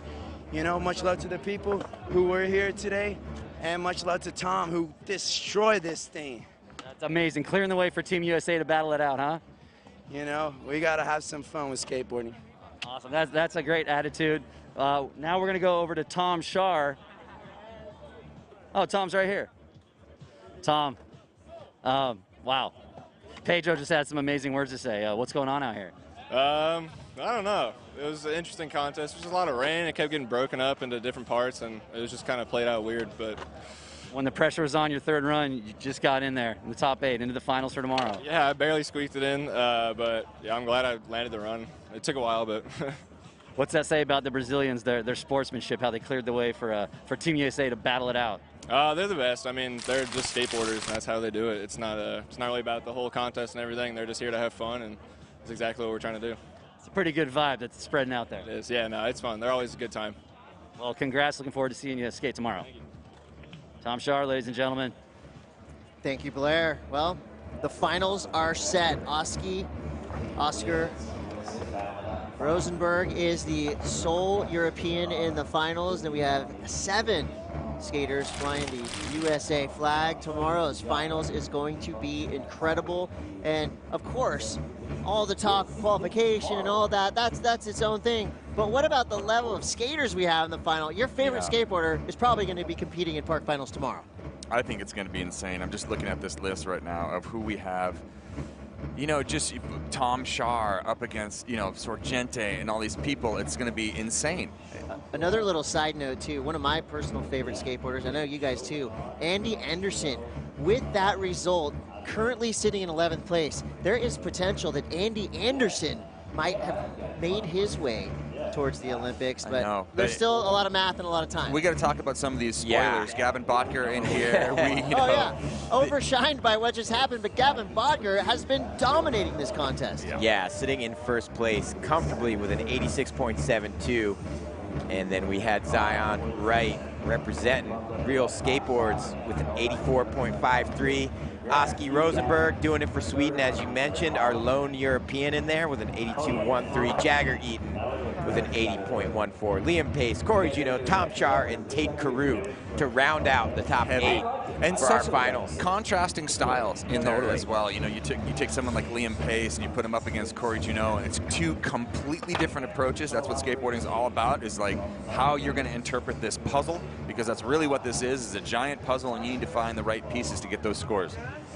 Here's your men's park semifinal results. Gavin Botker, top spot. Zion Wright, number 2. Oscar Rosenberg, Hallberg, Jagger Eaton, Liam Pace, Corey Juneau, Tom Char, and Tate Carew filling out that top 8. Well, behind us, we've got a street course that's looking awfully dry, and that means we could potentially be trying to push through into skate practice. Tristan Rennie, Alex Sargente, 2 incredible skateboarders. We will see them in the future, of course. Lots of events to come. Yeah. Most likely not going to see them in the Olympics. And to see 2 guys that good not make the Olympic team, well, that shows you exactly how tough it is. Let's take a look at making the cut for the USA Olympic team.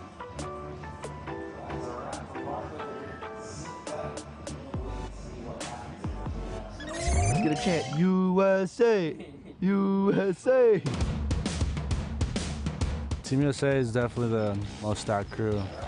This is kind of where skating's from, so it's just the place to be if you're skating. This is probably the hardest country to go for. To represent the Olympics for the U.S. in general is obviously extremely tough. You're going up against some of the best skaters in the world. Oh my God! It's crazy to think about that I'm up on the top of it, because all these guys I've skated with since I was young, they beat me in contests. We've like gone back and forth. It's an amazing feeling. I think it's a big eye-opener for people that we're just not hoodlums. We're like actually dedicated ourselves to something that we love. You know, it's a sport. We're all athletes, and I think it just brings skateboarding to more households. Massive! There's 4 people underneath me that are just a couple thousand points behind me. So this next contest, the Dew Tour one, is going to make a big difference. It's going to be tough, you know? One more event. I'm competing against a lot of my friends because we've been skating together for years. It's going to be a good contest. Everyone's going to be definitely going for it. It's the last one, so the Dew Tour's the last chance to make it.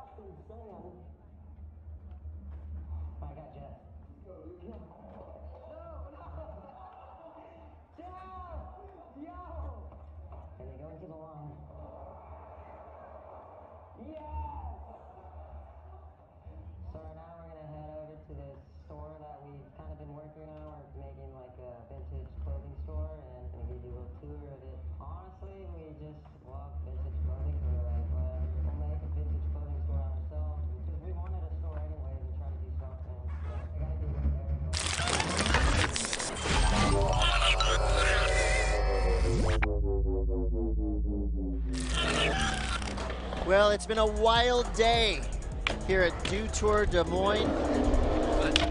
All the behind-the-scenes action is available to you. You don't even need a VIP pass. All you need is TikTok. Hit @DewTour to get all the behind-the-scenes action. Check out Sky Brown shredding. And check this out. Just when you thought it was okay to dry off and head on home, come on back. Street course is looking prime. Just waiting for a few more skateboarders to see if we can kick off men's street semifinals. Similar situation over there. Team USA all battling for those coveted 3 spots to go to the upcoming Tokyo Olympics. And I tell you, they had to have been watching what just happened in Park, the world rankings. It's got a very similar situation happening over there for men's street. You've got Jagger Eaton pulling double duty. And here you have the Olympic World Skateboarding Ranking, Nyjah Houston. He's here, Yutos. All these guys are here. We have one of the heaviest fields you've ever seen in the contest here today. Jake Alardi and Mario McCoy right there. You look, they're just within a couple hundred points of each other. And then you go down further on the list, tons of American skateboarders all vying for not a lot of positions. So right now, if the Olympics were tomorrow, most likely it would be Nyjah, Jake, and Mario. But we've got a lot of skateboarding to go. And Deshaun Jordan and Jamie Foy, as we all know, are 2 of the gnarliest to ever do it. So this is going to be another huge, huge event for street skaters trying to vie for those Olympic positions. And of course, do not understate what a Dew Tour win means to these skateboarders. That's huge. On its own. I mean, Absolutely. look at Nyjah, all right? He's won every street league. He's won every other event. But Dew Tour is one that, you know, he'd probably like to win maybe a couple more times to really solidify his goatness. I think it just sets the pace, too, as you're going into the summer. Now the guys that skate street, or the streets section, they have another competition in Rome after this one. The guys that skate park, the bowls, the transition skaters, this was their last big event before the Olympics. So, you know, maybe a little bit less pressure for the guys over in the street course, but definitely, you know, they would like to solidify what they've got going on and worry less. We got 32 athletes, 3 heats, 2 runs, 45 seconds. Best 1 run counts. Scores out of a possible 100. And of course, we'll be looking at an ongoing, ever-changing leaderboard. All eyes move to street. We saw a lot of practice going on before the rain. We saw the adaptive skaters in there absolutely shredding this place. Always fun to watch. So with these 3 heats, of course, you've got some incredible names. All these skaters, of course, capable of filming amazing street parts. Always fun to watch them compete. Let's take a look at some of the names that we'll be looking at over here in the men's street semifinal. Heat 1 is an international field. Axel Kreisberg right there, a name that jumped out. Alexander Midler, new pro for Legal Civ. And you go down the list even further. And Shane O'Neill. I mean, some heavy hitters. Louis Lopez, Tommy Finn, DeCenzo, TJ Rogers, who threw down on day 1. And Heat 3, yep, equally as stacked, if not more. Check this list out.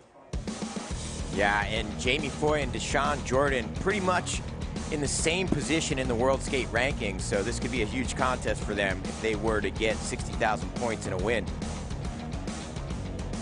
And of course, TJ Rogers There we have providing us with some TJ highlights. Rogers on fire. There you see a switch tail slide there. Tommy Finn doing it for Australia. Nice back 180 nose grind, 180 out. Such a smooth skater and such a positive attitude.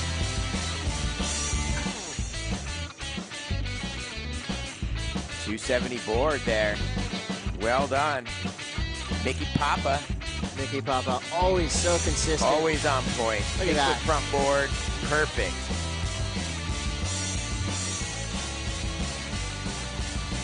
And there we see nice, perfectly executed nose-blown slide. Whoa! Little sketch. Alex Midler. Alex, 270 board.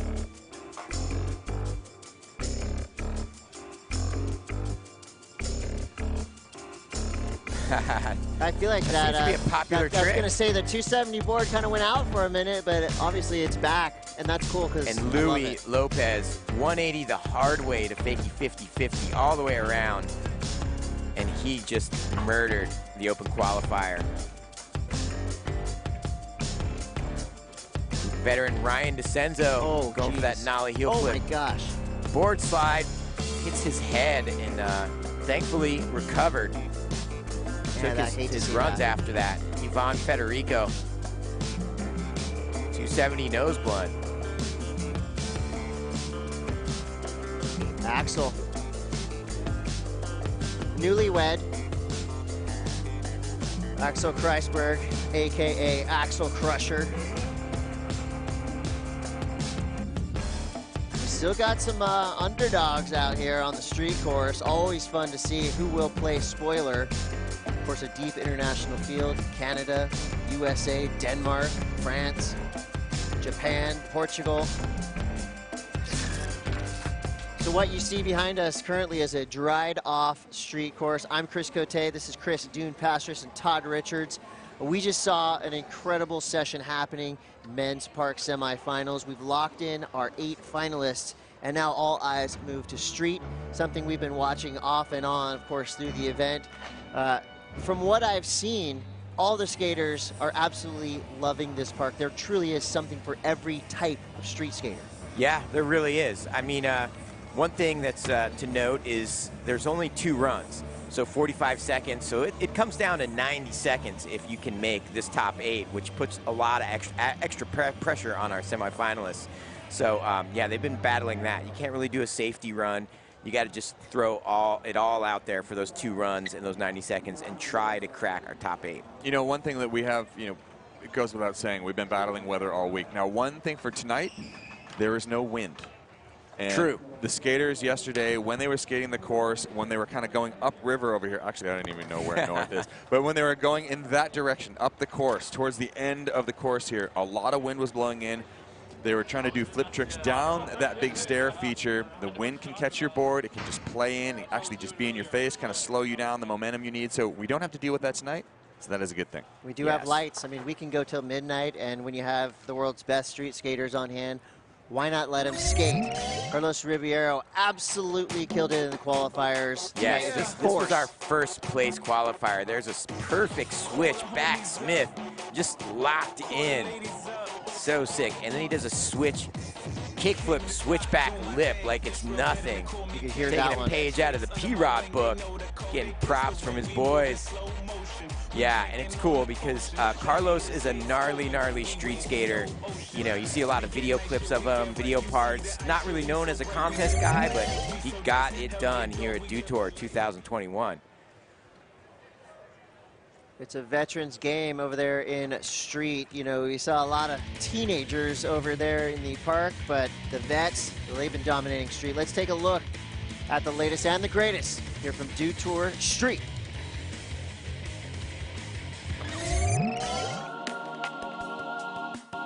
I keep getting better at street skating. Putting together a run when you're younger, you're just kind of like, these are my tricks, I'm gonna do them all, and you don't really think about it. It's not as calculated. That's something that I started to enjoy more as I got older. Kids nowadays, they look at Instagram, they look at this stuff, they only want to do those things because those are trendy now.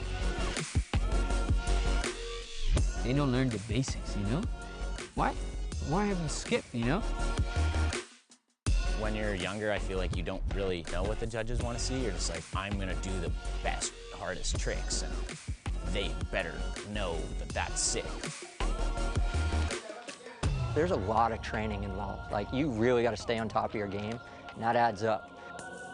I feel that's the OG stuff. You know, we've been around for so long and we see it all.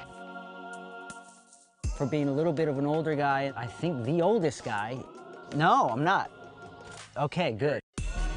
Paul, Manny, Shane, all those dudes have been in Dew Tour and every other contest for like 10+ years, so they have it dialed to just like snap of a finger, they're ready to go. It's a patience game. It requires a ton of patience to compete in these contests. The young kids don't get that yet.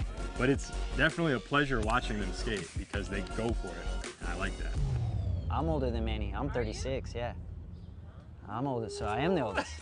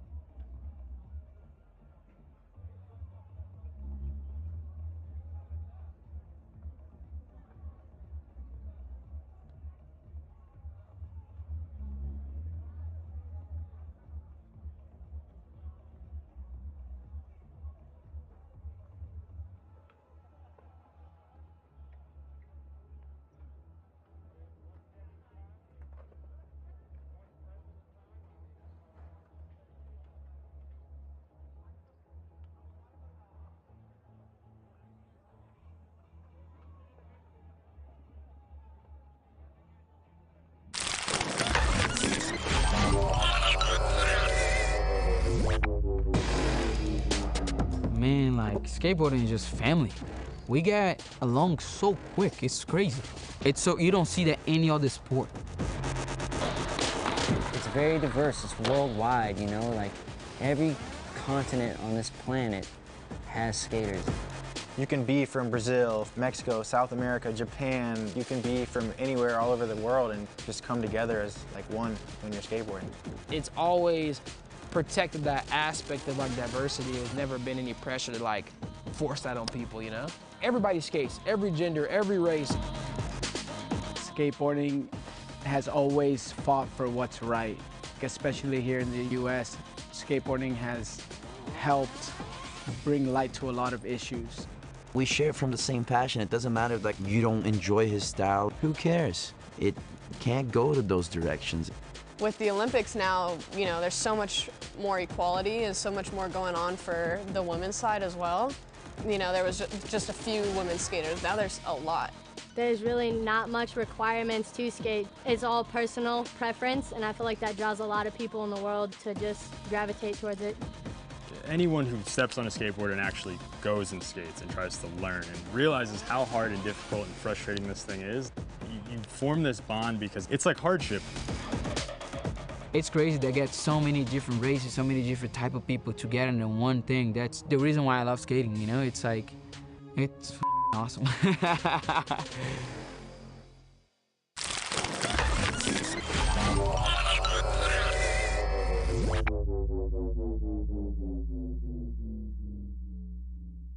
This summer, it means so much on so many different levels for skateboarding. Obviously, it's the lead-in into the Olympics. It's the last contest on U.S. soil, so I hear people chattering about it, getting excited for it, nervous for it, all of it, and for good reason, because they haven't competed in a while.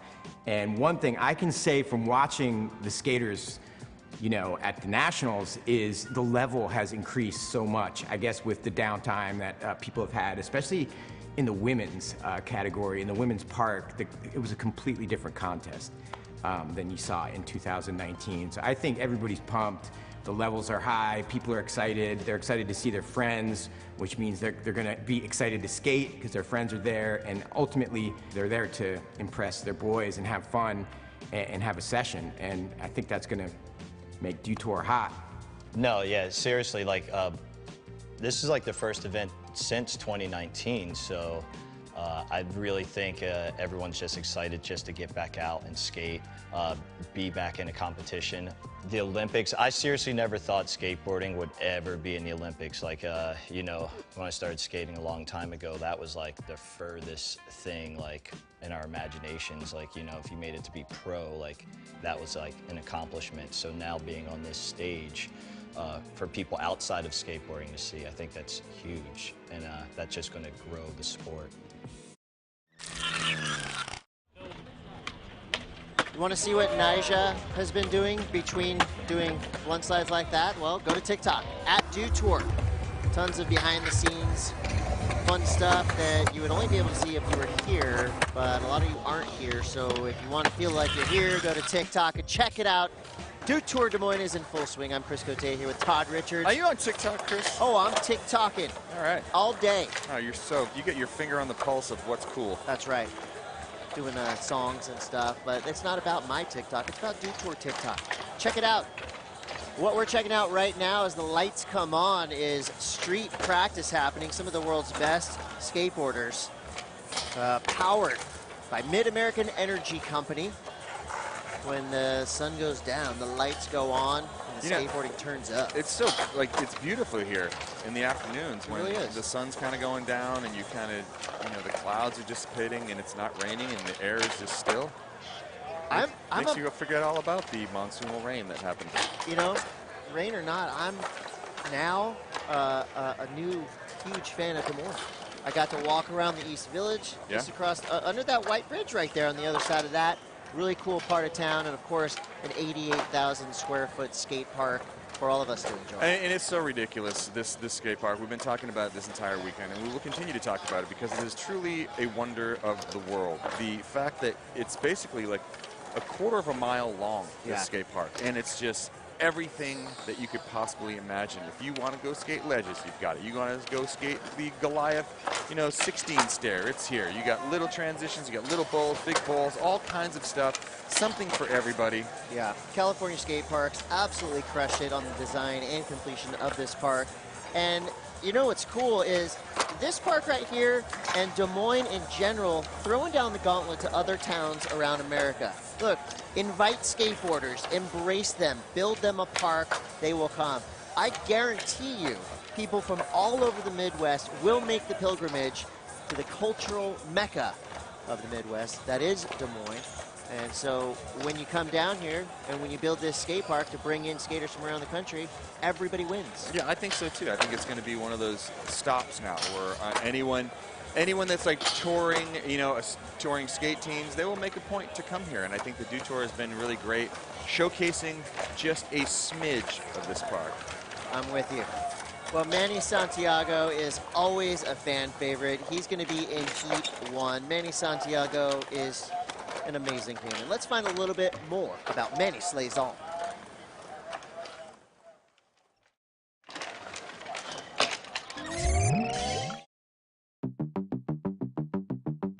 I started skating right before my 15th birthday in Lowell, Massachusetts.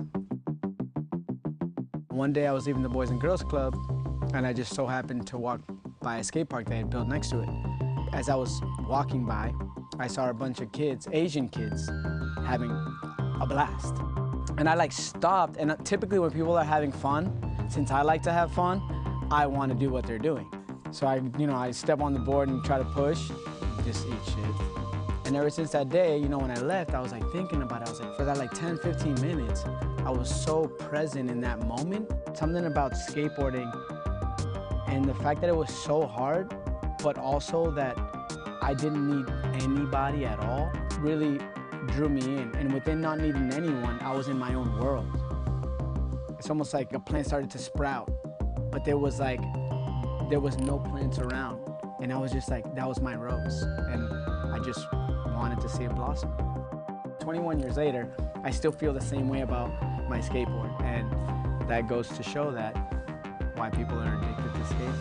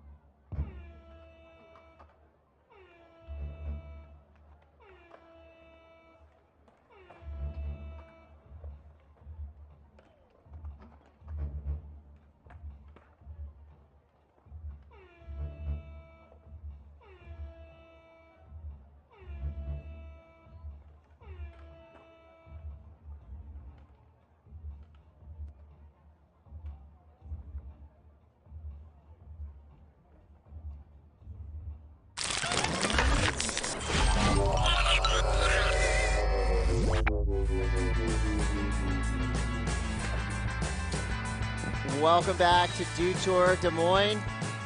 We're looking at an incredible street course here that's been getting thrashed throughout the day. Some of the best skaters on the planet. What a way to open a brand new park by inviting the world's best to come shred and then give it over to Des Moines locals and all traveling skateboarders coming through for a visit. Men's street semifinal about to go down. We're going to set things up for you and tell you a little bit about, of course, all the facts and figures, the numbers and all that stuff. But what we really want to focus on is the level of talent that we have here. Truly a field full of legends. 32 athletes, top 8 will make it to the finals tomorrow. 2 runs, 45 seconds each. Best 1 run counts. Skate until you fall. That happens in park. But in street, Obviously, you're going to be pushing and stepping off your board, so just a little bit different rules-wise. 5 extra seconds because this park is huge, Todd. Yeah, that's something you definitely need to consider is like, you know, the amount of time it takes you to get between obstacles to set things up. You got to go back and forth here. You can basically draw any line that you want. This is your playing field here, and there is a lot of real estate to cover. Yeah, and this is where you're going to see high-tech skateboarding. Flip in, flip out, switch.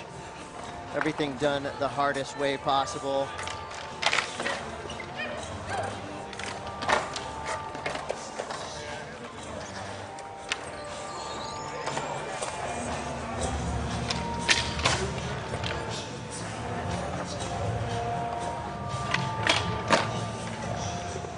We're watching things starting to heat up.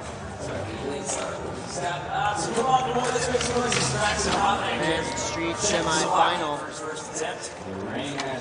Firing things up. 45-second runs. Top 1 run will count. You only get 2 chances to make your way into the finals. Chris Cote here, joined by Andrew Cannon. We're watching our first skater roll in here for the men's semifinal. That is Matias del Olijo representing Argentina. And the dance hall horn blew, so that means the run's over. Welcome back to the booth, Andrew. Look at that. Thank you. A dry street course. Boom, a whole full 45-second run to kick it off. That's amazing right there. That's after such a wild day that we've been having. Is it going to go down? Is it not going to go down? What's happening out there? Rain. I mean, that to a skater's psyche, that is so gnarly. When you are like ready to go, they're so close to being done, the park, and then actually it's pouring. Yeah. So no. phenomenal go, skating go. right there from Matias. Well, I'm excited to see what happens. I can feel it. The energy is here, and I love it. You just turn it right back on. 63.92 to start us off. Wow. Matias del Olio in the lead. For now, of course, a lot of skating left to come. We have 32 skaters in the field, making that cut to 8.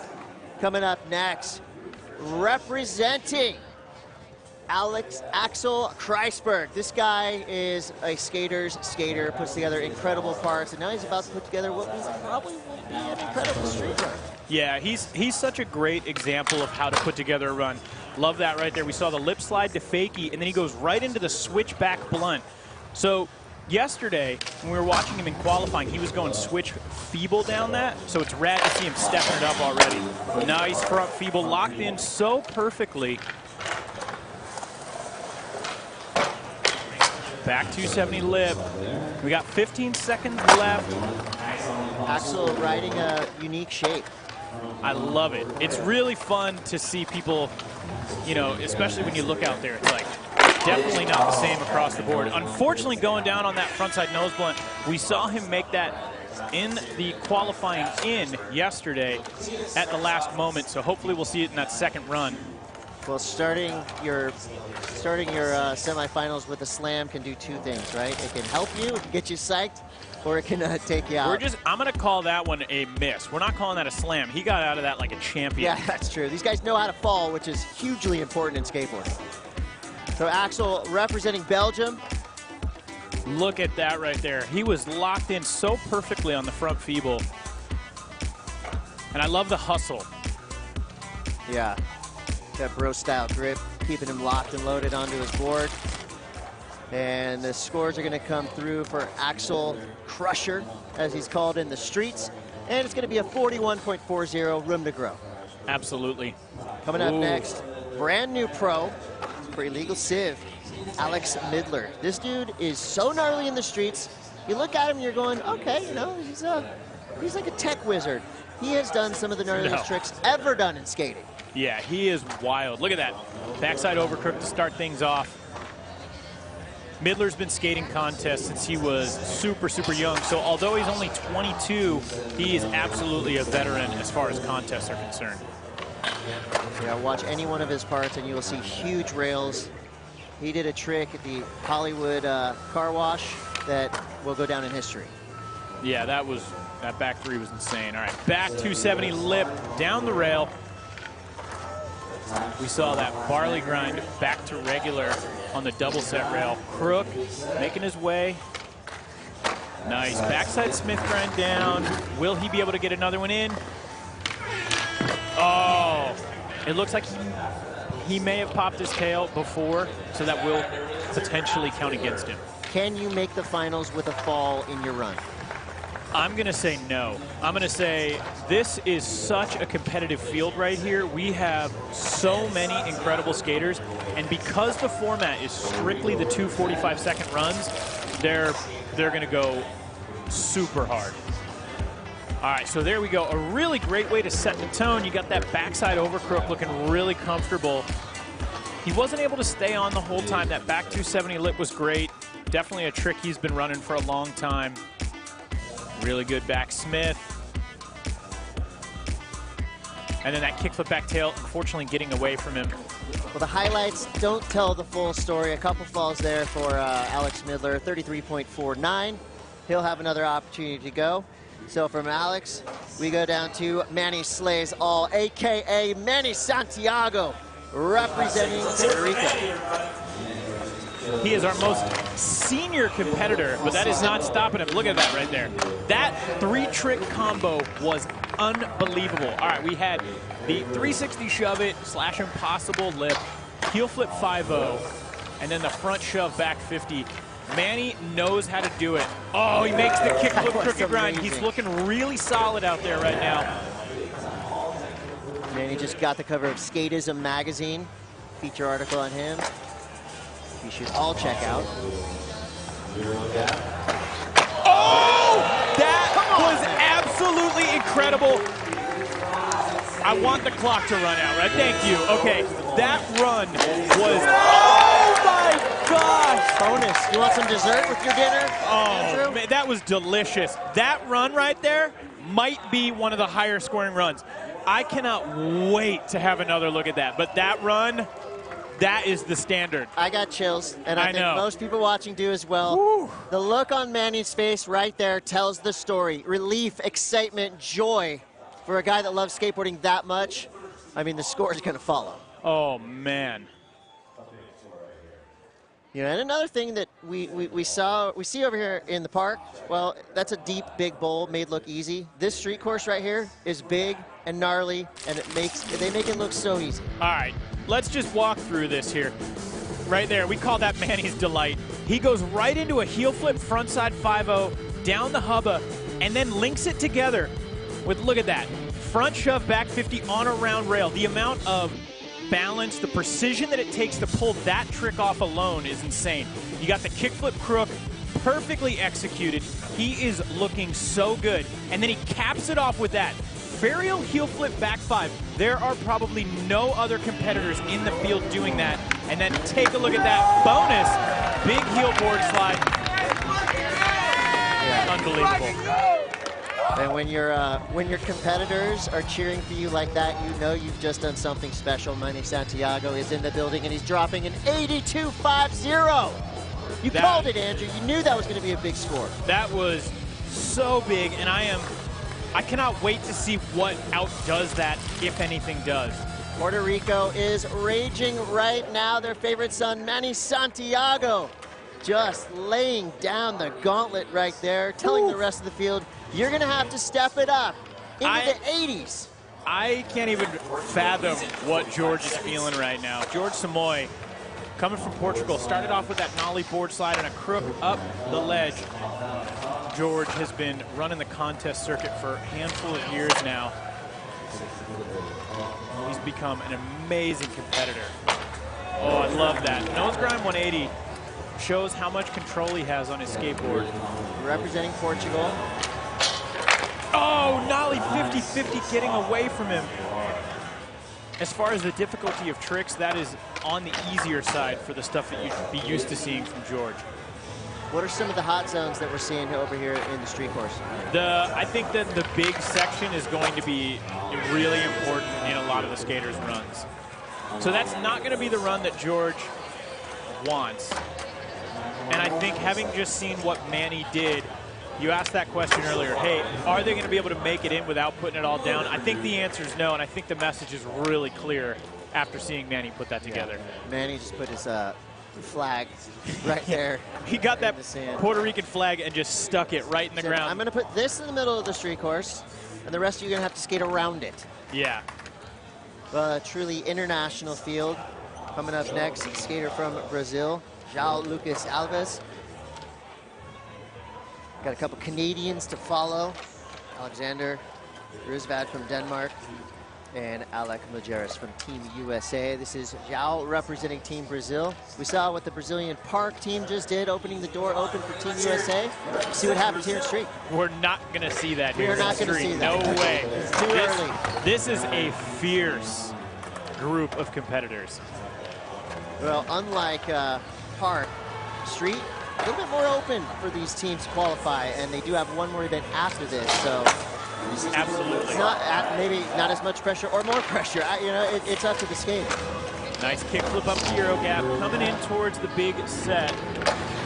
Nollie 180, that was right. Switch 50-50 down the hubba. Making his way across the switch. He's got time for about one more. Oh, wow! Switch big spin front board. That's how you finish with a bang. That would be, if he could link that whole run together and end it with the switch big spin front board, that could be a big score. How important is the ender in the eyes of the judges? It's kind of the, you know, you kind of made that food analogy earlier. It's the cherry on top, you know? You give me a sundae without a cherry on top, yeah, I'm out. You got to do. I'm writing a letter. I'm on Yelp. You got to do the work up until the end. But if you finish big, the judges are human. They're fans of skateboarder. You know, they're skateboarders themselves, so they're going to want to see a big finish to get that big number. You can understand that feeling of putting together a full run and then still being so ready to make it happen.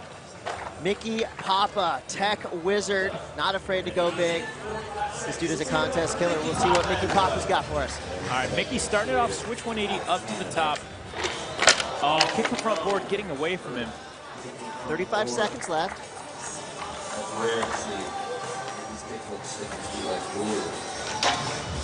I like that crooked grind up. That's one of the cool things about this park is there's a lot of obstacles that you can definitely skate down, but you can also skate up really comfortably. And it didn't used to be that way. Whoa! I think that was switch front salad back 180. It could have been switch front blunt. It was really difficult to tell, but it sounded like a truck got on there. Finish here. Oh, potentially a nollie front nose, getting away from him. Had a couple falls in there, so he's going to look towards that next run. In the past few years at Dew Tour, we had a team competition. Mickey Papa, a huge reason why Blind was so dominant in those team contests. And known, of course, for tech wizardry and doing really hard tricks, done really big obstacles. Mickey Papa will have another go after Mickey. We're going to go to Matt Berger, representing Canada. Matt is a fan favorite and always seems to find his way to the podium. Yeah, I'm excited to see what Berger brings here today. He's got some staple tricks that are really, really difficult. He's got like a kickflip back tail on round rails that a lot of the other competitors can't do. Started off with a crook up. He finished 4th at our last Dew Tour. Nice back 270 lip. Lofty nollie heel. The 270 tricks have made a big comeback. Dew Tour. I think they're just getting real fired up these days. Nice kickflip back lip. That's a difficult one in the middle of your run. A lot of risk.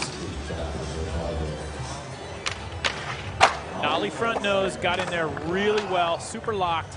All right, he's got just about 10 seconds. Back tail. He's got time for one more. Oh, and he does it. Big spin flip front board to fakie. Perfectly done. So full run, had a really good mixture of some of the more basics, we'll call basics, crooked grinding up the little rail, but then he ended it with that big spin flip front board. So Matt Berger, always consistent. And redundant to say coming back from injury, because all skateboarders are coming back from injury, but a great run, a great way to start for Matt. There's another look at that nollie front nose. That one is such a difficult trick. He made it look really easy. And then capping it off with that big spin flip front board. Look at that, his feet right on the bolts, super comfortable. That's going to be a solid score for Matt. I know he's stoked. Man, we're seeing some serious action in heat number 1. We're waiting for the scores to come through. Manny Santiago still well into the lead with an 82.50. No one even close. Till now, Matt Berger coming through with a 69.34. We're thinking about averages and scores that could potentially get you into that top 8. I'm thinking usually 70s, it's in that 80s. 70 zone. It's like mid-70s is a pretty normal area to get you into that top 8. But we'll see. We've got, you know, 3 heats of amazing competitors. Coming from an incredible skate city, Copenhagen, Alexander Rizvad. Alexander is very, very technical. Switch tail slide down the big hubba. He made that look incredibly easy. And I love that this park's going to be here forever so that everyone can come skate it and be like, oh, that switch tail was Remember, not that's easy. where Alexander did that one trick. All right, so we saw that nollie 180, switch 5-0, back to regular. Very difficult trick. 360 flip up. Oh, and the front side flip getting away from him. 5 seconds. How do you slam like that and get right back on your board? It's amazing. They're well versed. All right, nollie heel nose attempt after time. The makings of a really good run right there, though.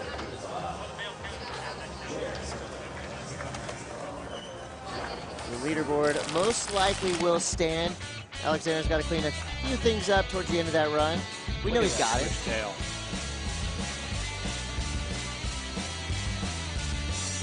Nice gap to nose blunt. I think that's a favorite of a lot of the skaters out there. There's the frontside flip. Oh, it just looks like he unfortunately caught it a little bit too much on what we'll call the front of the board at that point because he was going to be landing fakie. Score comes through 32.51.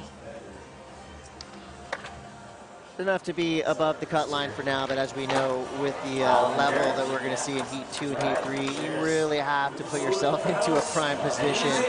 As you see, drop it in now, Axel Kreisberg. Alec Majerus, excuse me. Alec Majerus, such a unique bag of tricks. He always looks really casual out there, but the tricks that he ends up doing are really tough. We saw that back over crook 180. Look at that one. Backside 180, switch front crook down the ledge. Half tap crook. He's putting it together. We got 20 seconds left. And this guy's put together some of the most amazing video parts ever.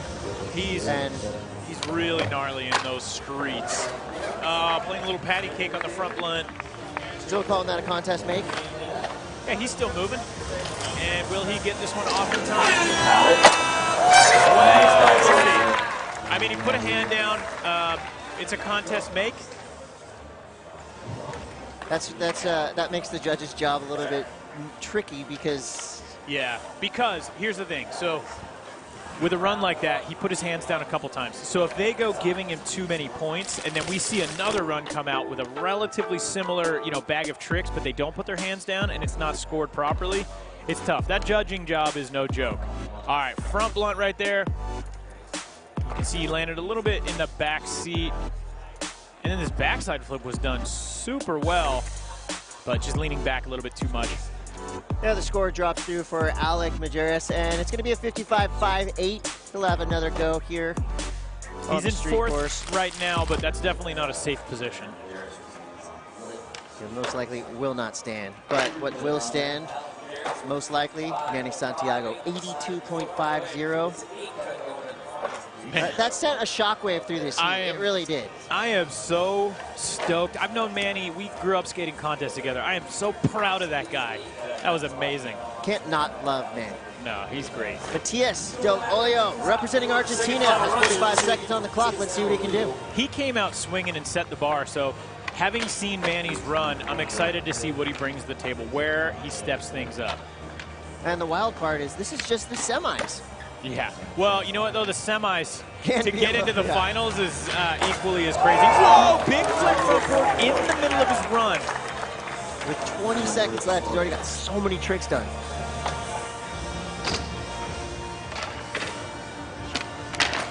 Oh, going for the 360 flip nose slide. trying to get to where Manny was. I think he's going again. I really hope he can do this. Oh, going for it, taking it to the hip right there. Full credit. I love seeing that. Yeah, when you see somebody take a fall and then get right back up and try the same thing, love that. Yeah, that was one heck of an attempt. Seeing him step up that big flip front board. Job well done, Matthias. You know, in park, the judges are really looking at speed and, you know, how high you're going, how long you're grinding. What's the difference they're looking for here in street? You know what? It's those, but the difference is you just have this opportunity to tech things up so much. Man, that 360 flip nose slide.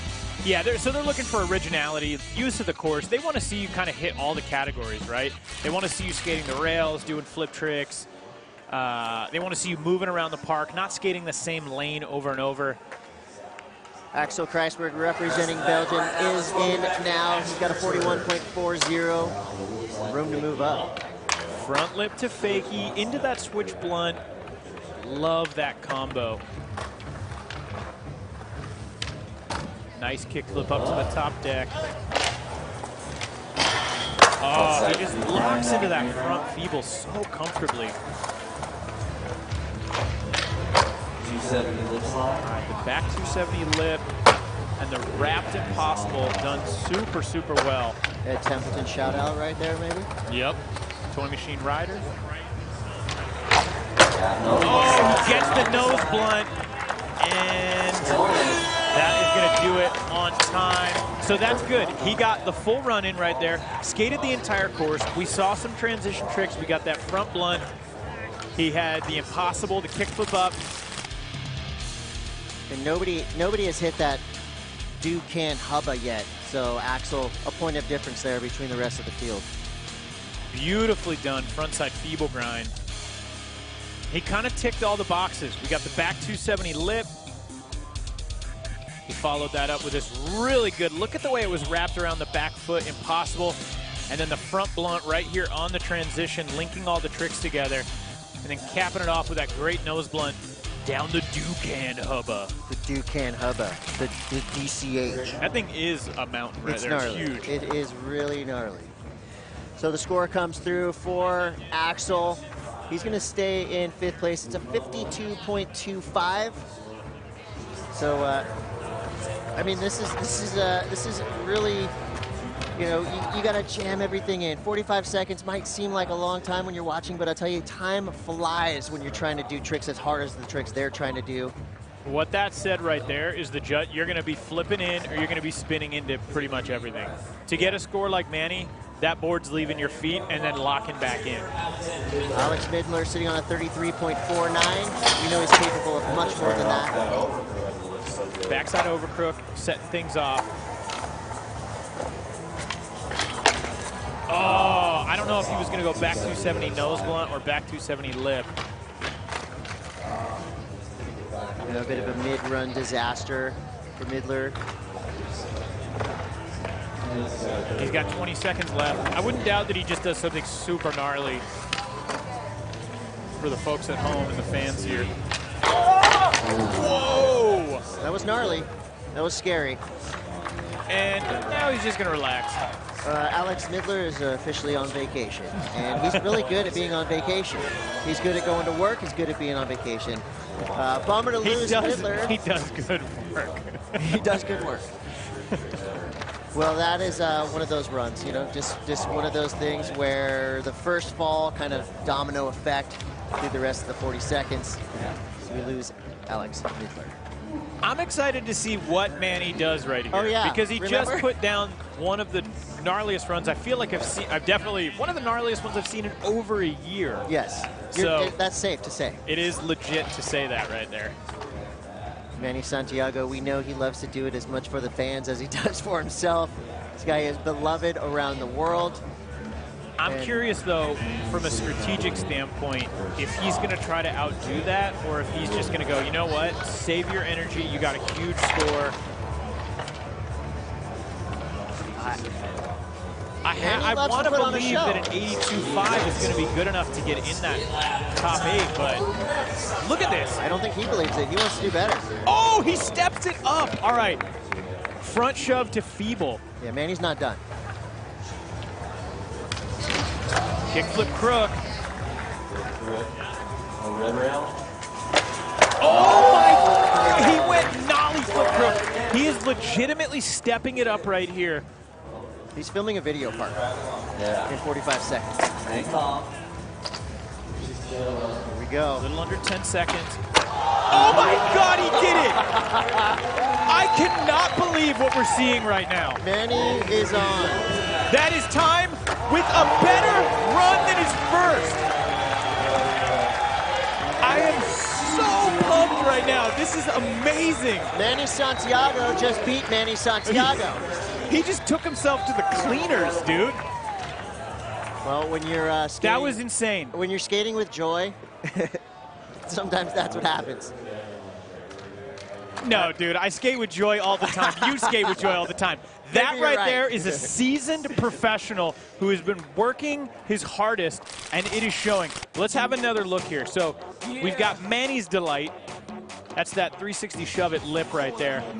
Goes into that heel flip 5-0, but look at that. Steps it up there with the front shove to feeble. Then he goes kickflip crook right here, setting himself up for a nollie flip crook. Now, nollie flip crook is something we saw Felipe Gustavo do yesterday in his run, and then he capped it off with a burial heel 5-0. And guess down what? the hubba. The judges agree with our excitement because, bam, 88.10 for Manny Santiago. Well deserved. I think the big heel was at the buzzer. 88.10. Manny, I just am so happy. I just want to wrap my arms around him from up here. What an 88.10 for Manny Santiago. That was awesome. Undeniable, too. There was no doubt that that run was just that much better. That right there is going to be, like you said, sending some shockwaves. Heat number 2, heat number 3. Oof. You do not Good want, luck, gang. You do not want to be skating after Manny. Honestly, what I'm so excited about, Nyjah, Aurelian. Oh, yeah. They are such Those fierce guys are pretty good, competitors, too. and they love to look at a score like that and go, yep, let's do this. George Simões representing Portugal. It's got to be hard to skate after a run like that, unless you let it fuel your fire. I would say he's going to do that.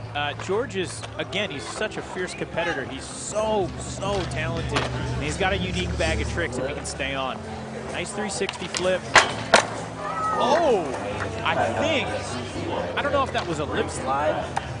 It had the look of a It almost looked like a grapefruit grind, but I could be wrong. Grapefruit grind? I hope it was that.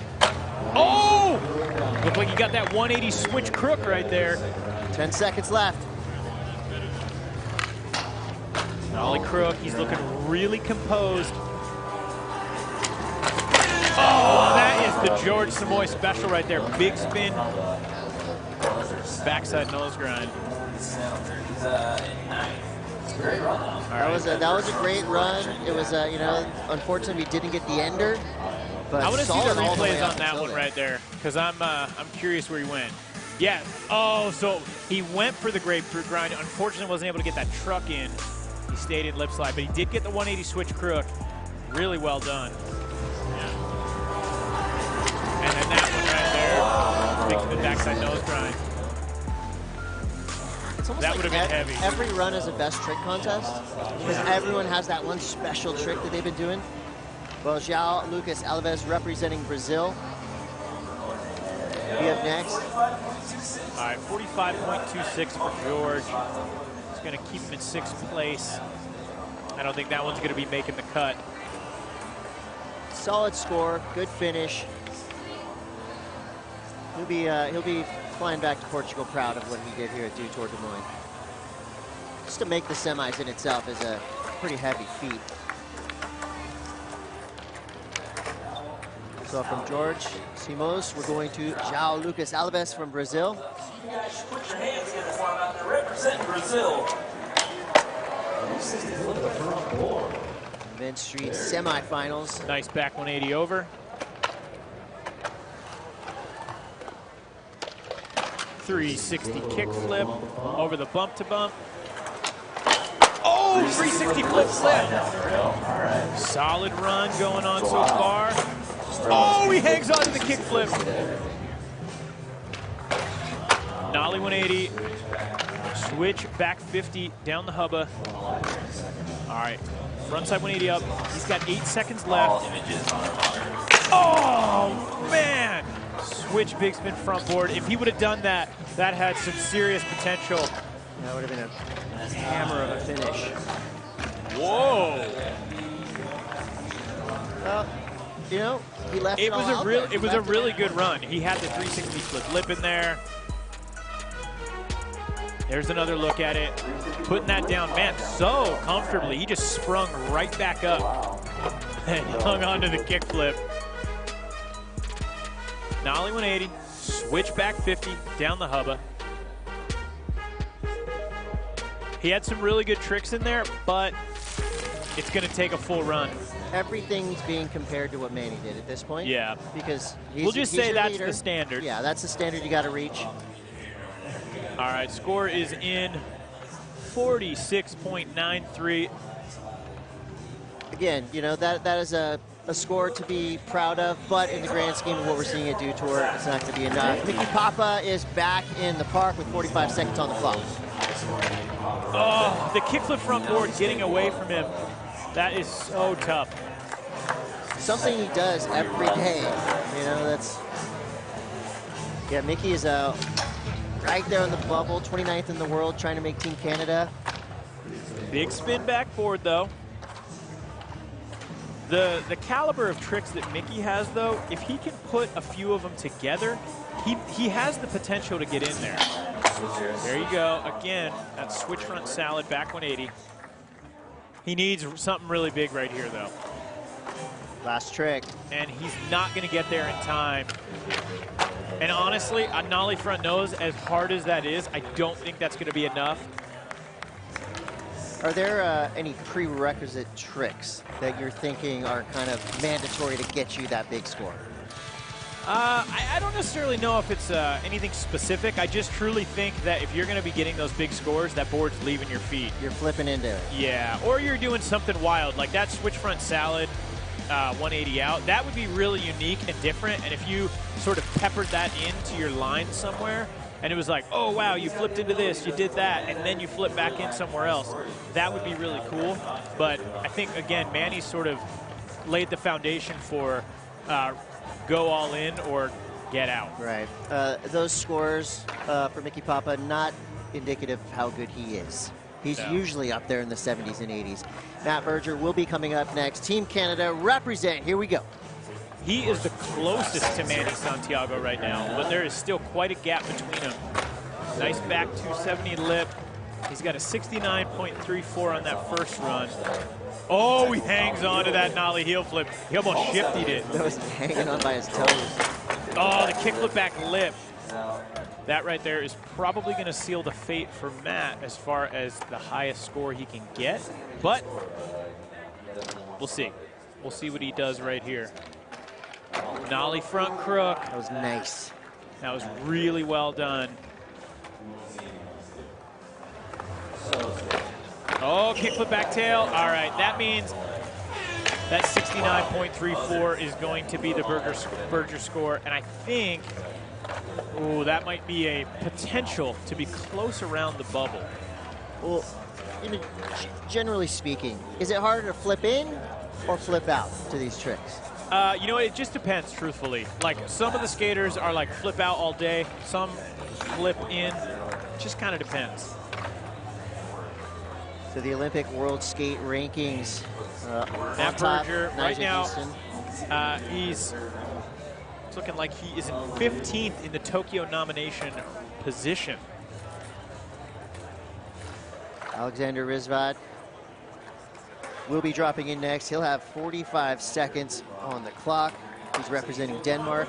Copenhagen, an incredible skate city. All right, front tail to fakie, coming in switch. I love that combo, that switch front tail, super clean.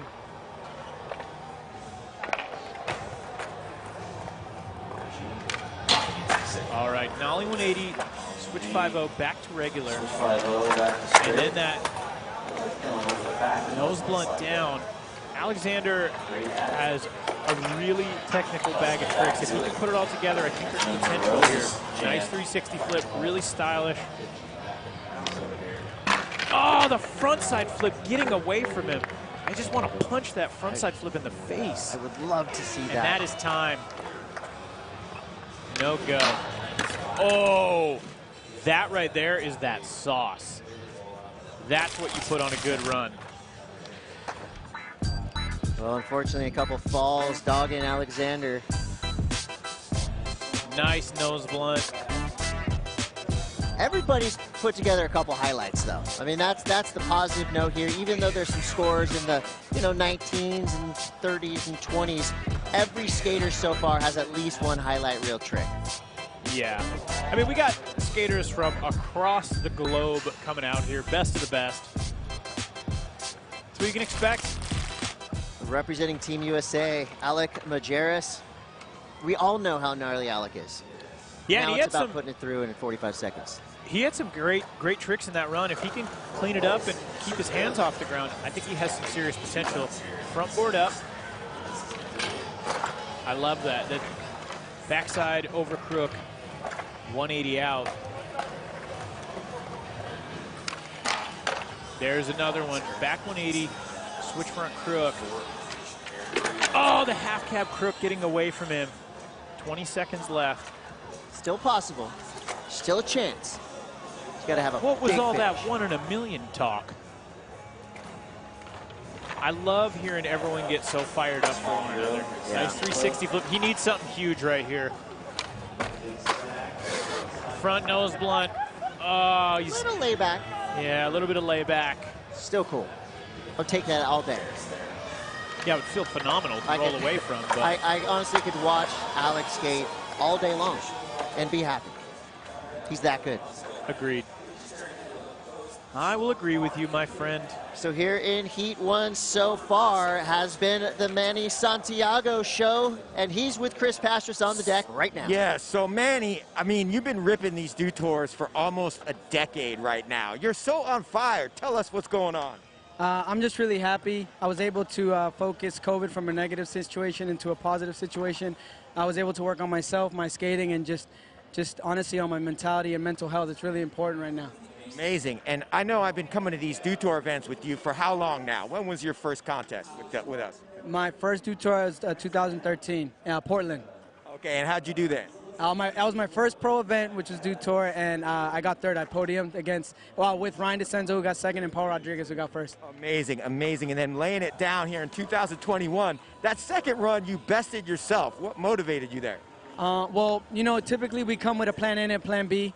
Actually, the first one was the plan A, and then I knew inside, I was like, okay, if I do all these tricks, I had upgrade tricks. And I know that there's more heats coming, and I know that they're all good skaters, so I wanted to set myself in a place where even if I get bumped down, I'm still in the top 8 because I really want to make the finals so then I can be preceded for the next event. And ultimately, I don't know, I just had a lot of energy, a lot of support, and I wanted to show everyone out here that, we got it, and we're here, and we ain't going nowhere. Yes, man, that was the best Manny I seen. How does the backyard skate park help you? It helps a lot. It helps a lot with being able to practice privately, but also it helps a lot because all my friends come over and skate and we vibe. It's like we're a family back there, it's never ever competitive. We're more competitive playing basketball than we are skating in the backyard. All right, and then final question here. Doing it for Puerto Rico, how does that feel? I mean, you're in first place right now. Describe the stoke and pride you feel.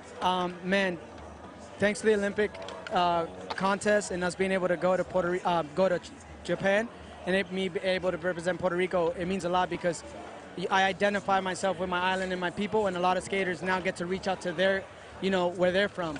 And for me, there's nothing more prouder than seeing that flag next to my name and in first place for now. All right, you are a great ambassador for skateboarding. We love you, Manny. Great job.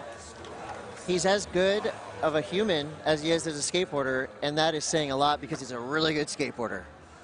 I'd give him a full 100 as a human, personally. Well, Manny Santiago has drawn a line in the sand, and it's a big one. 88.10, our current leader here in Heat 1. Things are lighting up here at Dew Tour Des Moines. We'll be back with more action right after this break. More skateboarding to come. Stay tuned.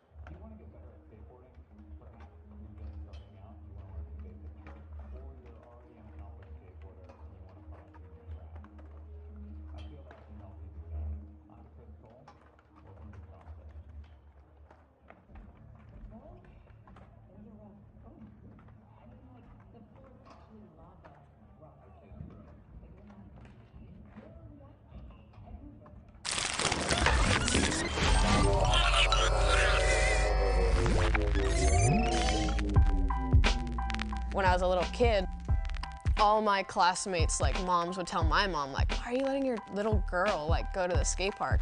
Like that's where the bad kids go. Like, what are you doing? And she's like, no, like go to the skate park. It's not like that. Like, what are you talking about? I think what was so addicting about skateboarding was the fact that, you know, there's no uniforms, there's no rules. Skateboarding is skateboarding, and it is what it is because of that liberty. I think the fact that I didn't need anybody at all is what really drew me in. And within not needing anyone, I was in my own world. With skating, there's so many different styles. Like, people wear whatever they want, they dress how they want, they skate how they want. Like, every individual skater is completely different than the next. I just really could express myself when I was 8 years old, and now 16 years old. It really just molded the person I am today. It's something about it that we just so passionate about this skateboard that, like, bro, it gets so many people together, you know? Whatever type of animal you have inside projects onto what skateboarding is for you. Every day you want to learn something new, and to learn something new, sometimes you're gonna fall, and that's part of the game, you know? I just think that like skateboarding is just like a big tree, and like everybody's branched out. It's such an individual thing. Like a wall like this that has been still here for years, but maybe some guy comes here and wall rides on it, it's like, whoa! All these different opportunities that I gotta like sit back and think like, thank you, skateboarding. I would not be anywhere where I am like without skateboarding. I have to pinch myself every once in a while. I'm like, what the heck? Like, this is happening right now? Like, what am I doing? Like, I should be like, I'm just skating. Like, it's very, very special, and I'm very grateful.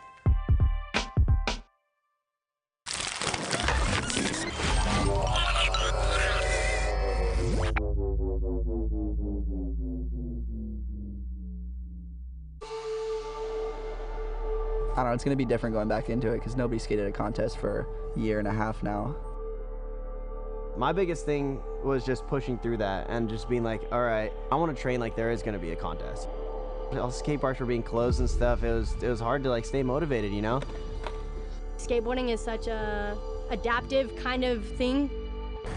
And especially with how COVID happened and gave us all like a year to practice. We didn't see anybody for a year, and then everybody's just back and just like skating better than ever. The pressure's on, but at least for me, I just try to not to think about it. I think it's a little intimidating and nerve-wracking. Just tell myself I got it and just picture my line. I think everyone's been working on stuff for like a year now, so. Everyone is just killing it. It's honestly like happened way more natural than I thought it was. I think it's going to be fun having a contest again. Coming in switch. All the girls got so much better. Figuring out a park is honestly the best session. But the spur of the moments, that's what the contest is about. Contest skating is all mental. But sometimes you're just in the mood to do hard tricks, and sometimes you have to do it because you have to do it. The worst thing that can make you not land your run is getting in your head too much. Like, they call your name and they say go, and you got to be ready to fire.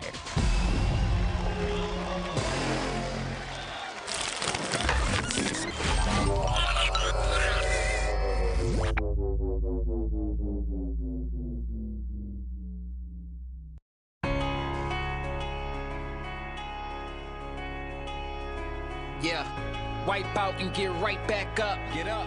Wax the ledge, we can't get stuck. Courage on deck like 2 trucks. Come on. Hop on and do what you want. Yeah. True freedom, they need us to stunt. Backside 180s to front, yeah. And we know struggle like we knows grind. Hustle for runs, all in due time. Repetition, repetition. Might switch stance, but not the mission. Much more than a competition. We risk it all to get these tricks in. Sacrifice ain't nothing given. Skated D.I.E. how we living. Scrapes, scars, bruises, lessons, pain, joy, victory, blessings. From the block to your skate spots. Kick, kick, push, and flip skate cops. Love park to your skate shop. Got ollies with more pop than GameStop. Skate for justice, we all in. Skate for change like BLM, yeah. Probably take a knee on my board. Ghetto kids all day, shout out to the board. This that thunder in your heart. 45 seconds to go rad at the park. That go hard or go harder. Yeah. That go far or go farther. Yeah. That 5-ring camaraderie. 4-wheel polyurethane world society. And all eyes on we. And all eyes on gold. All praises be. United we roll. Peace.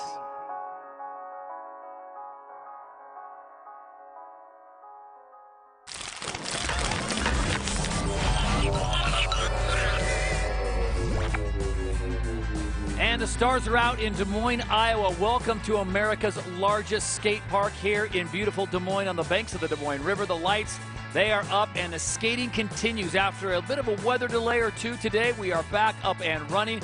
We just saw heat number 1 in the men's street semifinals go down. What a show, and we are now set for heat number 2. Look at the size of this place, 88,000 square feet, designed and built by good folks at California Skate Parks. $3.5 million skate park and $6.3 million total for the entire park. And this thing is a thing of beauty, opening on May 7th, 2021. No better way to christen it than to bring the folks here for the Dew Tour 2021, which is a global qualifier for the Olympic Games.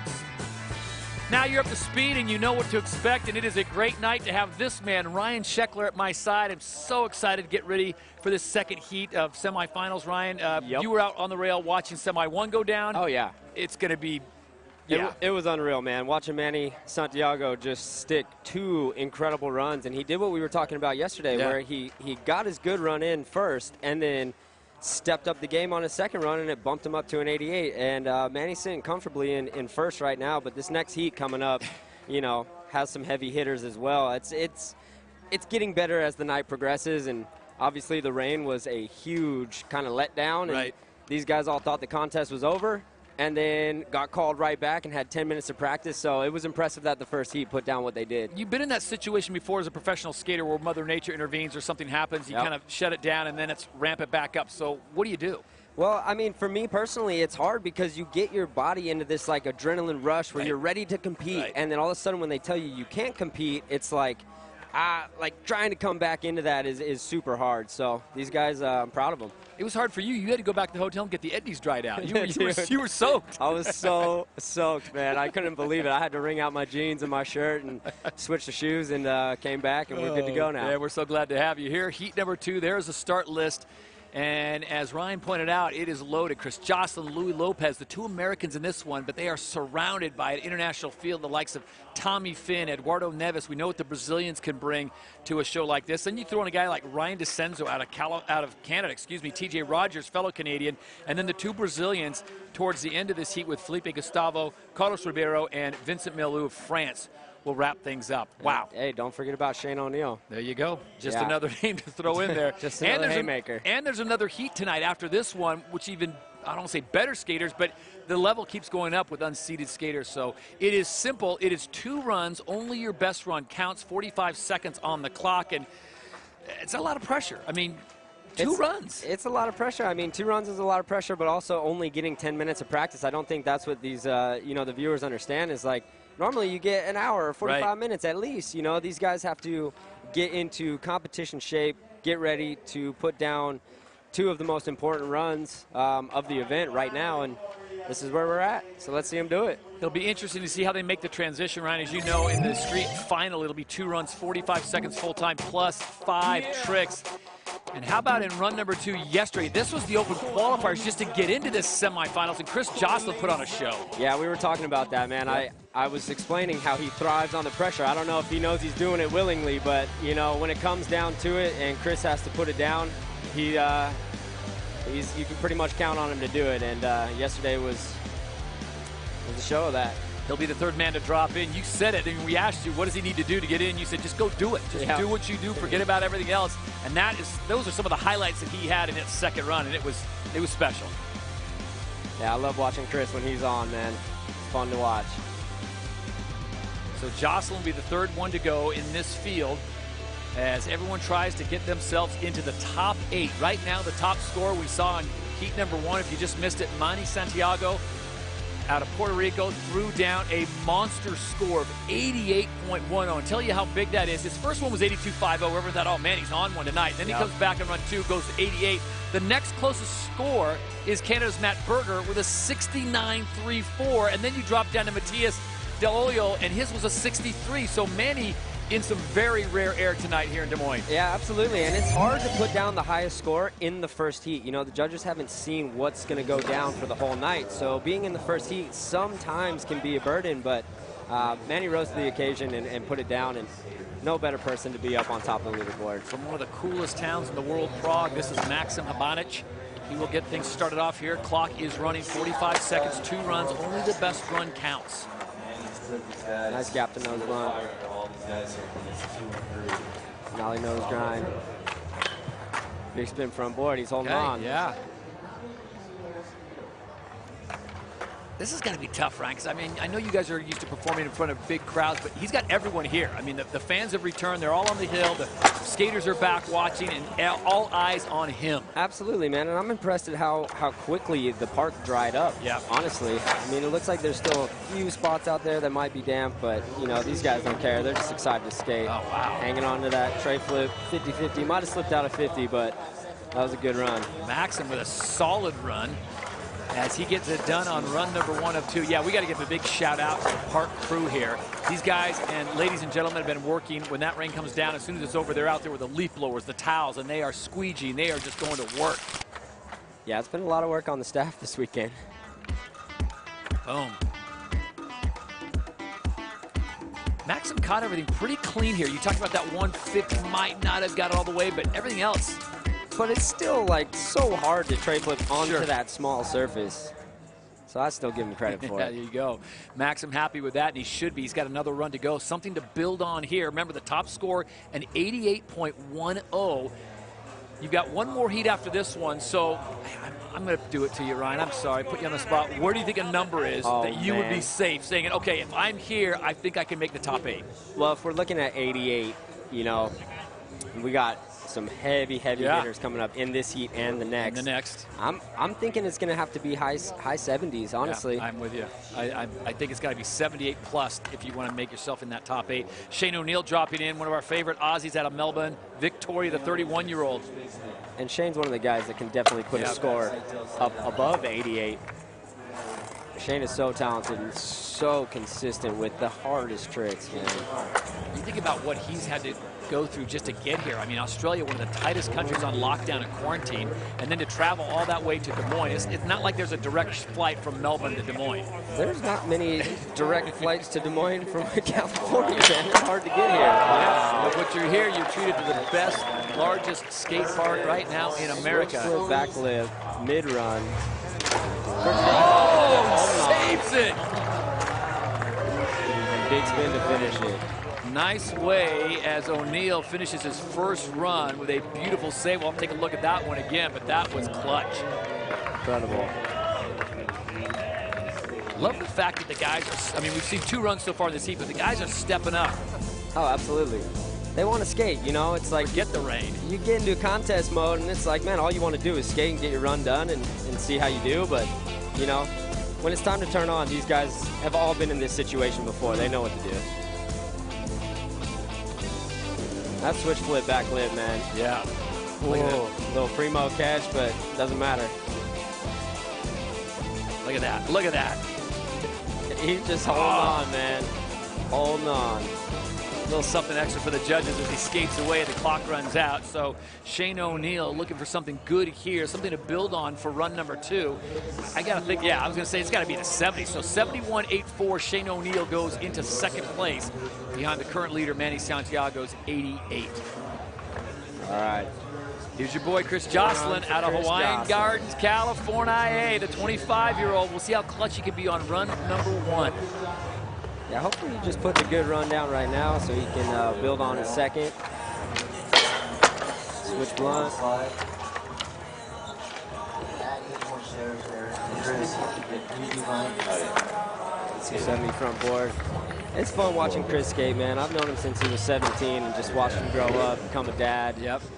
And his skating has just gotten better and better as the years go on. And Chris is one of the guys that'll put out 6 video parts in a year, but then still come up to every contest. He's having a little step off there. 10 seconds are probably enough time to get one more trick in. You know, the amount of tricks that you guys have to have in your repertoire at any given time just to be able to put together not only one semi-run, but 2, and then have something fresh for the judges in the final. Oh, absolutely. And it's, you know, with these runs too, I think I've been counting, you're trying to get 7 to 9 tricks in, and in 45 seconds to plan out 9 tricks. It's pretty hard, but Chris has put himself right back in the situation he was in yesterday, and I mean, he pulled through yesterday. Yeah, so we know how he answered on that one, so that 38.04 is not going to help Jocelyn at all. Already out of the cut line, the top 8 moving on to the final. So we'll see if he can rally. Ryan Scheckler hit him up, maybe a little DM, tell him how to get it done. He knows what to do. Louis This Lopez, next guy knows what to do. Yeah, another Southern California, Hawthorne, California, Louis Lopez dropping. So Louis has been putting in more tricks in his 45-second run than anyone in the contest. Stepping off on the full cab. It's all right. He's still going to fit 6 more tricks into his run. Yeah, Louis milks everything out of that 45 seconds. Louis takes unconventional lines. I always love watching Louis skate because he'll skate a course different than most. Yep. It makes it look so fun. And the judges, they appreciate that, right? I mean, using the whole course, using some different lines that no one else is using. For sure, and skaters appreciate it because he'll do a trick that on his obstacle that no one's actually really looked at. And they're like, oh, that kind of looks fun. Let's see what he does here. Nice. Love it. Louis Lopez working to the very end. Have to let him know, you know, time's up. He's going to keep going. Yeah, he'll keep going. Well, we've talked about it a lot, Ryan, is the wealth of talent that is Brazil, Japan, the USA, and tonight the USA has really got an opportunity. They've got so many athletes competing, not only this heat, but the next one. Of course, Nigel Houston will be showing up in heat number 3. Yep.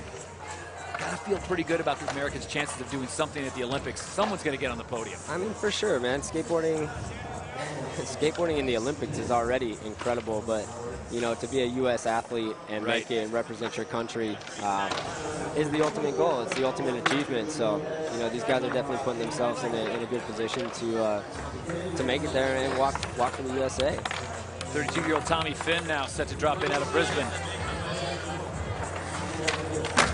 Oh, that's nice. Nice tray flip to start it off. Nose blunt.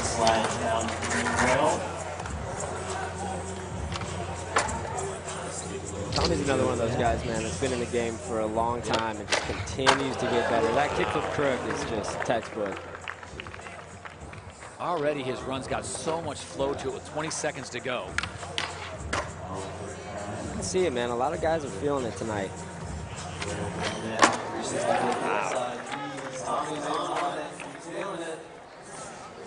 Tray flip lip, man, this run is great.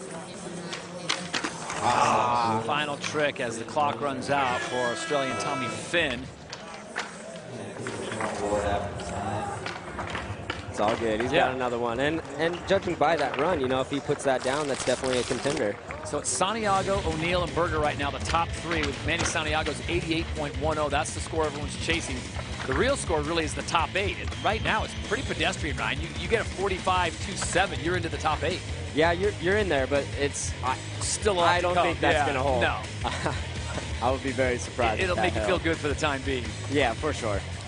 So Tommy Finn had some really nice moments here, especially that first 20 seconds of that run.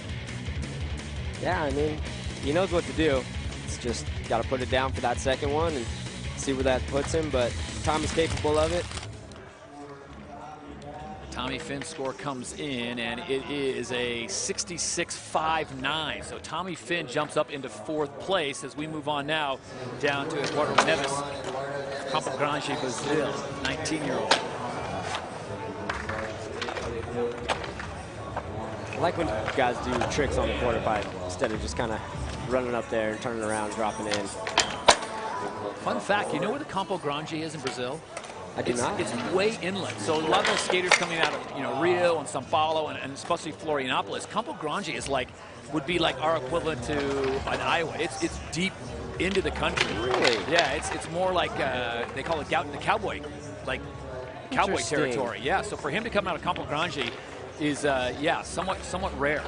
It just speaks to how skateboarding is accessible in Brazil, anywhere in the world, too. Especially in that country. Oh, nice. That's a new line we haven't seen. Yeah, I haven't seen. The only guy I saw go over those Mountain Dew cases was Alec Majerus so far with that backside flip. Kickflip front board, looking good. Oh, just stepping off a little bit on the kick for back lip. 2038 becomes a throwaway for Eduardo. He will look to run number 2 to try to get himself into that top 8. How great are the replays here at the Dew Tour? I mean, you can see all the little nuances going on. I love it. The slow-mo. Because for me personally, watching tricks and learning tricks, like I watch the guy's feet. You know, it's all about the feet, where it is. So slow-mo is really nice for the viewers to see what actually it takes to do these tricks. Ryan DeCenzo dropping now, the 34-year-old out of Vancouver, British Columbia. You look at the ages, and I don't want to say they're older. These guys are veterans, but it seems like to be serving them well because this street competition, or maybe the street format, is more of an older guy's game rather than a younger guy's game. Would you agree? You know, I don't know. You bring up a good point. But Ryan's been in the game for a long time, you know. So. But he's still in the game. I mean, for sure, and he's getting better. You know, I think with skateboarding, you get better the more hours you put on the board, obviously. But you know, in a competition series, you've been through what it's like. You've been through the nerves. You know how to get through it. You know how to put a run down.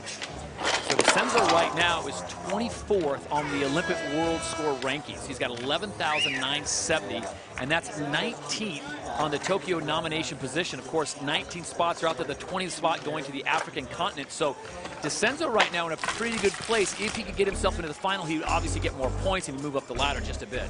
Yeah, and weren't you saying it's 60,000 points for first place? I mean, that's like Sheckler walking around money, but we're talking 60,000 points. No, it's not. Yeah. Oh, man. But, you know, that could switch up. Oh, 100%. So much. Huge. And then you think about Rome is still to come, and there's 80,000 points on the line of that one.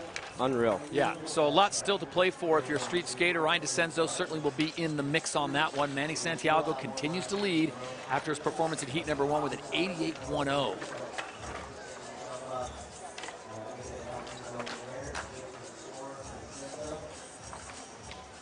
Like to listen in and see what he's saying. Yeah, Get a little sketchy. Yeah, he was going to go for a different trick, but, you know, sometimes when you're pushing, you get the wrong push off or set up, and, you know, that's the beauty of practicing so many different tricks that your body knows exactly what it can do in that moment. So Senzo right now sitting down on the ladder, and he'll slot himself into 6th place. So a 56.17. He's not excited about it because he knows what's coming up, but that's something to build on.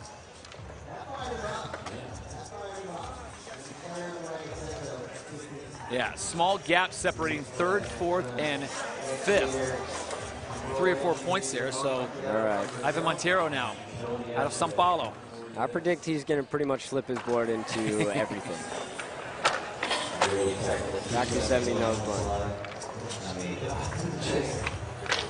Tray flip nose blunt. Is that a Brazilian characteristic? I mean, I don't know. The flipping of the Bro, borders both is just those him. tricks are so hard to just throw around. First 2 tricks of your run. Nollie front board.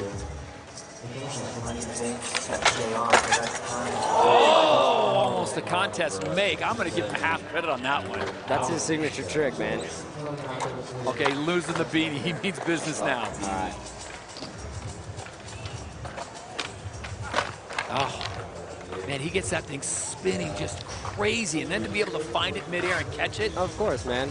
Just there's a lot of ways to do a tray flip too, and you know a lot of guys do them differently. But you know the one he put down yesterday, his first run was incredible. So, all right, the next guy up is TJ Rogers, one of the happiest skateboarders on the planet. And beyond talented. I hope he does that switch front 3 down the big set.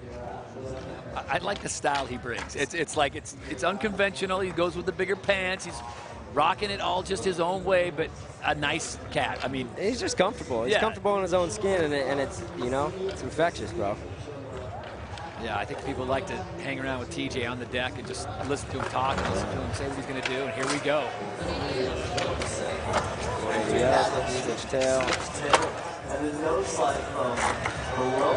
Quick 3 tricks right out of the gate.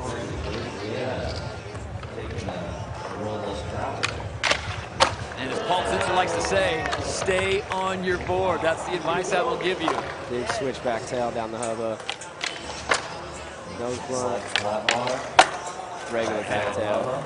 He's putting it together. Yes, he is. TJ Rogers gunning for that top spot. Manny Santiago's 88.10. He's got 10 seconds left.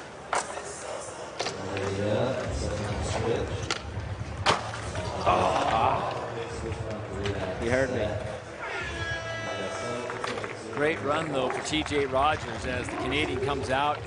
Only miss was at the very end, so that's going to get him some points. We'll see where it slots. He's got to be top 5, right? I mean, I would say so, but it's also going to be good for him to know that where he stands by missing 1 trick. So if he adds it up and he can, like, if I can get my last trick, my last run, it'll bump me up 2, 3 points maybe, and could get him up there. He's just so solid. Yeah. Everything he does is just solid.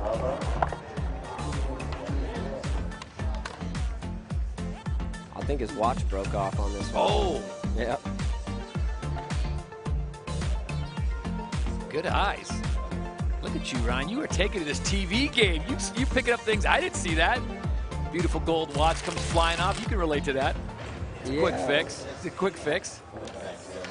It's part of the flair, man. He needs it. 52-52, 8 for TJ Rogers, so he becomes the man on the cut line. That is the mark to beat. He knows that score's not going to hold up for the next round. So we are down to the final 3 competitors here in run number 1, heat number 2. Felipe Gustavo, again from Brazil. He comes by way of Brasilia. Felipe's story is incredible, man. He just never gave up. Yep. And clearly, it's got him right here on the big stage with huge tricks. And he is another one that is just incredibly consistent. A teammate of mine on Plan B. And watching him skate over the years has just been incredible.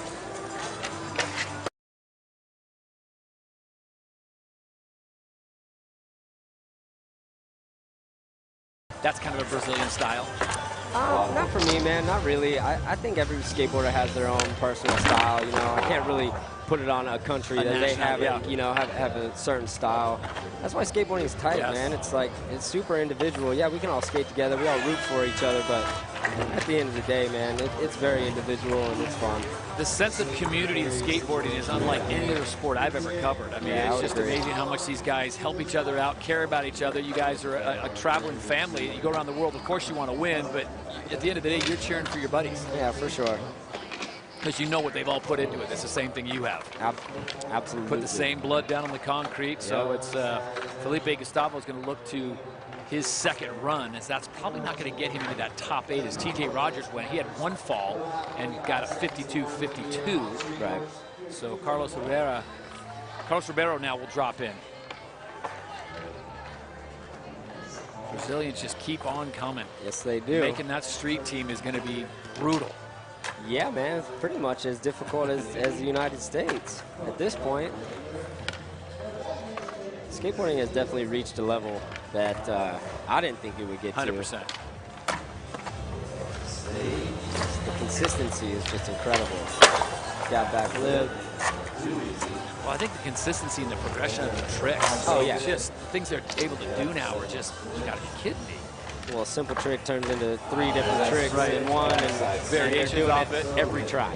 And that switchback Smith, like, he does it so good that we're like numb to seeing it, but that's one of the hardest tricks to do down that elbow. And that one got away from him, so Carlos's time runs out, and it looks like he will probably look to run number 2 as well. Top score so far, 88-10, top 8 moving on to tomorrow's final, and right now, TJ Rogers has that 8 final golden ticket. That switchback Smith is so good, man. Gap back lip. Switch front blunt.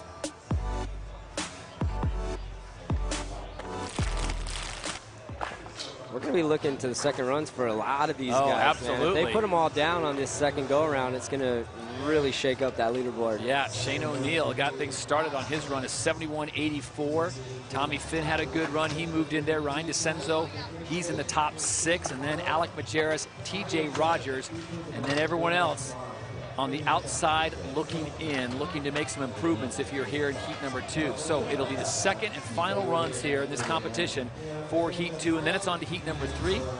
Paul Zitzer, Andrew Cannon for that one. 2 runs, 45 seconds full time, as Vincent Milieu now will wrap things up for heat number 2. Sleep on the French. Nah, Vincent skates with a lot of power. He's got a lot of incredible tricks. He's been coming up real solid in the competition world as well. Holding on right there. Wow. I'll shove it back 50. That's a very unique trick. Is it that difficult to learn a park? I mean, these guys are coming from all around the world. Obviously, Vincent's coming from France. We got guys coming from Brazil, Australia. But to come to Iowa and learn this park in a matter of 2 or 3 days. Well, if you had to learn the whole park, this massive, biggest skate park in the world, it would be very difficult. But the way they have it sectioned off, it's a little bit more manageable to figure out your line. And the way it's set up is very nice. It's pretty back and forth, so you can put a good run together. But yeah, I mean, it would definitely take a day to figure it out. Some do it faster than others, but. Look at the highlights from Vincent's run. Gap to tail. I think he missed the trick he wanted. That pop shove at backside 50 is very difficult.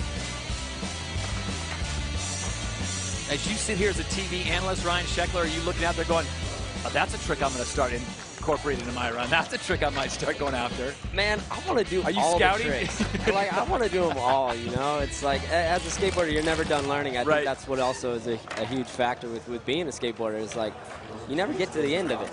There's no end with skateboarding, so. There is no finish line for you guys. Yeah, I'm definitely, mentally writing down You're taking tricks. notes. There you go.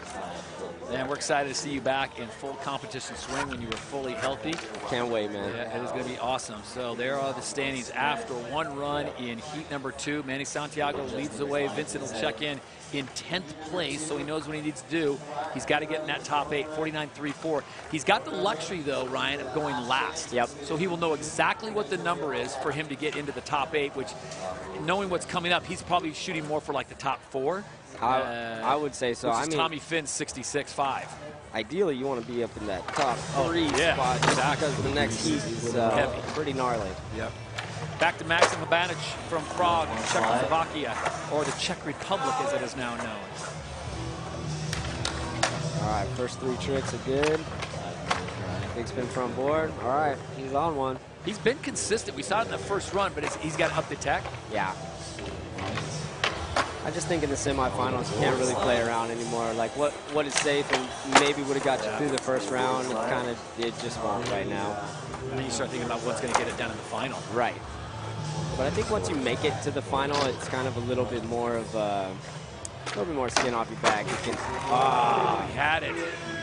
Time runs out for Abanic.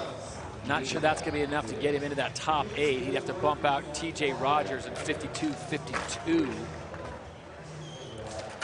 That's what happens when these guys are trying the difficulty level of tricks they are. You know, the 360 flip 50-50 is no jokes. That's a hard trick. And a hard trick to be consistent with. Yeah. But that nose blunt's textbook. Gregson giving us his view. Big spin front board. Yeah, and Chris Gregson's one of the best follow cam filmers of all time. You trust him? Oh, absolutely. Okay. Yeah, he knows skateboarding, so you know he's not going to be in your way. Which is a huge deal. Yes. So Maxim Abanic, probably not the run he wanted on that second and final run. He has to wait and see what the judges do with him. He's sitting in 14th place right now. I don't know if he's going to move up. Yeah, he's going to move from... This 8 cut's tough, man. Oh. It's a no-joke cut. What are they going from? We got total 32 skaters to 8? Yeah, that's a rough cut. And that's some elite company if you do make it into that final. So yeah, you got to be on. Shane O'Neill currently sitting in 2nd place, 71.84. I know how Shane is mentally, and I know he wants to bump this run up and get a few more points.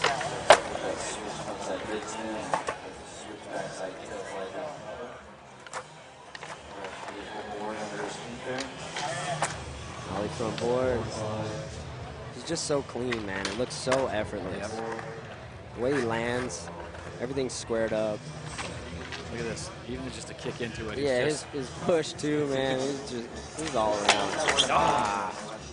Couldn't catch that left foot. Switch flip back lip getting away from him, which is surprising, you know, because Shane's one of the guys that has that trick on lock. Yep. Another back heel. Doesn't go, so it looks like Shane's going to hold on to that first run score, Ryan. It's 71.84. I can think of worse scores, and there's guys that are a lot more nervous than he is, but he's sitting in 2nd place as long as he doesn't get bumped much. There's guys out there that are still to come that they've got a 71 in their pocket. I mean, yeah, I would agree with you. Yeah. But you never know, man. Yeah. You never know.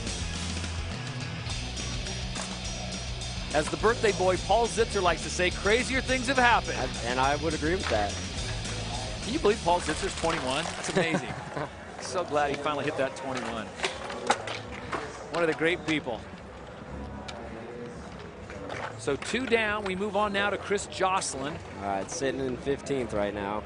He's got to get up and go, but this is the exact same situation that he had in the open qualifiers when he made it into the semis. Yep. Let's see if he can put it down. He's definitely capable. Nice. All right. Switch back lip, switching up his run a little bit.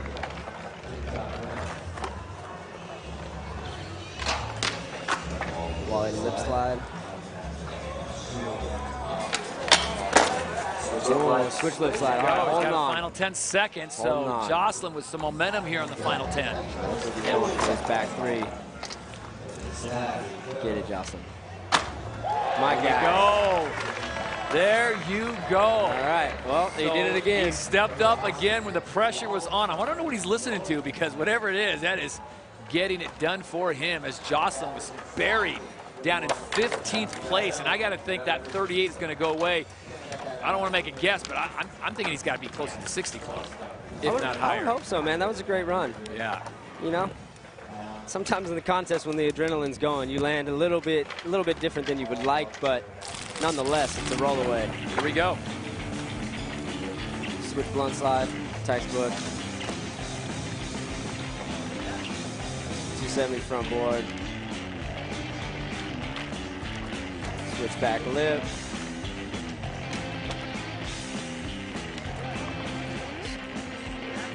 Yeah, a little bit of something for everyone. Look at this. And perfect back three. So nice. Came up with the last trick as the time was running out. Boom. Yep, we needed that. That was a great run.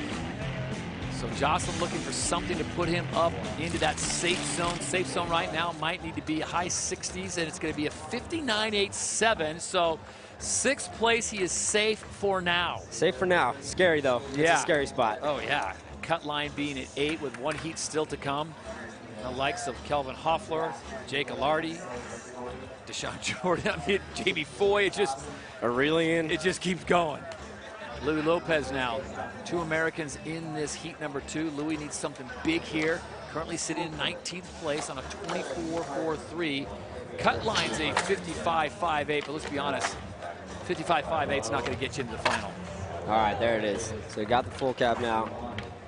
3 high-speed tricks to start off his run.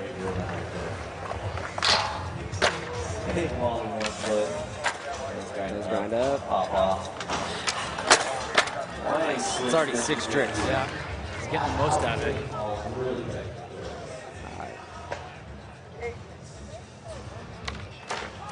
Wow. Oh, saved it. Yeah. Oh, Louis comes off with 5 seconds left. Can he get it done? And just runs out of time. Oh. Put the blunt down after time, but what could have been, but that was a special save. I thought he was just kind of chilling up on the deck. I didn't know what was going on, and then kick flips into a blunt. 180 switch 50. Boom. Perfect. This is awesome. Spur of the moment.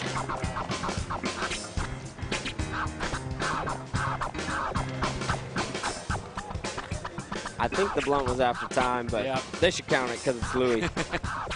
Give Louis a little extra. They should give it to Gregson him. was right there to capture it. So good run for Louis Lopez. Will it be enough to get him above that cut line? Will it be enough to get him into the final? Top 8 are moving on. Manny Santiago has the highest score by far. Way out in front.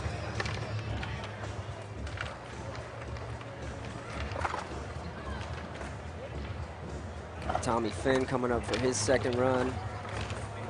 Finn sitting on a 66.59, 4th place. I feel like that's a pretty safe spot if he stayed there at the end, 4th place, but is it really? I don't think so, man. I think he's going to try to bump it up. 4 or 5 guys get to pass him in the next heat, and yeah.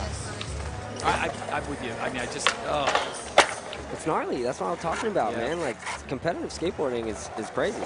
Like, these guys are just going for it and getting better and better and better. And every dude after every dude is bumping up the score. There's that kickflip crook. Tommy's got a good run going right now. Ollie crook.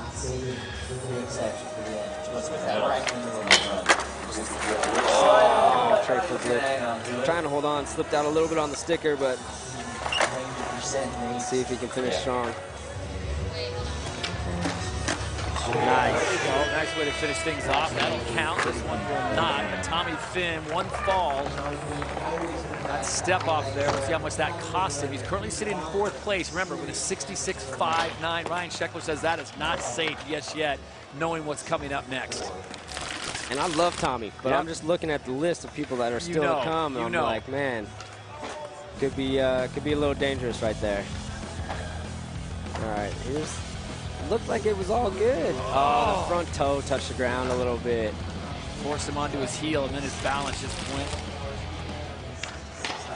So it's not an improvement. So the 66.59 will have to do for Tommy Finn. He will sit on that for the time being. Yep. Eduardo Neves now sitting in 20th. Had issues on run number 1. See if he can clean it up here on run 2. Man. The great thing is, man, he's 19. Yeah. Like, he's got so many years of skateboarding left. This is just a great experience to be 19 and have skateboarding actually going to the Olympics. Like, this is how you start your competitive career, is getting ready for the Olympics. Man, it'll teach you how to deal with some serious pressure. I like to do the math. Is he's just 19. You figure when he's 22, the next Olympic cycle will be coming around. Yeah.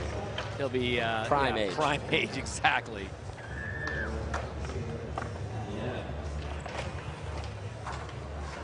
I love the fact that he's taking every second. See if he gets up. Yep. No.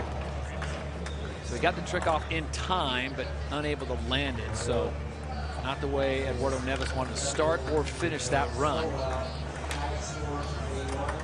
It's all right, though. He went for it. Yes, he did.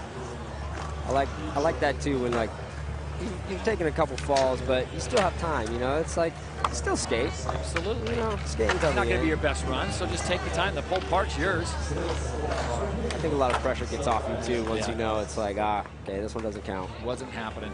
All right, DeCenzo. Ryan DeCenzo, Vancouver, BC. 56.170. He's inside the cut line, but if you talk to guys like Ryan Sheckler, that's not a safe place to be, knowing that Heat 3 is still to come. And Ryan's one of those guys, too, that can put down a second run that he needs when the time comes. And this is the time, and so far it's going good. Wow, that was nice. Tray flip up. Gap nose blunt down. Ollie on the quarter pipe. Pop shove it, getting set up for switch. Switch tail slide. Senso's got a nice one going. Now he crook. All right.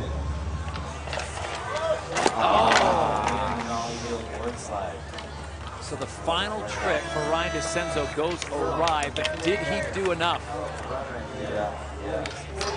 I hope so, man. I think he really needed that heel flip board slide at the end there, though. Nice front blunt on the hubba. Perfect. Gap nose blunt.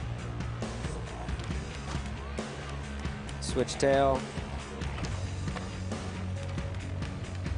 And then the setup, man, I think just rolling up just didn't feel right. Look how close it was, a 55. You figure if he lands that, he's probably in the 60s. So that's a hard trick. Yeah, DeCenzo, so he'll hold on to that first run score, 56.17, which has him in 7th place.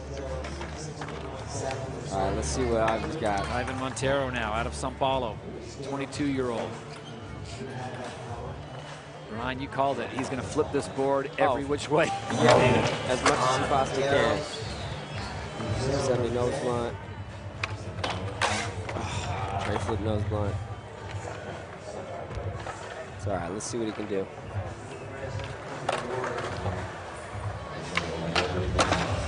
I was incredibly consistent as well with his technical tricks. There it is.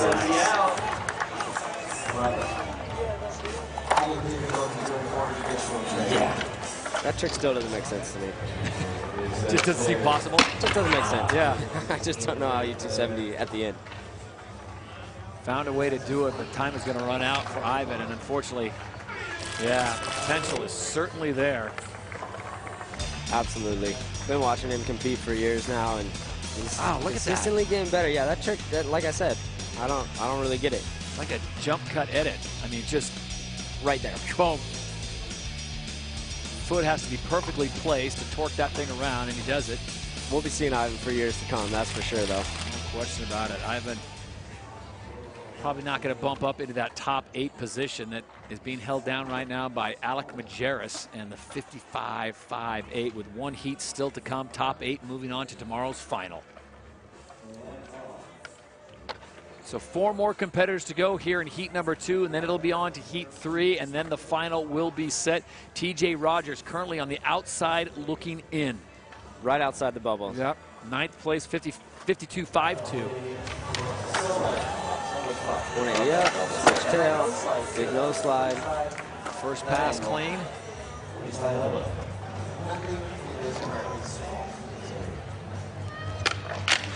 Switch back tail. Oh! That counts. And the watch got repaired. Look at that. Yeah, it did. Back up and good.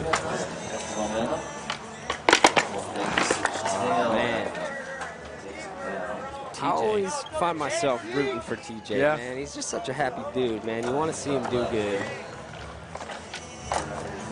Is it a lot of it because you just like the aura he puts out, or you see the work he puts into it, or No, it's just it's the work he puts in, Yeah. it's his vibe, it's just like how nice he is to like Yeah. fans, you know, it's like good things, good people? Yeah. Yep. Would have been awesome to see him in the top 8. Well, he had a great show to get into the semifinals. Just doesn't have it tonight, as TJ is going to be on the outs. But man, it's so good to have him here in Des Moines. Look at this. I'll just keep going.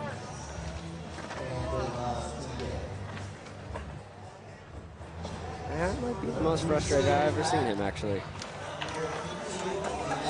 He knows what he's capable of doing. He just wasn't able to put it down on that 50 or that 45 seconds. So not an improvement for him. So now we're down to the final 3, Ryan. It'll be Felipe Gustavo, Carlos Ribeiro, and Vincent Milieu. And they all have the opportunity to jump up knowing exactly what they need to do. Yep. And I think to your point, it's you better plan on being in the top 3 if you really want to feel comfortable going into that final. And that's going to be, you're going to be needing close to